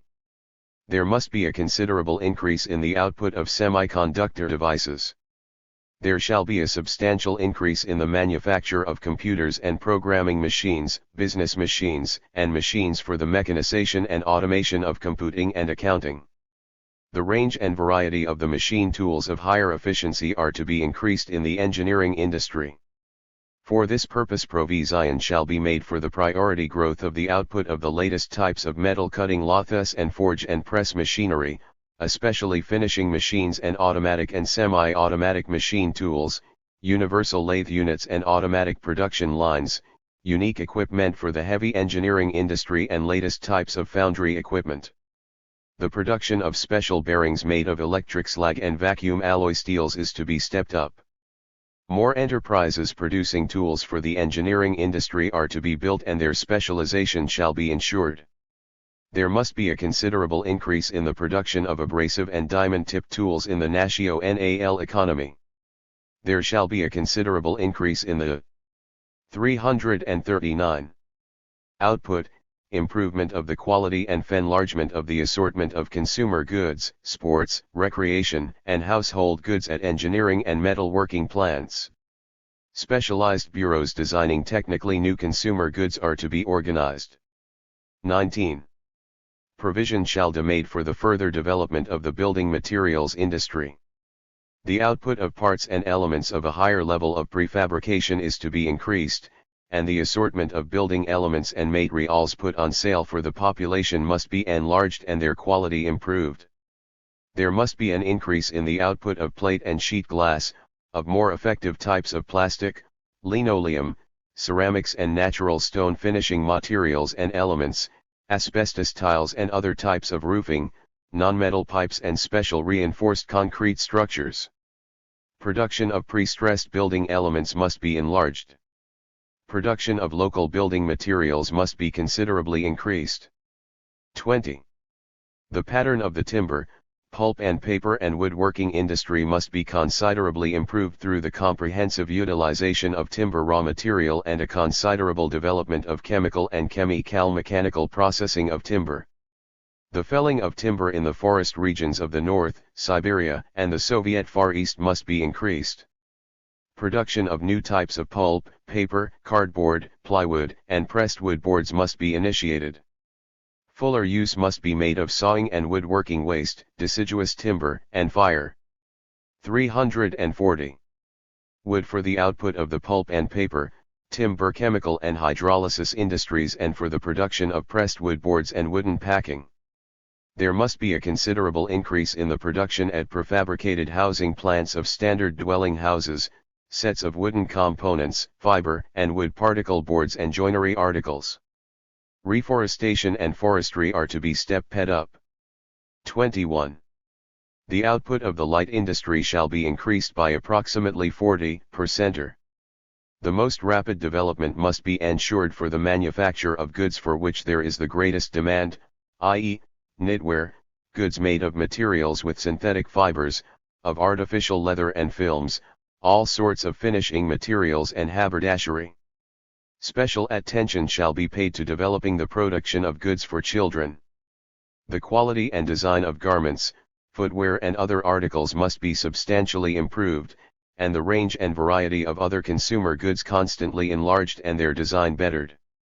There shall be an increase in the output of cotton fabrics with improved finishing, woolen fabrics with admixtures of nitron and lobson, silk fabrics made of synthetic fiber, flax fabrics with lobson, knitwear garments of wool and semi-woolen and volumetric synthetic yarn, elastic hosiery, and footwear of light, porous and leather-like rubber. The demand for these goods is to be satisfied more fully. 341. Light industrial enterprises shall be modernized through the installation of production lines, up-to-date automatic machines and other highly productive equipment. 22. The output of the food industry shall be increased by 40%. Foodstuffs must be more nourishing and tastier, their range and variety must be enlarged and the packing made more attractive. Special attention must be paid to increasing the output of children's foods, various ready-to cooked, cooked and other processed and packed food. A higher rate of development must be achieved in the output of fish products, particularly live and frozen fish, boned fish, cured fillet and other fish products. New fishing areas must be developed and there must be a considerable enlargement of deep-sea fishing and an increase in the productivity of the fish economy in inland reservoirs. The number of fishing vessels with modern equipment must be increased by approximately 150%. The handling capacity of fishing ports must be raised by 50 to 60%. The capacity of refrigerators and freezing storehouses must be increased by 70%. More meat and bone and fish flour, feed yeast, and feed vitamins must be produced for animal husbandry. 23. There must be a considerable increase in the output of sports, recreation, and household goods. The quality and design of these goods must be improved and their reliability and durability must be increased. The units and 342.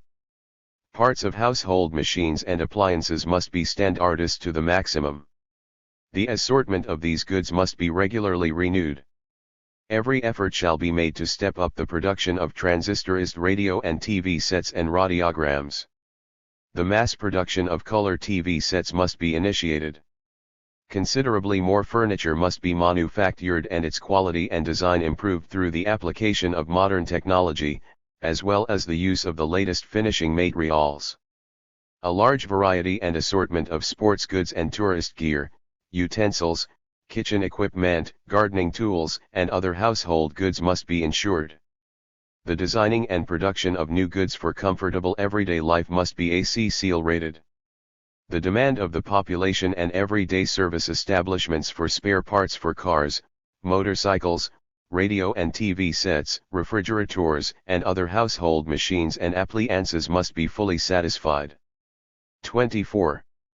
The production of high-quality sports, recreation, and household goods as well as goods for industrial use must be considerably increased in all the Union republics at local industry enterprises. Artistic handicrafts must be promoted. 25. Bank credits must be widely utilized for the reconstruction of enterprises and the purchase of new plant for the purpose of organizing the production of consumer goods. 343. 4. Agriculture. In agriculture, the central task is to achieve a considerable increase in the output of farm and animal produce with the object of satisfying more fully the population's growing demand for foodstuffs and industry's demand for agricultural raw materials. The implementation of this task must be founded on the consistent fulfillment of the series of economic measures worked out at the plenary meeting of the Central Committee of the CPSU in March 1965. During the next 5 years, state capital investments in agriculture must be increased by approximately 100%, or the material and technical basis of the collective and state farms must be improved and agricultural workers must be given a greater incentive to develop socialized production more effectively. 1. Between 1966 to 70, agricultural output must be increased annually by 25% or as compared with the annual average output during the preceding 5 years. 344. The collective and state farms and the PARTI, local government, planning, and agricultural bodies must devote most of their attention to carrying out two extremely important and interrelated tasks: the need to increase the output of grain and of animal products. 2. In achieving an upsurge of all branches of agriculture and a higher standard of living, grain production is of decisive importance. In line with this, the annual average output of grain must, in the next 5 years, be raised by 30% throughout the country American Samoa compared with the preceding 5-year period. Special attention must be given to developing a stable grain economy and other branches of farm production in the non-Chernozem zone. Rice growing must be organized on a large scale in the lower reaches of the Sirdaria and the Amudaria, and in the North Caucasus and South Ukraine. Provision must be made for a radical improvement in economic management in the newly developed regions, bearing in mind the creation of conditions for stable harvests of grain and other crops.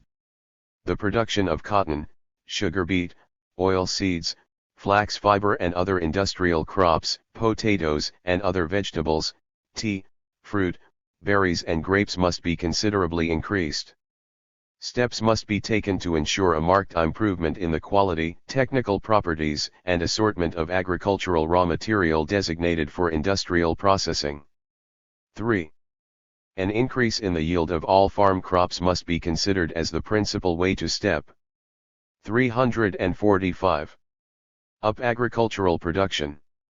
To achieve this, it is necessary to carry out a series of measures aimed at promoting farming efficiency, rational utilization of arable land, introduction of proper crop rotation, the planting of the best varieties of grain and other crops, effective use of mineral and organic fertilizers, combating soil erosion and the planting of forest shelter belts. 4. In 1970 the supply of mineral fertilizers to agriculture is to be brought up to 55 million tons, in terms of standard mineral fertilizer. The quality of fertilizers and lime supplied must be considerably improved. Provision shall be made for the scientific utilization of mineral fertilizers at collective and state farms. Steps must be taken to sharply reduce losses of fertilizer in transit and storage. Improved protection services must be provided for agricultural crops, orchards, vineyards, and other plantings against pests, diseases and weeds. Special attention must be paid to the correct utilization of herbicides, pesticides, and fungicides. Biological methods of pest and plant disease control must be introduced widely into practice. 5. In the next 5 years a comprehensive land improvement program must be carried out, in the non-Chernozem belt of the RSFSR, the Belarusian SSR, the Baltic republics, the western regions and the Polzai regions of the Ukraine, as well as in the Soviet Far East, an area of 6 million to 6,500,000 hectares of swamp and waterlogged land shall be drained. 346. Ed. An area of nearly 9 million hectares shall be technically improved and an area of not less than 28 million hectares of acid soil shall be limed. An irrigation scheme is to be launched to cover an area of 2,500,000 to 3 million hectares in arid regions. In addition to enlarging the area of irrigated land in the Central Asian and Transcaucasian republics, there must be large-scale irrigation in the North Caucasus, the Transvolga area, South Ukraine, Kazakhstan, and Moldavia, the building of collector drainage systems, the improvement of the water supply, the planning of watered areas and the technical reorganization of irrigation systems must be undertaken to increase soil fertility and fully develop the available irrigated areas. A network of state specialized services and stations must be set up to help collective and state farms drain land, clear trees and scrub, level off lands under irrigation, cut transport costs and utilize peat, lime sour soils, and assemble machines and other equipment at livestock breeding farms. 6. The output of meat, milk, eggs and wool must be further increased chiefly by enhancing productivity and increasing the number of livestock and poultry through the greatest possible expansion of feed resources. This is to be achieved by increasing the production of feed crops, which under the conditions existing in the localities concerned will make it possible to ob. 347. Attain the highest output of feed with the minimum outlay of labor and money, increasing the productivity of natural fodder land to the utmost and extending pasture land, increasing the output of wholesome mixed feeds and protein vitamin additions, meat bone, blood, and fish meals by at least 100%, supplying agriculture with 800,000 to 900,000 tons of nutrient yeast by 1970, producing 2 million to 2,500,000 tons of grass meal, satisfying more fully the requirements of collective and state farms for feed with a high protein content, amino acids, microelements, vitamins and mineral feed, as well as preserves preventing the loss of nutrient substances in feed. 7. With the purpose of enhancing the efficiency of public-owned animal husbandry, steps must be taken to increase milk productivity of cows, develop intensive dairy husbandry on collective and state farms and, above all, around large cities and industrial centers, promote specialized meat animal husbandry to the utmost in regions where this is economically profitable, ensure intensive rearing and fattening of young stock in regions with large dairies and specialized fattening farms, make more rational use of the pig population, and rear them to a profitable weight, increase wool clip and meat productivity of sheep, raise the number of head, develop more widely fine-fleeced, semi-fine fleeced and crossbred sheep husbandry and caracal production. 348. Develop marketable poultry breeding on an industrial basis by concentrating it at poultry factories and large mechanized collective and state poultry farms.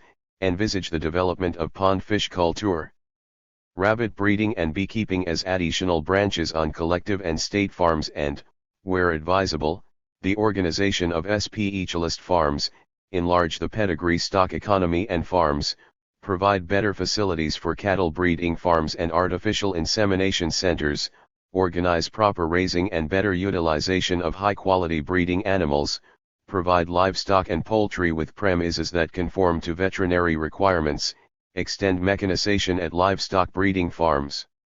Improve the veterinary service for collective and state farms, extend and consolidate the material and technical basis of the biological industry and the state veterinary network. 8. By increasing the technical facilities of agriculture, applying mineral fertilizers, improving and irrigating land, enhancing the efficiency of farming and giving their workers greater material incentives, the collective and state farms have every possibility of substantially increasing the grain crop yield and, on that basis, as was established by the March 1965 plenary meeting of the Central Committee of the CPSU, every collective and state farm will be able not only annually to fulfill fixed plans but also sell the state steadily in. 349. Increasing quantities of grain over and above the plan at higher prices.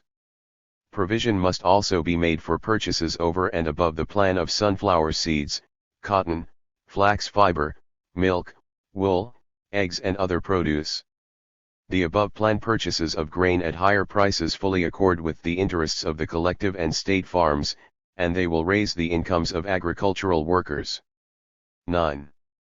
Agreements signed by collective and state farms with purchasing organizations must be encouraged and strengthened in every way, and the signatories must bear greater responsibility for the fulfillment of agreement commitments for the purchase of planned and above-plan marketable produce.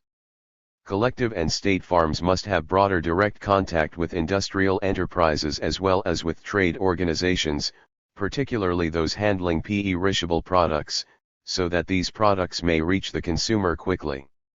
The quality and assortment of procured products and raw materials must be improved, the losses of these products at purchasing and trade organizations must be considerably reduced, and the material and technical bases of these organizations as well as farm produce processing organizations must be enlarged and strengthened. More well-equipped storehouses and refrigerators must be built. 10.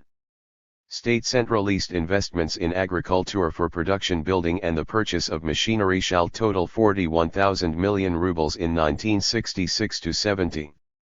350. The technical level of building work in the countryside must be raised through the utilization of prefabricated building elements and progressive methods. The state and intercollective farm contracting building and assembling organizations in the countryside must be strengthened. Provision must be made to satisfy the requirements of the collective and state farms in metal, pipes, and building materials for the building of production premises, dwellings and everyday service establishments as well as for exploitation needs in conformity with the volume of building and assembling work carried out by the farms at the expense of centralist and non-centralist capital investments. 11. In 1966-70, in conformity with the decisions of the March 1965 plenary meeting of the Central Committee of the CPSU, agriculture must be supplied with 1,790,000 tractors, including 780,000 plow tractors, 1,100,000 lorries, 900,000 tractor-trailers and 275,000 lorry-trailers and 550,000 grain harvester combines and other agricultural machinery. Collective and state farms must be supplied with spare parts to tractors, lorries, and agricultural machines. There must be more high-speed tractors, the most up-to-date general-purpose wide-cut and multi-row machines applicable in the various climatic and economic regions, as well as machines carrying out several technological processes simultaneously. Measures must be taken to raise the level of mechanization of loading and unloading in field. 351. Work, animal husbandry, and storage. Agriculture must be supplied with the most economical types of lorries with greater payloads and a high cross-country capacity, and considerably larger numbers of lorry and tractor trailers, tip-up lorries, special lorries for the transportation of farm produce, auto cranes, tractor loaders and other loading and unloading machines. There must be a sharp improvement in the utilization of the fleet of lorries and tractors, and efforts must be made to achieve a further improvement in the technical services for the collective and state farms and also in the engineering services. The designing, production and delivery of efficient digging, land reclamation and watering machines, pumps and other equipment must be accelerated. A marked improvement of the quality, reliability, and durability of farm machinery must be ensured. 12. The 5-year plan must provide for greater repair facilities in agriculture in order to ensure the overhaul of machines, tractors, and machine units, as a rule at repair enterprises of the Selkos Technica organizations, and other forms of repair at workshops directly at the collective and state farms. The workshops of the collective and state farms and the enterprises of the Selkos Technica organization shall be provided with metal cutting lathes, repair and technological equipment and instruments. Industrial methods must be introduced at these workshops and enterprise. 352. SES, the quality of the repairs must be improved *ed and their cost reduced. 13. There must be a sharp rise in the scale of electrification at collective and state farms. Attention must be given mainly to promoting the comprehensive utilization of electric power with the purpose of increasing labor productivity and lightening farm labor, and also of improving the everyday services for the rural population. An increase of approximately 200% in the consumption of electric power in agriculture during the 5-year period must be envisaged. There shall be a rise in the share of centralized power supplies to collective and state farms from state power grids and power stations. 14. On the basis of the increased number of machines available to agriculture, the more intensive utilization of these machines, better labor organization and greater material incentives for agricultural workers, a 40 to 45% increase in labor productivity at the collective and state farms must be envisaged for the 5-year period. Production costs of agricultural produce must be lowered, higher profitability of production must be ensured. 15. Centralized planned management of agriculture must be combined with the promotion of the economic initiative and independence of the collective and state farms. The state farms must become completely self-supporting and every effort must be made to put each department at the collective farms on a self-sup. 24 to 541 353. Porting basis, the management and specialists of the farms must have broader rights and bear greater responsibility for the results of production activity. The utmost must be done to promote the economic and operational independence of the state farms and develop democratic principles of management of collective farm production. The role played by state credits in developing collective and state farm production must be considerably enhanced. The collective farms must be enabled to receive credits directly from the banks. Agricultural workers must be provided with greater incentive to make better use of the basic production assets and increase output, achieve higher labor productivity and economize on material, technical, and cash resources. 16. In order to allow for a more efficient utilization of land, capital investments, machinery, and manpower, the collective and state farms must specialize, increase their market-able capacity and ensure the correct combination of their various departments. The collective and state farms must do their own organizational and economic planning. Where necessary, the size of farms and their fields of specialization must be made to conform with local climatic and economic conditions. 17. Provision must be made for the development at the collective and state farms, as well as at intercollective farm organizations, of auxiliary enterprises and industries processing farm produce, or producing building materials. 354. Packing and consumer goods mainly from IO*cal raw materials or industrial waste. Where expedient, seasonal branches of the corresponding industrial enterprises must be set up in rural localities. Technological equipment and other machinery must be allocated from state resources, and where necessary the state shall provide raw and packing materials and packing for collective and state farm and also interstate farm auxiliary enterprises and industries. 18. The collective and state farms must be provided with more specialists and machine operators. Simultaneously with the training of agronomists and livestock experts, more economists, mechanics, electricians, hydrotechnicians, agrochemists, veterinary surgeons, and experts in the protection of plants and other specialists in the field of agriculture must be trained. The economic training and retraining of collective and state farm managerial staffs and specialists must be organized. They must be given conditions for fruitful work. 19. Science must be given a greater role in the development of collective and state farm production. There must be more extensive theoretical and experimental research in economy, biology, agrotechnique, animal breeding and mechanization of production. Research institutions must bear greater responsibility for the scientific substantiation of their recommendations, for the efficient introduction of scientific achievements in the practice of collective and state farm production. 24*355.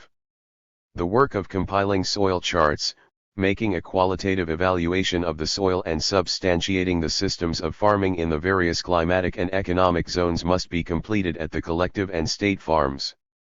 Agricultural organizations and research institutions must speed up the elaboration and application at the collective and state farms of the most economical methods of increasing the yield of farm crops and the productivity of livestock and highly efficient methods of utilizing machinery and rational use of fodder. 20. Large-scale work must be undertaken in the countryside to build dwelling houses, schools, kindergartens, nurseries, hospitals, clubs, libraries, cinemas, laundries, and bakeries, to improve the efficiency of the trading enterprises in rural localities and enlarge the radio and TV network. In conformity with locale conditions, concrete measures must be worked out to erase the distinction in the cultural and everyday services in town and country, and steps taken to carry out this program on a broad scale. V. Transport and communications. The chief tasks of transport and communications are the fuller satisfaction of the requirements of the country's economy and the whole population in freight and passenger traffic and communications services, the further re-equipment of these important branches of economy, and the development and improvement of a single transport network and a single automated system of communications with due account taken of the economic development of new areas. The rationalization of transport systems and the economically expedient distribution of freight among the various kinds of transport is to be ensured.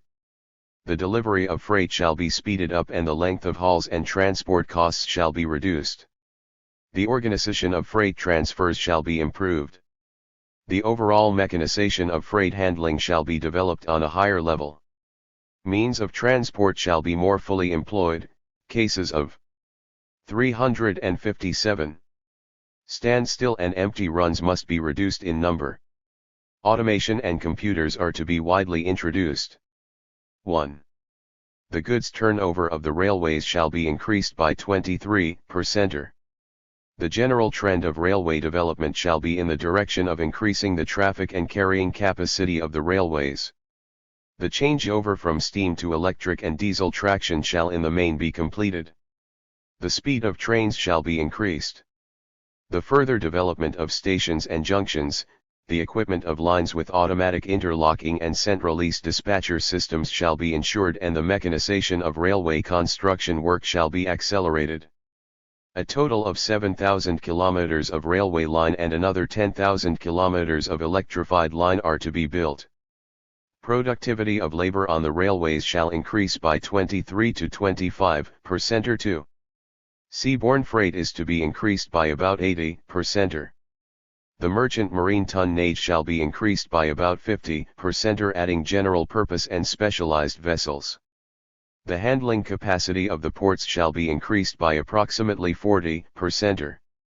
The level of complex mechanization of loading and unloading operations at ports will be increased to 90%. Ship repairs shall be effected by factory methods and the working capacity of the dockyards increased. 3. The river fleet must be able to handle in full all freight available in the vicinity of inland waterways. Primary attention shall be paid to the development of vessels, ports. 358. And dockyards and to improving navigation on the Siberian rivers. Work on the building of a system of deep inland waterways in the European part of the USSR shall be continued. The Volga-Baltic waterway shall be put to greater use. The river fleet shall be provided with large tonnage self-propelled ships, riverboat trains, powerful tugs, and fast passenger vessels. 4. The amount of crude and oil products transported over pipelines shall be doubled and about 12,000 kilometers of pipelines shall be built. The continuous pumping of oil products shall be more widely introduced and pipelines shall be further automated. 5. Freight handling by general road transport shall be increased by about 70% or. The percentage of lorry trains and heavy dump trucks shall be increased. There shall be more motor vehicles for the use of the public. Passenger traffic on the bus lines shall increase by about 90% or. Modern new buses shall be put into service. The building of garages and service stations for the general public shall be extended. The further construction and rebuilding of roads, especially in the rural areas, shall be ensured. In the next 5 years hard surface motor roads with a total length of 63,000 kilometers shall be built. 6. About 80% or more passengers will be served by the air transport airplanes and helicopters. Some 35 to 40 airports shall be built in airlines of national importance and 202 local lines. The airports on national main. 359. Routes shall be equipped with automatic and semi-automatic traffic and landing radio electronic control systems. 7. Urban electric transport shall be substantially increased. Underground railway lines shall be extended by 85 kilometers, tramway lines by 1,400 kilometers and trolleybus lines by 2,900 kilometers. About 50% of the existing tramway lines shall be reconstructed. Underground rolling stock shall be increased by 1,200 coaches, trolleybuses by 11,000 and tramcars by 10,000.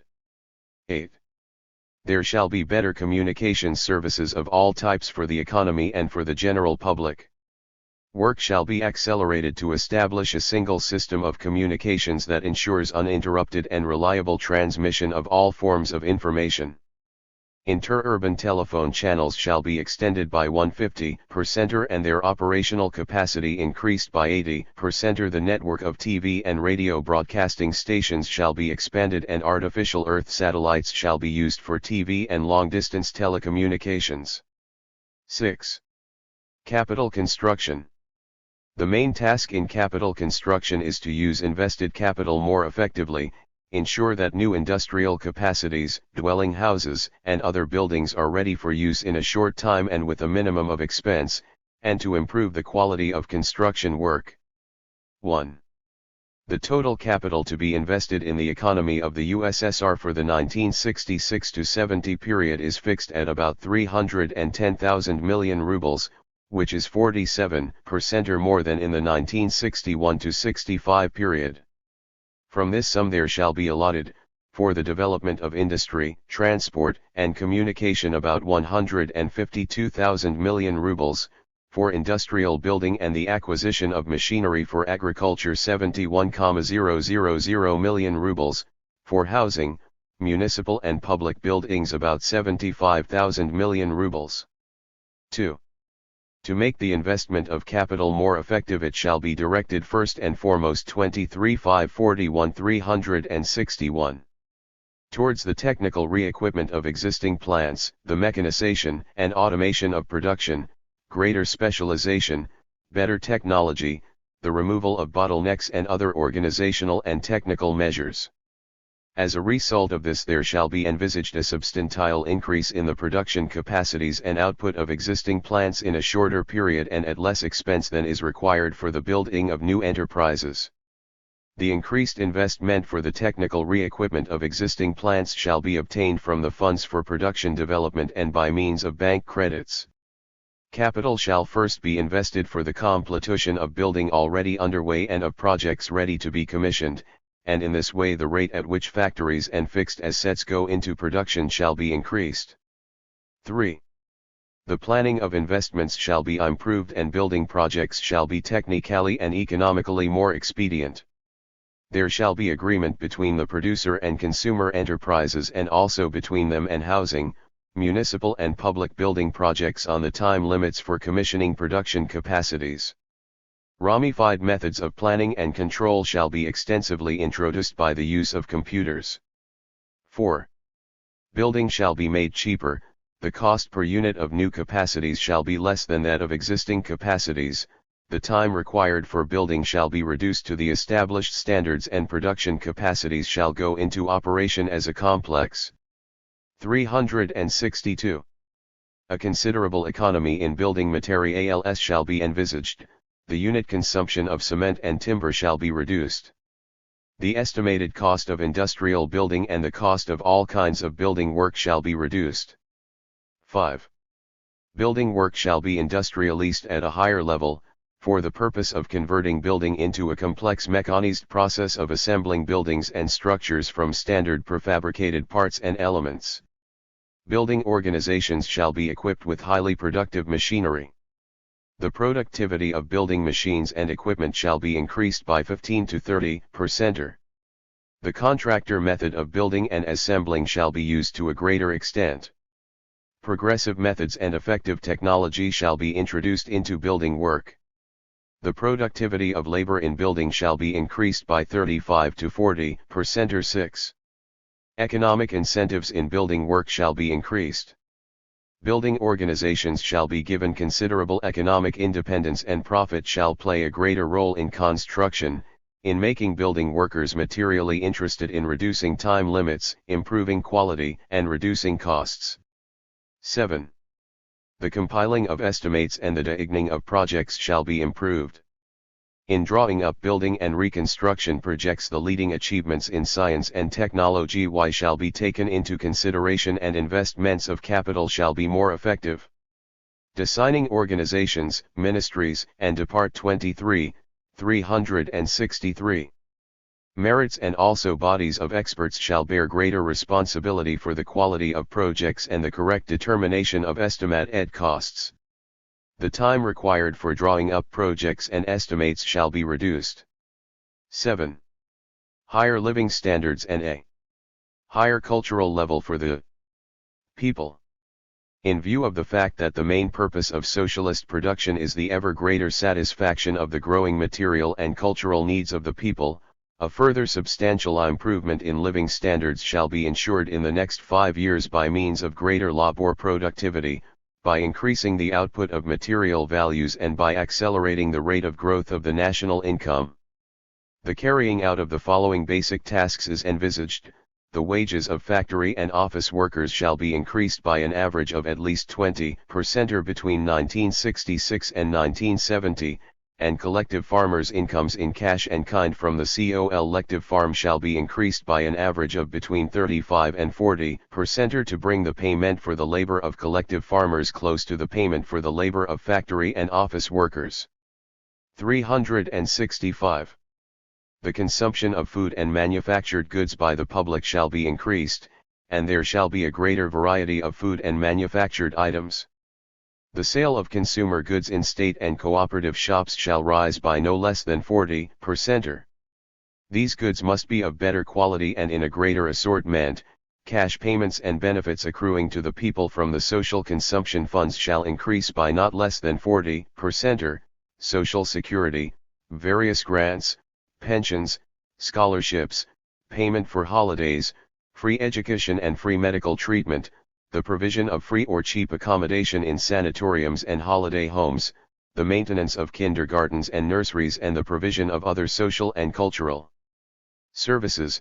Housing construction shall be increased by 30% and its quality improved. In towns, urban-type settlements, and on state farms, houses with a total floor space of 100 million square m, more than in the preceding 5 years, shall be built at the cost of the state and by building cooperatives. Communal, social, and cultural services shall be considerably improved. 1. Increased wages for factory and office workers shall be ensured in the main as follows. Minimum monthly wages in the national economy shall be increased to 60 rubles, rising at the same time wages and salaries of the medium paid category of factory and office workers. 3.6. Payment for the labor of workers, engineers, and technicians and office personnel shall be increased from the material incentive funds formed at factories that are being transferred to the new methods of planning and economic stimulus. The part played by bonuses and awards in a person's income shall be considerably increased to ensure a fuller combination of the interests of each worker and the interests of the factory and of society as a whole. The increase in income deriving from this source will be the greater, the more significant the contribution made by each collective and each individual worker to the development of production and to its greater effectiveness. Special allowances shall be introduced for factory and office workers at enterprises and organizations in the Far East, Siberia, and European North, for whom these allowances have not yet been established. Greater privileges will be offered to people working in the Far North and in areas put in the same category. In carrying out measures to increase wages, further preference shall be given to the wages of workers engaged in branches where labor is heavy or harmful, in underground work or work of heightened intensity. Forms and systems of payment for labor must be improved and special attention paid to their role as an incentive in increasing the productivity of labor, accelerating technical progress and improving the quality of output. 2. In accordance with the planned growth of social production, the development of science and the extension of the services for the 367. Public, the number of factory and office workers in the country's economy shall be fixed at 91 to 92 million by 1970. 3. Planned transition must be ensured for factory and office workers at enterprises, institutions, and organizations to the 5-day working week, 5 work days and 2 free days, while preserving the existing total length of the working week, which will ease working conditions for the workers and give them greater opportunities for improving their qualifications and cultural standards, and will also help increase the effectiveness in the utilization of production assets. 4. Measures shall be taken for the continued abolition or reduction of taxes on wages and salaries of some categories of factory and office workers. 5. Modern safety measures and devices shall be introduced and hygiene and sanitation improved at factories. The output of the machines and devices and also of special clothing and footwear shall be increased and the quality improved, and specialized factories for their manufacture shall be set up. 6. The income of collective farmers deriving from the farm shall be substantially increased by means of greater productivity of labor and the better employment of all labor resources throughout the year. Monthly guaranteed payment for work of collective farmers shall be gradually introduced conformably to wage levels of state farm workers in corresponding operations and with corresponding quotas. The system of payment for the labor of 368. Collective farmers and the system of bonuses in cash and kind shall be improved, making the latter directly dependent on the increase in output and in labor productivity, and also on improvements in quality and reductions in cost of produce. Privately owned plots of land must also serve as a source of income for the rural population. 7. The further improvement of the pension scheme for factory and office workers and for collective farmers is to be envisaged. The old age pension minimum for factory and office workers and for collective farmers shall be raised. Old age pensions shall be established at the age of 50 for certain categories of women work ERS in some industries engaged on jobs of high intensity of labor. Collective farmers shall be equal to factory and office workers as regards the pension age and procedure for calculating pensions. The pension minimum shall be increased for collective farmers who are Group 1 invalids, and also pensions shall be introduced for Group 3 invalid collective farmers disabled by an accident on the job or by occupational disease. 8. The structure of the people's diet shall be improved. The consumption of meat and meat products is to increase on the average by 20 to 25%, milk and milk products by 15 to 18%, or sugar by about 25%, or vegetables and melons by 35 to 40%, vegetable oils by 40 to 46%, fruits, including grapes, 369, by 45 to 50%, and fish products by 50 to 60%. The sale of fabrics, clothing, and knitted wear is to increase by 40%, of which knitted wear, garments and underclothes, by 90%, or 9. Shopping facilities shall be improved. This envisages the more rapid development of trading in rural areas, and it shall be relevant to the growth in the incomes of the rural population. There shall be a universal improvement in the assortment of foodstuffs, first and foremost bakery products, confectionery, macaroni and similar products, milk products, vegetable and animal fats, preserves and other consumer items. There must be a considerable improvement in the quality of potatoes and other vegetables sold to the public by state and cooperative shops. Special attention must be paid to meeting the demands of the population, especially the rural population, for sports, recreation, and household goods, and also for building materials. There shall be a considerable increase in the sale of radio and TV sets and radiograms, furniture, domestic refrigerators, cars, mopeds, and motor bicycles, timber, cement, roofing felt and asbestos tiles. There shall be extended trade in items produced from local resources. Surpluses of agricultural products shall be purchased from collective farmers by trading organizations. They shall also buy wild fruits, berries, mushrooms and honey. Trading on collective. 370. Farm markets shall be greatly increased, and conditions shall be created for collective farm trade in fruits, vegetables, and other produce. The sale of surpluses by state farms directly to the public shall be organized on markets or in shops. Trade specialists must make a better study of the demand for consumer goods, and, in distributing goods to various parts in the country, must take into consideration changes in the demand, including those due to seasonal, climatic conditions and also to national special features. Progressive forms of trade convenient for the public must be introduced on a wide scale. The acceptance of orders for goods, the delivery of orders, the use of samples in doing trade and so on. Trade by post and by traveling salesmen must be developed, especially in the rural areas. The network of shops, especially shops of the consumer cooperatives and state and cooperative warehouses, refrigerators and stores shall be extended. Executives of the enterprises producing consumer goods must take timely measures to extend the assortment and improve the quality of these goods, basing themselves on the demands of the population and the orders of the trading bodies. The active participation of factory and of vice workers, collective farmers, and housewives in the voluntary task of supervising the work of trading and public catering organizations shall be ensured. 10. In the 5-year period, the turnover of the 371 public catering establishments shall increase by about 45%, and they shall themselves produce up to 70% of their goods. The service in dining rooms, snack bars, cafes and restaurants shall be improved. The number of these establishments shall be increased.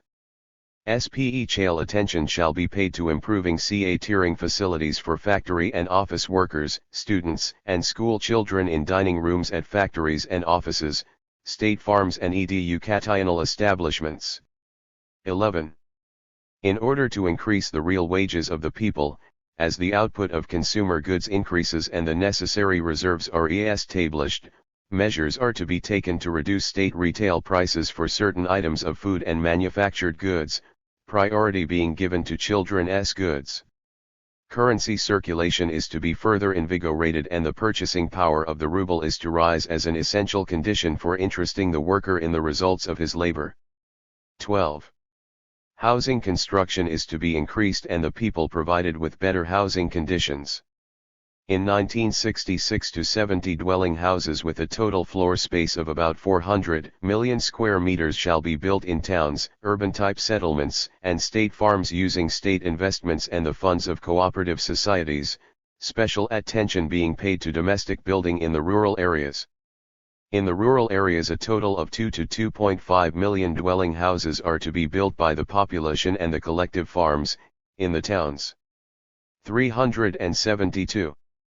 Urban settlements and state farms factory and office workers, with the help of state credits, shall build individual houses with a total floor space of over 80 million square meters. The building of houses for factory and office workers out of the funds for social and cultural undertakings and for housing construction shall be extended. The building of cooperative houses shall be increased 200 to 300% and measures shall be taken to encourage it and draw into the building cooperatives ever wider sections of the population. Factory and office workers shall be helped to build individual houses using their own resources and aided by state credits. The quality of domestic building and the conveniences provided must be of a higher level. Measures must be taken to ensure the conservation, increase conveniences, and improve the exploitation of existing dwelling houses. Communal services shall be improved. Centralized water supply systems shall, in the main, be completed in all towns. Gas supply to dwelling houses in towns shall be increased by 50 to 55% and in rural areas by 20 to 25%. No less than 1,000 towns and urban-type settlements shall be provided with gas. Electric power shall be more widely used for the domestic needs of the population. The output of electric power for the domestic and communal needs of the urban population shall be increased by 60% and for those of the rural population by more than 200%. All forms of urban transport shall be further developed and there shall be considerable improvement. 373. Vehement in the service, passenger traffic in the towns increasing by a minimum of 50%. The appearance of buildings, residential areas, cities, towns, and urban settlements is to be improved. The quality of planning and developing towns and urban settlements is to be improved. Sanitation in inhabited areas shall improve. There must be a more resolute struggle against air and water pollution in towns and factory settlements. More must be done to protect natural beauty spots, especially in the suburban zones of big cities. 13. All forms of communal services shall be improved. Such services shall be converted into a big mechanized branch of the economy.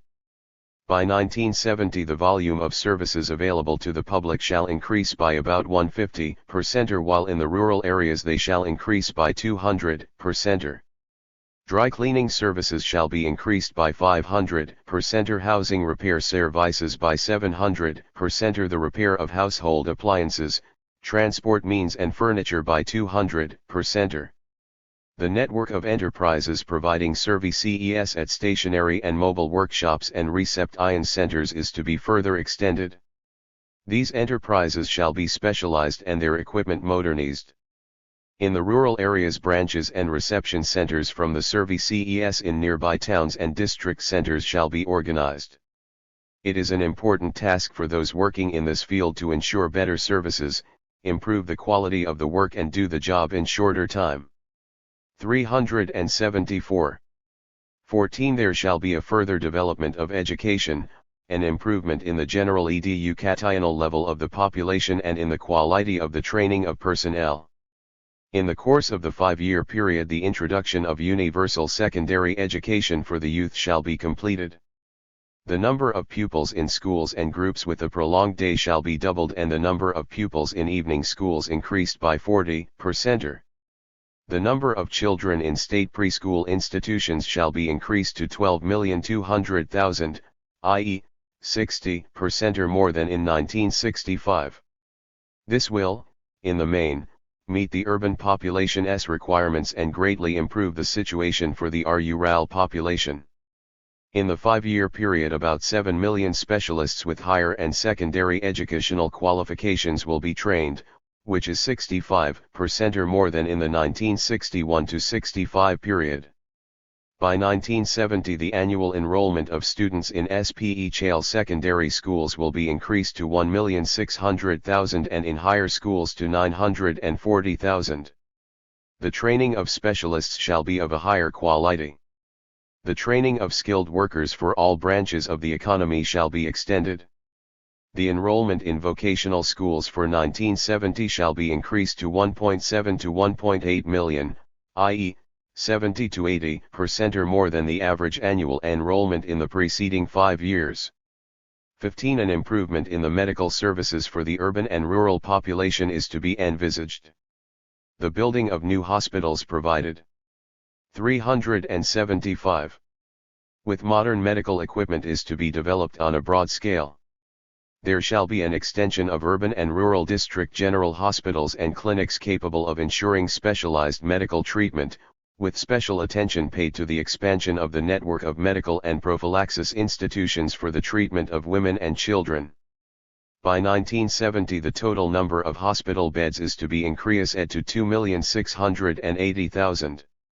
The medical equipment industry shall increase output by 70%. The output of medical instruments, devices, apparatus, and other equipment and medical preparations, especially the more effective drugs, for the prophylaxis and treatment of cardiovascular and mental diseases, tuberculosis, malignant tumors, and infectious and virus diseases shall be considerably extended and their use improved. The time needed for industrial production of new medical drugs shall be reduced. There shall be an increase in the output and assortment of patent medicines. The public shall be fully provided with all the necessary medical supplies. Measures shall be adopted to further improve sanatorium treatment and better organize holidays for the people, to extend the network of sanatoriums, boarding houses, holiday homes, tourist hostels, young pioneer camps and sports facilities.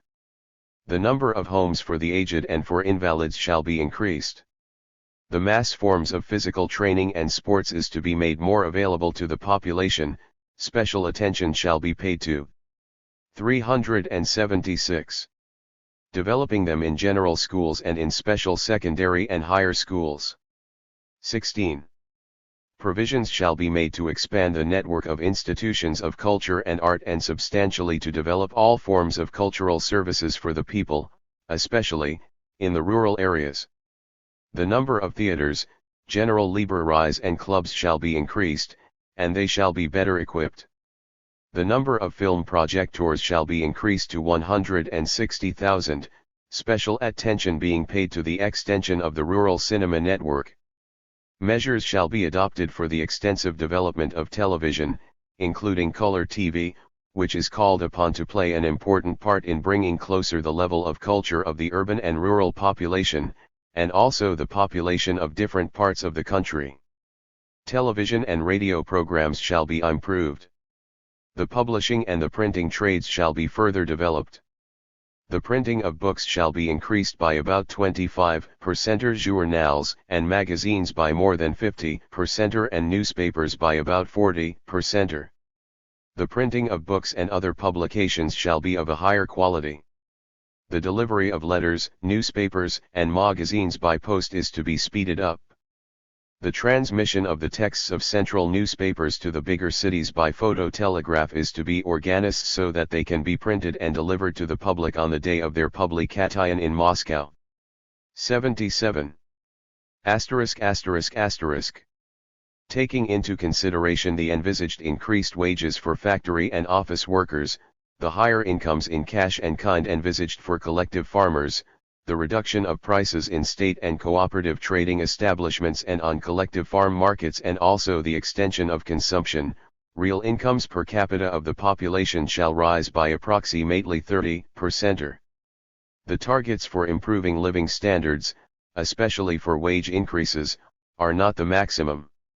The development of initiative on the part of workers in making production more effective, the introduction of new economic management methods, the increased funds for the provision of material incentives made available by the better operation of factories provides for a much greater increase in the real incomes of the people based on the socialist principle of distribution according to work done. 8. The siding of productive forces and the development of the economy in the Union Republics. The task of increasing the efficiency of social production requires a further improvement in the siding of productive forces, complex development and specialization of the Union Republics and of economic areas, fuller involvement of the able-bodied population in production, and correct coordination of planning for each territorial division with the branch principle of managing the country's economy. The following basic trends for improving the siding of the productive forces shall be envisaged. 1. In the eastern part of the country, where there are cheap fuel, power, and raw material resources, there shall be an accelerated development of the extraction of fuels, the output of electric power and of those products of the non-ferrous metal industry and the chemical industry that are especially power-consuming, and also the complete processing of timber. By 197q the share in the country's coal. 379.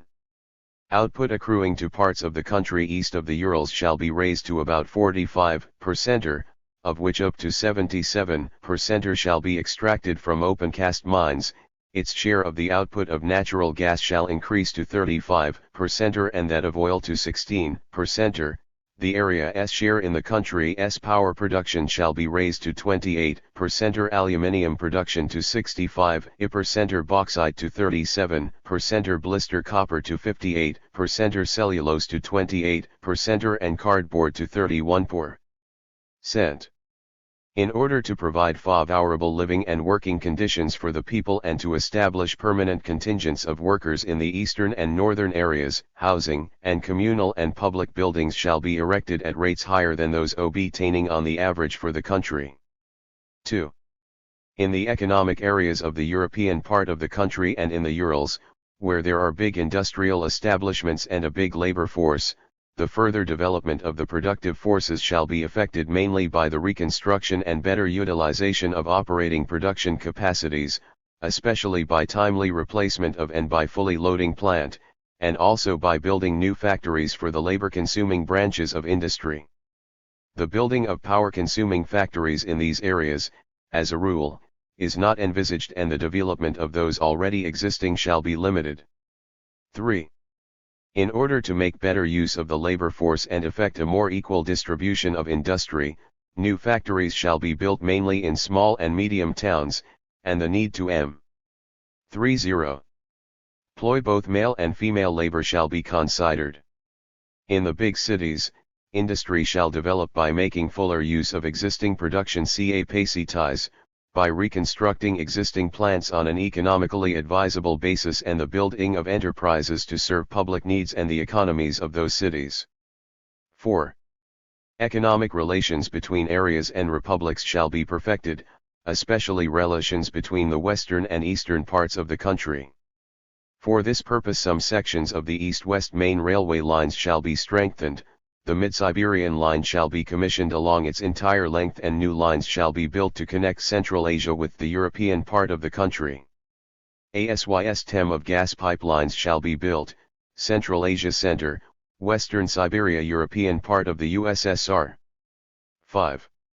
The siding and optimum capacities of new and reconstructed factories shall be better justified technically and economically with a view to reducing the social costs of production, including expenditures for power supply, building, and communal services and other related branches, and also for the delivery of the product to the consumer.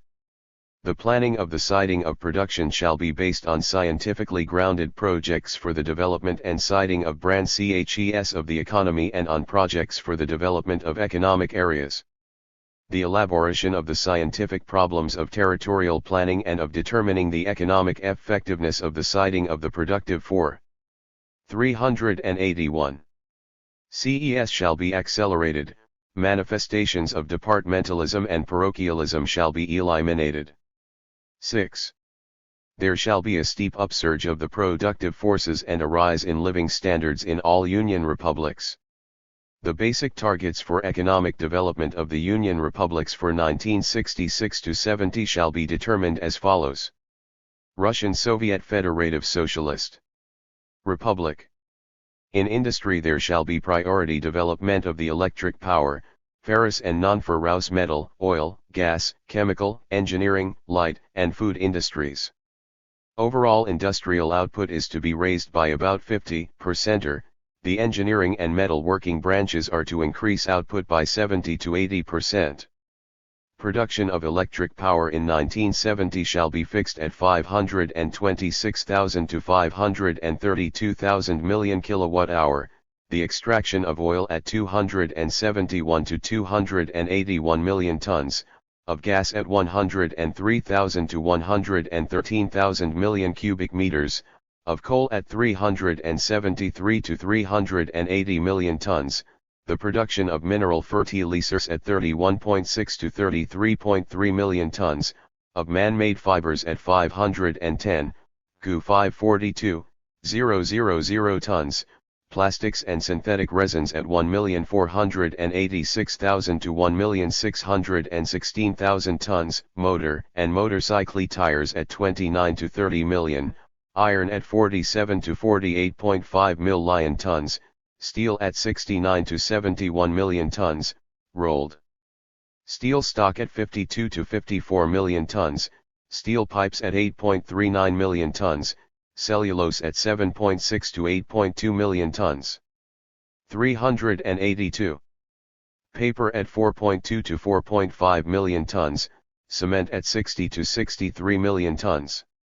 The output of cotton fabrics shall be raised to 5,000 to 5,200 million square meters, hosiery to 919 million pairs, knitted wear to 743 to 789 million items, leather footwear to 325 to 334 million pairs, meat to 3.2 to 3.4 million tons, whole milk products to 9.6 to 10.2 million tons, granulated beet sugar to 3.1 to 3.2 million tons, vegetable oil to 1.3 million tons, preserves to 5,400 to 5,600 million conventional cans, radio sets and radiograms to 4.5 million, TV sets to 4.9 million and furniture to the value of 1,400 to 1,600 million rubles. In agriculture the most important task shall be an all-round increase in the output of grain, especially wheat, and also rice and other cereals. The gross yield of grain crops in the RSFSR shall be raised to 110 to 112 million tons.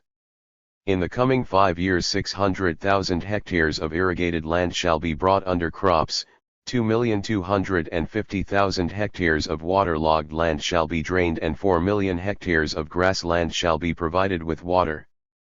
Measures shall be taken to ensure a radical improvement in meadowland and pasture and to carry out other land improvement works over an area of 6.3 million hectares. Measures shall also be taken for the lime treatment of sour soils. In the European part of the country and in the Urals capacities at the Konakovo, Kirishi, Kostroma, Novocherkassk, Karmenovo, Iraklinskoye and Revtinskia thermal power stations and the first aggregates of the lower 383, and Cherkid hydroelectric stations shall be commissioned, the building of the Saratov hydroelectric power station shall be completed and that of the Kiboksary power station begun. The extraction of iron ore at the Kursk magnetic anomaly mines shall be increased by 120%. At the Novolipetsk and Sherpovets iron and steel works, the Nizhny Tagil, Magnitogorsk and Orsk-Khalilovo iron and steel trusts and the Chelyabinsk and Verkhnyzet iron and steel works new capacities will become operational. The working of the Big Boite deposit at North Onyega shall begin, the building of the Urupsko and Gai ore refining plants shall be completed.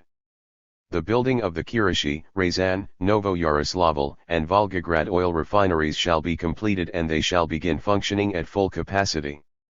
A second potassium plant shall be built in BREZHNEV. The capacity of the BREZHNEV asbestos plant is to be increased. The building of textile mills at Kiboksary, Kamyshin, Balashov, Krasnodar, Shukti, Orenburg, and Chaikovsk is to be completed. New enterprises in the light, food, and fish industries are to be built. The Almatyevsk-Gorky, 3rd section, and Yaroslavl-Kirishi oil pipelines are to be built. The construction of the Beloretsk-Kishmy and Krasnodar-Tvis railways shall be begun. The accelerated development of productive forces in the districts of Siberia and the Far East shall be regarded as an important economic task of the 5-year plan. A powerful industrial complex is to be created. 384. In Western Siberia to utilize the recently discovered oil and gas deposits and the rich forest lands. The output of oil in Western Siberia must be raised to 20 to 25 million tons and that of gas to 16,000 to 26,000 million cubic meters. The organization of the timber industry complexes at Verkhny Kondinsk and Tofta shall be begun. A railway from Tyumen to Surgut and an oil pipeline from USD Balik to Omsk shall be built.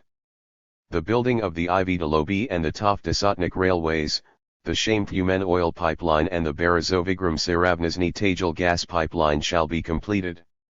The output of the Kuznets coal basin shall be raised to not less than 121 million tons, including raising the output of coking coals to not less than 50 million tons. Reconstruction of the existing coal mines and open pits of the Kuznetsk basin shall be accelerated. Electric power output in Siberia shall be raised to 141,000 to 143,000 million kilowatt-hour. The Krasnoyarsk hydropower station shall be put into operation at full capacity. The construction of the Irkutsk aluminium and Akinsk bauxite plants and the Tuva cobalt plant shall be completed. Capacities at the Krasnoyarsk and Bratsk aluminium plants and the Krasnoyarsk factory producing aluminium extrusions shall be built and put into operation at accelerated rates. The Norilsk plant shall be extended by working the rich nickel and copper deposits at Talnak, and the Kiyashalter deposits of Nephelens shall be developed. Work shall be begun on the exploitation of the Udokan copper ore deposit. 26,541 385. The building of the first section of the West Siberia iron and steel plant shall be largely completed, new capacities at the Korshanovo ore refinery shall be put into operation and the building of a ferrous alloy plant in East Siberia shall be begun. Capacities at the Omsk and Angarsk oil refineries and at the chemical plants in Angarsk, Yusal, Kemerova, Omsk, and Barnaul shall be expanded. The building shall be begun of an electrochemical plant in the Krasnoyarsk territory and the building of a new oil refinery in Siberia shall be envisaged. The Chernogorsk, Kemerova, Leninsk-Kuznetsk, Tyumen, and Chita textile mills are to begin producing. The first section of the Bratsk timber industry complex shall be completed and the second section begun, and work shall be started on the Asino, Eniseisk, and China timber industry complexes. The construction of the Maklakovo Eniseisk group of sawmills shall be completed. Railway communications with the Kuznetsk basin shall be improved. The Kretovaya USD Ilim and Rishoti Bogachani railways shall be built to bring industry to new districts. The industrial potential of the Far East shall be stepped up at an accelerated rate. There shall be a further increase in the extraction of gold, tin, tungsten, mercury, diamonds, and mica. The construction and commissioning of new power-generating capacities shall be speeded up in the Magadan region to ensure the further rise in the mining of gold, tin, and other non-ferrous metals. 386. In the areas of the northeast of the USSR, the building of the ore refineries at Solnechnoye shall be completed and those at Krustelny shall be expanded. The working of new deposits of natural diamonds in the Yakut ASSR and of tungsten in the Primorsky territory shall be begun. The building of the tin refinery at Deputetsky and the chemical mining enterprise in the Primorsky territory shall be started. Geological prospecting and surveying shall be substantially increased. Prospecting and planning for a new iron and steel base in the Far East shall be carried out. The gas deposit at USD Vilyoi in the Yakut ASSR shall be developed on an industrial scale. The building of the first section of the cellulose and cardboard plant in Komsomolsk shall be completed and the construction of a big new timber industry complex shall be begun. The building of a power station on the river Zia shall be stepped up and measures adopted to combat floods. The catch of fish, whales and marine mammals, and the harvest of sea products in the Far East shall be raised to about 35% of the country's total. The traffic handling capacity of the ports of Vladivostok, Nakhodka, and Vanano shall be expanded. Ferry communication shall be established between Vanano and the island of Sakhalin, and work shall be begun on the building of a bridge across the river Amur at Komsomolsk-on-Amur. 26,387. Ukrainian Soviet Socialist Republic. The accelerated expansion of the electric power, engineering, gas, chemical, and light industries, and also the further development of the steel, coal and food industries shall be ensured.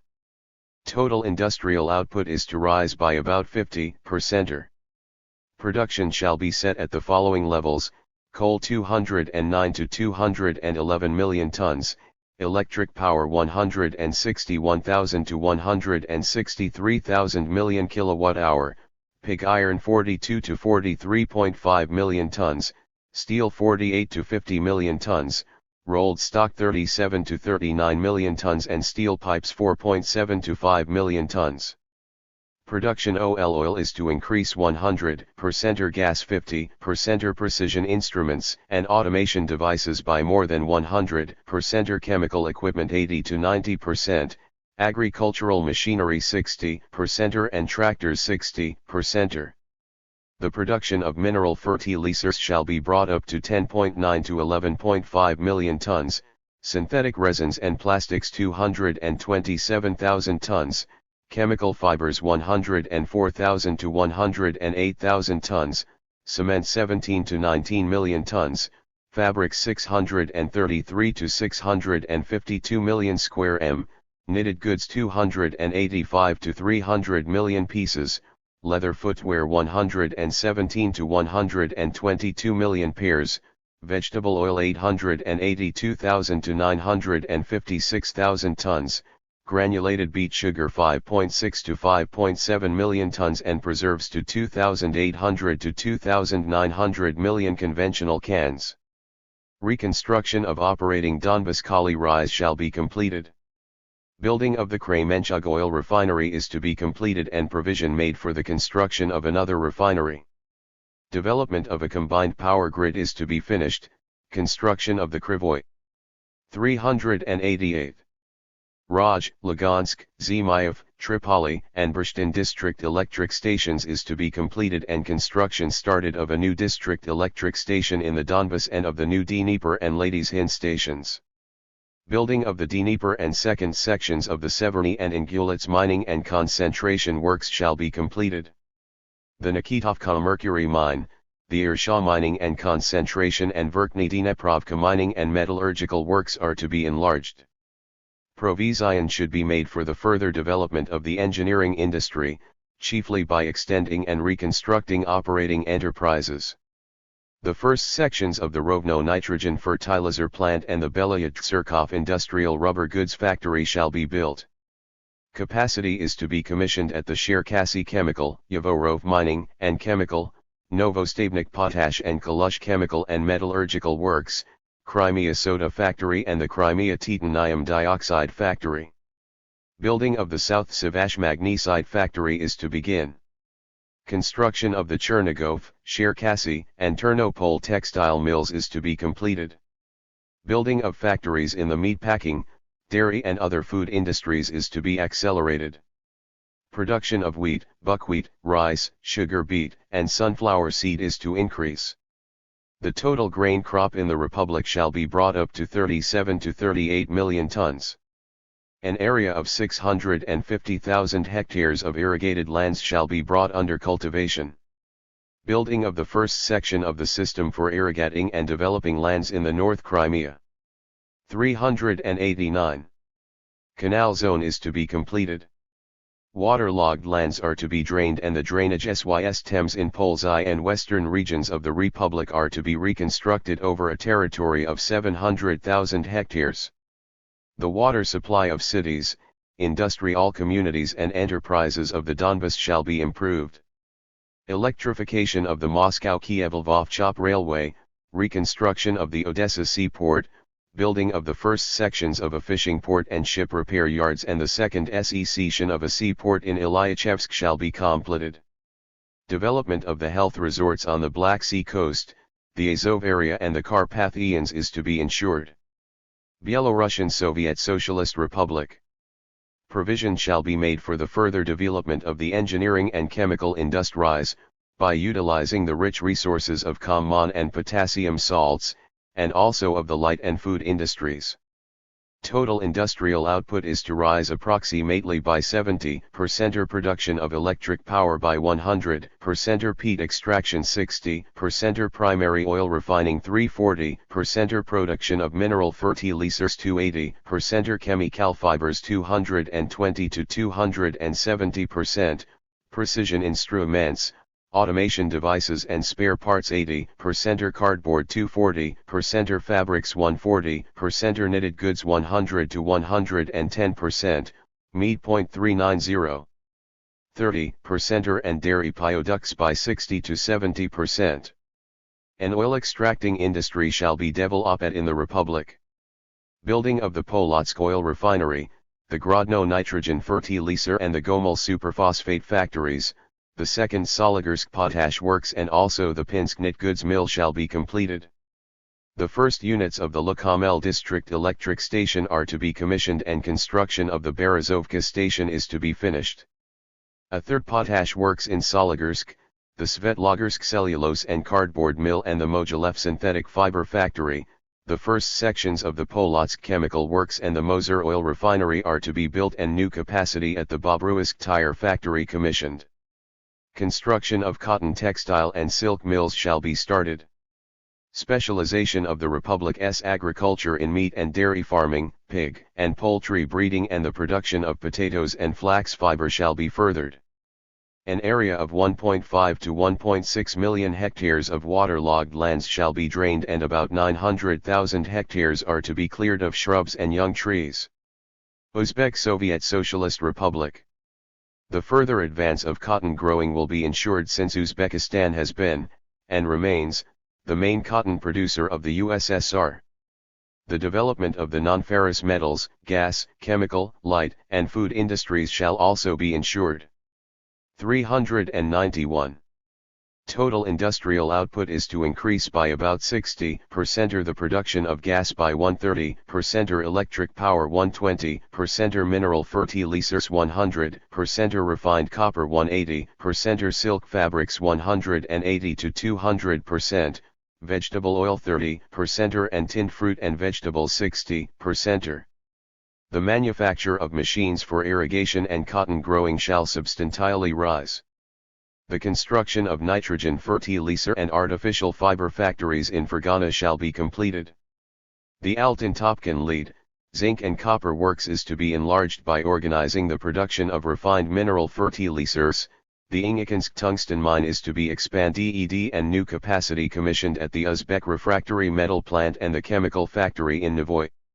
A gold mining industry is to be developed. Building of the Tashkent and Nevoy district electric stations and the Charvak hydroelectric station shall be finished, and the first unit of the Bekabad district electric station commissioned. More gas is to be supplied to the Urals. A gas pipeline from the Bokhara gas-bearing area to Tashkent, Frunze, and Alma-Ata shall be built. A factory for manufacturing domestic refrigerators shall be erected.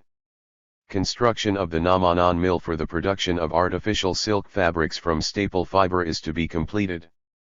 Building of a cotton textile mill, cotton spinning mill, shoe and knitted goods factories, 2 vegetable oil mills, 2 canneries, and a winery shall be undertaken. Growing of cotton varieties yielding fine. 392. Staple fiber is to increase. An area of 500,000 hectares of newly irrigated lands shall be brought under cultivation. Work on irrigating and developing the Hungary and Karshinsk steppes and the Sirhan-Shirabad valley is to be continued. Desalinization and draining of irrigated lands and improvement of the water supply to irrigation systems with inadequate water resources shall be undertaken. Water must be supplied to 3.5 million hectares of patur lands. Large-scale cultivation of rice shall be developed in the lower reaches of the Amu Darya. Production of vegetables, melon crops, fruit, and grapes for the market is to increase. The breeding of caracal sheep and sheep for meat and fat shall be extended. Kazakh Soviet Socialist Republic. Provision shall be made for the accelerated development of the non-ferrous metals, iron and steel, coal, oil, chemical, light and food industries. Total industrial output shall rise by about 70%, or production of electric power by 100%, or refined copper 90%, or lead 40%, or and zinc 90%. Or. Production shall be increased as follows: coal to 68 to 69 million tons, including 32 million tons strip mined, oil 15 million tons, iron ore 26 million tons, pig iron 4 to 4.5 million tons, steel 3.5 to 4.6 million tons, mineral fertilizers 2 to 2.2 million tons, cement 6 to 6.3 million tons, meat 505,000 tons, fabrics 130 to 143 million square m, leather foot 25,541,393. Wear 25 to 26 million pairs and knitted articles to 97 to 103 million pieces. Building of the Jezkazgan mining and metallurgical works and the Leninogorsk zinc plant shall be completed, and the Tishinsk lead and zinc and Sayuk copper mine, the first SE sections of the Nikolaevka and Orlovka mining and concentration works and the second SE section of the Pavlodar alumina factory are to be commissioned. Building of the East Kazakhstan copper smelter and copper electrolytic refinery shall be started. Construction of the Karaganda iron and steel works shall be largely completed and new capacity commissioned at the Ermakovka Ferro alloys plant and the first section of the Lysakovskoye mining and concentration works. Capacity of the Sokolovskoye Sarbay mining and concentration works shall be brought up to 30 million tons of ore annually, increasing the production of granules. The construction of the Kakar mining and concentration works is to be started. NEWR coal mining capacity shall be commissioned in the Akibastas area and construction started of electric stations working on these coals to ensure the power supply of central and northern Kazakhstan and to transmit electric power to regions in the European part of the USSR and the Urals. The first sections of the Urmik and Jambol district electric stations shall be commissioned. Development of a new large oil and gas center in the Mangishlak Peninsula is to be accelerated, and the Guryev oil refinery N. 394. Larged. The production of tractors must be started. Provision shall be made for building and commissioning the first section of the Pavlodar and Chimkent oil refineries. A large complex of chemical works is to be developed on the basis of the keratophosphorite deposits. New capacity is to be commissioned at the Pavlodar Chemical Works. Building of the Kustana artificial fiber factory is to be finished and construction of a rubber products factory started. Development of the building materials and construction industries must be ensured. The Jataigara asbestos works is to be completed. Provision shall be made for the rapid development of the industries processing agricultural raw materials and producing consumer goods. Construction of the Alma-Ata cotton textile mill and the Jambol leather and footwear factory, the Kustana mill for producing suitings from staple fiber is to be completed. 7 clothing, 5 knitted goods and 2 footwear factories, 9 meat packing and 3 confectionery factories are to be built. Construction of a wurst mill and a number of other light and food industry factories is to be started. Production of 21 to 22 million tons of grain shall be achieved in 1970. Measures for combating drought and wind erosion of the soil must be taken. Production of potatoes and other vegetables is to increase. An area of 300,000 hectares of irrigated lands is to be brought under cultivation. The production of cotton, sugar beet, tobacco, fruit and grapes in South Kazakhstan shall be expanded. The rice 25,395.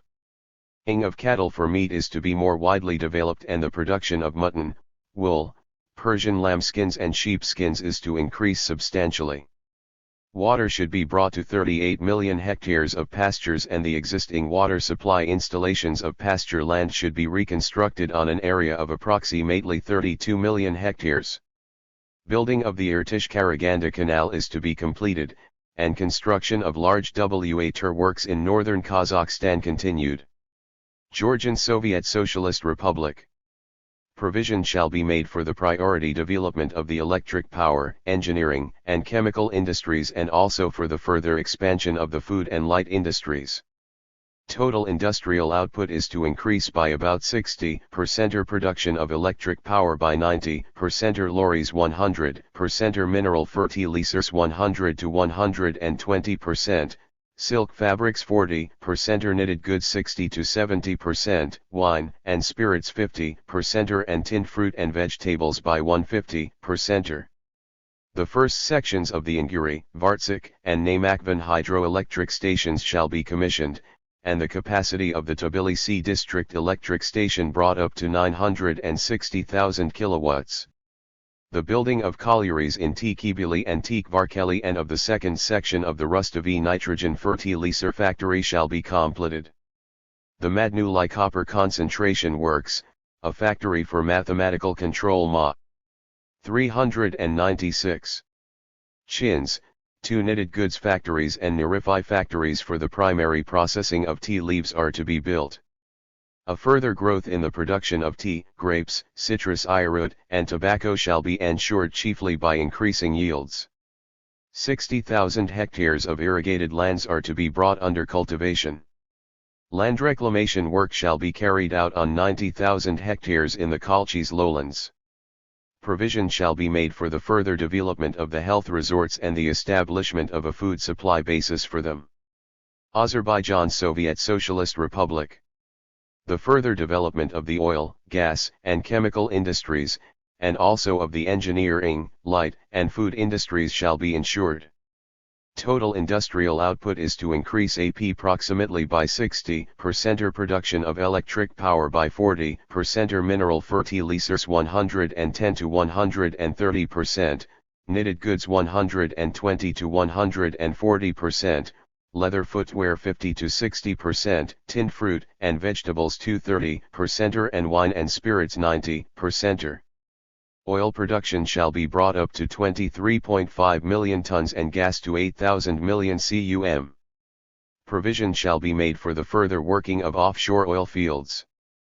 Building of the Kirovabad alumina factory, the Ali Baramli district electric station and cotton spinning and cotton weaving mills shall be completed. New capacity is to be commis. 397. Ziand at the Sumgait chemical works. Building of a new thermal electric station, the Shamkir and Turdur hydroelectric stations, the Philiz Chai polymetallic works, a cement mill and a cotton textile mill shall be started. A factory producing tools for fitting and assembly jobs, 2 knitted underwear factories, an artificial leather factory, 5 canneries, 4 tobacco fermentation factories and also wineries are to be built. Provision shall be made for a further increase in the production of cotton, tobacco, grapes, and fruit. Development of large facilities for the growing of early vegetables is to be ensured. The land in the Karabaraks lowlands and the Mugan steppe should be improved, for which purpose, desalination shall be carried out on an area of about 200,000 hectares. 60,000 hectares of newly irrigated lands are to be brought under cultivation. Lithuanian Soviet Socialist Republic. Provision shall be made for the development of the instrument making, electrical engineering, radio, electronic, machine tool and also the chemical, food, fish and light industries.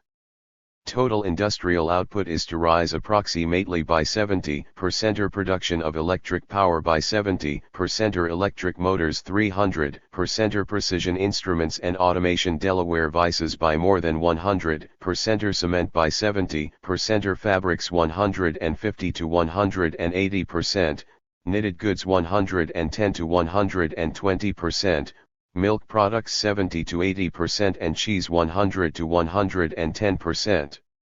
Mass Pro. 398. Duction of TV sets and domestic refrigerators shall be organized.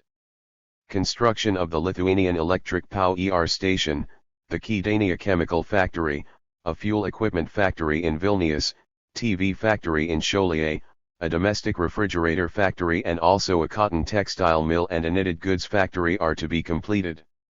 Construction of an oil processing plant is to be started. The first section of a ship repair yard in Klaipėda for the repair of fishing vessels, a volumetric yarn mill, a factory for artificial soft leather and a sugar refinery are to be built.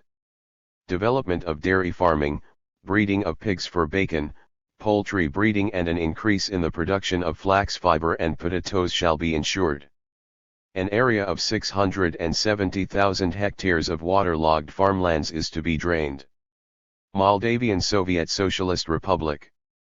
Alongside the further development of the key sector of industry, the food industry, expansion of labor-consuming branches of the engineering industry and the light industry shall be ensured.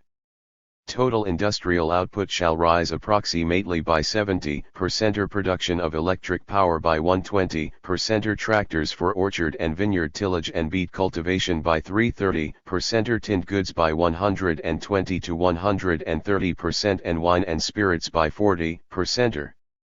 Building of the Moldavian electric power. 399.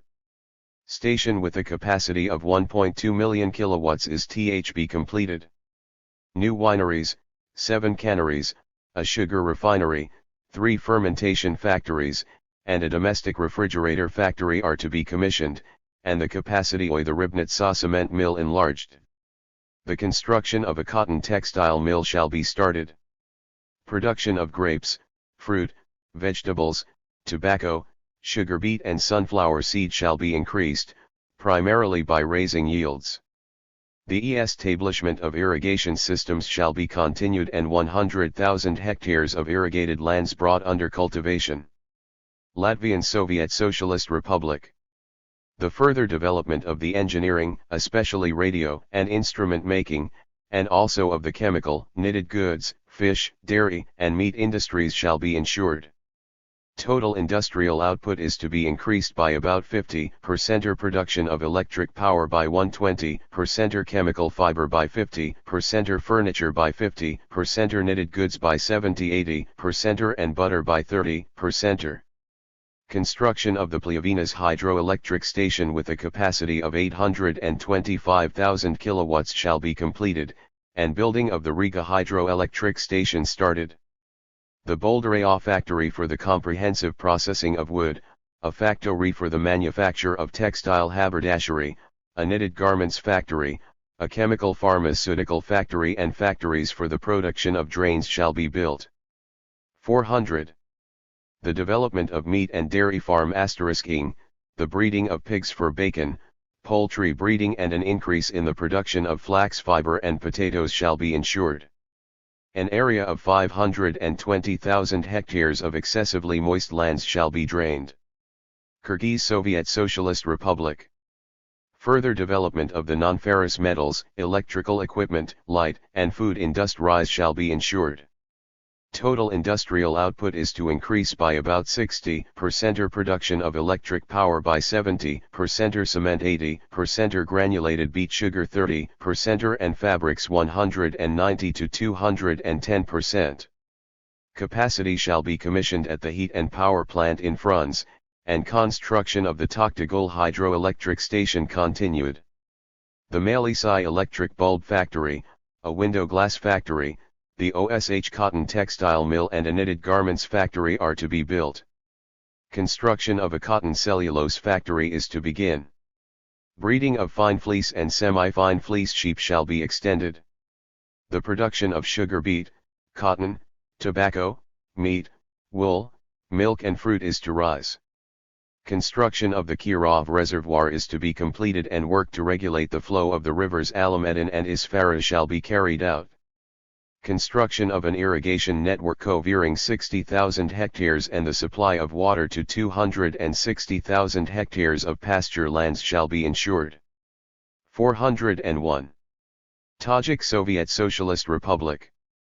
Provision shall be made for developing of the electric power industry, power-consuming branches in the chemical and non-ferrous metals industries, and the food and light industries.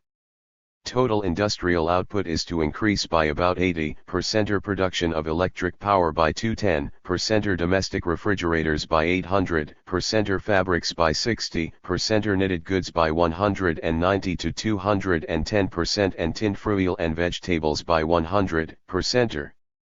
The first units of the Nurek hydroelectric station, the Vakshir nitrogen fertilizer factory and the first section of an aluminium plant and the Jizhikrut mining and metallurgical works are to be commissioned.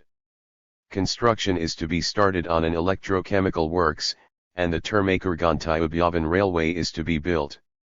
Construction of a cotton textile mill, knitted garments factory and winery is to be completed. A cannery, clothing, and shoe factories are to be built. An increase in the production of cotton, grapes, fruit, silk cocoons, and the further development of orchards and breeding of sheep for meat and fat shall be ensured. Irrigation and development of new lands in the Yavanabikik Valley shall be completed. Building an irrigation network on an area of 90,000 hectares shall be provided for. 402. Armenian Soviet Socialist Republic. Provision shall be made for the further development of the non-ferrous metals, chemical, precision engineering, light, and food industries.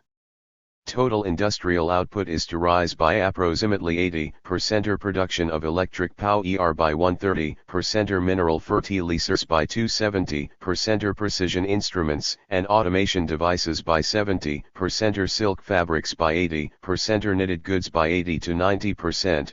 Wine and spirits by 100% and tinned fruit and vegetables by 90%.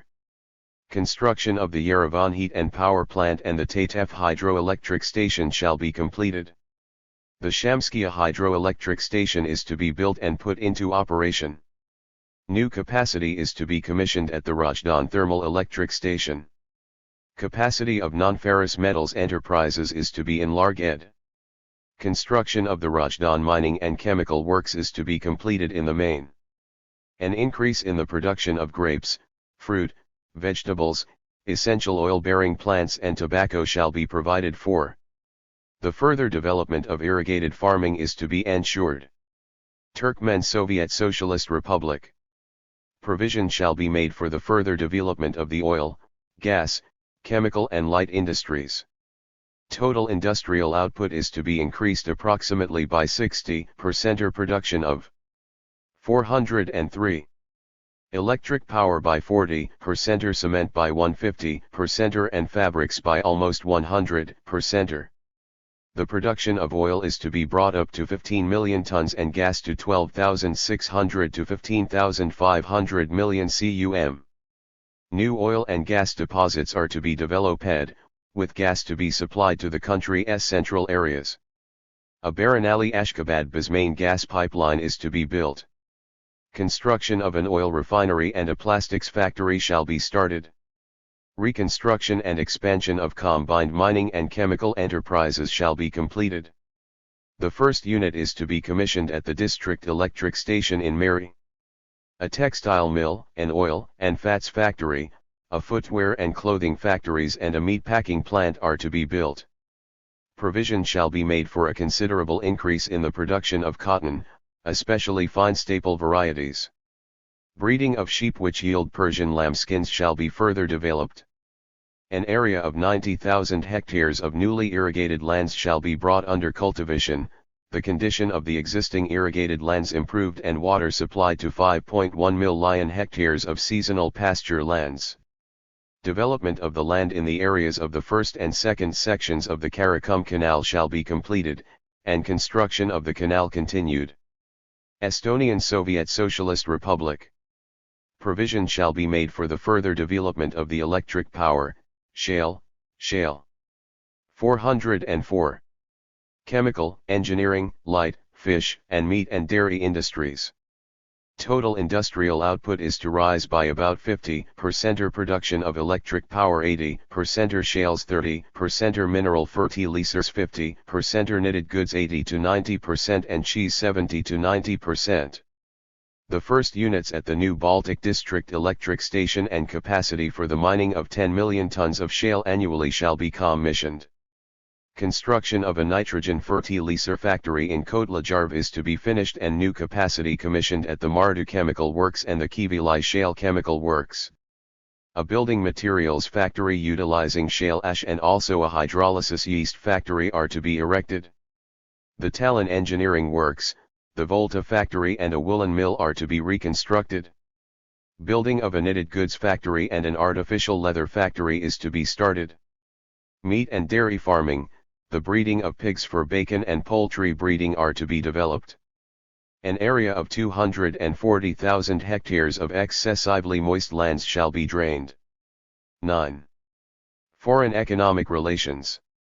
In the sphere of foreign economic relations, the important tasks of the 5-year plan are: further development of the economic relations of the Soviet Union with the Socialist 405 countries and utilization of the advantages of the International Socialist Division of Labor on the basis of the Leninist principles of proletarian internationalism and fraternal mutual assistance in the interest of strengthening the world socialist system, extension of economic cooperation with the developing countries by increasing trade and rendering them economic and technical assistance in strengthening their independent and national economy, development of trade with the other foreign countries. The 5-year plan shall envisage: 1. In the development of economic cooperation with socialist countries, an increase in trade between the USSR and other socialist countries, the implementation of coordinated measures for further improving the composition of exports and imports and rising, on this basis, the economic efficiency of foreign trade, further development of an economically efficient, stable specialization and cooperation in production between the interested fraternal countries, in the first place, in the engineering, chemical, steel, and electronic industries, expansion of scientific and technical cooperation, improvement of its methods, expansion of mutual technical information, exchange of scientific and technical achievements and licenses, development between member countries of the Council for Mutual Economic Assistance. 406. Of new rational forms of economic cooperation in industry, transport, trade, credit, and financial relations and international foreign exchange settlements. Wider standardization of articles and the application of progressive standards for goods delivered by the socialist countries on the basis of coordinated specialization and cooperation in production, further development by joint effort of the fuel, power, and raw material producing industries to satisfy, on mutually acceptable terms, the needs of the interested countries in power and raw materials. 2. In economic relations with the developing countries, intensification of foreign trade relations and economic cooperation with the developing countries of Asia, Africa, and Latin America, expansion of trade with the developing countries, above all by increasing exports of the machinery and other manufactured goods they need for building up their national economy, and also through a corresponding increase of imports of agricultural produce, industrial goods, and raw materials from these countries. The rendering of technical assistance to the developing countries in creating their national industry, agriculture, scientific and design organizations and construction facilities, modern means of transport and communication, in carrying out geological prospecting and in training specialists and skilled workers. 3. Further expansion of foreign trade with 407. The industrially developed capitalist countries, which display a willingness to develop trade with the Soviet Union. To make fullest use of the advantages of the International Division of Labor, raise the economic efficiency of foreign trade and better satisfy the needs of Soviet people in goods, provision shall be made for improving the composition of Soviet exports by increasing the share of machinery, equipment, instruments, means of transport and communication and other finished goods of the manufacturing industry, improving the composition of imports by buying abroad primarily the kinds of raw and other materials and finished goods whose production in our country involves bigger outlays and capital investments, and also by increasing purchases of the most up-to-date equipment which helps accelerate the development of progressive sectors of the economy, expanding considerably trade with foreign countries in patents and licenses, creating, on the basis of a profound study of foreign markets, new specialized production and developing existing production in order to expand the output of export goods. Meeting the demands of the world market, especially as concerns the engineering industry, extending international sea, air, and other carriage of goods and passengers by Soviet. 408. Transport facilities, extending the provision and exchange of other kinds of services and also developing foreign tourist travel. ******. The 23rd Congress of the CPSU instructs the Central Committee of the CPSU and the USSR Council of Ministers to provide, on the basis of the directives, the elaboration of the National Economic Development Plan for 1966-70 by branches and union republics with a division of assignments for each year of the 5-year period so that every enterprise shall have its own 5-year plan. The Council of Ministers of the USSR shall submit the draft new 5-year plan to the Supreme Soviet of the USSR. Framing the new 5-year plan is a serious and responsible task requiring much constructive work and an organic blending of economically based centralist targets with local initiative. The 5-year plan, based on scientific calculation, will provide clear guidelines for the work of each collective and enable enterprises to operate on a long-term basis, with greater confidence and rhythmically ensuring a steady rise in the efficiency of production. Fulfillment of the new 5-year plan is the vital cause of the millions, of all Soviet people, of their initiative, reason, and will. A greater sense of responsibility, better discipline, and greater independence are required of all collectives, of each worker. Successful fulfillment of the 5-year plan is most intimately connected with a further enhancement of the role of party organizations. 409. In the ideological education of the working people, with an advance and improvement of the organizational work of communists aimed at stimulating the creative initiative of the masses. Party organizations are called upon to analyze in a business-like way what has been accomplished and what had to be done for raising the efficiency of production, to sum up the positive experience and the proposals of the working people, wider to disseminate everything valuable and progressive, giving every support to innovators, inventors, and front rankers. It is necessary resolutely to combat any manifestation of conceit, complacency, and indifference, to be intolerant of departmental limitedness and a parochial approach, boldly to stimulate criticism of shortcomings, implacably uprooting red tape wherever and in whatever form it is displayed. Councils of Ministers of the Union Republics, Ministries of the USSR and the Union Republics and the Soviets of Working People's deputies have a responsible part to play in organizing the fulfillment of the 5-year plan. The Soviets of Working People's deputies must make wide use of the powers given them, actively participate in economic affairs, watch over the proper use of manpower resources and natural wealth and cut short manifestations of a narrow departmental approach. The Soviets have the great task of expanding trade and manufacture of consumer goods, of developing cultural and other public services, building roads, and improving towns and rural communities. The trade unions must in every way develop. 410.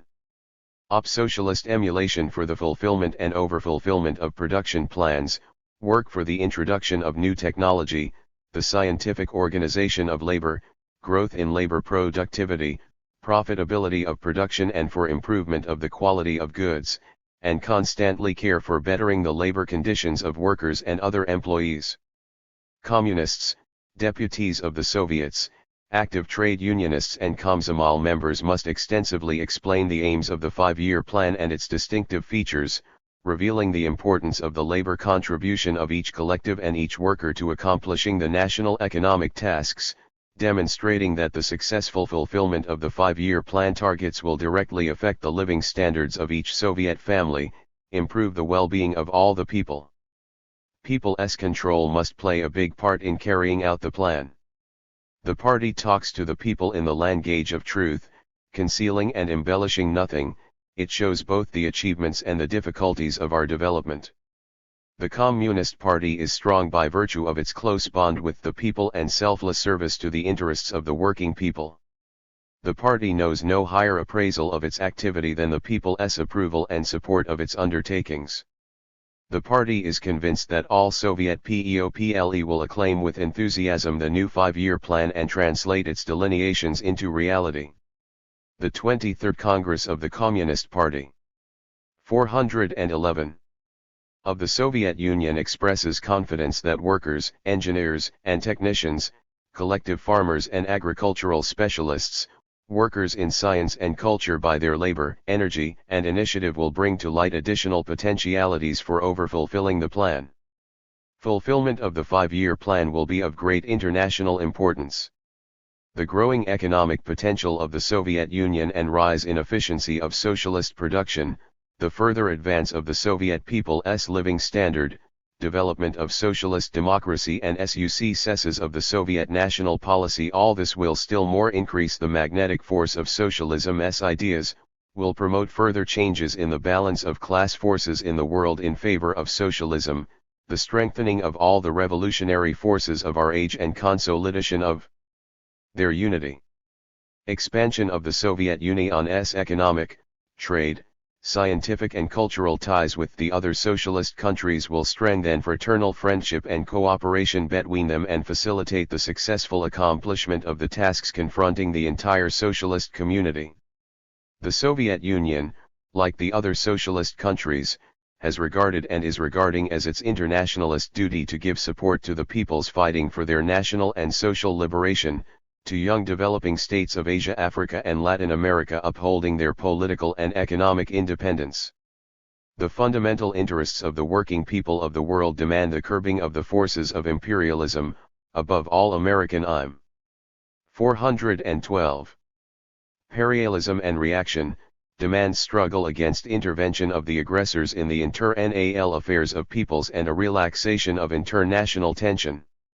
The most urgent task is to prevent the outbreak of another world war.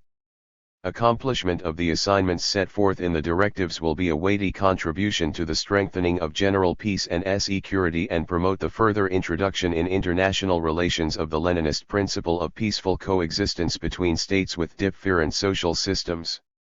Fulfillment of the 5-year plan will furnish fresh proof of the fact that the Soviet people are discharging their internationalist duty to the fraternal socialist countries, the international NAL proletariat and the world liberation movement.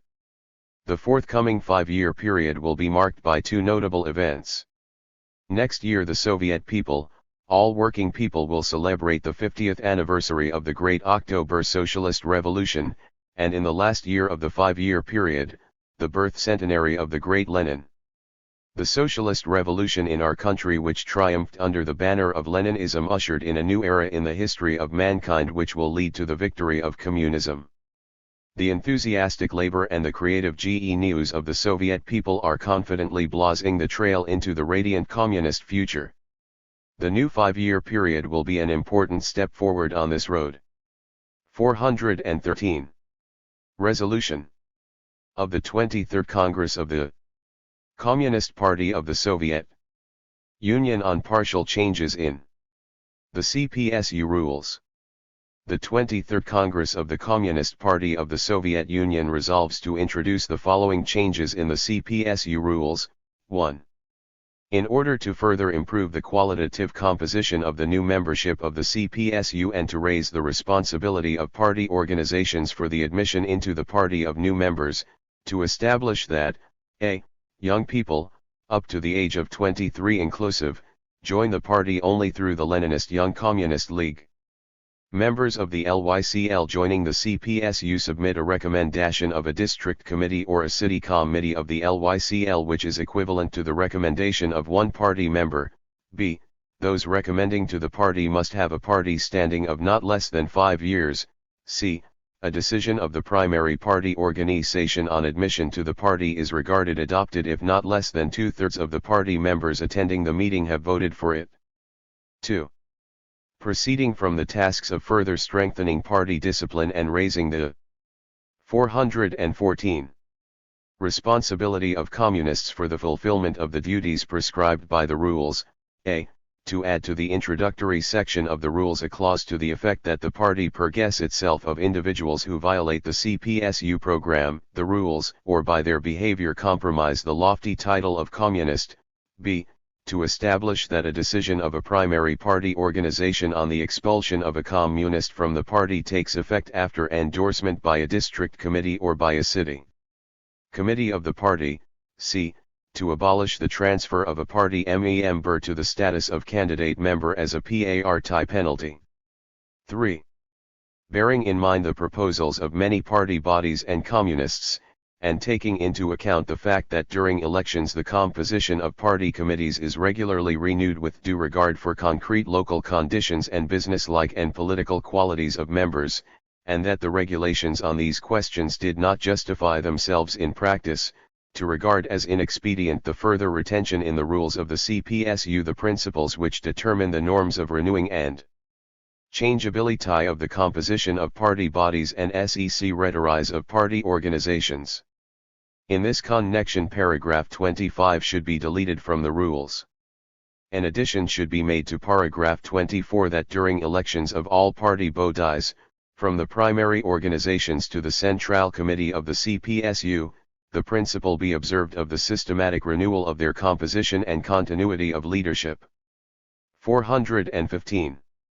4. To supplement the section of the rules concerning primary party organizations with a new paragraph which should establish that the party committees of primary organizations numbering more than 1,000 communists may, with the permission of the Central Committee of the Communist Party of a Union Republic, be granted the rights of a district party committee in issues concerning the admission to the CPSU, registration of party members and candidates, and examination of cases of violating party discipline by communists.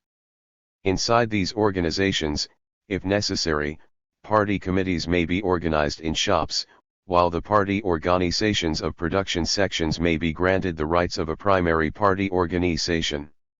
The party committees which enjoy the rights of a district party committee are elected for a term of 2 years. 5. To supplement paragraph 57 of the rules with a clause that in State Farm's party committees may be established if there are 50 communists. 6. Bearing in mind the party organization's suggestion to the effect that the CPSU rules should determine in a more differentiated way the terms for the convocation of meetings in primary party organizations, depending on the conditions of their work, structure, and membership, to establish that in the primary party organizations which have up to 300 members and where there are shop organizations, general party meetings should be held at least once every 2 months. 7. To establish in the rules that Commu. 416. NIST party congresses in all Union republics should be held at least once every 4 years. 8. To make provisions in the rules that in the period between party congresses the Central Committee may, when it deems necessary, convoke an all-Union party conference to discuss urgent issues of the party's policy, while the central committees of the communist parties in the Union republics may convoke Republican Party conferences. The order of conducting an all-Union party conference is fixed by the CPSU Central Committee, while that of Republican Party conference, by the central committees of the communist parties of the Union republics. 9. To make provisions in the rules that the Central Committee of the Communist Party of the Soviet Union elects a political bureau for guiding the work of the party between plenums of the Central Committee, a secretariat for supervising the current work, mainly in the field of personnel and organizing check ups on the carrying out of party resolutions. The Central Committee elects the General Secretary of the CPSU Central Committee. The clause stipulating that the Central Committee establishes a CPSU Central Committee Bureau for the RSFSR, in paragraph 39 of the rules, should be omitted. 10. Mention about economic councils in paragraph 59 of the rules should be omitted. 27.541. Statement of the 23rd Congress of the CPSU concerning U.S. aggression in Vietnam. Giving voice to the will and feelings of the Soviet Communists, of the entire Soviet people, the 23rd Congress of the Communist Party of the Soviet Union wrathfully condemns U.S. brutal aggression against the fraternal people of Vietnam. By their bloody war in Vietnam, the American imperialists are striving to suppress the national liberation struggle of the peoples of South Vietnam and the other peoples of Southeast Asia, and infringing openly upon the sovereignty of a socialist state, the Democratic Republic of Vietnam. Trampling upon the elementary standards of international law, the U.S. militarists are using most savage and inhuman means of warfare. U.S. planes raid North Vietnamese towns and villages, destroying factories, dwellings, schools, and hospitals and sowing death among the civilian population. Nearly 250,000 U.S. troops are taking part in the criminal war against the 418 South Vietnamese patriots. By involving in their aggression their allies in military blocs, the U.S. imperialists are creating grave threat to the security and sovereignty of other countries, interfering brazenly in the affairs of Laos, and devouring to exert political and military pressure on Cambodia, and adding heat to international tension. The ruling quarters of the United States are trying to disguise the true nature of their acts with hypocritical claims of defending freedom, counteracting communist expansion, and the like. However, nobody can believe this lie. By its aggression in Vietnam, the United States has covered itself with shame, which it will never be able to live down. The Vietnam adventure undertaken by U.S. imperialism is severely denounced by all progressive, democratic forces of the world. Increasingly broader sections of the world public are joining the campaign in support of the just cause of the Vietnamese people. Protests against the aggressive war in Vietnam are mounting in the United States itself. The moral and political isolation of the aggressors is becoming more and more obvious. The Soviet Communists and our entire PEOPLE admire the courage and fortitude of the Vietnamese patriots. They are sure that no atrocities committed by the interventionists will ever break the will of the Vietnamese people, who are waging a sacred and just struggle for freedom, independence, and unity, for the right to decide their own destiny. Their heroic and just struggle will go down in history as a mag. 27 feet 419 inches. Magnificent model of unbending courage, tenacity, and the will to win. The Soviet Union, the other socialist countries and the international working class and communist movement have always rendered the Vietnamese people extensive and all-round assistance and support. On behalf of the whole party, of all Soviet people, the 23rd Congress of the Communist Party of the Soviet Union firmly demands that the U.S. aggression against Vietnam be stopped and all interventionist troops be withdrawn from that country. Any continuation of this aggression, which the U.S. militarists are trying to spread to other Southeast Asian countries, is fraught with most dangerous consequences for world peace. The Congress resolutely declares, in escalating the disgraceful war against the people of Vietnam, the aggressors will meet with increasing support of Vietnam by the Soviet Union and other fraternal socialist countries. The people of Vietnam shall be masters of their entire land.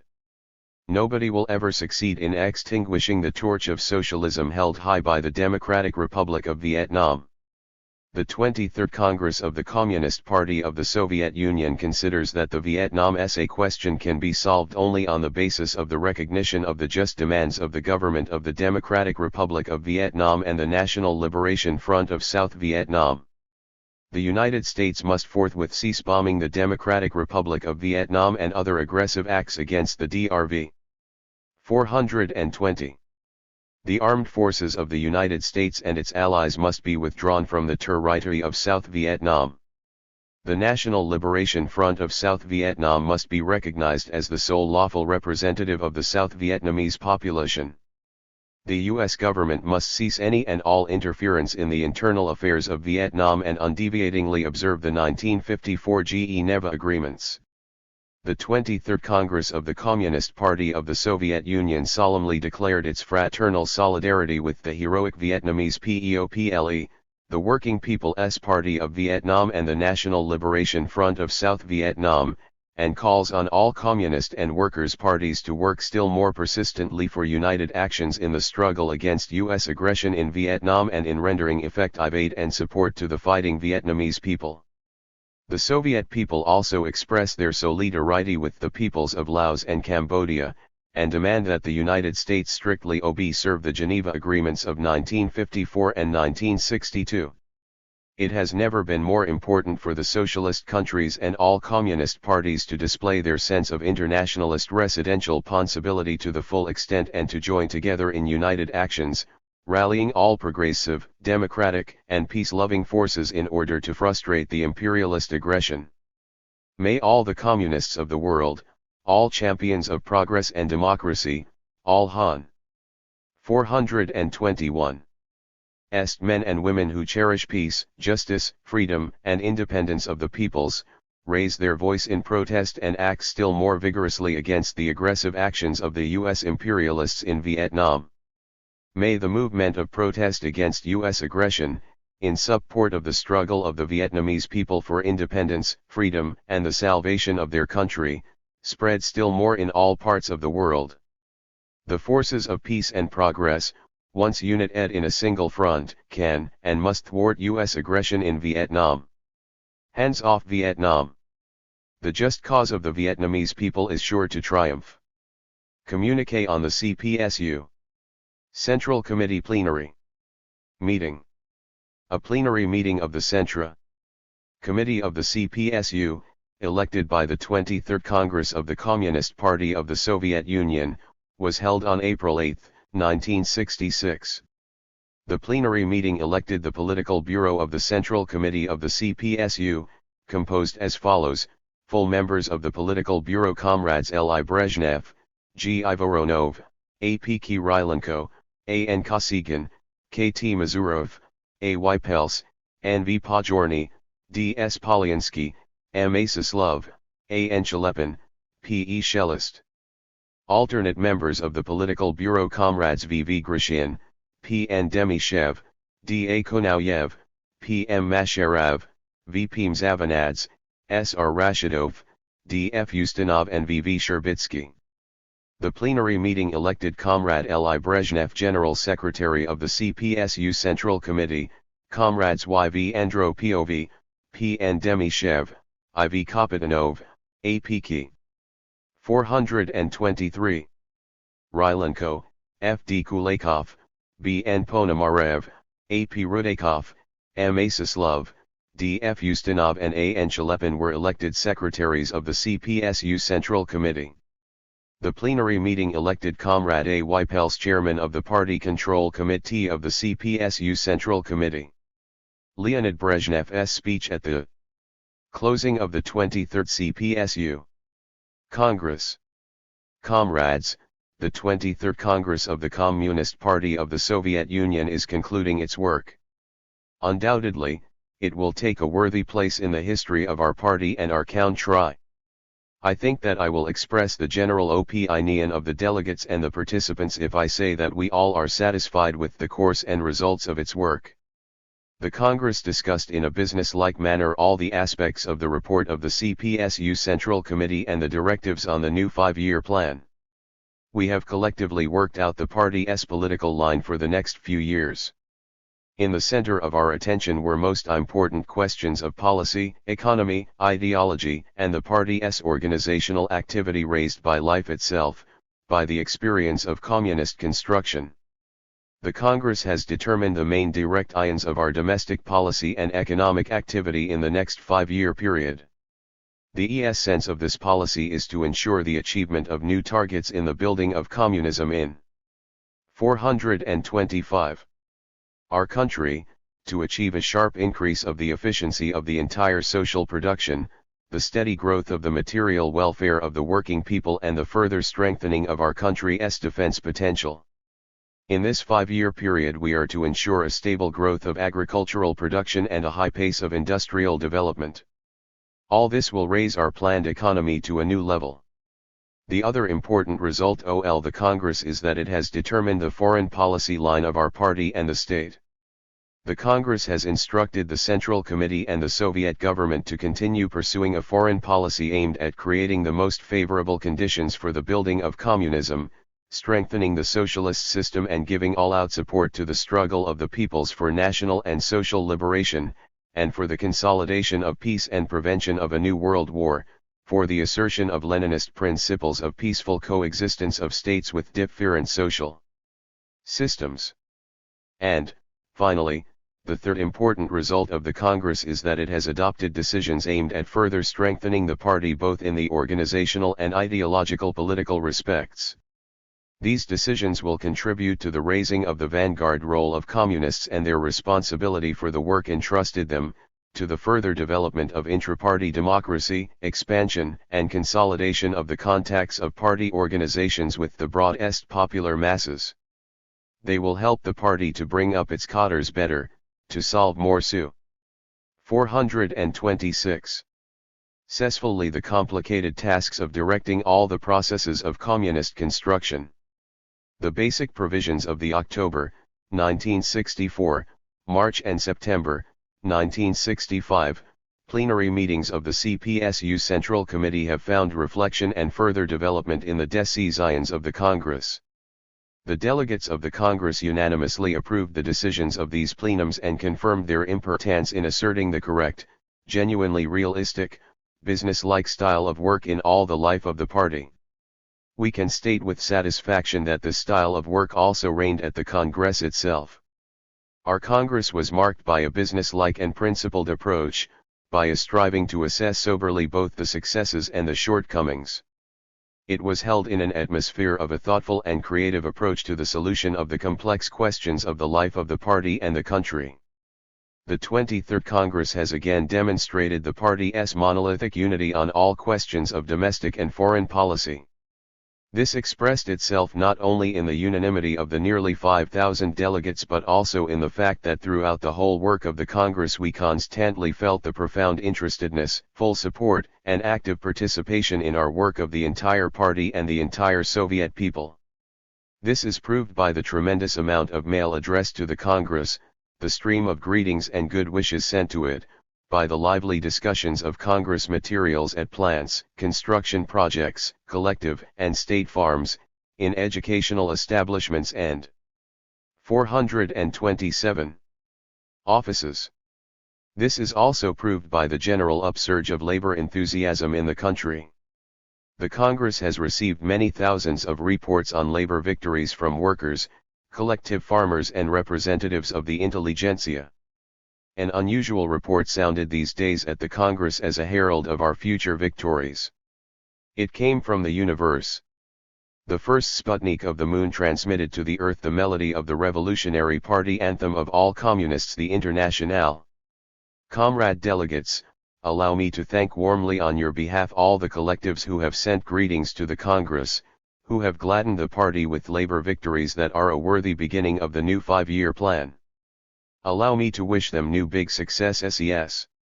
Comrades, the Communist Party or the Soviet Union has always regarded and regards itself now as a constituent part, as one of the detachments of the international communist and working class movement. Precisely for this reason we have always deemed it to be our duty to report on our work not only to the communists and people of our own country, but also to the fraternal parties, the working class of the world. At the 23rd Congress too the CPSU adhered to this tradition. Delegations of 86 communist and workers' parties, as well as of national democratic and socialist parties of the world, took part in the Congress. We hope they have got a complete 428 idea of the deeds of the Communist Party of the Soviet Union, of our plans and problems. For our part, we have had an opportunity to hear speeches by our comrades in arms, by our foreign friends.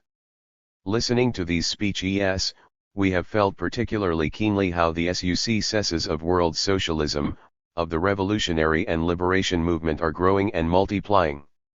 Listening to these speeches, we saw once again that our class brothers all over the world hold that the successful building of communism in the Soviet country constitutes the main support to their revolutionary struggle, the main contribution to this struggle.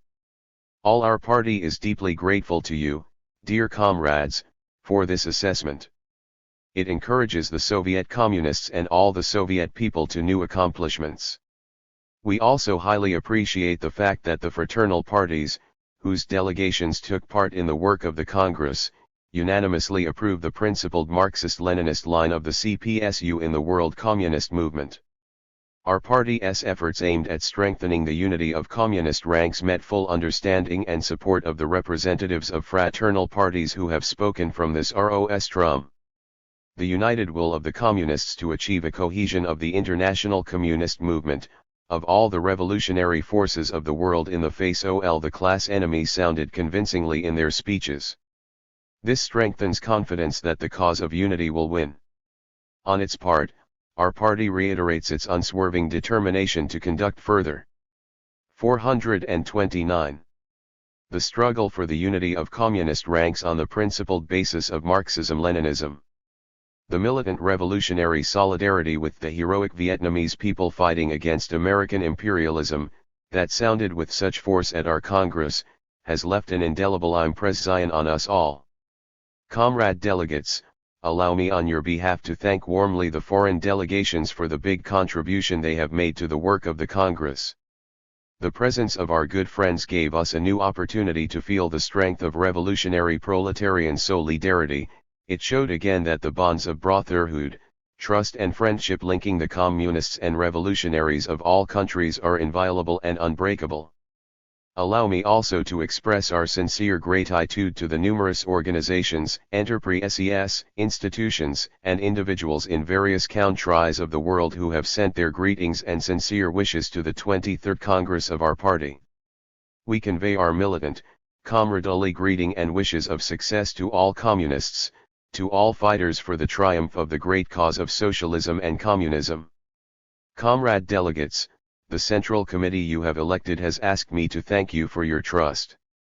We are well aware that this trust places a huge responsibility on us, obliges us to devote all our energies and capabilities to the implementation of the Congress decisions, the program of our party.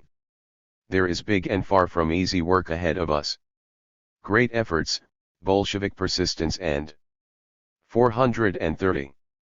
Boldness, creative efforts of all the party and all the people will be required to solve successfully the task set by the Congress. We are looking into the future with confidence and optimism.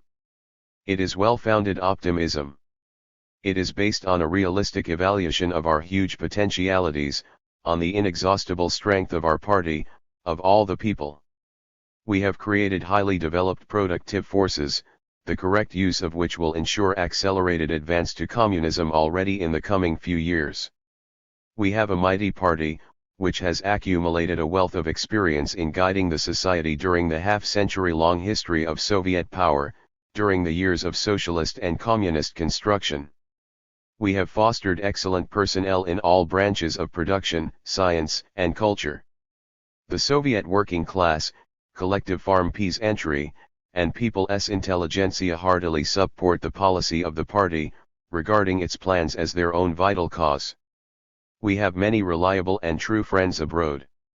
We can and must utilize the valuable experience of the building of a new society in the fraternal socialist countries. Our work and struggle have the support of communists, of the revolutionary and progressive forces of the whole world. Our party, founded and raised by the great revolutionary Vladimir Ilyich Lenin, has traversed a glorious road. Lenin taught us that the main source of the party's strength, the earnest of its victories lies in the unbreakable. 431. Ties with the people, in the ability to inspire and organize the masses of working people to the struggle for communism. The party can win if it excellently masters the laws governing social development, the laws of class struggle, the laws of building a new society, if it unswervingly advances to its aim and is guided by the theory of scientific communism. We communists, true successors and continuers of Lenin's cause, will always treasure his behests, the militant traditions of our party and the working class, the entire international communist movement. Mobilizing all our strength and energy, we will confidently advance further to new victories of our great communist cause. Concluding the work of the Congress, we can firmly say that by uniting the efforts of the entire Soviet people, the party will solve the grandiose task set by the 23rd Congress. Long live the Communist Party of the Soviet Union, the party of Lenin. Long live the heroic Soviet people, builders of communism. Long live the unity and cohesion of the world system of socialism, the international communist movement, all the revolutionary forces of our epoch. Long live the great cause of peace, democracy, national independence, and socialism, and may it triumph. Forward to new victories of communism under the banner of Marxism-Leninism. Stormy, prolonged applause.